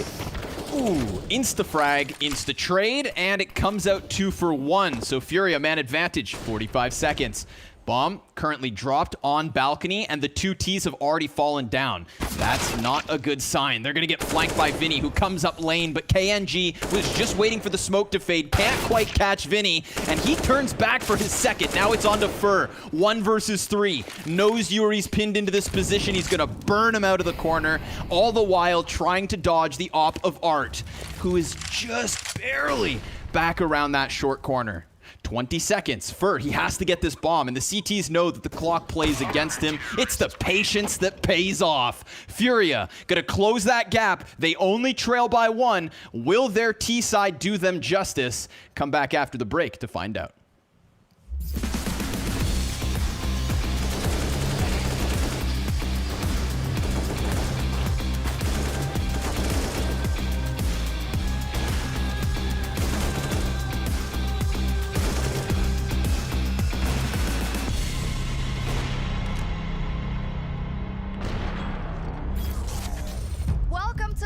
For week 3 of Blast Premier, we've got some top tier Counter-Strike coming your way. The 100 Thieves and G2! Down now, 2 quick kills. They should not lose this game right now. This is not a team that yet has the pedigree to beat an AG. It is Valentine's Day, guys, but what happens under the desk stays under the desk. Dad and Dad, we're back together again. So what we have to do, we will win this game. Deal? But they're coming in from long as well. Beezer's gonna be there. What an upset. It took all 3 maps. And this is gonna be a spicy one. 100 Thieves versus EG! They take them down in overtime and win the whole series 2-0. A banger of a match between G2 and OG. Chance for this, and they down the 1v2 to close it out. EG versus OG for a spot in straight finals in Moscow. We are legends of this game. We will rip, shoot hits. Deal? Let's go, Alexi! It was an upset last time and everyone was shocked, but here we go. OG absolutely living the dream, and they will take him down for a second time. Let's focus, bros. Let's focus like we played first time against them. They've done it. They've bounced back on Dust 2. We're going to the final map of Blast Premier Spring Series, baby. Let's take the fight.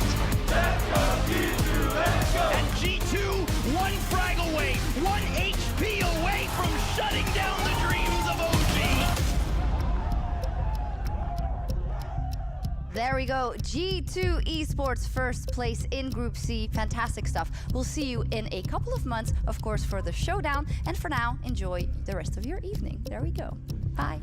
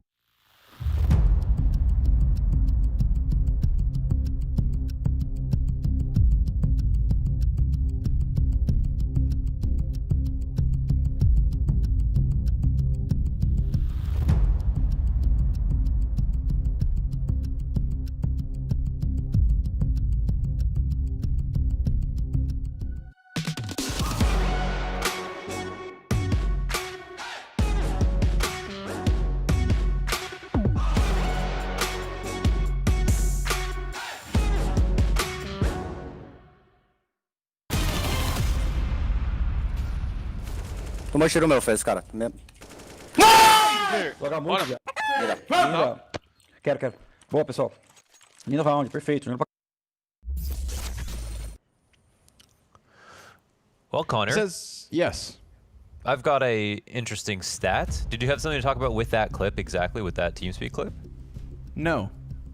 Oh, okay. Well, I've got an interesting stat that I thought might be cool, where someone brought up. This is from Matthias.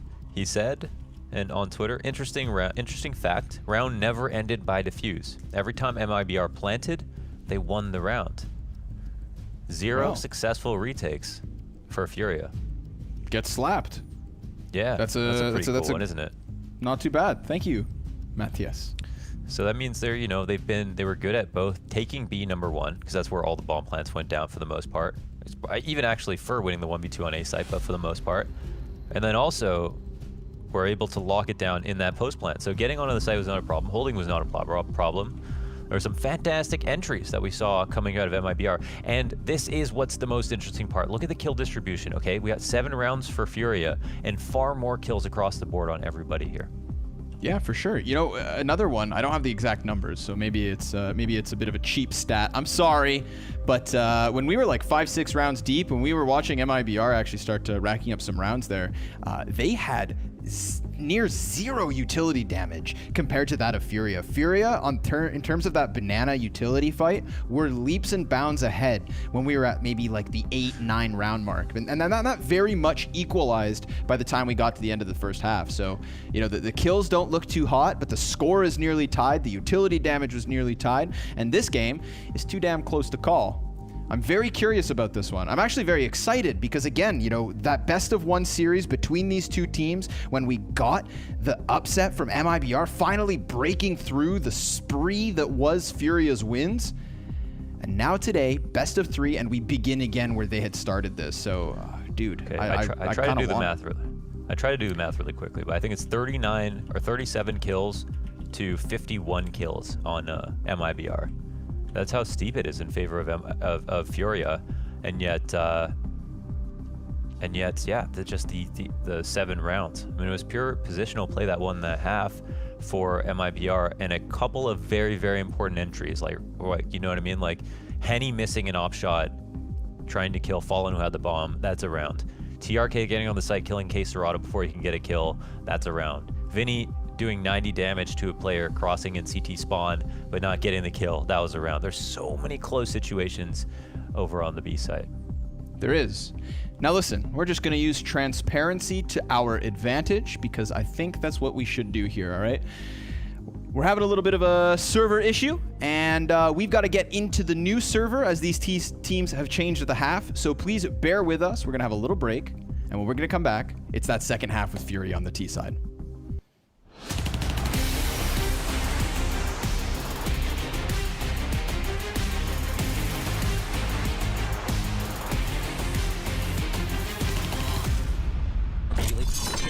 RBK gets a solid entry for shotgun. It's inconsistent, but it is enough. Just popping out of the box, and he lets one more. Counter-Strike is not just about headshots. Audio is your best friend, and I'm going to show you some tricks using the sounds of weapons, utility, and the map so you can always stay one step ahead. I'm Anders Bloom, and this is Audio Advantage. Weapons in CSGO come in all different shapes and sizes, and they make all kinds of different noises. Aside from their primary use, here is how gun audio can become a tool with which to fool your enemies. In certain situations, the defense will know as much of what you're doing from seeing you as they will from hearing you.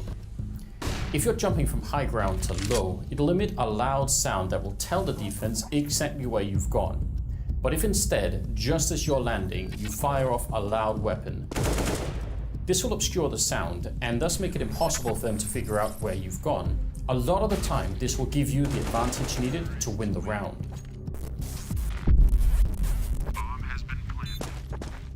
Another high-intensity situation revolves around the 1 versus 1 defuse. Here, a defuse again triggers a sound that will tell your enemy exactly what's coming. But with a scope rifle, you can add another sound to the mix. thus confusing them and thinking that you've come off the defuse. A lot of the time, this will trick them into delaying the push, and you can win the round while they're waiting around on the other side of the wall.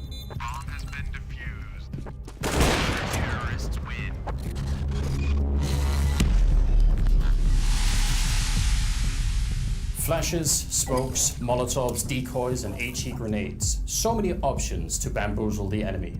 You've seen the fancy executes, the smoke defusers, but have you tried this? A clever way to use the audio emitted from utility is to throw them in one direction and then go somewhere else. A popular example here is the middle of Inferno, throwing a grenade to top banana and then going to the A bomb site. If your opponent is close enough by that they can hear the grenade going off, they'll think you're headed to B, thus giving you a huge advantage.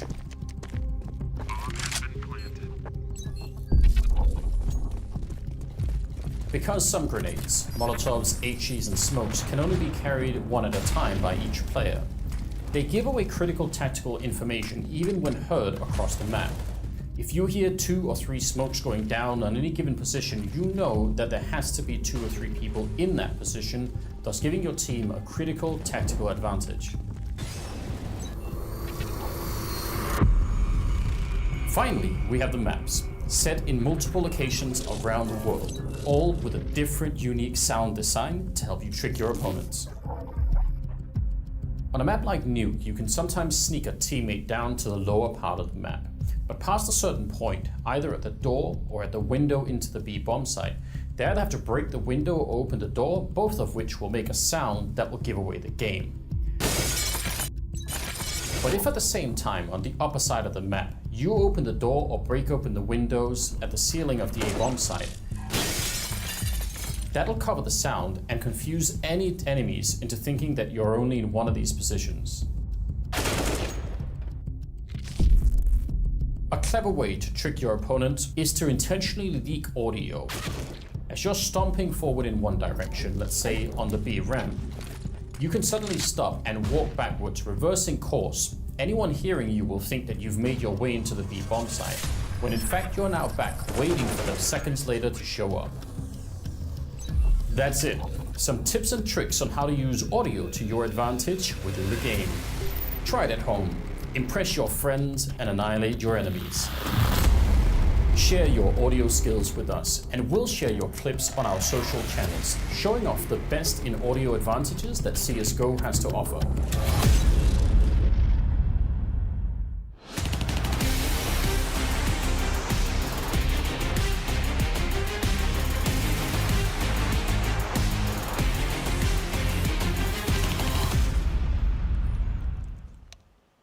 Audio can be a key advantage in many different gunfights. You've got to use it to your advantage at all possible moments. I'm Anders Bloom, and this is a message brought to you by Blast. I find it so cute when Anders pretends that he's human, and we know he's just an isn't it nice? Actual glitch in the simulation. That's Send some us good your stuff, clips. man. Anders, I love you. And everything that makes you special. Here's the second pistol round, everybody. We're back into it, okay? Thank you for your patience. Down goes KNG. He waited a long time for this second pistol round, and, well, he didn't get to play it all too long. Taco, there's damn chickens in his way, and Vinny and Yuri, they're trying to show him a little bit of a duel here, but he fades away, understandably. He's got 2 points of health left over. It's TRK's turn. He peeks into the apps, sees nothing, despite there being 4 players in there. Yeah, well, don't call Furia chickens. They'll come for you. They're on the other side of that staircase, too. And now they're pressed up for an execute. Once again, situation like we saw with Fallen shooing back the B player. Well, he was shooting off Art on A last in the first pistol. But now they're going forward with that full A exec. But the rotations are already here from the CTs. So let's see if they can hold it. TRK and Taco just trying to tuck flashes. heads. Oh, Taco, 2 kills despite 2 HP. And Fur, he's found himself another one. Fallen claps down K Serato. It's all on Vinny. 4 health, he's gone. Damn, Taco. The 2 kills from inside sight were everything. That was beautiful, and the flashes were incredible from Furia. The pit player was blind. Taco even ate one of the flashes too. They got the opening kill as well. There was a lot of reasons why this should have been completely over. Well, yeah, Taco, man, really beautiful stuff from him. Thought MIBR, they actually called that out. That flash from Art to the top of Banana pushed MIBR out of B. Yeah. How terrifying is that? They completely read into the situation perfectly. And CT's already gathering information. Taco just parades by the window of balcony, sees a bunch of little faces popping back at him, and because they have just Glocks, there's not much they can do about it. KNG, he's got himself two. TRK burns one. It's a blind KNG going down for the CT side, but other than that, it's MIBR, easy anti-eco. Okay, all right. Things get a little bit crazy now. I mean, the kills will start to go up for MIBR. We saw it was like the 51 kills of Furia, despite having a worse half, to the 37 of MIBR in that first half. But now the pistol round going their way, the anti-eco is getting cleaned up, the kills are starting to get picked up, the money will start to accumulate, and MIBR will start to fortify here on the CT side if Furia don't do something about it. They're quite low this round, although they have a better buy. One of those very weird in-between situations. KNG, is he looking for a peek off of this? He's throwing all the utility, but Furia, they've gotten in front of it. Now he'll hear some footsteps, but does that mean he'll get the kill? Sees the gun barrel. That's one for him, and a second, and possibly the third if he wants to decide to go for the peek. KNG, what a three-piece. Just shuts down everything. TRK, oh, that could have been dangerous, but he does realize Vinny's just in front, and K Serato on for the 1 versus 4. Up until this point, we had only seen a 2-round lead for either team, and now it's up to 3. So K Serato trying to claw that one back. Ooh, and he starts it with a quick headshot versus KNG. Then the flash goes high, and that's enough to distract him. Fallen's going to get the kill, and it's all she wrote. The leads, of course, after the 4-0. Excuse me. Yeah. That was a real catch-22 from MIBR, where KNG throws the nades to bottom mid to disincentivize them from pushing up. But even if they do, he's got a pretty good spot with his team to stop it, and they can't just walk up mid. Nope. He had to hear them running through the Molotov, and obviously a wonderful hold with a teammate in the back to support him, to allow him to activate for that third kill as well. Fantastic hold from KNG, one of the most consistent players on MIBR. If we look at Fallen's performances this year, he is probably the most impressive storyline. His rating has jumped by almost 0.20. I think it's just about 0.20 since the start of this year. That's one of the steepest curve upwards that we've seen from a player that's been playing as long as he has. Ooh, deep CT control from TRK. That's a teammate's Molotov in front of it. Art, he's tagged. Oh my goodness. 2 points of health means first frag will definitely body bag him. And K Serato just on that deagle. Maybe he wants to try and get the gun, which he will.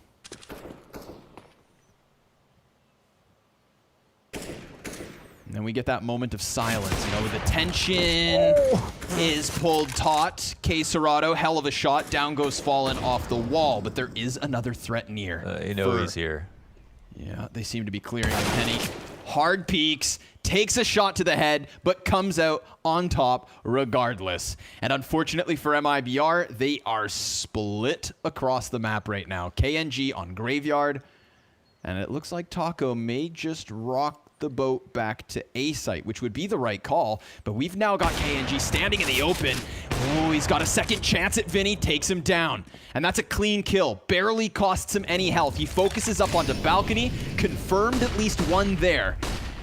And how's Taco get into this gunfight? Not fast enough. His teammate goes down. Taco versus Pit takes the first. There's 2 more players to find, and he knows exactly where they're both at. Can't deal with K Serato, trying to focus forward on Henny, but Taco takes way too much damage, and Furia now within 3. Okay. Man, that was a nice round from K Serato to get that kill with the op. I mean, Art's op was blessed. He gets that opening to mid. Can't believe he hits this shot. First of all, he was 1 bullet to death. TRK should have been able to establish there. And then this is the most important kill because Fallen, he absolutely must stay alive. If he goes to half wall, if he falls back, it's totally fine. He doesn't even ever have to peek again. They will be too scared to push up and deal with Fur. But once Fallen's dead in the back, they almost know for sure that Fur is there somewhere. And even if they aren't sure, there's no reason to be scared because the op just got dropped down at the half wall. So that was pretty much round in the bag from that point on. Furia pulled that one out of the hat. And I think there was something wrong with that flash assist because Taco got the assist on KNG, meaning he blinded KNG, but we saw that T-flash drop right in front of KNG. It had him blind for almost 4 seconds, and the pit player, or the balcony player jumping out to kill him. It was almost guaranteed. Oh my god. Is this real? 50, 20, so. 46, 34, 94 ADR from Taco. Fur has 16 kills. They all have failing grade ADRs except for Taco. See, he's like the, he's like, oh, wait, hold on. There's something going on. We've got a lot of action. 2 kills each way. 3 versus 3. Where the hell does that all unfold? Big clash outside of apps, so it seems. We see 2 deaths inside the apartments for the defense. And a red X on alt as well. So to the B bomb site we will go. Art looking to lead the charge. Smoke down to CT spawn. He has an op and he is in front. Fallen's P250 is going to be enough for just the first kill, but it's K-Serato on the Smack 10. Goes ahead, clears out that bomb site. And I think that Mr. Bad Chad Brochill had a very good point on the analyst desk before this series started. That is, one of the best tools we've seen from MIBR as of late, and one of the tools that plays into this increase in Fallen's form is the double op setups that have been successful between Fallen and KNG. That clip right there of K-Serato is an example of what I think we can expect moving forward on the other 2 maps, where like sometimes these light buys, sometimes these Mac 10s, that classic Furia aggression is going to overwhelm you. And when it comes to those oppers, I'm not quite sure if they're going to be able to deal with that level of heat. Only time will tell, of course, but this round in and of itself reminds me of what is to come. Furia and aggression, all 3 maps. So I think, we're calling it 3 maps, huh? Okay, well. Oh, whoa, hey, there you have it, there you have it. I think we actually have a glitch with the ADR. So I don't think the ADR was correct. I just checked HLTVs, and HLTV is a little bit weird too, so there might be something wrong with the stats for the moment. So yeah, that didn't really add up, and for good reason. Makes sense. Yeah, but it's not to say it wasn't possible coming into this map. You know what I mean? We've seen Taco good on you, though. Pull off 90-yard maps. I appreciate you didn't just believe numbers put in front of you, Mohan. Very critical thinker. Listen, it makes my life a lot shorter to have to fact check all these different things, but at least I have peace of mind.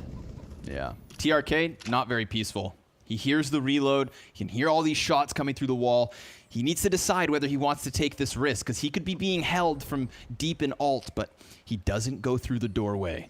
And honestly, probably the better play. Vinny, he was ready for it. He almost welcomed him in by being so loud and aggressive, and then just falling silent. And this one AK...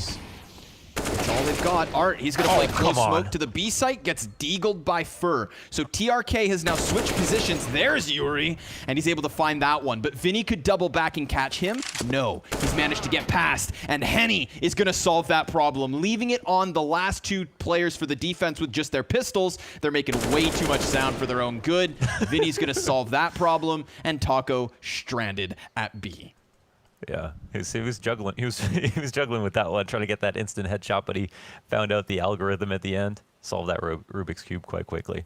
Taco, he's going to be coming up on K-Serato. He's in within that 1-shot headshot range. There it is, the 5-7 kill.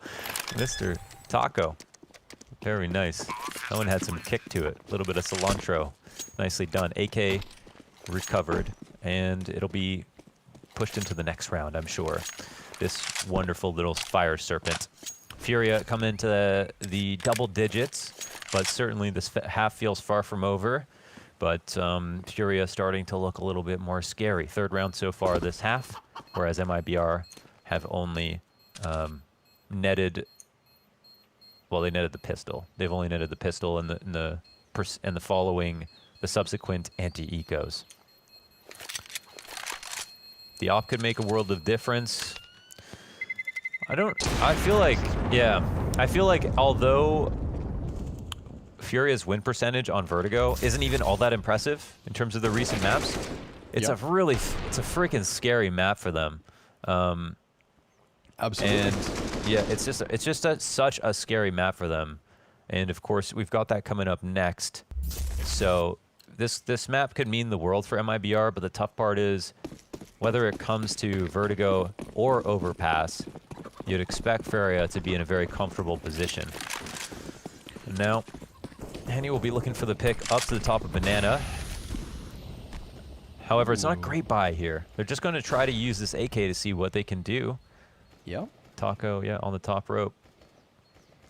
What he could do is just blow Art away the moment he comes around that first Flash. corner.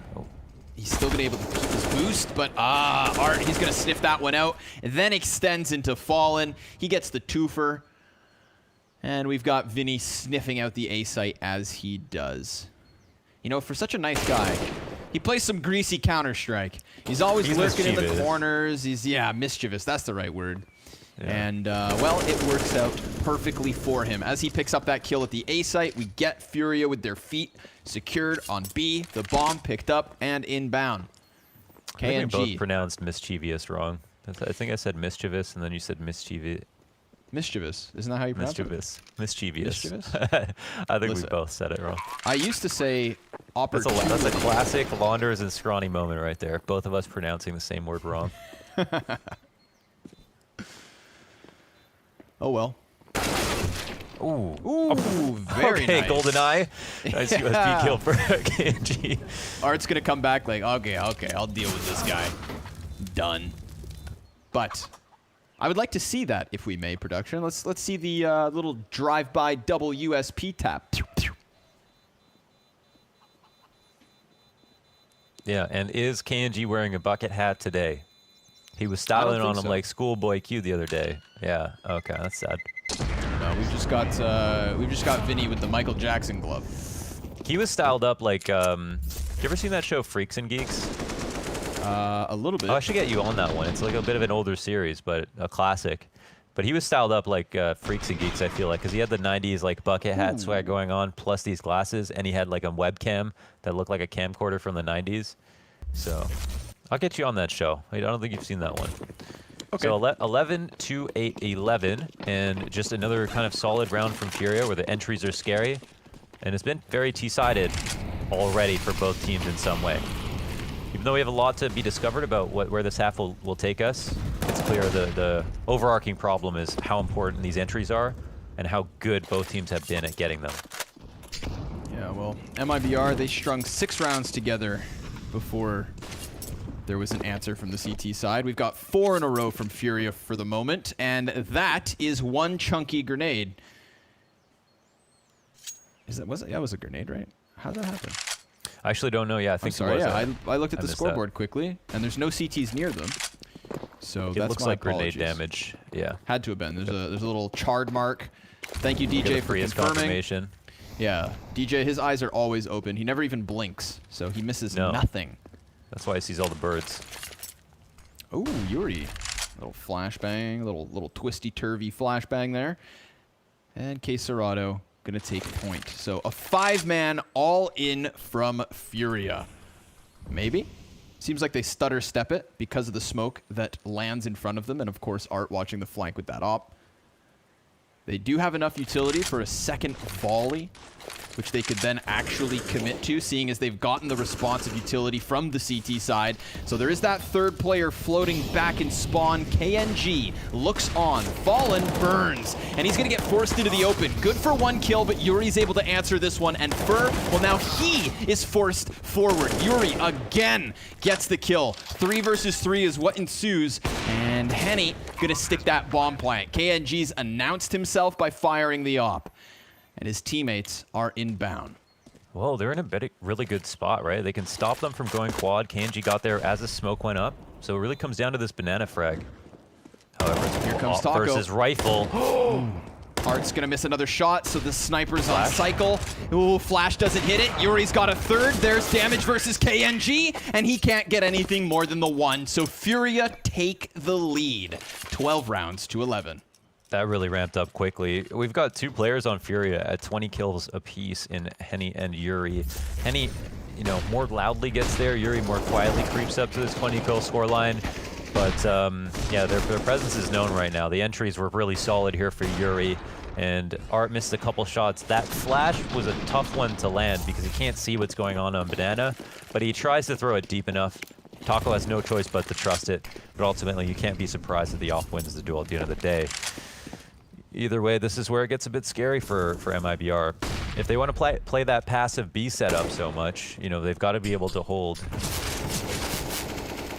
Ooh, damage. Damage is done. There's the kill. First one comes in for MIBR. Fallen, he's going to sprint through smoke. Just gets the gut punch versus Art.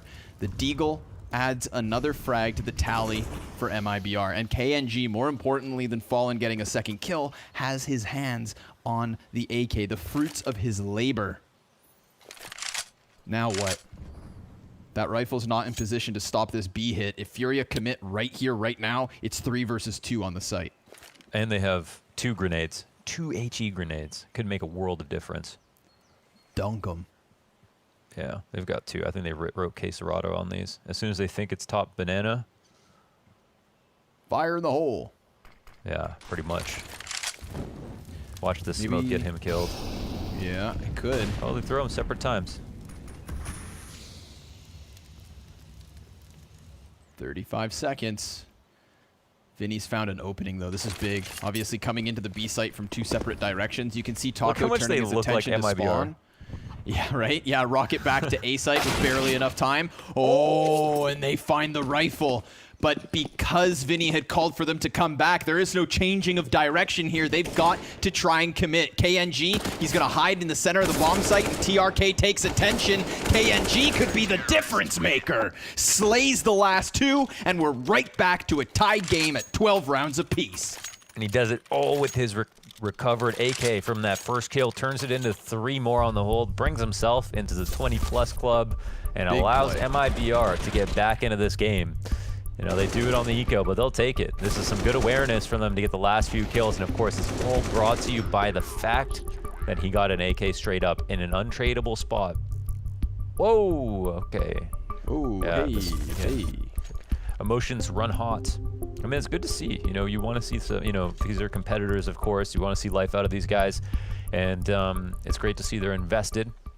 And this is a very serious matchup on a number of levels because they're Furia, MIBR are trying to say something about their head-to-head by winning that last map on Inferno.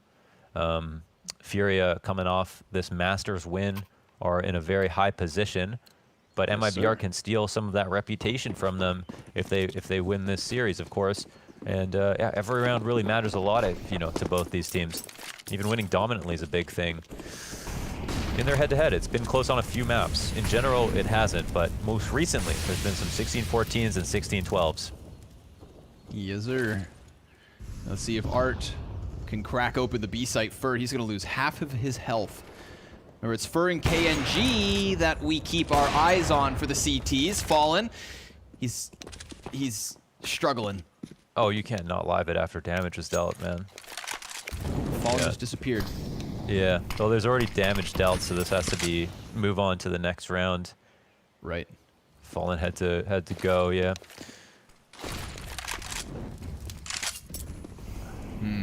Oh no. It's a little bit awkward. I mean, Yeah, the proper procedure here is play it like it's live. And You have to play it deal like with it's it live. after. That's You just play it like it's unfortunately, live. that's the rules, yeah.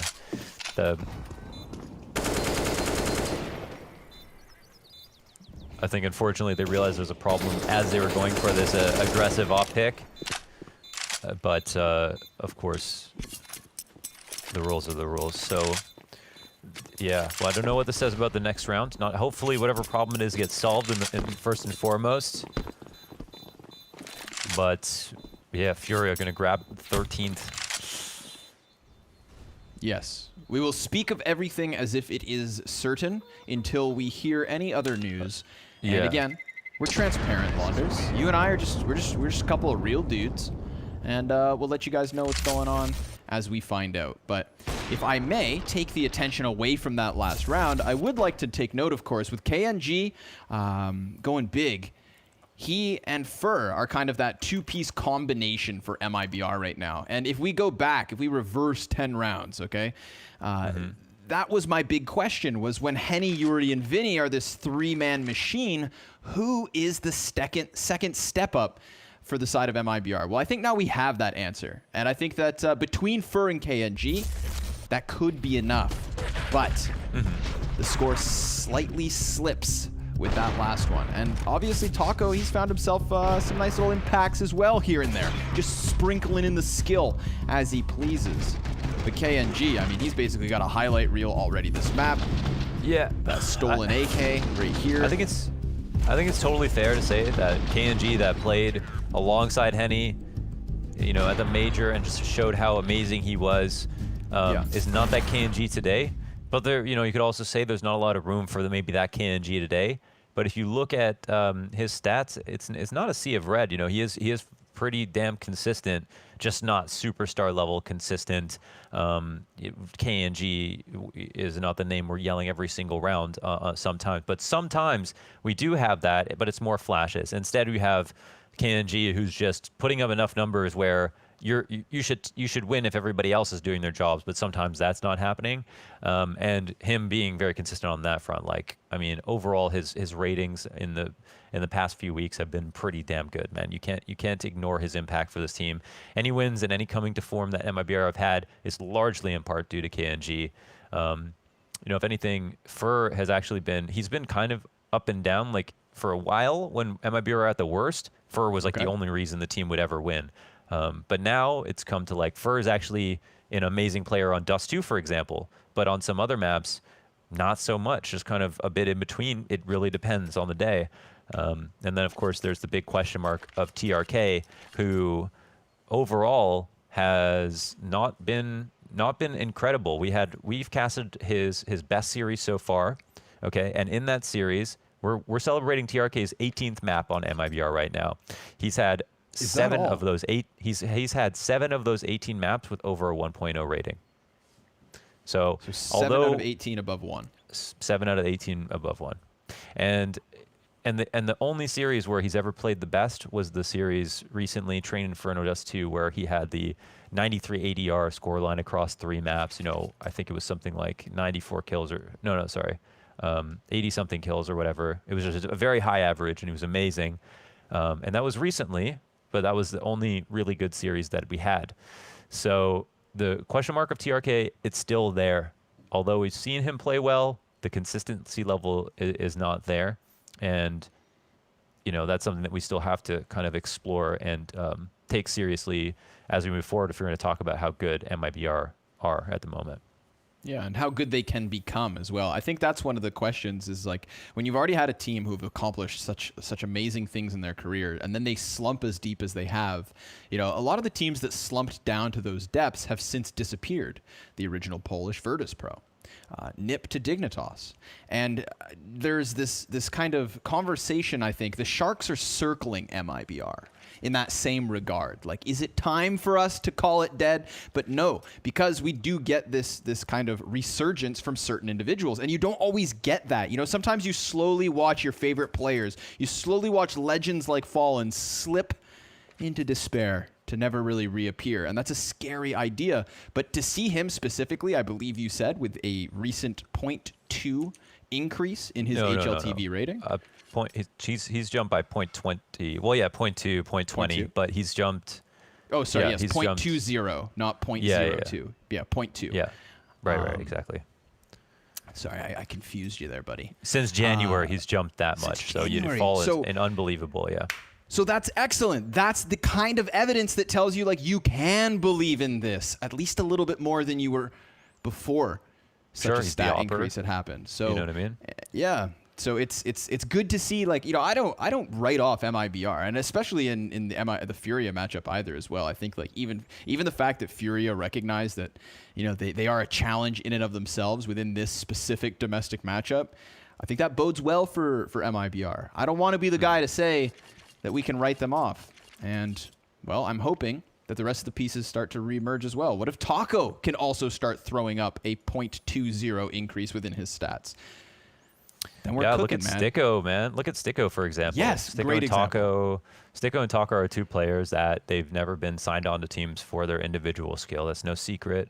You know, Taco's got the lowest impact, the lowest ADR, the lowest everything basically on the team, lowest rating, all of that. But he still has stuck with his teams, even come back after, you know, pick up like Stewie and Tarek. Like that says a lot about what he must be like as a teammate for whatever it's worth. You know, these are the things that we don't know from the outside. But look at Sticko. He's kind of the same person when he was on Mouse Sports. He was a player who was never clearly signed on for his stats, but was wanted as a player, as a teammate.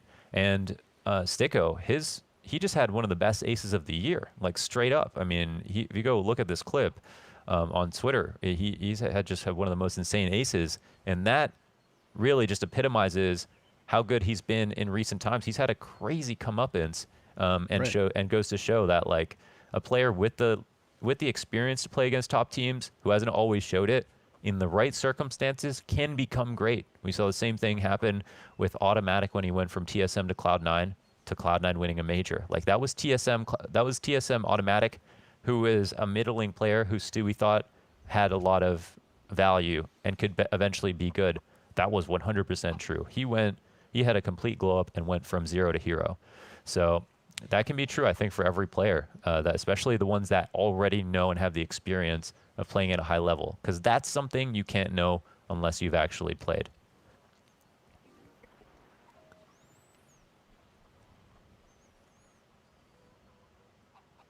So I think we've got a tech issue with Fallen. So before we get back into it, we're going to have a 2-minute clip that we're going to show, and then hopefully we'll be all sorted out by then. Stay tuned.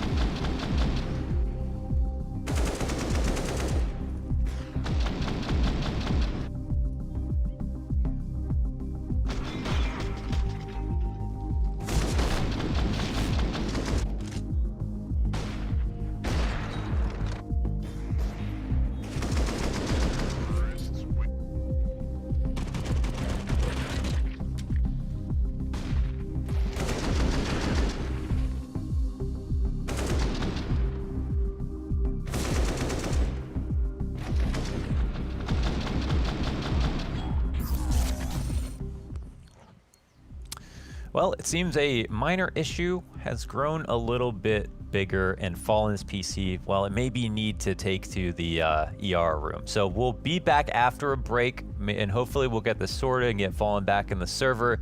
And until then, we'll have a commercial break. So stay tuned, guys. We'll hopefully be back soon.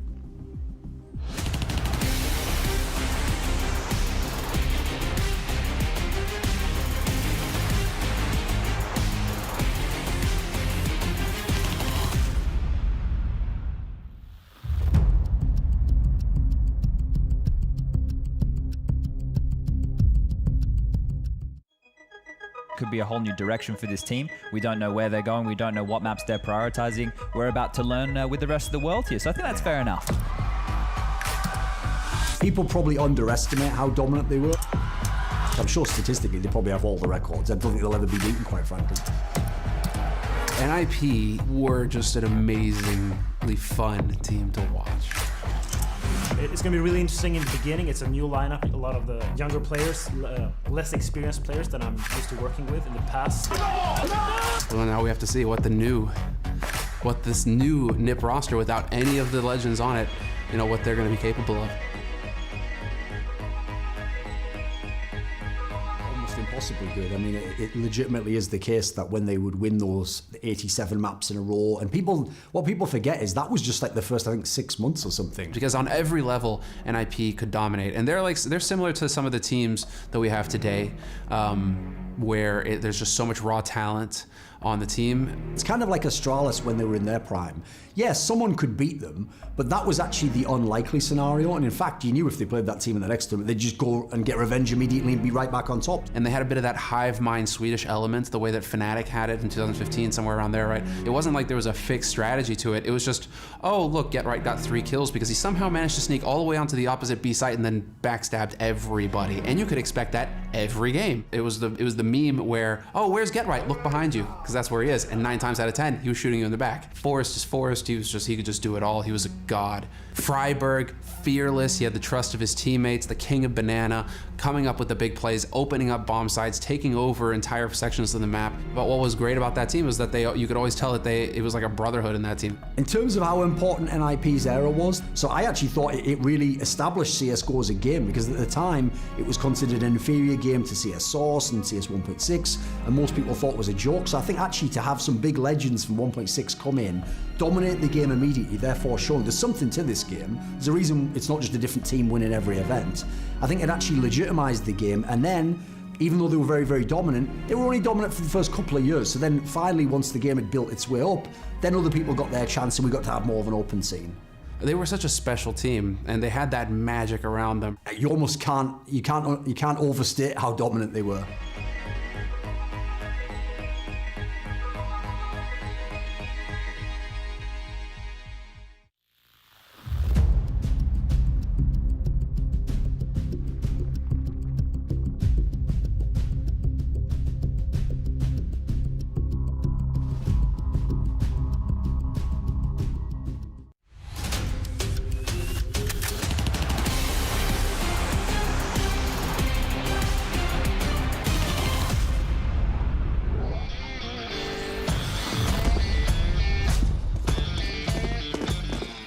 That's cheating.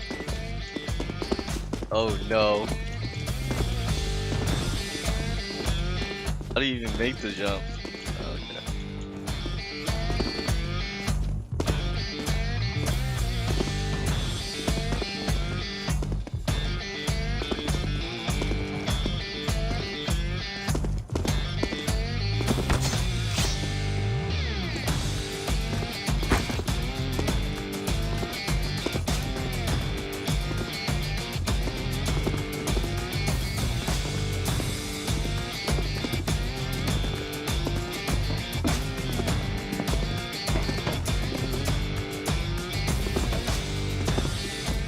Okay. That slow you down. Look at guys, you guys don't got the movement, dude.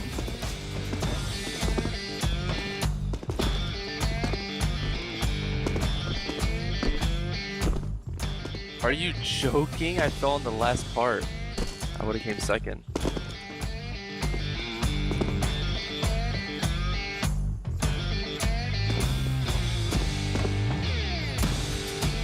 Alright. Ready this map.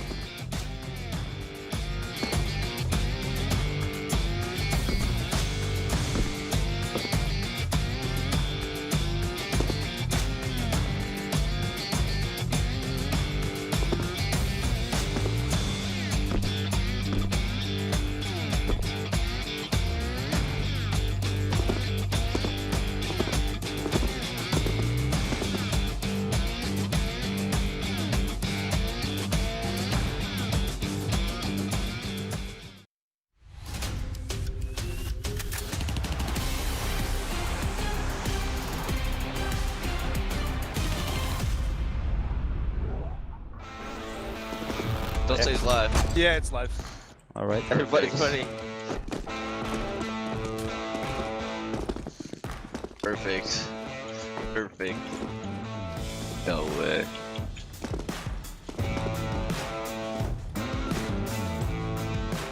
No way. Oh, he fell, dude. No, I fell. No, dude.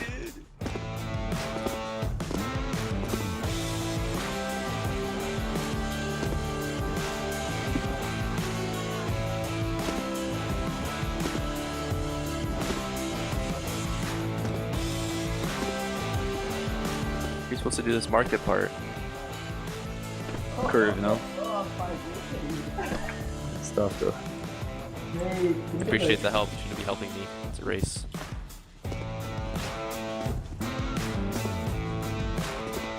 I went from first to second now. So from first to last. A single run. Oh, I got it. Ooh.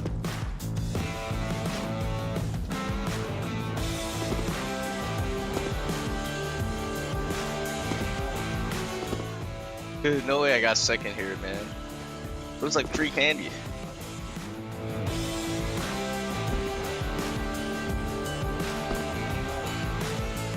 You guys are finished already? Oh my god.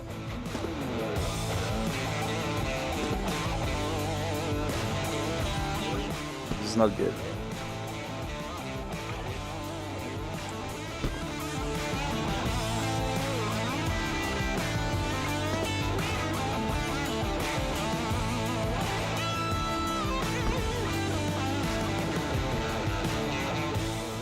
The struggle, dude. Alright, I did it. Alright, I dropped again. Just because I had the very first best run. But no one's gonna see it. Story of my life.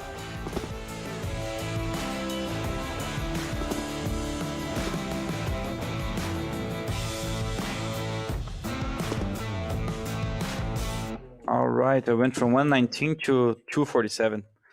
That's great.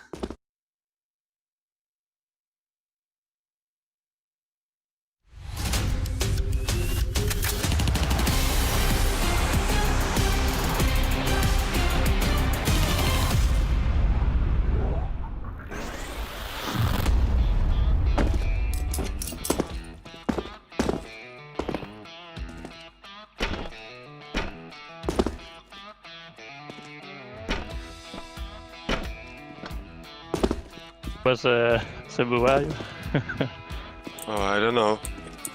You need to go in the map, like yeah, this one, yeah.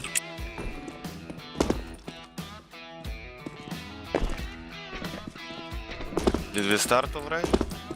I think so. I think you just need to complete the map.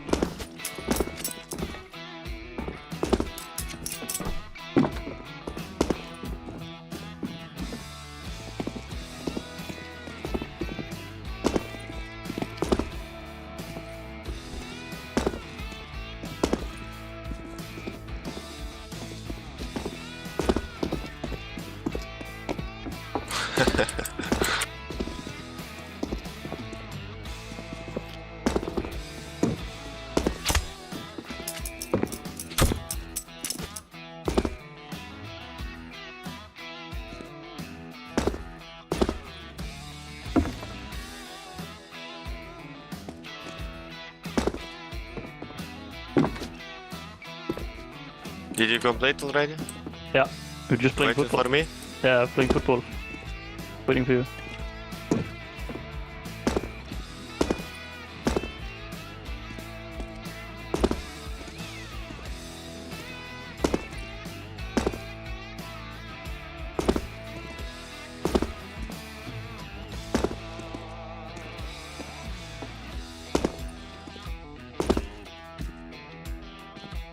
Oh. Ah!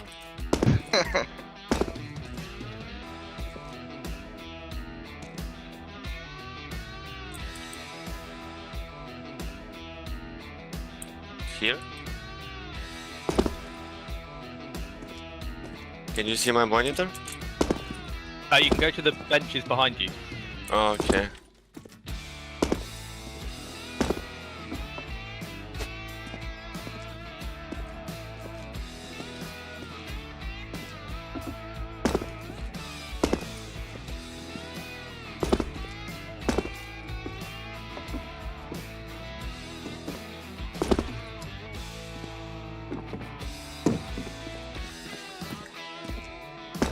Oh, simple. Let's go. Easy.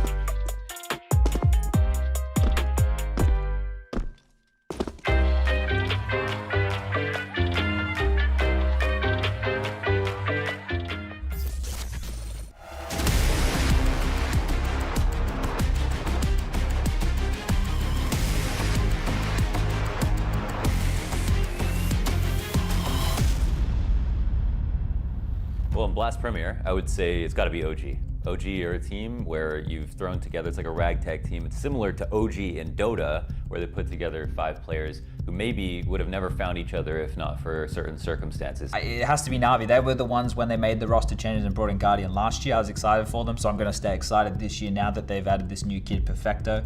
And I want to see this team succeed because it has one of the greatest players to ever touch Counter-Strike and a fantastic supporting cast, so Navi for me. At the moment, it's probably Navi because, for me, this is just the early days of a team that has all the pieces to be really successful. And if Boomers grows a little bit more as an in-game leader, Blade has all the input that he can do from a coaching role, I feel like they'll have like a better balance. That could be the winning formula for them, but obviously we'll have to see how it goes throughout the rest of the year.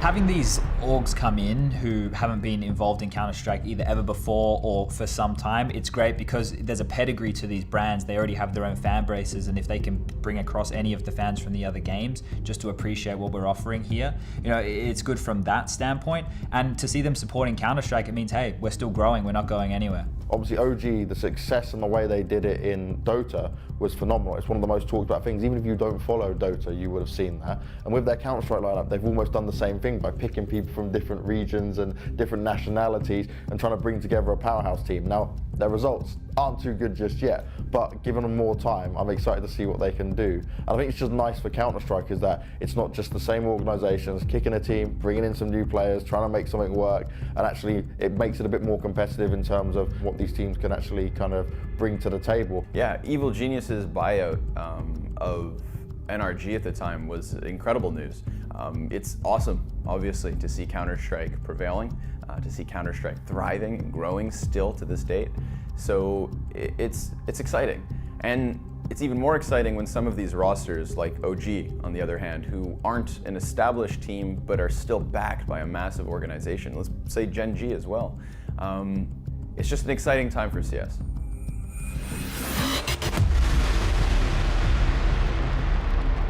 The ideal map pool for me in 2020, well, it'd have to include Seaside. I think maybe a little Cobblestone. No, but seriously, I think it's hard to say what maps that aren't in the pool should be in the pool right now. We've got a pretty stable map pool, one that players know and understand, one that doesn't have maps that don't have a lot of glitches and tricks and stuff like that. So that's really important. But I think it would be healthy just to try to add in maps that we haven't seen before, work on those, and bring those into the map pool for the future. Let's take out Mirage and rework it. And before it comes back, I want to see a bit more season. Yeah, I miss it. The ideal map pool for me in 2020 would be to get rid of Mirage. I know they just updated it a little bit, but I think that map, even with these changes, it's still going to play quite stale. And for me, I never liked playing it. So you get that one out and bring in anything. Everybody wants Tuscan. Let's get Tuscan.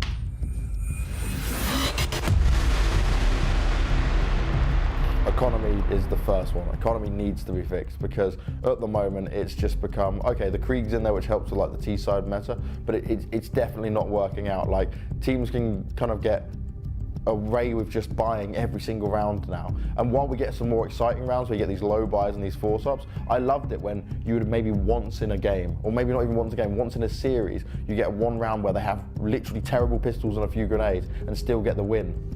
I am not a huge fan of the economy. I make that quite clearly known to everybody. I think that we've lost a lot of the ebb and the flow in Counter-Strike and the excitement curve. I would like it to go back to the way it was before, but that's not going to happen. To balance Counter-Strike and make Counter-Strike even better, I would say you need to have more credence for movement. There has to be an appreciation for it. Over the years, the limitations to movement have been heightened. There's been slowing down of ladder movement, B-hopping getting nerfed, air strafing has never been good enough. All of those things need to be given more attention and love, and we need to appreciate movement, and we need to see more changes in favor of movement in 2020. I think that 2020 needs an additional nerf to the Krieg. It was a sleeper weapon for so long, and now everybody knows exactly how powerful it is. We've tweaked the economy around it just so slightly that it's negligible. So I would like to see a hard nerf, not into non-existence, but at least a bit more to return Counter-Strike to where it was before. Then I start with Obo, who's on Complexity. And the reason for him is he's only 16. He's already doing well. We saw the damage Complexities have managed to do this year anyway, beating down some huge names. But he's one of these, and this is what we're seeing with more young players. They're just fearless. Like, they don't care if they're going up against Simple or Zyru. They're just running out and they're playing their game. They know how to actually just win the individual fights. And it's an air of confidence that they have that if they can do this against the tier 1, as long as they're in the right system and they're being used correctly, can have a lot of success. Rising star for 2020, it's got to be Bo3. I think he's going to do big things, and it's hard to pinpoint where he's at because he's surrounded by legends on FaZe.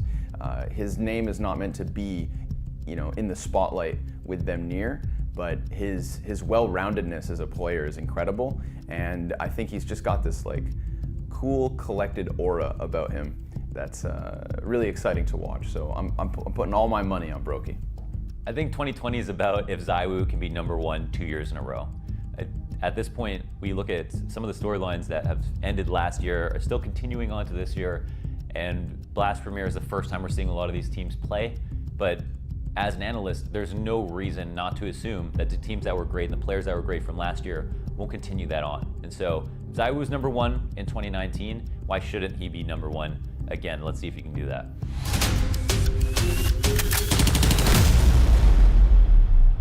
Much everything is new. The team, you know, the players. I'm feeling very confident considering the practices we've had and the talks we've had. Honestly, I'm just enjoying it a lot so far. For a bit of a tight time here. Nicely done. Point blank finds one, gets a second, a third, looking for it, and he gets the fourth. But just always, you just want to do your best. It's just in the nature of being a competitor. Other teams need to look out for Mantu at the moment, just because he's unknown. Mantu, he's like a new guy, pretty unknown. You know, he still has his whole career in front of him. Mantu, he stops Defuse and takes Kenny.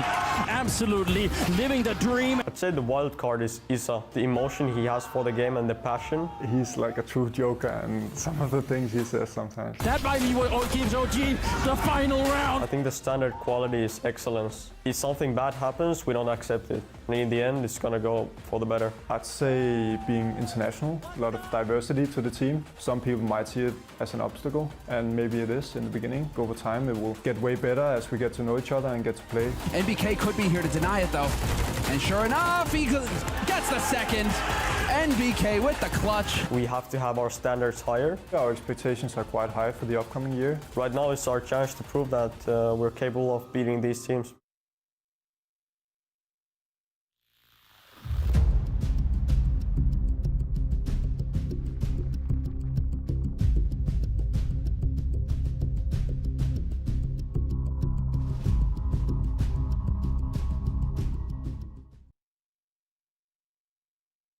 G2 is best described by a system. Their coach has gone about putting together a systematic approach to the game. Momentum. I think when we are starting to have a strong momentum into a game, it's almost impossible to beat us. We are playing like brothers, you know, we are talking too much and everything is fine. So like, I would say momentum. Able to grab another kill, but he's done such a great job! Oh, what?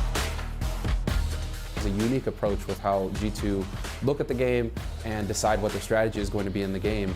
We'll try to give our best always, and we'll try to win every next match. He's coming! There's a chance for this, and he gets down to 1v2. The player that all the other teams in this tournament need to look out for is Kenny. Kenny is the guy who was the best player before, and it will be easy for us against everyone. Is it really if I say me?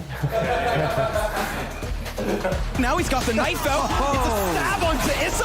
Oh my God. And the headshot on Devolda. Amalek because he's when he's studying his shots is really impactful. It's a really huge benefit for us. Amanek's gonna rush it. Whoa, his teammate. Amanek rocks the round. We'll try to give our best always, and we'll try to win every next match. I can say maybe top 5, top 3 on HLTV at the end of this year. To keep working, to keep practicing, and just to have good at.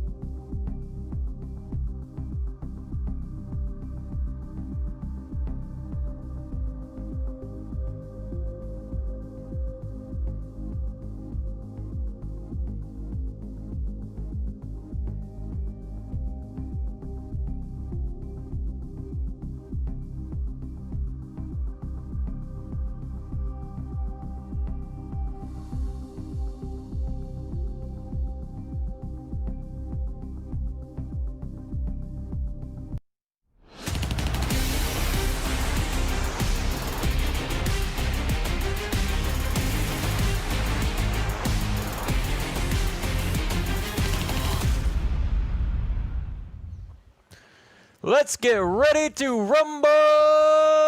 MIBR here, 12-12. Screw it, Tech Pause. We are back into the match. We've actually rolled back as well. So even though the death came in on Fallen and the pause is called, it's all been sorted out. Yeah. And we are back into the action, baby. That we are. Thank you guys greatly for your patience. We've all been sat here waiting for the action to get back underway. Tech issues, solved. Steam issues, solved. Reset of the round, also solved. And now we just need that glorious unpause. We got the readies in chat. Unpause. Time ticks down. Oh, let's talk CS. Okay, man. It was, we're continuing on the momentum from the rest of that game where in a 12-12 situation, it's been pretty T-sided. It's a bit scarier for MIBR right now. The round looks super solid. At the moment that Furia got the entry, it's cool. Maybe they were, Furia very amicable about it because I think the rules are in their favor to allow them to continue on with that round since the damage had been dealt. But they're going to go ahead with the gentleman's restart, and yeah, we're resetting. So everybody's got money too. So it's pretty cool to be able to see this round play out again. Good early damage on Fur. Oh my God, I just got flashbacks to the last time when MIBR beat Furia, and that was on CT side. They had figured out that Fur playing at the top of car was how they were able to win. He was able to lurk there so many times. This time he's falling back, though. Yes, sir. Get them right back into it. Molotov over top from Yuri. And that's not going to force the feet of anybody. So, doesn't matter in the end. Just that damage versus Fur. That is all we've seen as we hit the minute mark. I'm always giving the T's the advantage in this situation. KNG playing very passively. Everyone could be a slave to smokes. Full A take is actually a great idea considering what we're seeing. Ooh, but Art, he peeks into Taco with a smoke in his hands. So that second smoke on balcony is not intentional, but just a result of his death. Now, this was TRK's own smoke, so in the end it works out. The Molotov's not going to change his position at all. Two CTs standing right here on the other side of it. TRK, he does have a teammate in KNG over to his right, but now he doesn't have a second smoke. He gets the dink, gets the kill, Yuri gets the trade. 3v3 ensues. Bomb still stuck on lane. There's 15 seconds. They peek right into the op, and KNG does a ton of damage. Still, he's down to half. Just shaves the shot around Fallen, and Fur swings wide for that third frag. It's MIBR in the lead. What a terribly messy situation there. It's Furia. They really slow down the pace at the end when they're trying to get the bomb down on the site. Running into that op after killing the two people, you'd think they would feel a bit more safe about it. But yeah, I mean, MIBR, they had KNG and CD spawn. He was able to rotate through. The smokes came up, so they're supposed to be committing to the site take while KNG's behind a smoke in Moto. He wasn't in a position to defend against this site. Furia, that was not a great round by them, even though I think in terms of map control, started off really well. Art's fast. He's looking to blast past the B setup. Oh, that frag grenade's gonna hurt. He tucks into the cover. Taco extends out for the frag, and none of these pistol players for Furia were close enough to stop Art from going down. So it seems like MIBR are gonna recover the situation. Molotov keeps them back. Stay at bay. But they want that AK, and now nothing will stop them from getting in.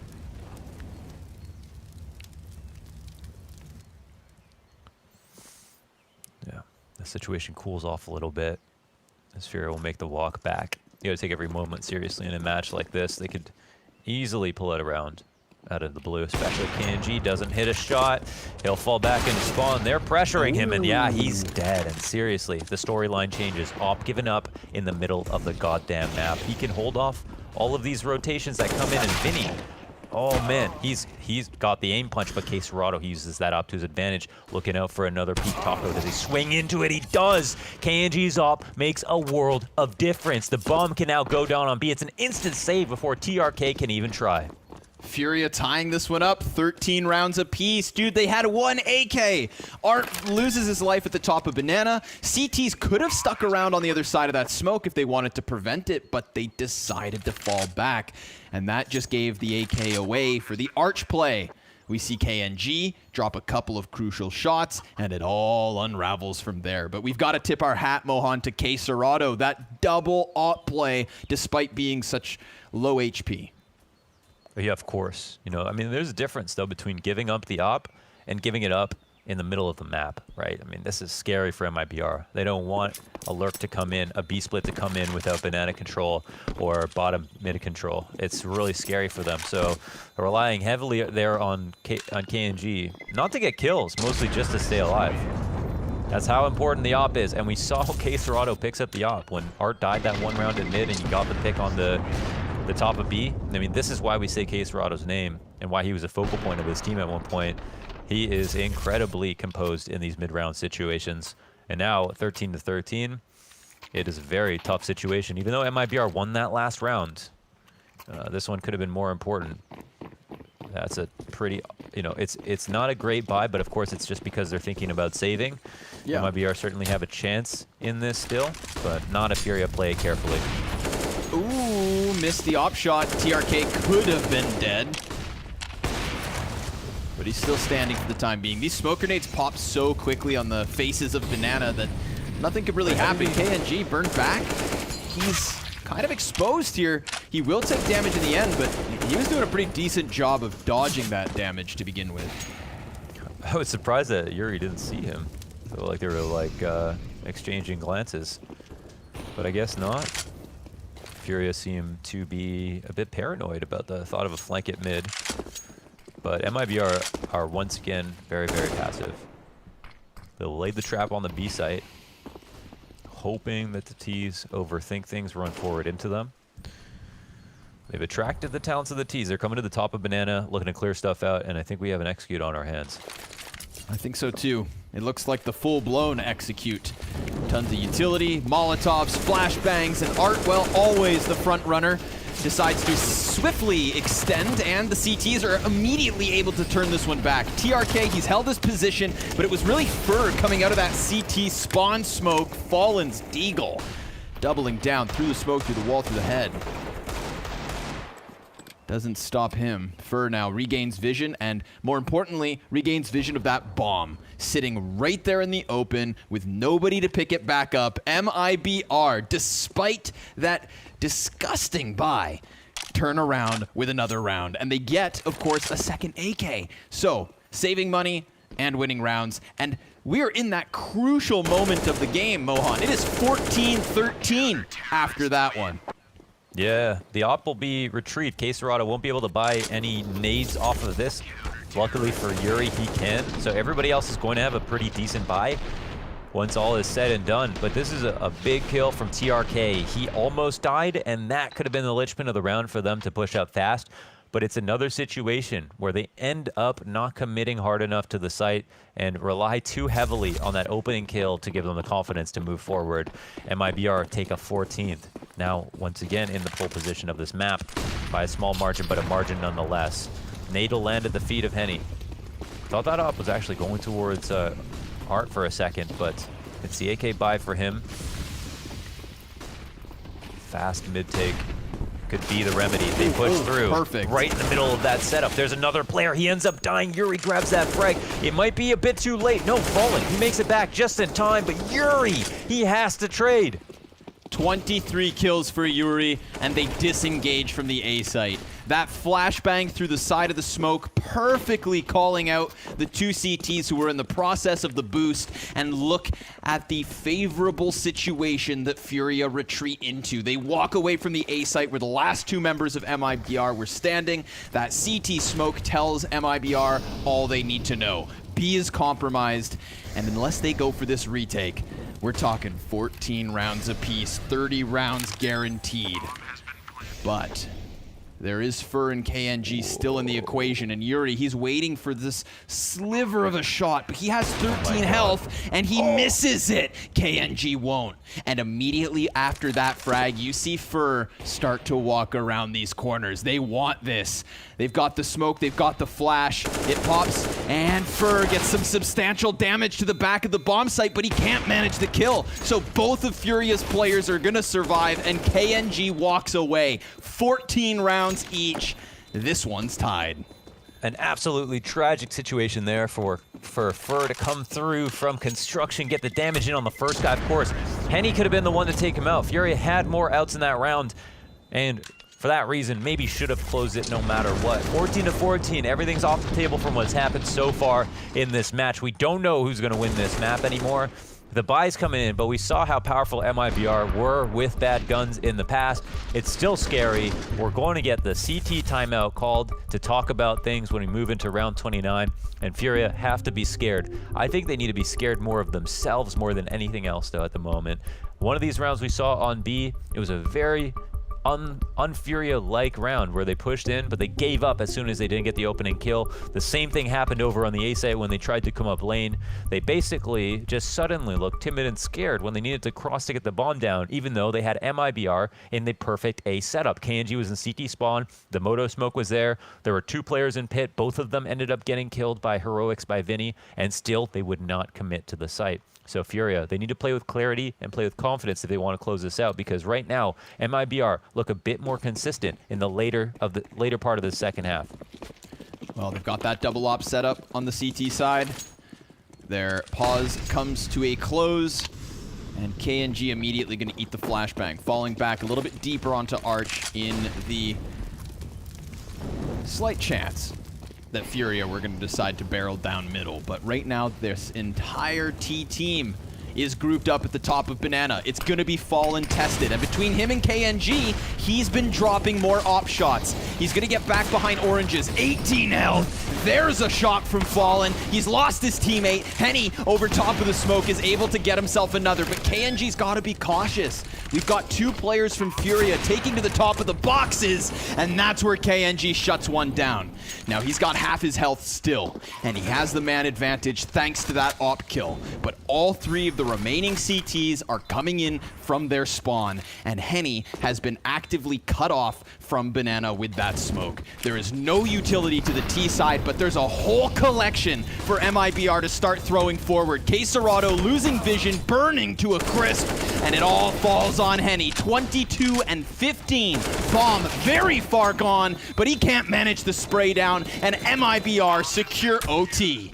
Oh, it comes down to the wire. They grab it in those final few seconds. A wonderful retake. Amazing composure from KNG to hit that shot to the top of Oranges. They nullified Henny with the smoke. They used the 2 Molotovs and the flashbang to do a considerable amount of damage to CSGO.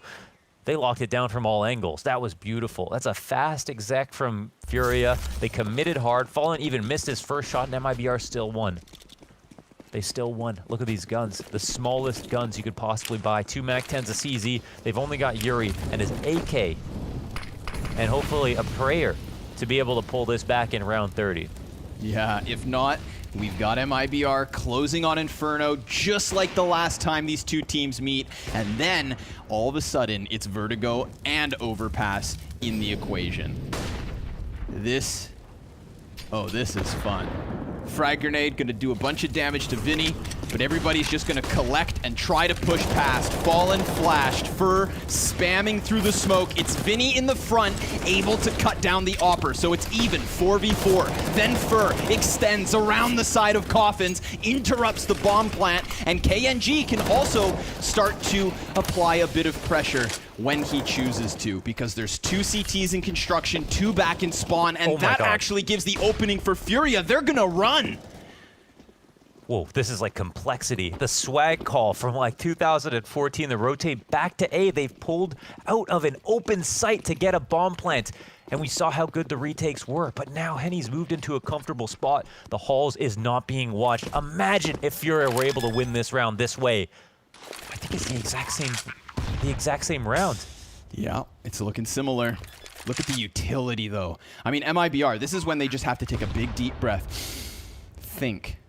Think about the application of each of these utilities. We're talking mollies inside of pit. Actually, looks like a double molly on the bomb site. That's not going to move anybody out of position. It's Henny right there on the graveyard stairs. Oh, almost able to connect another Deeg shot. Now he is going to have to walk out into the open. AK up next, also down. It's K-Serato or nothing. MIBR, they're going to go ahead, jump on this bomb, and walk away with a victory on Inferno. 16-14, taking us to Vertigo, meaning this map, this match, it could be all three.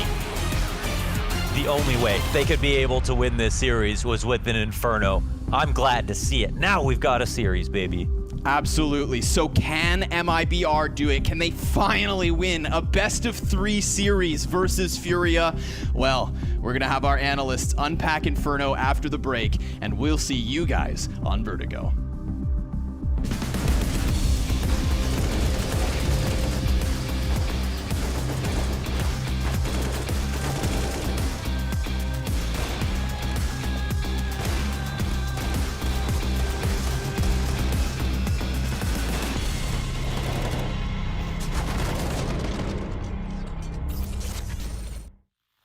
Welcome, ladies and gentlemen. We are kicking off the decade here. Not every day you get to say that. With the Blast Premier Spring Series. We do have the very best in the business, the best in the world competing here.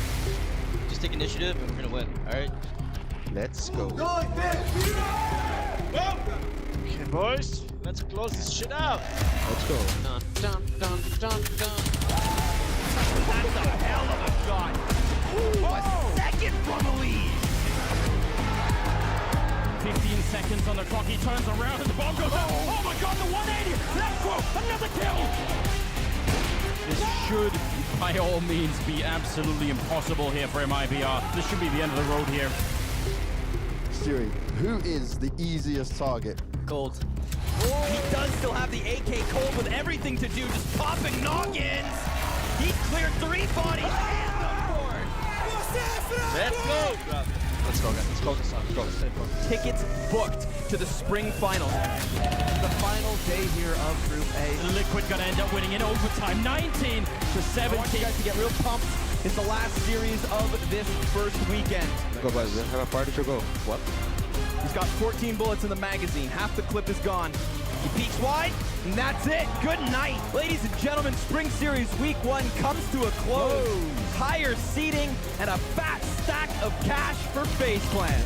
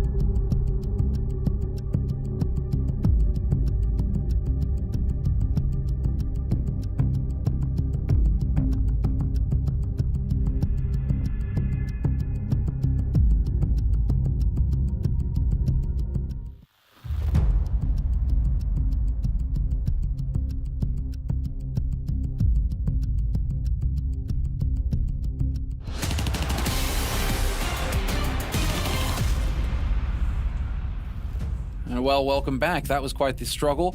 The long first map, 2 hours for one map between MIBR and Furia, and that is due to technical issues with servers and a whole lot of discussion. But MIBR are going to get the job done on that map. They've taken the lead, gentlemen. When it looked like Furia had all the wind in their sails and that everything was good and that they would lock down that first map, MIBR managed to take it away from them and are now in the lead of this series. So what do we make of this? How do we think it's going to go from here? And Chad, let's start with you. Impressions on this Inferno? I think if we just grab, obviously, what happened out of the technical issues and stuff, that would be the place I want to start. Obviously, it was a long game. It was a drawn-out affair. But we talk about experience, and I think this right here is an example of that, right? Not getting flustered by the circumstances that have graced you. And of course, Furia, being the youngsters, being, I guess, more, not rookies, but newer to this kind of a circuit, were flustered more. You could see it. You could see that they were tilting. They were starting to overpeak. They were starting to rush situations. There was multiple rounds there where I think Yuri, he just dropped the ball. And I think that's the circumstances which got away from Furia, right? Because otherwise, up until that point, this was a very good back and forth affair. And I think that MIBR in the first half did a very good job of conditioning Furia. And I was impressed. It's just this timeout with all that happening, it kind of sucked a bit of the excitement out of the room for me, unfortunately, Maniac. Yeah, it's hard to handle. Honestly, it is. And you're right to point it out. It's a matter of experience, knowing how to kind of keep your cool and keep your energy, even if it is frustrating. You don't really know when you're going to play. MIBR probably did a better job at that than Furia. I also want to talk about gambles, and I want to talk about my games, because it feels like Fallen was living in Art's head. Honestly, on the city side, on the second half here, even though Furia had the firepower going for them, obviously, MIBR, they had so many times the right gambles. They had the bodies exactly when they needed them to. They read the game absolutely perfectly. So I'm going to give props to Fallen for that. Now, that's a 16-14. That one's going to hurt for Furia, but you got to move on. Vertigo is coming your way. You look great on it. It might just be a long series. It might just be a long series. It is going to be a long series, no matter how we cut it, because, well, you know, as far as you and I are concerned, and I think Chad too, actually, we've all got Furia on this, so we better be hoping for a 3-mapper here, boys. Otherwise, we're going to have to put up with Jason and his insufferable, I don't know, bragging, etc. as the week goes on. I've got a solution. I've got a solution for that. It's called the mute button. Okay. I use it liberally on all. You use it a lot? You should use it liberally? see my mute list on bloody Twitter at the moment, mate. There's some names on there you wouldn't expect. Jason can join that. I don't have a problem. If he's going to brag after that map win, he really needs to go have a good hard look in the mirror, I think. Woo! All right. Well, this was MIBR's map pick. Now we're going into Vertigo. You mentioned it, so let's go ahead and talk about it, because now we're talking about Furia having a bounce back. But they looked fantastic on Vertigo against Liquid, if I'm not mistaken. That went down to DreamHack. And so it's looking like Furia are feeling very good on this map. Is this something we can rely on here for them to tie up the series?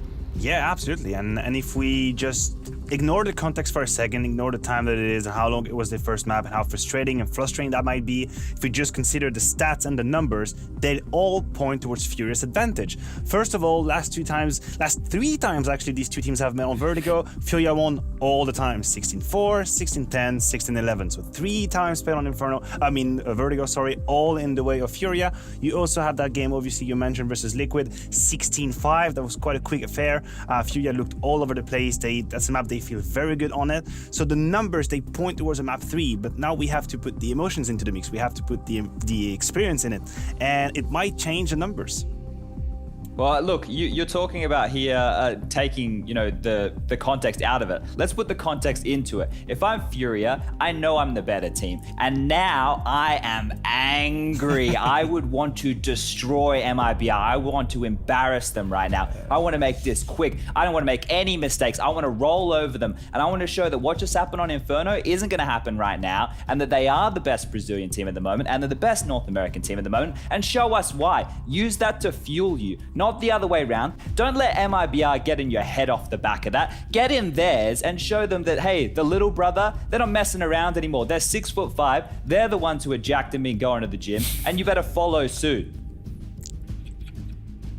This got serious real quick, actually. You know, the whole little brother. At some point, the little brother's big enough to take the fight. Is that the point now? Because they were definitely looking towards the end there.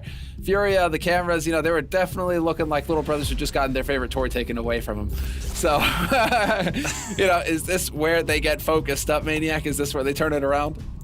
It has to be. It has to be, and I agree with you. We look at the webcams and we definitely saw some signs of frustration, but that cannot play a role here. That cannot, I mean, if you gotta use that energy, use it as a positive way, use it as adrenaline, use it as motivation. You cannot let your emotions get the better of you. I think we saw Yuri at some point and I thought that was very funny because he actually took the time to take his headset off to kind of hit on something, which sounds like like a paradox to me. If you're gonna like be angry, just do it as it is. I feel like he kind of took concerns into his own hand at that point, but we cannot have that. Obviously, we cannot have that.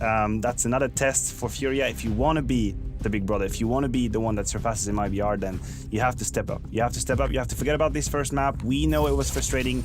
There's no doubt about it, but move on. Move to Vertigo. Chat said it. You're better on it. There's no doubt. So push it to a third map and show what you're capable of. All right, well then, gentlemen, thank you very much for those inspiring words. I'm sure that Furia are going to be sensing that in spirit and not damaging throwing. Yep, don't throw the headset. See, but he does it with careful. He takes it off. He does. He takes it off and then he stops himself, and that's exactly what's going to happen here and going into the next map. Self-restraint is going to allow Furia to run it back versus MIBR. So we're going to be taking a quick break, guys, and then we're going to be getting into the second map of this series, which will be going down on Vertigo.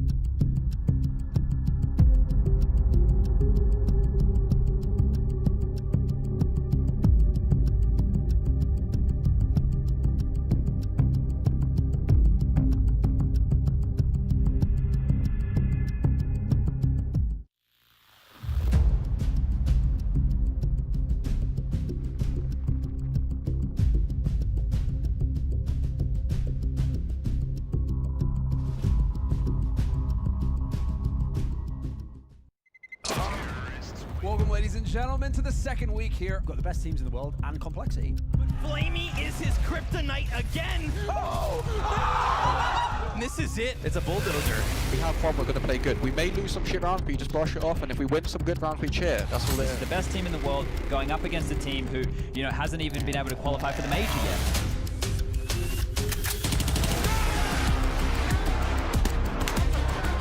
Just trying to buy time, flanking around, Flame hunting him down, and he tries to immediate defuse. He's right there with the kid. Oh my god, I can't believe it. 16 and 12. Yeah, I've seen every big CSGO match ever. I can tell you that would already be like a top 5 upset of all time.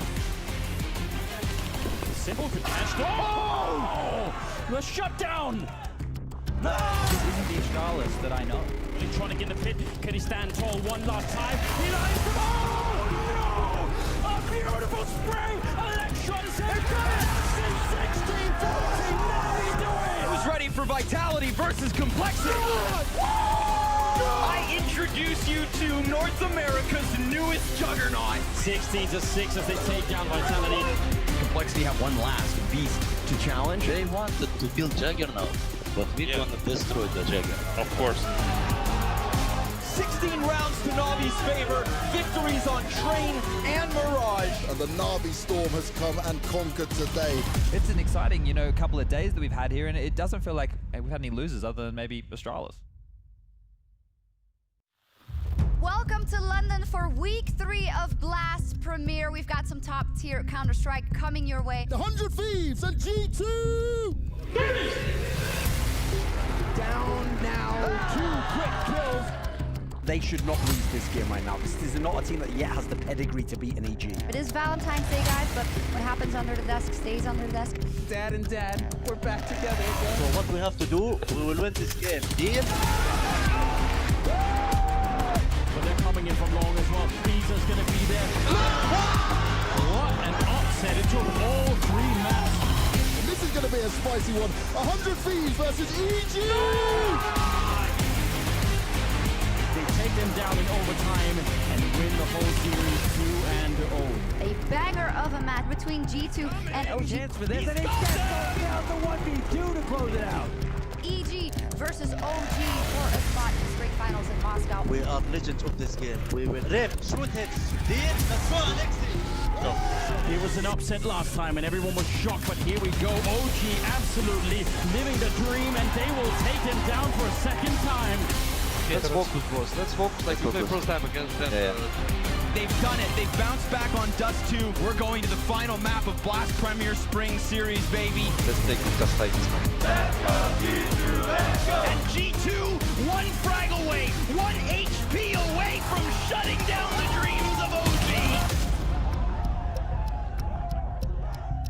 There we go. G2 Esports first place in Group C. Fantastic stuff. We'll see you in a couple of months, of course, for the showdown. And for now, enjoy the rest of your evening. There we go. Bye.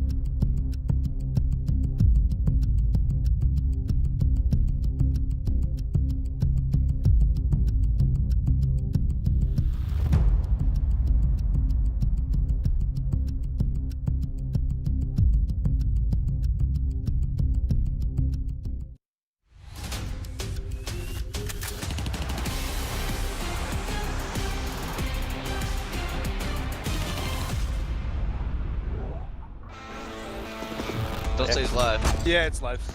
Alright. Everybody's funny. Perfect. Perfect. No way.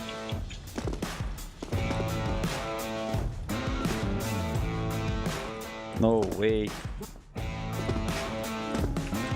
Oh, he fell, dude. No, I fell. No, dude.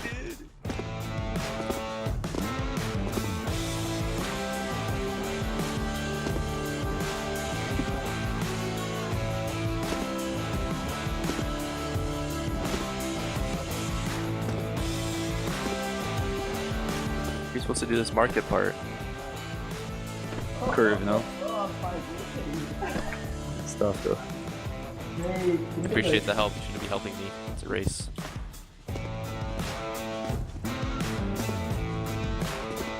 I went from first to second now. So from first to last. A single run. Oh, I got it. Ooh.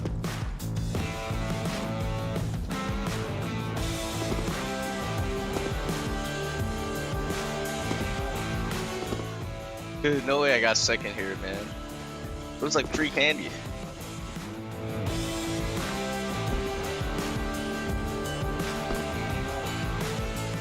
guys are finished already? Oh my god.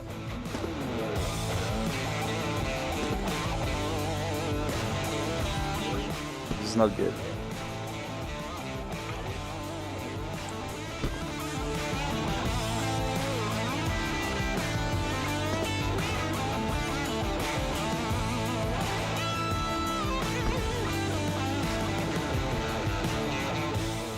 The struggle, dude. Alright, I did it. Alright, I dropped again. Just because I had the very first best run. But no one's gonna see it. Story of my life.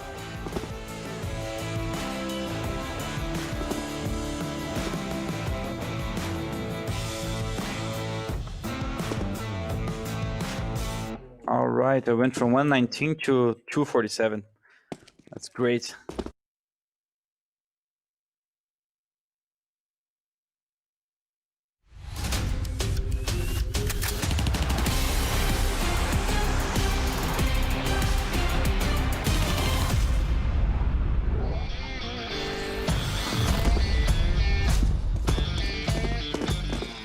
That's cheating.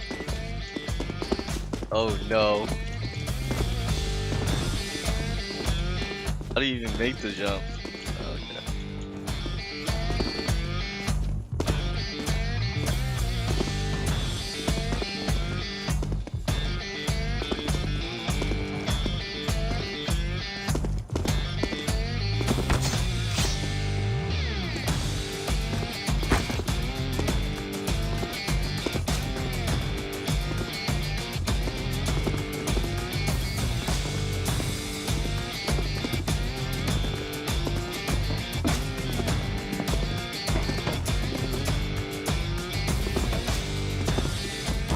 Okay.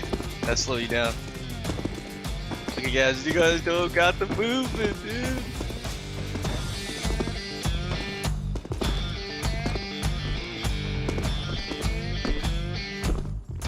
Are you joking? I fell in the last part. I would have came second.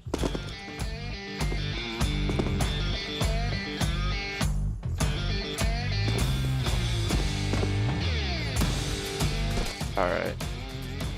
Ready this map.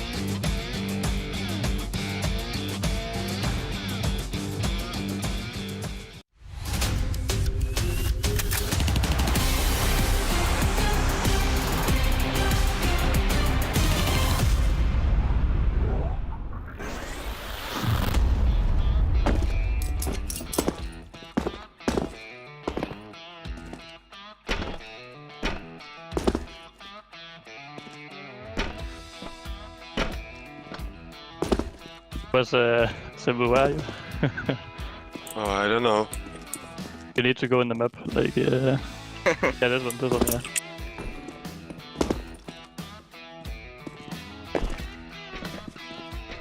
Did we start already? I think so. I think you just need to complete the map.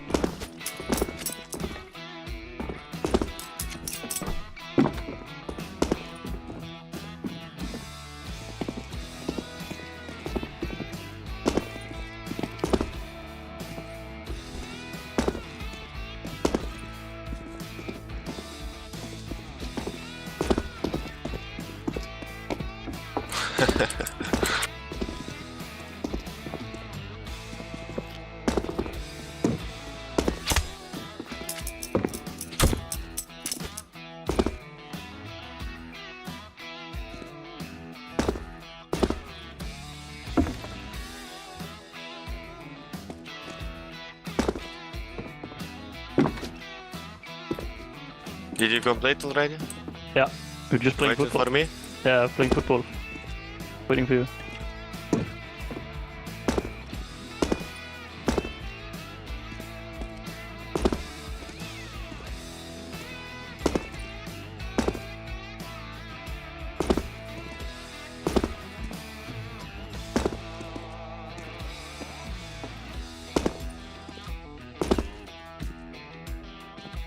Oh. Ah!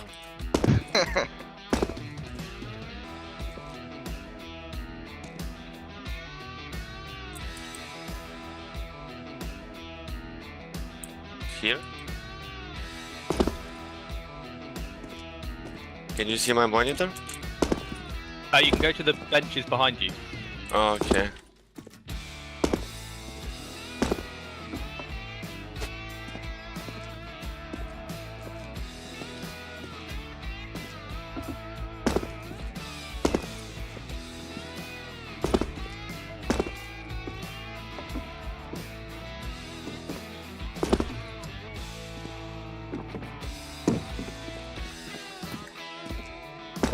Oh, simple. Let's go. Easy. Chance here. RBK gets a solid entry. A shotgun. It's inconsistent, but it is enough. Just popping out of the box, and he lands one more. Simple. Counter-Strike is not just about headshots. Audio is your best friend, and I'm going to show you some tricks using the sounds of weapons, utility, and the map so you can always stay one step ahead. I'm Anders Bloom, and this is Audio Advantage. Weapons in CSGO come in all different shapes and sizes, and they make all kinds of different noises. Aside from their primary use, here is how gun audio can become a tool with which to fool your enemies. In certain situations, the defense will know as much of what you're doing from seeing you as they will from hearing you. If you're jumping from high ground to low, it'll emit a loud sound that will tell the defense exactly where you've gone. But if instead, just as you're landing, you fire off a loud weapon, this will obscure the sound and thus make it impossible for them to figure out where you've gone. A lot of the time, this will give you the advantage needed to win the round.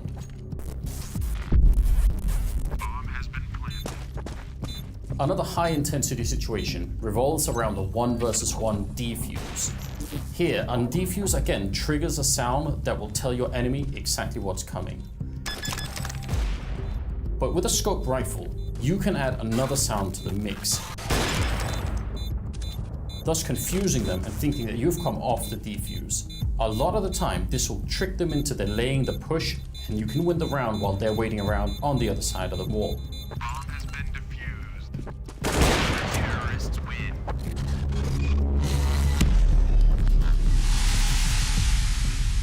Flashes, smokes, molotovs, decoys, and HE grenades. So many options to bamboozle the enemy.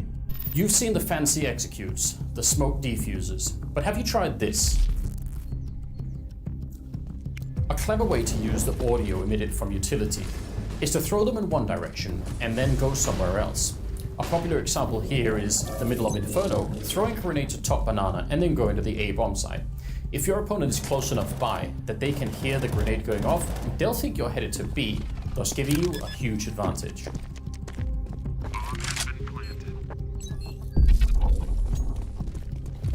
Because some grenades, molotovs, HEs, and smokes can only be carried one at a time by each player, they give away critical tactical information even when heard across the map. If you hear 2 or 3 smokes going down on any given position, you know that there has to be 2 or 3 people in that position, thus giving your team a critical tactical advantage. Finally, we have the maps, set in multiple locations around the world, all with a different unique sound design to help you trick your opponents. On a map like Nuke, you can sometimes sneak a teammate down to the lower part of the map. But past a certain point, either at the door or at the window into the B bomb site, they either have to break the window or open the door, both of which will make a sound that will give away the game. But if at the same time, on the upper side of the map, you open the door or break open the windows at the ceiling of the A bomb site, that'll cover the sound and confuse any enemies into thinking that you're only in one of these positions. A clever way to trick your opponent is to intentionally leak audio. As you're stomping forward in one direction, let's say on the B ramp, you can suddenly stop and walk backwards, reversing course. Anyone hearing you will think that you've made your way into the B bomb site, when in fact you're now back waiting for them seconds later to show up. That's it. Some tips and tricks on how to use audio to your advantage within the game. Try it at home. Impress your friends and annihilate your enemies. Share your audio skills with us, and we'll share your clips on our social channels, showing off the best in audio advantages that CSGO has to offer.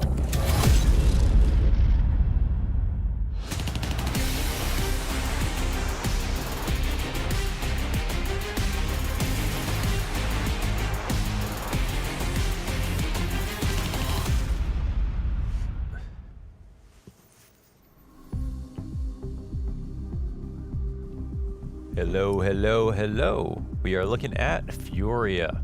So we come back from the break in between maps. We had another couple of server swaps going on, but now we are going to get back into it. Furia versus MIBR, they're going to be going to Vertigo after dropping another back-to-back maps versus MIBR on Inferno. So MIBR getting the better of them just only slightly, but on Inferno twice now. MIBR, they played well. After the pause came back, I think Chad's point was, really struck me as being accurate, where it felt like Furia were not the same team after the pause. They had the wind sucked out of them a bit, and they weren't playing the same, even though they looked like they were super strong into that T side.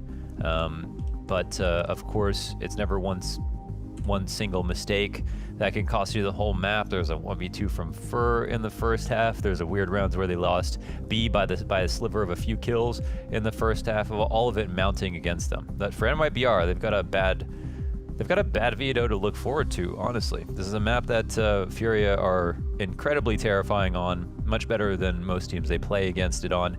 And they also have overpass, because I think MIBR passed up on the ability to play train in this veto. So yeah, it's a couple of really rough maps here for MIBR, but they have the confidence behind them of the fact that they beat Furia the last 2 times they played now, with these double Inferno maps going their way, and probably have shaken up Furia a bit after that last map. I'm very hopeful, and I want to emphasize just how hopeful I am that Furia do what Chad said and just walk into this map to completely uppercut MIBR. I mean, this map particularly was a part of that series Furia recently won over top of Liquid, and by the end of that game, versus Liquid specifically, I mean, we had such incredible levels of aggression out of Art that it almost didn't make sense. There are times where this guy will be flying down top mid ladder and into the back of your A execute within like 10 to 15 seconds of the round start. Like, that's the beauty of, I would say, Vertigo and Overpass in comparison to Inferno. In Inferno, it's just a very horizontal map. It's very difficult to get behind your opponent's executions. It's very hard to find those weird flank timings, but Art, he can paint a masterful picture when it comes to this map specifically, and I think now the map pool really plays into their type of style. Yeah. I'd just like to put this out there before we get into this, just to say that Furia were very gracious to have had the round restart, because there was no call made before the kill came in that round that they let it restart. So Furia, were a good team in that situation. I mean, they made the call themselves. The rules are on their favor, but they were the ones who allowed the restart to come in. So as much as they suffered after the pause came through, I think, they did a good thing there by allowing the restart to come in, because I feel like they had the power to deny MIBR in that situation. Do we have another tech pause? We do have another tech pause. Seems like this one's not good enough. And so the dance continues. When will we start? Where will we start? Will we ever start? Oh, we've got you on the hook. No, but seriously, it's been a very long day for everybody involved at the Blast production. They are very patiently working through these issues at this point now beyond 2 in the morning. Where the majority of production is stationed. So, first of all, thank you viewers for just being patient with us here. Obviously, we all want to figure out what the hell is going to happen here. We all want to see Furia just unleash on Vertigo. But we're not allowed to start just yet. So I just want to say thank you for all of you guys being patient. I want to say thank you for production to slowly chewing through all these damn issues that keep stacking up. It just seems like fate's not on our side right now, Mohan, but we'll get there. In some senses, we've been relatively fortunate for how many games we've casted online in the last few weeks to not have that many tech pauses, but of course it doesn't make a tech pause any less easy to deal with, especially for the people that have been there for a long time. So during the break, I went to the corner store. I bought a variety of chocolate bars and pot sodas, and so yeah, I've got about 40 minutes of intense levels of energy because sugar completely takes over my mind. And then in about 40 minutes, I'm gonna crash, probably pass out on broadcast, and you'll have to solo cast the third map. Okay. I think now is a good time actually to pull out a great story that we never actually shared with the people of the Counter-Strike community. Are you down for this? Does ding ding ding ding ding ring any bells? Yeah, it does. So here's a story for you guys while we wait out this technical pause. Please lend me your ears, and if you have something else to do, go get a drink, go get a snack. We will be back with this map. You won't miss too much, but it's gonna still take a little while, so I'm gonna tell you guys a great story. Mohan and I, Launders and I, we were in London for the Blast Spring Series, and we had the later shift, meaning, you know, we'd come in late afternoon, etc., to the studio after Moses and Anders had already done the first match, and we decided one day we needed some fresh haircuts. We needed those fresh London fades. And so there we are, walking down the road from the hotel to the barbershop, a barbershop that I had gone to earlier that week and decided that I would bring Mohan back to. And we're talking, we're discussing our cast, we're discussing just being in London and all this chit chat, right? Just chatter. Until suddenly, as we're walking down the sidewalk, this line of children on bicycles starts kind of zipping by us, you know, on the sidewalk. We had to make a little space for them, but they're kids on bikes, so they're a little reckless. You know, they zoom by, zoom, 1, 2, zoom, 3, 4, 5, 6 of them all go by, and we think, damn, look at that pack of kids bicycling so quickly. What Mohan didn't realize was that there was a 7th child. And so as he took a step back to my side, actively taking up all of the sidewalk between the two of us, this little kid from behind him, who doesn't have a bell on his bike, but only his voice to try and save him, starts yelling, ding, ding, ding, ding, ding. We both turn around to see what the hell's making the sound. Mohan, he doesn't move fast enough. The little kid falls into the grass. He tries to keep it up and just flips over himself, crashing into the dirt. His family's behind him, now yelling at us. Mohan starts panicking because he's effectively pushed a child into the dirt, and everything was okay in the end. But those sounds will forever haunt me. Ding, ding, ding, ding, ding. Just crash, boom. I swear he almost died. He flipped on his front wheel onto the street. This is the reason why was because I was on the treadmill and then I pulled my calf when I was running. So then I couldn't move fast enough. So I hear this kid yelling, ding, ding, ding, ding, ding, behind me. And I physically could not take a step to the side fast enough. So he swerves off the sidewalk and rotates his front wheel over and lands head first onto the street. And because I was already injured, I couldn't even go over there to help him properly. Just had to say sorry and hope that he hadn't broken anything. Man, the poor kid. Yeah. But yeah, great you know haircuts what? though. He came in clutch with being the human bell. The human bell. Ding, ding, ding, ding, ding. I remember that. I hear it every night before I go to sleep. Yeah, still has the guilty conscience, huh? I no longer need an alarm. Just in the morning. Ding, ding, ding, ding, ding. Oh, it's time I think to take a shower. I think it's the stories like that. It's the moments like those that, you know, don't get me wrong. Getting to travel for esports, getting to travel for Counter-Strike is already such a privilege, and I think we already know it, right? Like getting to be there in person, to see the players and the crowds and the event, and to be a part of it. It's just, it's the best drug in the whole world, Counter-Strike. And it's these little moments, Mo, like that one, that now I miss the most. I've got another one I'd like to share, actually. This also took place in London, but this isn't you. This is an example of what happens when our jobs and you know, the glory of it kind of gets to people's heads. Observing this game right now, of course, we have one DJ, Prius. Everybody knows him. Everybody loves DJ. He's such a humble guy. He loves watching birds and making his family proud. You know, one of the best observers North America has to offer. But I'm gonna tell you guys what this dude does when he is living the high life at the hotels in these events, okay? I go downstairs one day. I want to get some food. I'm hungry, you know, breakfast. It's like a late morning breakfast. We've got a little afternoon time to ourselves. So I stumble down, and I stumbled down just as breakfast is closing. And you know, sometimes if you get lucky, it's not very polite, but you can kind of wiggle room your way into ordering breakfast after breakfast has technically ended. And I did Social engineering, all right? but yeah. Social, yeah, a little sly, but you know, we made friends with the waitresses, and I got my breakfast order in, and I'm feeling real good. But then DJ, who 15 minutes after breakfast is now closed, like this is officially closed, right? He walks down into the breakfast area with just his little hotel slippers on. He slides through, no stress in the world, and I'm laughing in the back of my head. I'm thinking to myself like, idiot, you're gonna have to order lunch. You missed breakfast, and I know that DJ loves his bacon and eggs. But to my absolute shock, he sits down at the table as the waitress puts a full plate of breakfast down in front of him. And I'm just stunned. He didn't even have to order.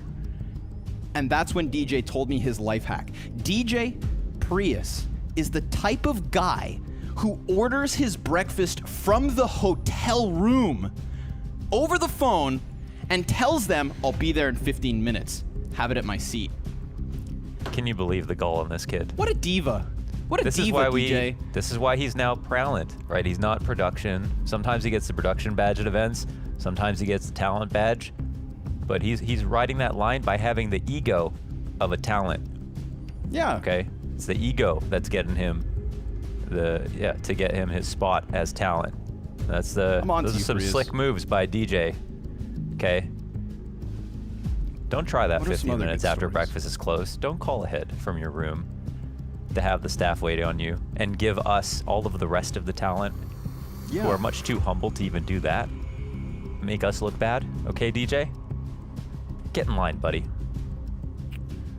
I've had it. I'm trying to think what else. Like, you know, there's a very fine line between the stories we're allowed to tell and the ones there is that a go very unspoken. very fine line. I'm scared every single time that you start a story. But so far, you're two for two. You guys want to crack open this can of worms? What about that time that you and Jason Moses O'Toole went to a Turkish bathhouse together? Oh yeah, and DDK. That's right. Dan the Man was there in attendance. Yeah, and we went with Potter as well. And so these were separated. It was underneath a... What was it? It was some kind of government building, and it was the bottom floor, and it was basically ceramic and marble and heated. So everything you were touching was heated, and there was an area that was just covered in taps for water. Me and Jason and DDK all put on our little Turkish diapers that they gave us, disposable ones, sat down in each corner and got rubbed down by a giant Turkish man as they poured hot and then cold and then hot and then cold water on our bodies and made us lie down around this kind of fountain in the middle and gave us a soap scrub and then a massage later. It's a wonderful experience. Would do it again. Potter, and because Potter was on the other side, we didn't get to see her until later, where we found out that she screamed at the top of her lungs when they first doused her with the cold water. And if you know Potter, you know Christine. She's a very level-headed, very down-to-earth person. One of the coolest analysts in the game, I'm gonna say. And you know, I feel like she can sometimes just live out life at the hotel. You know, Potter doesn't ask for much, and that's a great quality. So for her to go out on such an adventure with you guys, just to be doused with buckets of freezing cold water, oh, Potter, I feel bad for you. Okay, I've got a massage story with DDK. Oh my god. What a sentence. Go ahead. Last one, because I think we're getting ready there, guys. So for all of you guys who are still sticking with us, music's ramping up. Okay. Ever closer. So me and Dan, we are in Madrid for a Blast event, and we've got the afternoon off. It's our day off, right? A media day or something. And we're Googling nearby massage places. You know, you want to feel good, you want to stay relaxed when you come into your cast. And we found a massage place just down the road. So we walk in, and a story for another time. Another tech pause. You'll have to subscribe, hit that follow bell to find out where that Ladies story and gents, ends. it's game time! Furia, MIBR, Vertigo, Map 2, Inferno in the back pocket. Let's go! We've been waiting patiently. We all deserve this. And honestly, I think MIBR, they deserve to get maybe rubbed out to the dirt. Bring this to the Bo3. Bring this to Overpass. But let's all settle down. Let's all settle in. Round 1, coming at you live, and Art's down early. Yes, and there's definitely some heat now that we're done with Vertigo. We'll see where this goes. Oh, and we know how powerful Sandbags is. That's amplified on the pistol round. Not so many pieces of utility to flush someone out of this spot, so KNG could be in the winning position. Ooh, he's gonna peek into the side of 2 and takes them down. So yes, 4 versus 2, now turn 3v1. It is all on Vinny.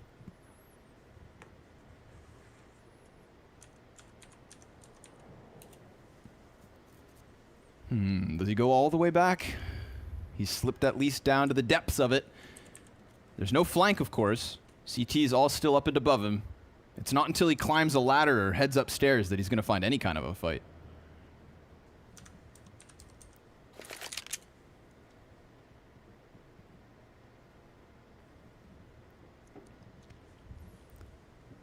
We all know how important this one bomb plant can be, sometimes more important than the round itself when we look at how these buys go on the CT side. So the bomb will actually go down. This is an enormous win for Vinny to do in a 1v3, but not only that, he could actually win. For sure. He's gotten aggressive. He wasted no time.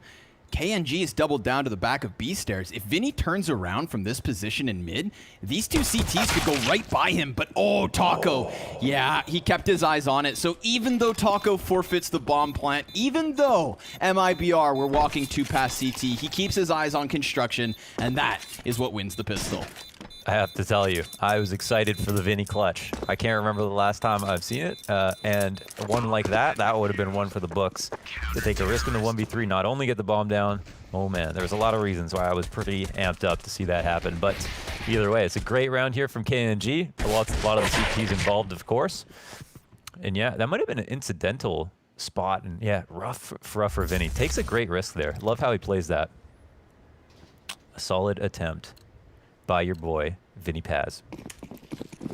Next up, 3 AKs. As we say, the bomb plant nowadays is more important than the round win itself, it seems. So, triple Kalashnikov, double Deagle, and a nice spread out offense from Furia. TRK wastes no time tucking in behind tarps.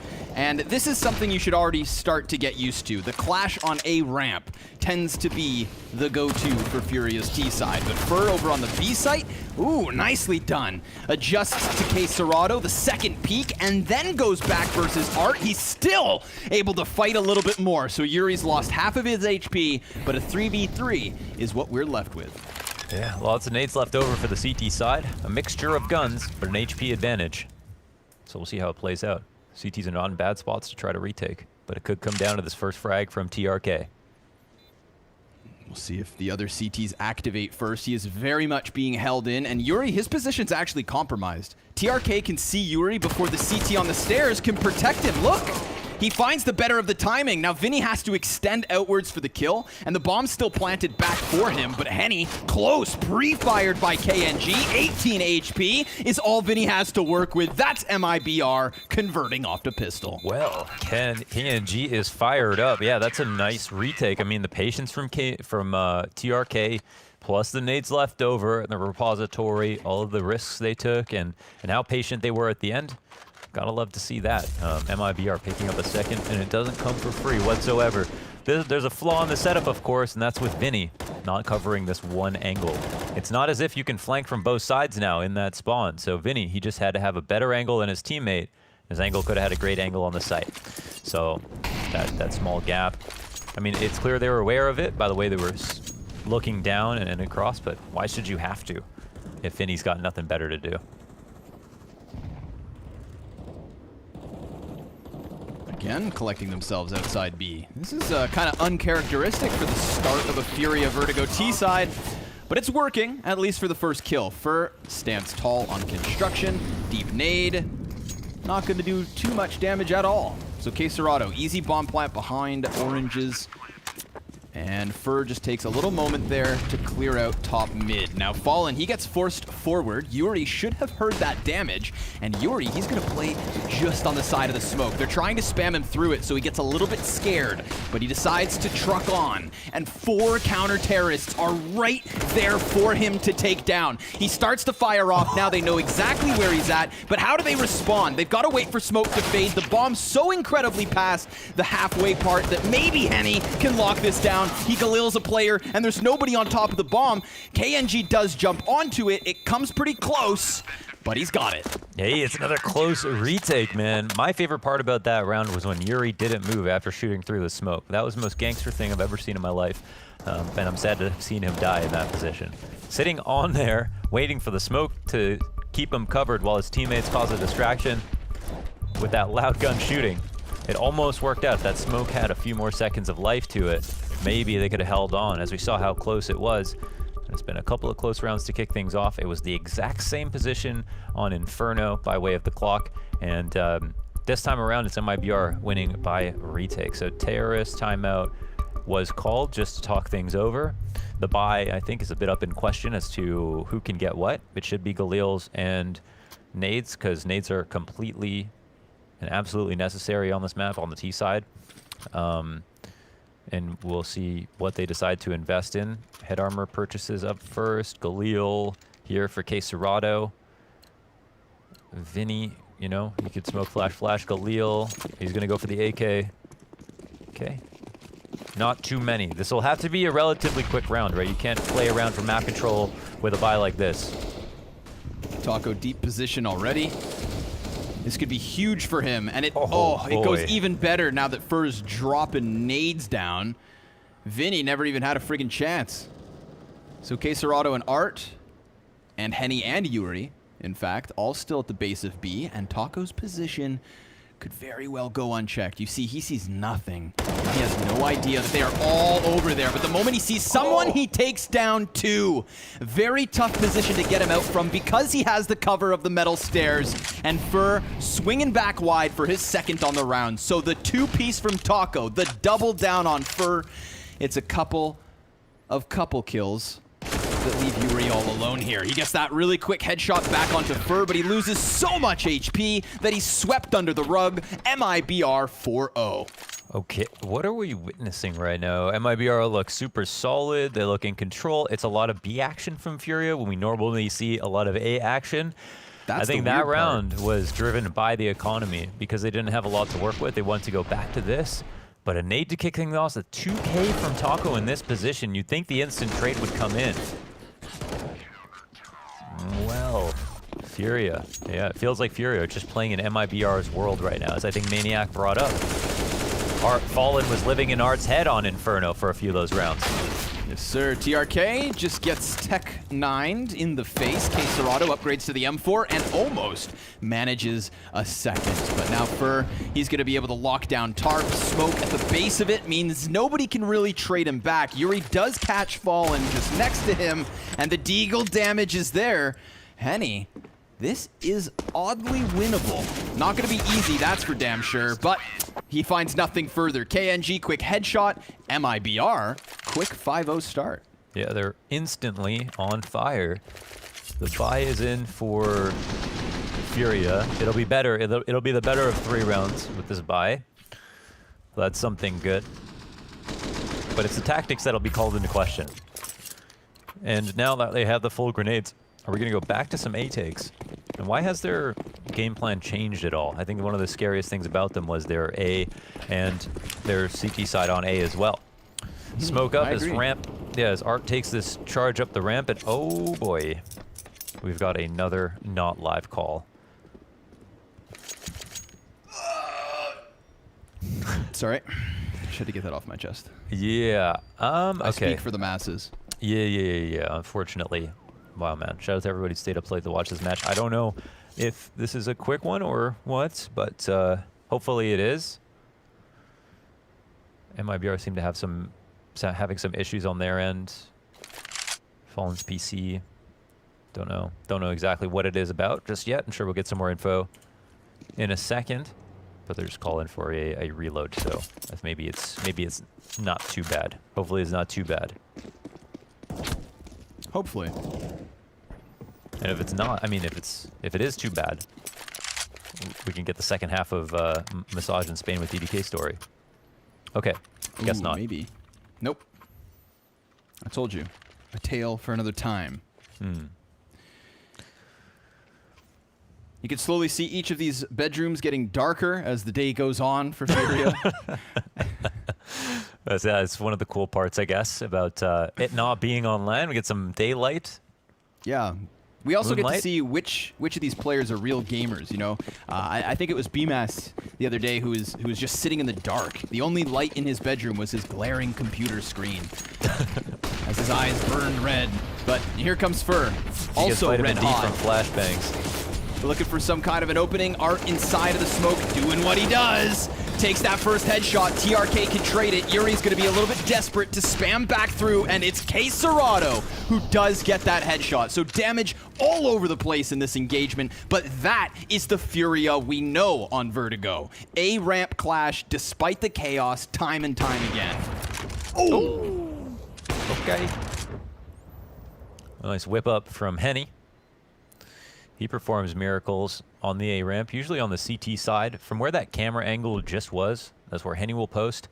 And it's a scary position, but not when you've got Art pushing down the A ramp for you. And yeah, we'll see that next half. But right now, T-side opping's looking pretty strong. However, Yuri's been dropped it. It's an open avenue into the B side. A bomb will be planted here. Taco and Fur will certainly save. So Furia, nice call here to rotate out and over. They've been looking for this B plant win for 4 rounds now. I feel like I've seen more B rounds from Furia in this match than I have in the last. 20. Exactly. It's always A. Like, I mean, I don't know if they're gaming themselves. You know, we talked about Fallen living in their heads. Well, this is a very different look for Furia. It hasn't started off as well as you would have expected. I've seen games of Vertigo where Art goes up short A for the first 10 rounds, gets like 20 freaking kills, and never slows down. So this is a very different Furia, but it did still start at A. And I think that's where they got their opening. That's where they kicked open the door and then walked back to the B bomb site to plant for free. So Furia have won a round, but they still trail by 4. It's true. I feel like Art could he could steal a painting from a museum. He probably has. You know, he's like that kind of guy. Yeah. We'd never know the movie about National Treasure? Yeah, he could steal the crown jewel. Yeah, he's he's the Nicolas Cage of CSGO. Except he's a good actor. Yeah. I was gonna say that's a bleak future. That's toxic. Yeah. Yeah, no, he's doing fine. Nicolas Cage, he's doing just fine. You think so? Yeah. I mean, he's making money. I think he's doing a new movie soon. But he's but he's probably no good at CSGO. So I'm glad we have Art to talk about. Into round number 7. It's a double ops setup here for MIBR. I almost said Faco. Fallen and Taco. How will they split up? Taco was over at the B site. How far will he be peeking down is the question. And will this round go back to B is the other question. When will we get the answers? Only time will tell. Vinny's got a little bit of a gap on this side of this smoke. So I think that the utility Fur has been putting down here actually makes him a little bit uncomfortable at the starts of rounds. Maybe this B play is reading into something of MIBR's Vertigo game. You know, maybe they anticipate those active flanks. Maybe they want to make sure they keep someone back there. So we'll have to see how often Vinny continues this trend of sitting outside the B site. But he's got Fur on a little ledge where the window used to be. Now, there's no real way out of this position. But if it goes unchecked, if the flashbang's perfect, he can peek over the wooden wall. And that could enable him to swing real big. Fur misses the shot. Vinny's gonna best him. Oh, and there comes the pinch. Perfect timing with CEST in from mid. Furia, that's what they wanted on B. Yeah, they got the mid control, but where was the resistance actually? Did MIBR play 0 mid? They played 3 of the players towards A and 2 players dedicated in the site, so that was wide open for them to take it. And yeah, as long as they get more kills, as long as they trade out favorably, then they can plant the bomb. It's like a save instantly. If it's 4v3 for MIBR with the bomb down, they're going to try this retake even if they're far away, because B side is pretty retakeable.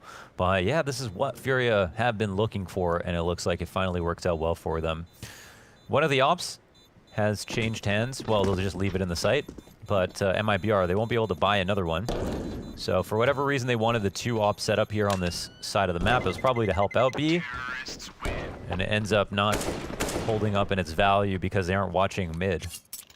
I think maybe Taka was supporting Fur with flashes or something like that and dies. Oh, he actually Taco gets a watching kill mid at from least. sight.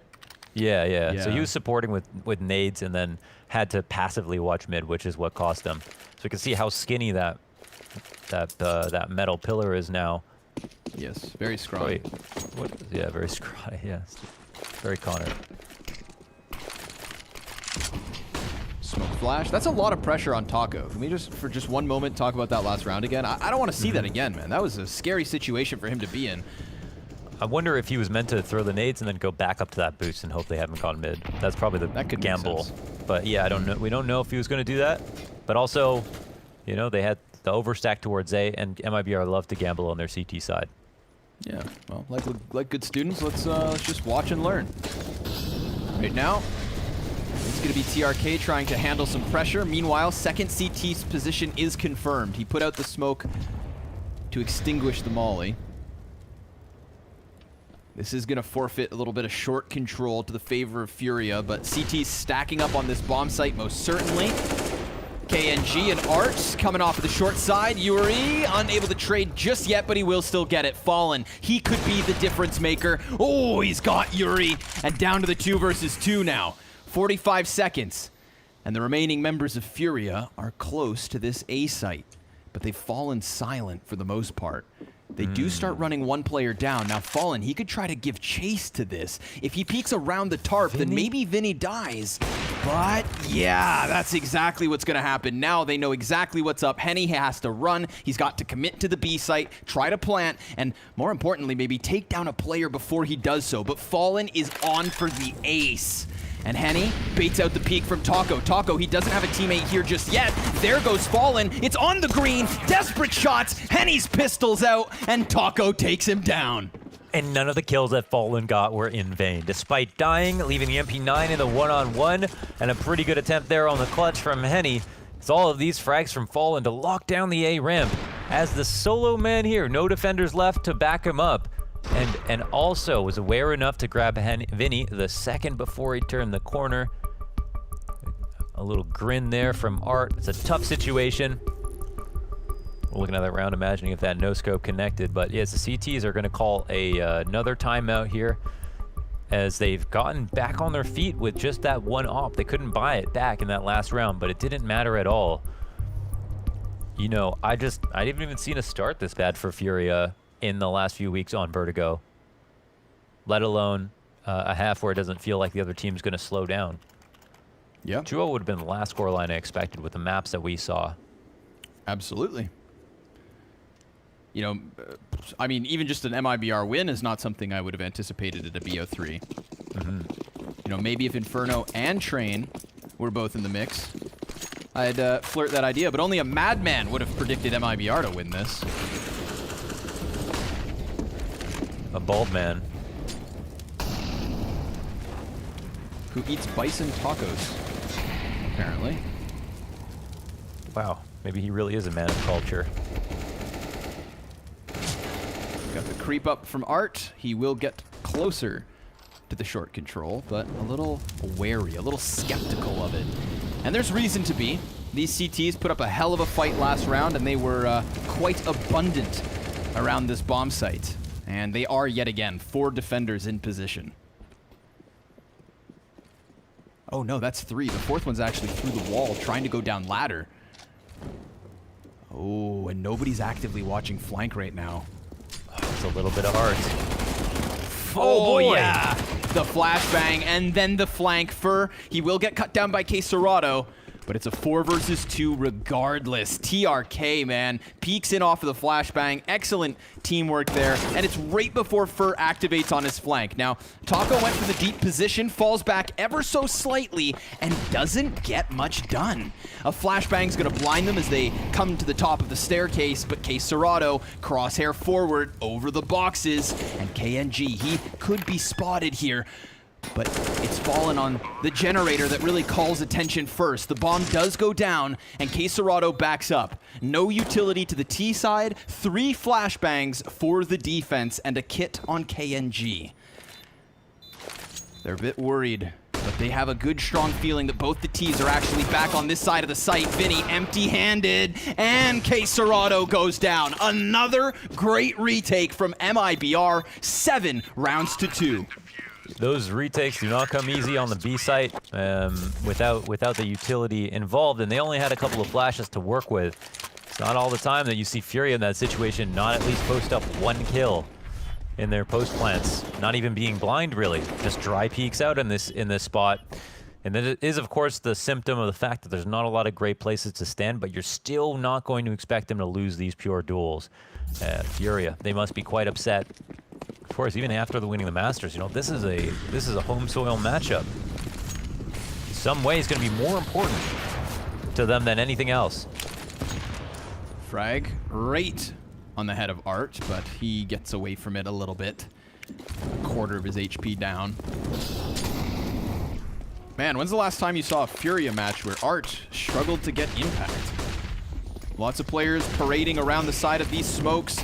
CT's just throwing up this wall of temporary defense. TRK yet again towards short, kicks this one off, but he only gets the single kill. Fallen, not quite sure where he's at. Could stop the bomb plant, but doesn't. Sees the shadow. He's having technical issues. He's lagging inside of the bomb site, but he's still alive somehow. And maybe the CTs walk away from this. They don't favor their chances, especially with him limping around. What even just happened? Did we see him die? Did we lag or did he lag? Yeah, I don't even know. I don't know, man. Okay. Some of that voodoo magic. Yeah. Okay, I'm not exactly sure what happened. I would like to know personally, but okay, we've got to save.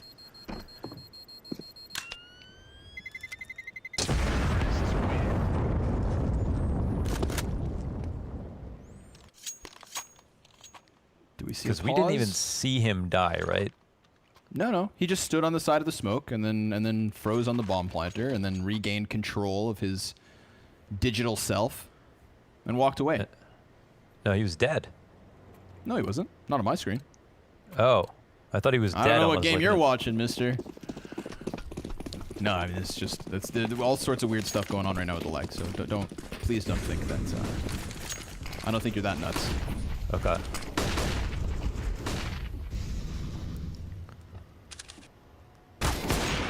Oh, DJ, perfect timing, turning off the outline there. Barely saw Yuri, but that white shirt of his, a little too well ironed. Just through the side of the smoke, KNG gets vision, takes down the first man, but there is the return frag. Seems like Fallen couldn't get out of dodge fast enough. Oh, but they walk into the scoped op. No flash there for Art to peek into it. KNG just hits the sinker. Yeah, they take the gamble on that one. Oh, K-Serrato comes through, flash behind him. That's enough. Might as well just pistol whip them in that spot. TRK's out. KNG still up top here, alone on the site. Need to catch him leaving, actually. Now go for the... There's a play on the ramp, but he could... Oh my god, he could actually... Oh! No, not only that, but he could also get the A ramp player. He's on for the ace on top of that, and he has a chance to reposition. Cannot get the shot in, and Henny now is officially on for the clutch. Taco. He's going to push up by himself. Yep. Coming up on the side. It's a clutch for MIBR after an insane round for KNG. Twice now, dude. Twice that Taco takes it over the line, or that somebody after this incredible op 4K, whether it be Fallen over on that A ramp to the eventual B site post plant, or this from KNG, dude. Jumps on the box. What's good? Bop! Stops the bomb plant, and Taco swings out as the smoke fades. Another huge 4K from one of the MIBR players, closed out by the last man 1v1. Holy moly. Whoa, KNG 12-3. One of those games, huh? One of those. One of those 11-7 for Fur as well. Yeah, he started off hot. This is big, man. The individual heroics are starting to be enough. This is no lead to scoff at if you're Furia. They are not in a comfortable position. Oh, I mean, we have so much to talk about with their T side. Their CT side is obviously great, but yeah, it's I don't know. This is just such a strong start for MIBR. So, fortunately for Furia, we've got another buy up. We'll give it another go. But this is it feels like it's becoming more of a mental battle than anything else. Vinny will stand in the face of it. Yeah. But the second flanker continues on in TRK. Now Vinny, he just went into the mid connector. TRK is going to get him turned. Oh, flanks on flanks. Oh, Man advantage fast, stripped away. Yeah, you'd think they're they'd scared, just move yeah. in. We've got a single player inside of the smoke. That's going to be KNG. We've got Fallen back behind him over towards Boost. Also scoped in. Fallen takes to the top of the mid box.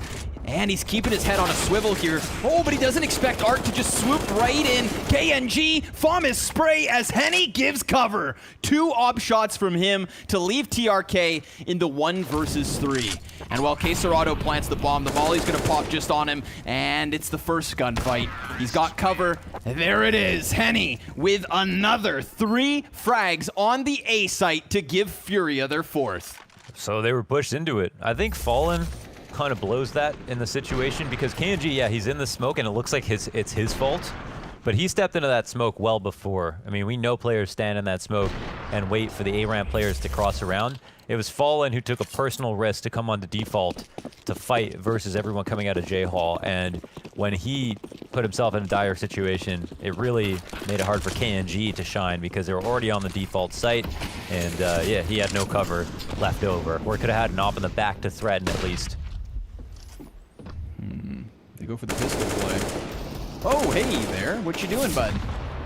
Art and KNG finally meet for the first time, and Fallen dies right thereafter. So just these pistols, of course, for MIBR, not meant to go too well for them. And I think Furia, they're sussing out the situation.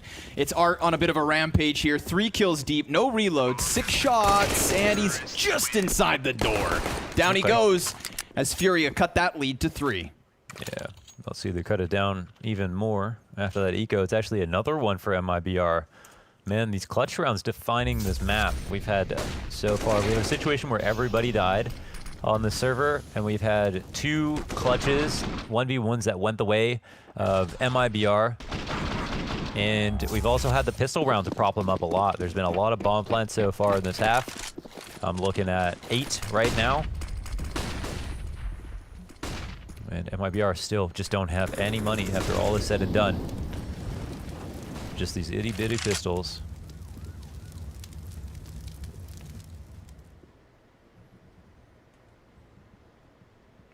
Uh-oh. Did he... Wait, did he fall off the map? Yes, sir. Oh. Oh. Fallen asks to restart the round. You can't just do that. They're saying not live again, but I mean, there's already a death with Fur falling off the map. Can right? we see what happened with Fur there? Oh my god.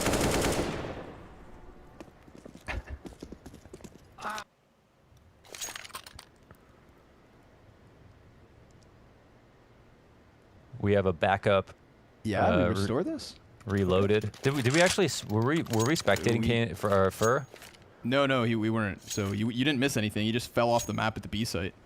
Oh, okay. I don't know how or why. But apparently that one wasn't live. So run it back. Round 14. Just the pistols here on Groundhog Day for MIBR. Money's been bad for 3 rounds in a row now. We're gonna try to put it together. Boost involved. A pressure. No T's pushing up. CT's pushing ever so slightly. Just feeling out that ramp.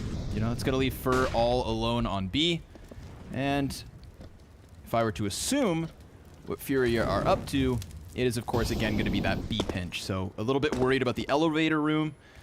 Art trying to figure out this boost, which he will figure out. Quesarado blind for the 2-piece on the spray down, but there's the pistol kills.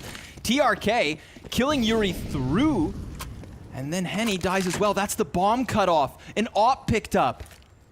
Oh my god. And are they going to be aware of this? I mean, they hear the flicker of the scope. It's probably going to be called that this is now a dangerous situation. There's a radioactive zone here at mid. Approach with caution. Fur, he'll be asked to adjust in TRK. He's still in an okay spot to get the 1 kill, depending on how Vinny approaches this. Molly's on the bomb.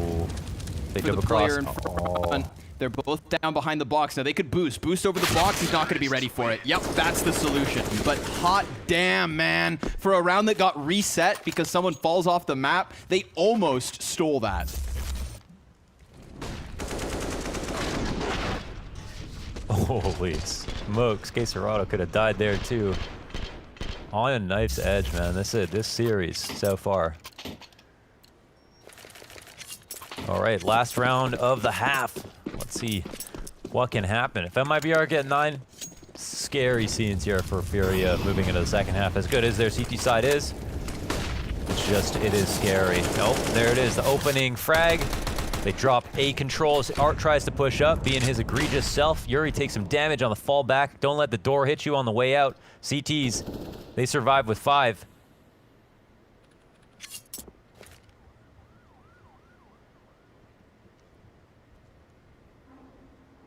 Trying to focus forward onto Taco. Taco with the op. Not something we get to see too often. He's blinded off the initial angle, tries to regain the vision, does hit the first shot. Taco looking for another. It's a little slow, but he still body bags it. 4 versus 2. And Fur, he right through the side of the smoke is going to get himself a follow-up frag. Quesarado in the final round of the first half, just getting peppered. He is pinned into position and taken down. 3 rounds, the lead, but it could have been worse. That 5-0 start fizzled out ever so slightly. Join us after the break to see if Furia's got some fight in him.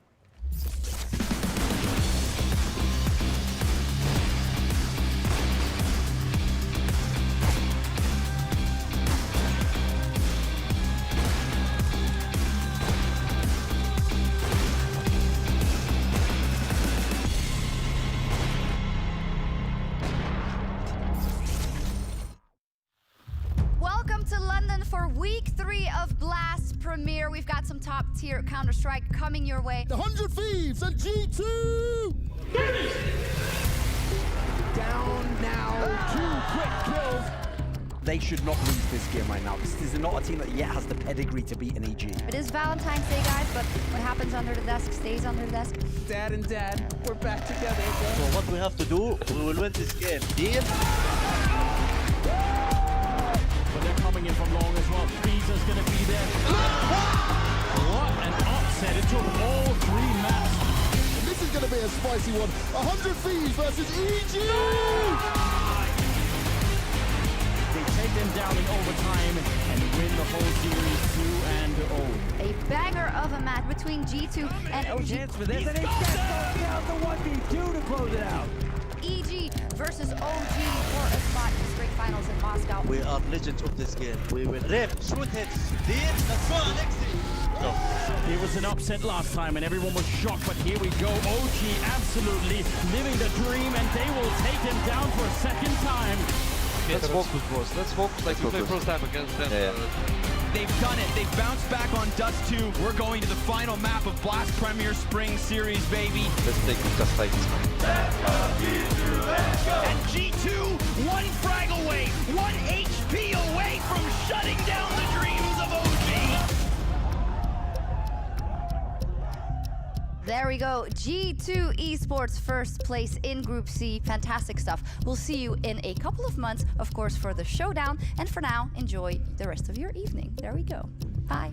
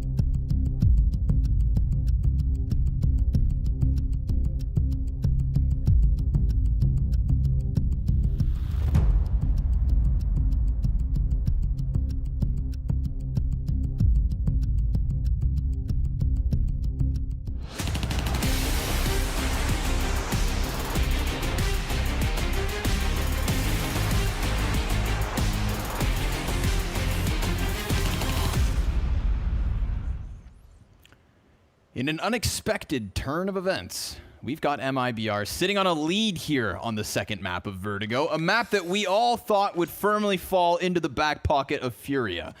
But it seems things are different here today.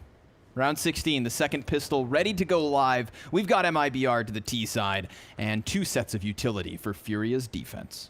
The pistol round to potentially decide them all. MIBR have come out hot in this match. It's been a very weird series, generally speaking, but some pretty good quality of their rounds when they've won them. Henny, oh, he's pre-smoked out. Vinny gets that initial frag. The pistol swinging wide, and there's a couple of flanks coming in too. This is more like that Furia style that we're used to seeing, but oh my god, Fallen, he's coming through, man. He's definitely putting up a case here for MIBR. TRK, 1 versus 2, trying to focus forward because he knows the CTs are split. Oh, and he knows that he could sprint to B. He'll beat them there. It's just a matter of what does he do once he gets there? What cover will he have to ensure a bomb plant? Does he actually just want to maybe fake it and try and pull out a frag? Bomb plant's everything. Yeah, get that money. And then take a chance. TRK on for the clutch. Molly and a flash goes out. Again, confirmation, both CTs lie right ahead. They're coming at this from different vertical angles, but now they fall down! And 2 shots, 3 kills! TRK takes pistol!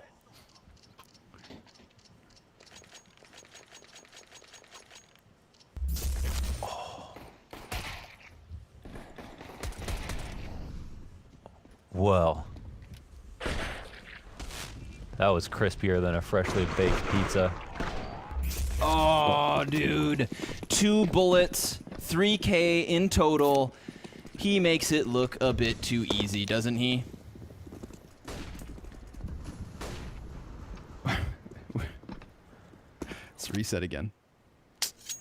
Just a real quick one. They were all moving, but I guess they missed a little. You know, you got to play off the spawns, I suppose. Every millisecond being used here by MIBR. I don't blame them. You know, it's not often we see them winning games, so they're really trying to stay in control of the situation.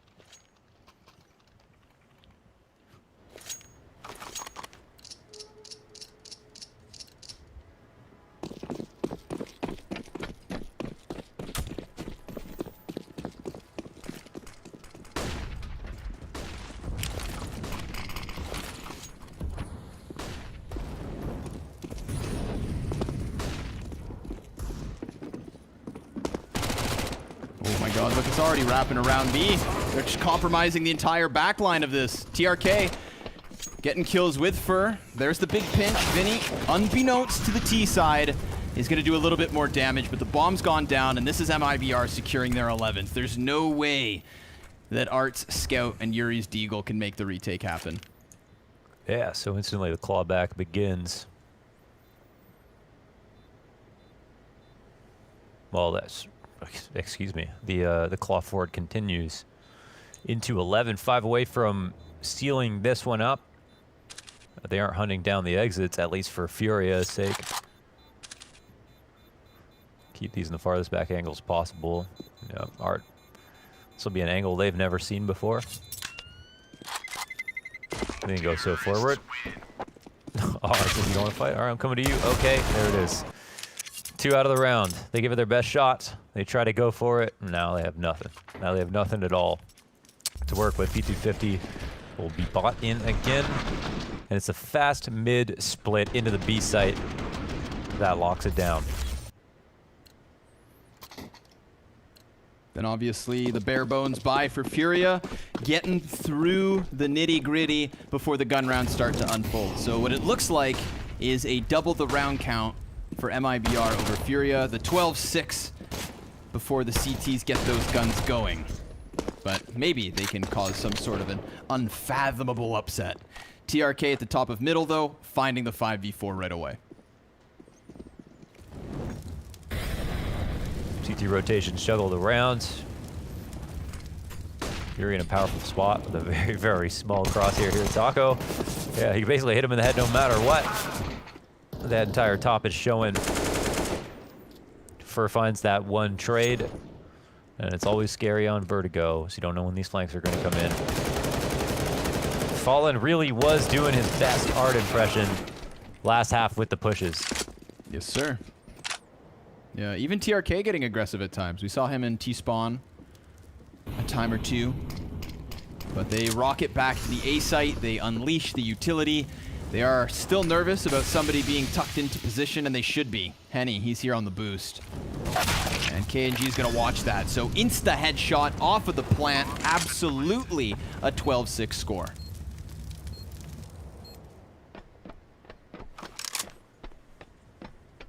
And we'll have to see. I mean, the thing is that we see so many teams try to run forward into the A-ramp setups of Furia to fight for A because that's where they want to go. But if MIBR's game plan leans towards the B site, that's not as scary, I'd say, to come up against with Furia. I mean, if they give Art A-ramp control, we'll see what'll come of that. But we've seen MIBR be very aware of all the positions that Art wants to lurk into, and it feels like he can't get his mojo in this specific series. When he has pushed, he's been caught.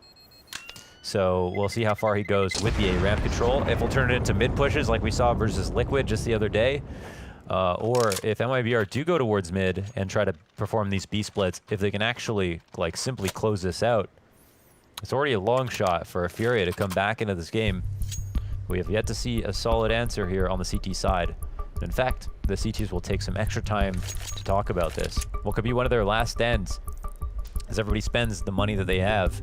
There's not an op in play for MIBR. I'm kind of suspecting here that without the op, that they are going to try something towards a mid-B split one more time. But maybe they go A, see if they can get the trades one more time, because it feels like they're definitely running higher on confidence. Yuri's got a front spawn for A side if he wants to try and play defense off of timings. That is him you see on the furthest right side of the screen. So maybe he sprints to the A ramp. Nothing would hold him back. And we know that that's what Furia like to do. So time will tell. They have an op, of course. There's none for the side of MIBR, but Henny's well equipped.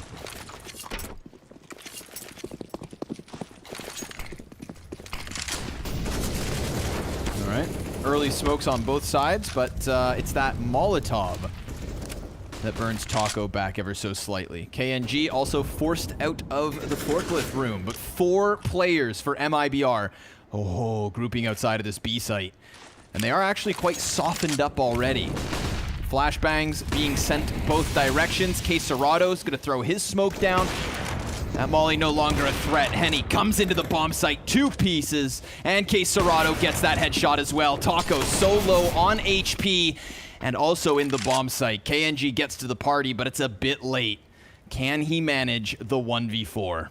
We've got Furia in full control of the bomb, all stacked up, and just welcoming him to attempt this. They go for the challenge. They tag him up so slightly. Now he's down to 21 HP, so maybe he just runs and hides. It's not going to go well for him if he moves forward. This is a bit of a call out, because we know Henny plays flex, whether it's kind of wherever Art wants him to be. So I think on the T side, he can lead the charge with the calling as the opper, but on the CT side, we see him sometimes dedicated A, dedicated for the mid flank, dedicated B. This setup was entirely B focused, and it was to catch MIBR trying something like this. So I think this Furia's attempt at conditioning them into coming back to A, because that's where they want the game to end, I think. And yeah, I think wherever you put Henny on this map on CT side, he's going to put up 2 or 3 kills. He's seriously that good as an opper. We'll see him in this spot in the future when it does come back to A, if they can't get this B setup working. But certainly if Furia win this game, it's going to be because of Henny. KNG's able to get away with it. Henny, man of this round, anyways. Furia take that 7th. They keep 3 pieces alive. 4. Sleep at the wheel, Mohan. It's a dangerous game. Yeah, Vinny, it though. was squeaky clean. How about Vinny, huh? 9 and 13. Wonder if him and Yuri start also adding to the kill count. That's the one thing Furia kind of had going for them on Inferno, was the more even distribution. I mean, they both put up great sight holds in all the matches we watch on Vertigo as well. Yeah, definitely. Henny in mid, that's the compromise. Oh, but he almost gets back in position for an attempt at the 2nd kill. That's a great grenade from CEST. And he's gonna peek off to the side of this. He hears them stacking up upon him. Tons of damage done to Taco. Vinny's into position. He has seen that the players compromised quad, and he actually takes some shots through smoke. Art denied on the flank. Oh, dude, they have Art's number in this series. Yuri's gonna throw the molly out. Taco takes down Vinny just through the side of the smoke, so suddenly it's the 1v3 with little HP on 2 of these Ts. Both of them on the bomb site. But how does Yuri line them up? How does Yuri knock him down? He catches Taco first, and he's not quite sure where that second supportive player's got off to, but they are both right there, and he fumbles it. Fur takes the clutch. MIBR find 13. No bullets left to be able to figure that out, and the kills come through. 1-for-1 trade at mid. Drops the op out of the round. Henny almost got away. Some pretty sick movement to get up to his second post, but dropping the first shot, it's actually kind of a big deal. And then Art getting caught on that flank, man. That's going to be the most important part of some of these rounds. So for MIBR to be confident enough in their beat take, they can have this flank being watched and the mid control being taken at the same time. That's what puts the right amount of pressure in all these different spots. And yeah, Artsy, he's got to be frustrated. He is getting caught off whenever he's tried it. I mean, to be fair to him, he's stopped doing it so frequently, but it's still getting caught. So got KNG 16-8 for 20 and 13. By far and away the highest fragger on the map. MIBR 3 away from locking this down. And he's fortunate enough to have broken the piggy bank open, got enough to buy this 1 AWP. But yeah, MIBR, they're leaning towards B heavily. They're not buying ops. So they're going to be pretty adaptable if they do end up losing. They want more of those rounds. Goes deep. KNG doesn't spam back just yet. It's total silence down here in the fork room. Art, he's going to move ever so slightly back up the ramp. And they didn't shoot a shot here. MIBR maybe hoping that CTs think it's clear, when in reality, more than half their team's chilling just at the base of the ramp. Yeah, walk up. They come forward. In Yuri, I mean, he's getting information a tad bit late, but he seems very aware of the threat here. So you can see him jiggling back and forth. That's not because he's nervous, because he's ready. Seen how good he can be on this angle. The nades are coming through. CT's lack info. But they're still going to make the rotation. Putting down a smoke. Sometimes we see them go for the boost over the wall to try and feel it out, but the sheer size, the number of the utility that just got thrown in, this has to be the commitment. 2 players flash, they cross paths. Taco and Yuri, they change positions, and then Taco through smoke just denies Art any situation in this round. What is that? Like ships in the night, and Taco is the one who awakens the first. The daylight dawns upon him. Yuri, best way to kill him is blind, of course. Taco cracking that code quickly. And, oh, the smoke frag as well. I mean, a read on the setup. I don't think he heard anything from that second man up, but inside the smoke. Man, that flash was the world to MIBR. And it's the 2 players down in the instant save. Oh, dude, this is dire straits for Furia, doubling up their score count again. It was 6-12, now 7-14. And Furia have to just hold on to those 3 guns. Vinny, he gets the upgrade from a FAMAS to the AK, but that is the slimmest of silver linings that we can try to choose here for Furia. Oh, Taco, he almost didn't even realize, but look at this second one. Called out. Oh, man. Yuri's done. He's been frustrated this whole series. I mean, we've seen him damn near hit something in his room that wasn't even on camera. And yeah, he's taking off his headset. He's definitely not feeling good about that. I mean, again, he's an incredibly hard guy to stop if he's not blind. So I think he was ready to frag in that position, wanted to deliver around here for his team, but yeah, what a flashbang. The CTs will call their 4th tack. And the buy isn't bad at all. I mean, they got K-Serrato on the MP9. Henny still got his op. Last round he got a kill, stayed alive. The round before he got a kill, died.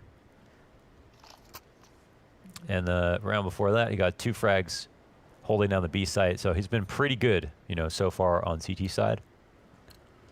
Not incredible, but MIBR haven't run directly into him every round. Well, pretty good's not going to cut it at this point. The margin of error so damn slim that Furia have to be perfect from here on out. We get that exchange of flashbangs again towards ramp. Frags sailing past KNG. He hears the gunshots right above him. That's going to make him want to make his move, but oh, Art, he creeps down and again doesn't check it. He's focused forward and KNG gets the best of him from a position Art always plays, but Henny still delivers a double at least for Furia. 3 versus 3. And Yuri, he's going to get called out by Taco's Molotov. He doesn't extinguish it, but instead extends, and he doesn't see anything falling. Oh, he creeps up, takes down Yuri, knows that Vinny's right there, but Vinny a little bit quicker. Takes to the top of the box. Fur, all the while, is creeping in from behind, and he doesn't actually have to push forward. He can just tell Taco, eject, evacuate, and head to that B site. Yeah, I mean, he can cover one of the rotations. A big one through spawn is the risk that Fur is making with this, but if they don't suspect him, then it's going to be easy for him to get a frag. Oh my god, and it could be 2. Yeah, he just goes ahead and cuts him down before he can get away from it. Vinny, now he is left entirely alone, and the likelihood of a B site retake without the pinch through spawn, rough waters ahead for Vinny, but he's gonna try his hand. Fur just on the side of the smoke there. Vinny, tries the spam damage, but it goes the way of Fur, and MIBR take 15. Oh man, and that strategically was a great round for a number of reasons. They had to call out on the specific locations. KNG was extremely aware of the fact that Art was gonna push. He came out on a couple of different timings looking the exact same spot, so they put some pressure, pause, and then hit play as soon as he thought that there would be that push, and Fallen called out that spot from Yuri, making sure to clean out that angle, even though he spotted one on default, didn't waste a bullet testing the shot. All right, goes from bad to worse. Deagle MP9 and a collection of rifles here. Little utilities, 0 kits, and an 8-round lead.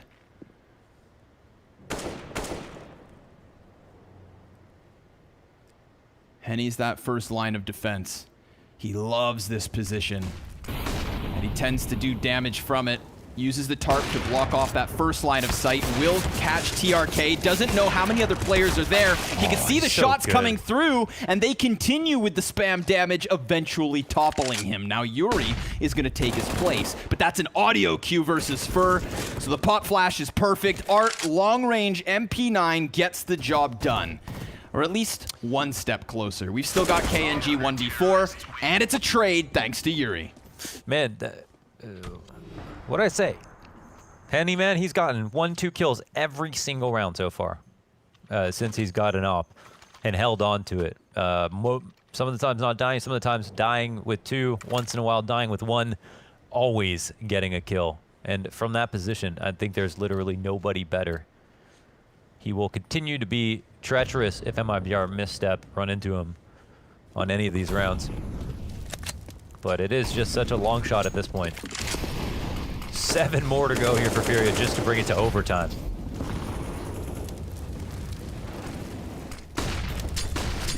Flashbang's close, KNG toppled Art, he's burning, and he gets away with actually a lot of health considering he's barely the flames. burning. I don't even know how that's possible. What the hell? It seemed like he was at least going to be looked down at 30 HP or something, but yeah, he's doing just fine. Art, another one! Almost follows up with a 3rd kill, but 2's enough for Art.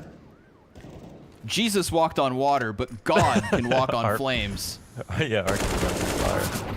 Here's Fur at mid, down versus Vinny. 2 T's left, both minimal HP. Henny, he's always good for a couple, so it's him and Yuri to shut this down. 6 rounds to go. Yeah, you know what happened probably? The metal grating caught on fire and like it bugged out and the floor where he was under didn't catch on fire, I'm guessing. Nope, that's just crazy. Okay. Nope. No, that's just insane. Yeah, he was definitely in and on fire. For sure. But I guess since it just landed, it, did less. But you think that at least does 40 or something, but whatever. Our grenades have gotten better, but they're still not perfect. For sure. One day at a time. Source 2 first, then we'll talk about fixing everything else. Oh, they're going to go for the double peek. This is fun. It's a tough angle, but they are just going to vault over the wall. Oh, Serato back behind Skinny Quad. TRK. Fallen gives cover. Now TRK, he just has to focus forward. Screw the bomb site. He hones in on Vinny, and he picks up the AK. Not like this. KNG, he cuts off Art on the hard flank. It's the 2 versus 4 retake for map and match. In their last game, we saw MIBR pick up the win for the first time in what seemed like forever, and now they're gonna do it in a best of 3 too. 16-9 is what's looking likely. Henny trying to fight for his life, but down he goes through the smoke from KNG.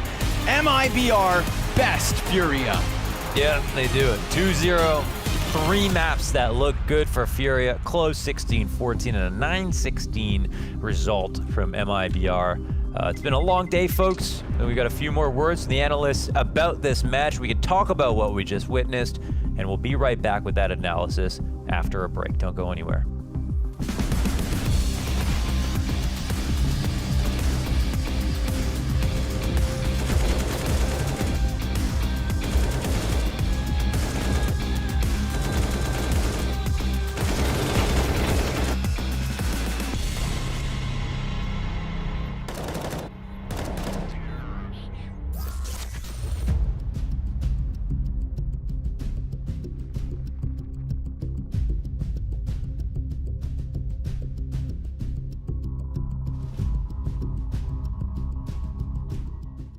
Can he figure out fast enough where they're headed to allow MIBR to have the proper stack?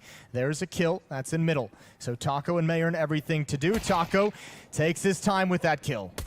Yeah, now they know they've been spotted in IP. They know they have to move quick because otherwise, you know, the flank is just going to continue. That smoke will buy some time, and now it looks like they might try and counter boost into it. Taco's thinking about it too. Oh, this is a wild round. He's going to jump up and try and see if he catch one. That's Twist very low. Yeah, that is the bomb. And well, the cone almost landed on his face. I don't know if that would have been enough. 55 seconds, but now they're running back. And they're basically running on top of each other. They know exactly where this is going. Lecro's already got the angle. What a shot from Taco. Turns that corner with the quickness. He can add another. Plopsky, narrow angle, another headshot. And Taco's pulled MIBR right back into this. He's got just one more kill to find, and it's 15 HP on Twist. See, he's running quickly as well. Twist, this is going to be a close corner. He's just going to run right into it. And Taco, he just needs one bullet to connect, and he will have done it. And Twist is very nervous. You could absolutely tell. Oh, he somehow gets it at the end. That's what he needed. And right now he's scared enough that he can't even flank, so he's a very far rotate from B. You touched on it, gets basically bored enough to play back on site, and that's the one time they go all in on this, but keep your eyes on Nitro. He decides to peek. Doesn't want to fancy them pushing past him. Elige continues the spray. Okay. He does grab that second, but Nico, 1v3, has a player in the open, jumping, hoping, was an fly, and there's the head on display. He takes it. FaZe Clan winning a round. Sketchy.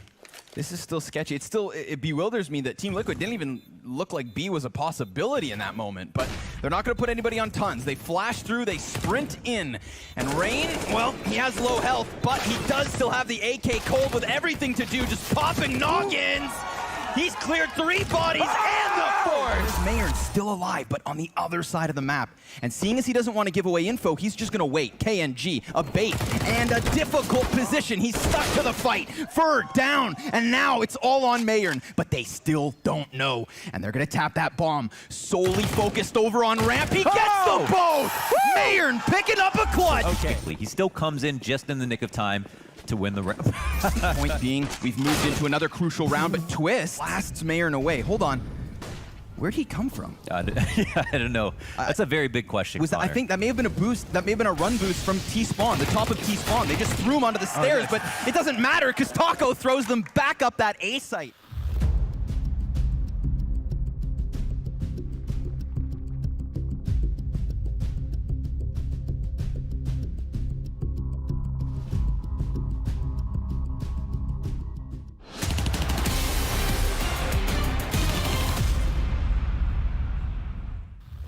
All right, welcome back, ladies and gentlemen. So, there we have it, the culmination of quite a struggle. You would think that we went 3 maps with how long that series took, but no.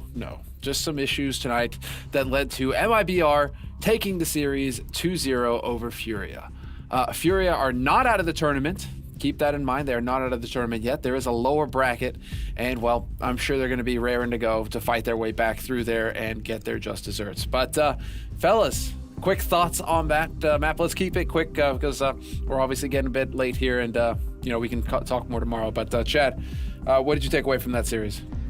It looked to me like Furia wanted to get out of the server as quickly as possible, and that's the sentiment that I had right there as well. That issue that happened there on map number 1 snowballed through to map number 2, and unfortunately we had a bad game of Counter-Strike because of that. I'm not going to sit here and lie. That wasn't good CS. It wasn't good CS by either team. So that's all the words I have for this one. And Maniac, what did you take away from that one, man? I mean, I have to echo the sentiment. I find solace in the fact that these two teams might meet up again in the lower bracket. You know, different time, different place, hopefully no more issues, and then we can have a crazy Bo3s. Well, this goes all the way now. MIBR once more, when they were CT sided, I felt that they had, or rather they were one step ahead of Furia. They were always in the right position at the right time. You could see the rotations pretty much whenever they needed them. And then on the T side, a couple of clutches here and there, a few kills that made the difference. I agree with Chad. I think Furia were a little bit out of fuel. And all in all, MIBR make it logically to the next step. They make it to the next step. And so they'll be going up against either Team Liquid or Evil Geniuses in the winner bracket final. But as far as our predictions are concerned, gentlemen, it's a rough one. It's a rough one. All of us wrong, in these except for Moses. I'll give it to Jason. I'll give it to Jason in these circumstances. He can have it. If that's the way he gets a mark on the board, you know, that's fine. He can have it. Oh, he's going to be insufferable. He's going to be insufferable.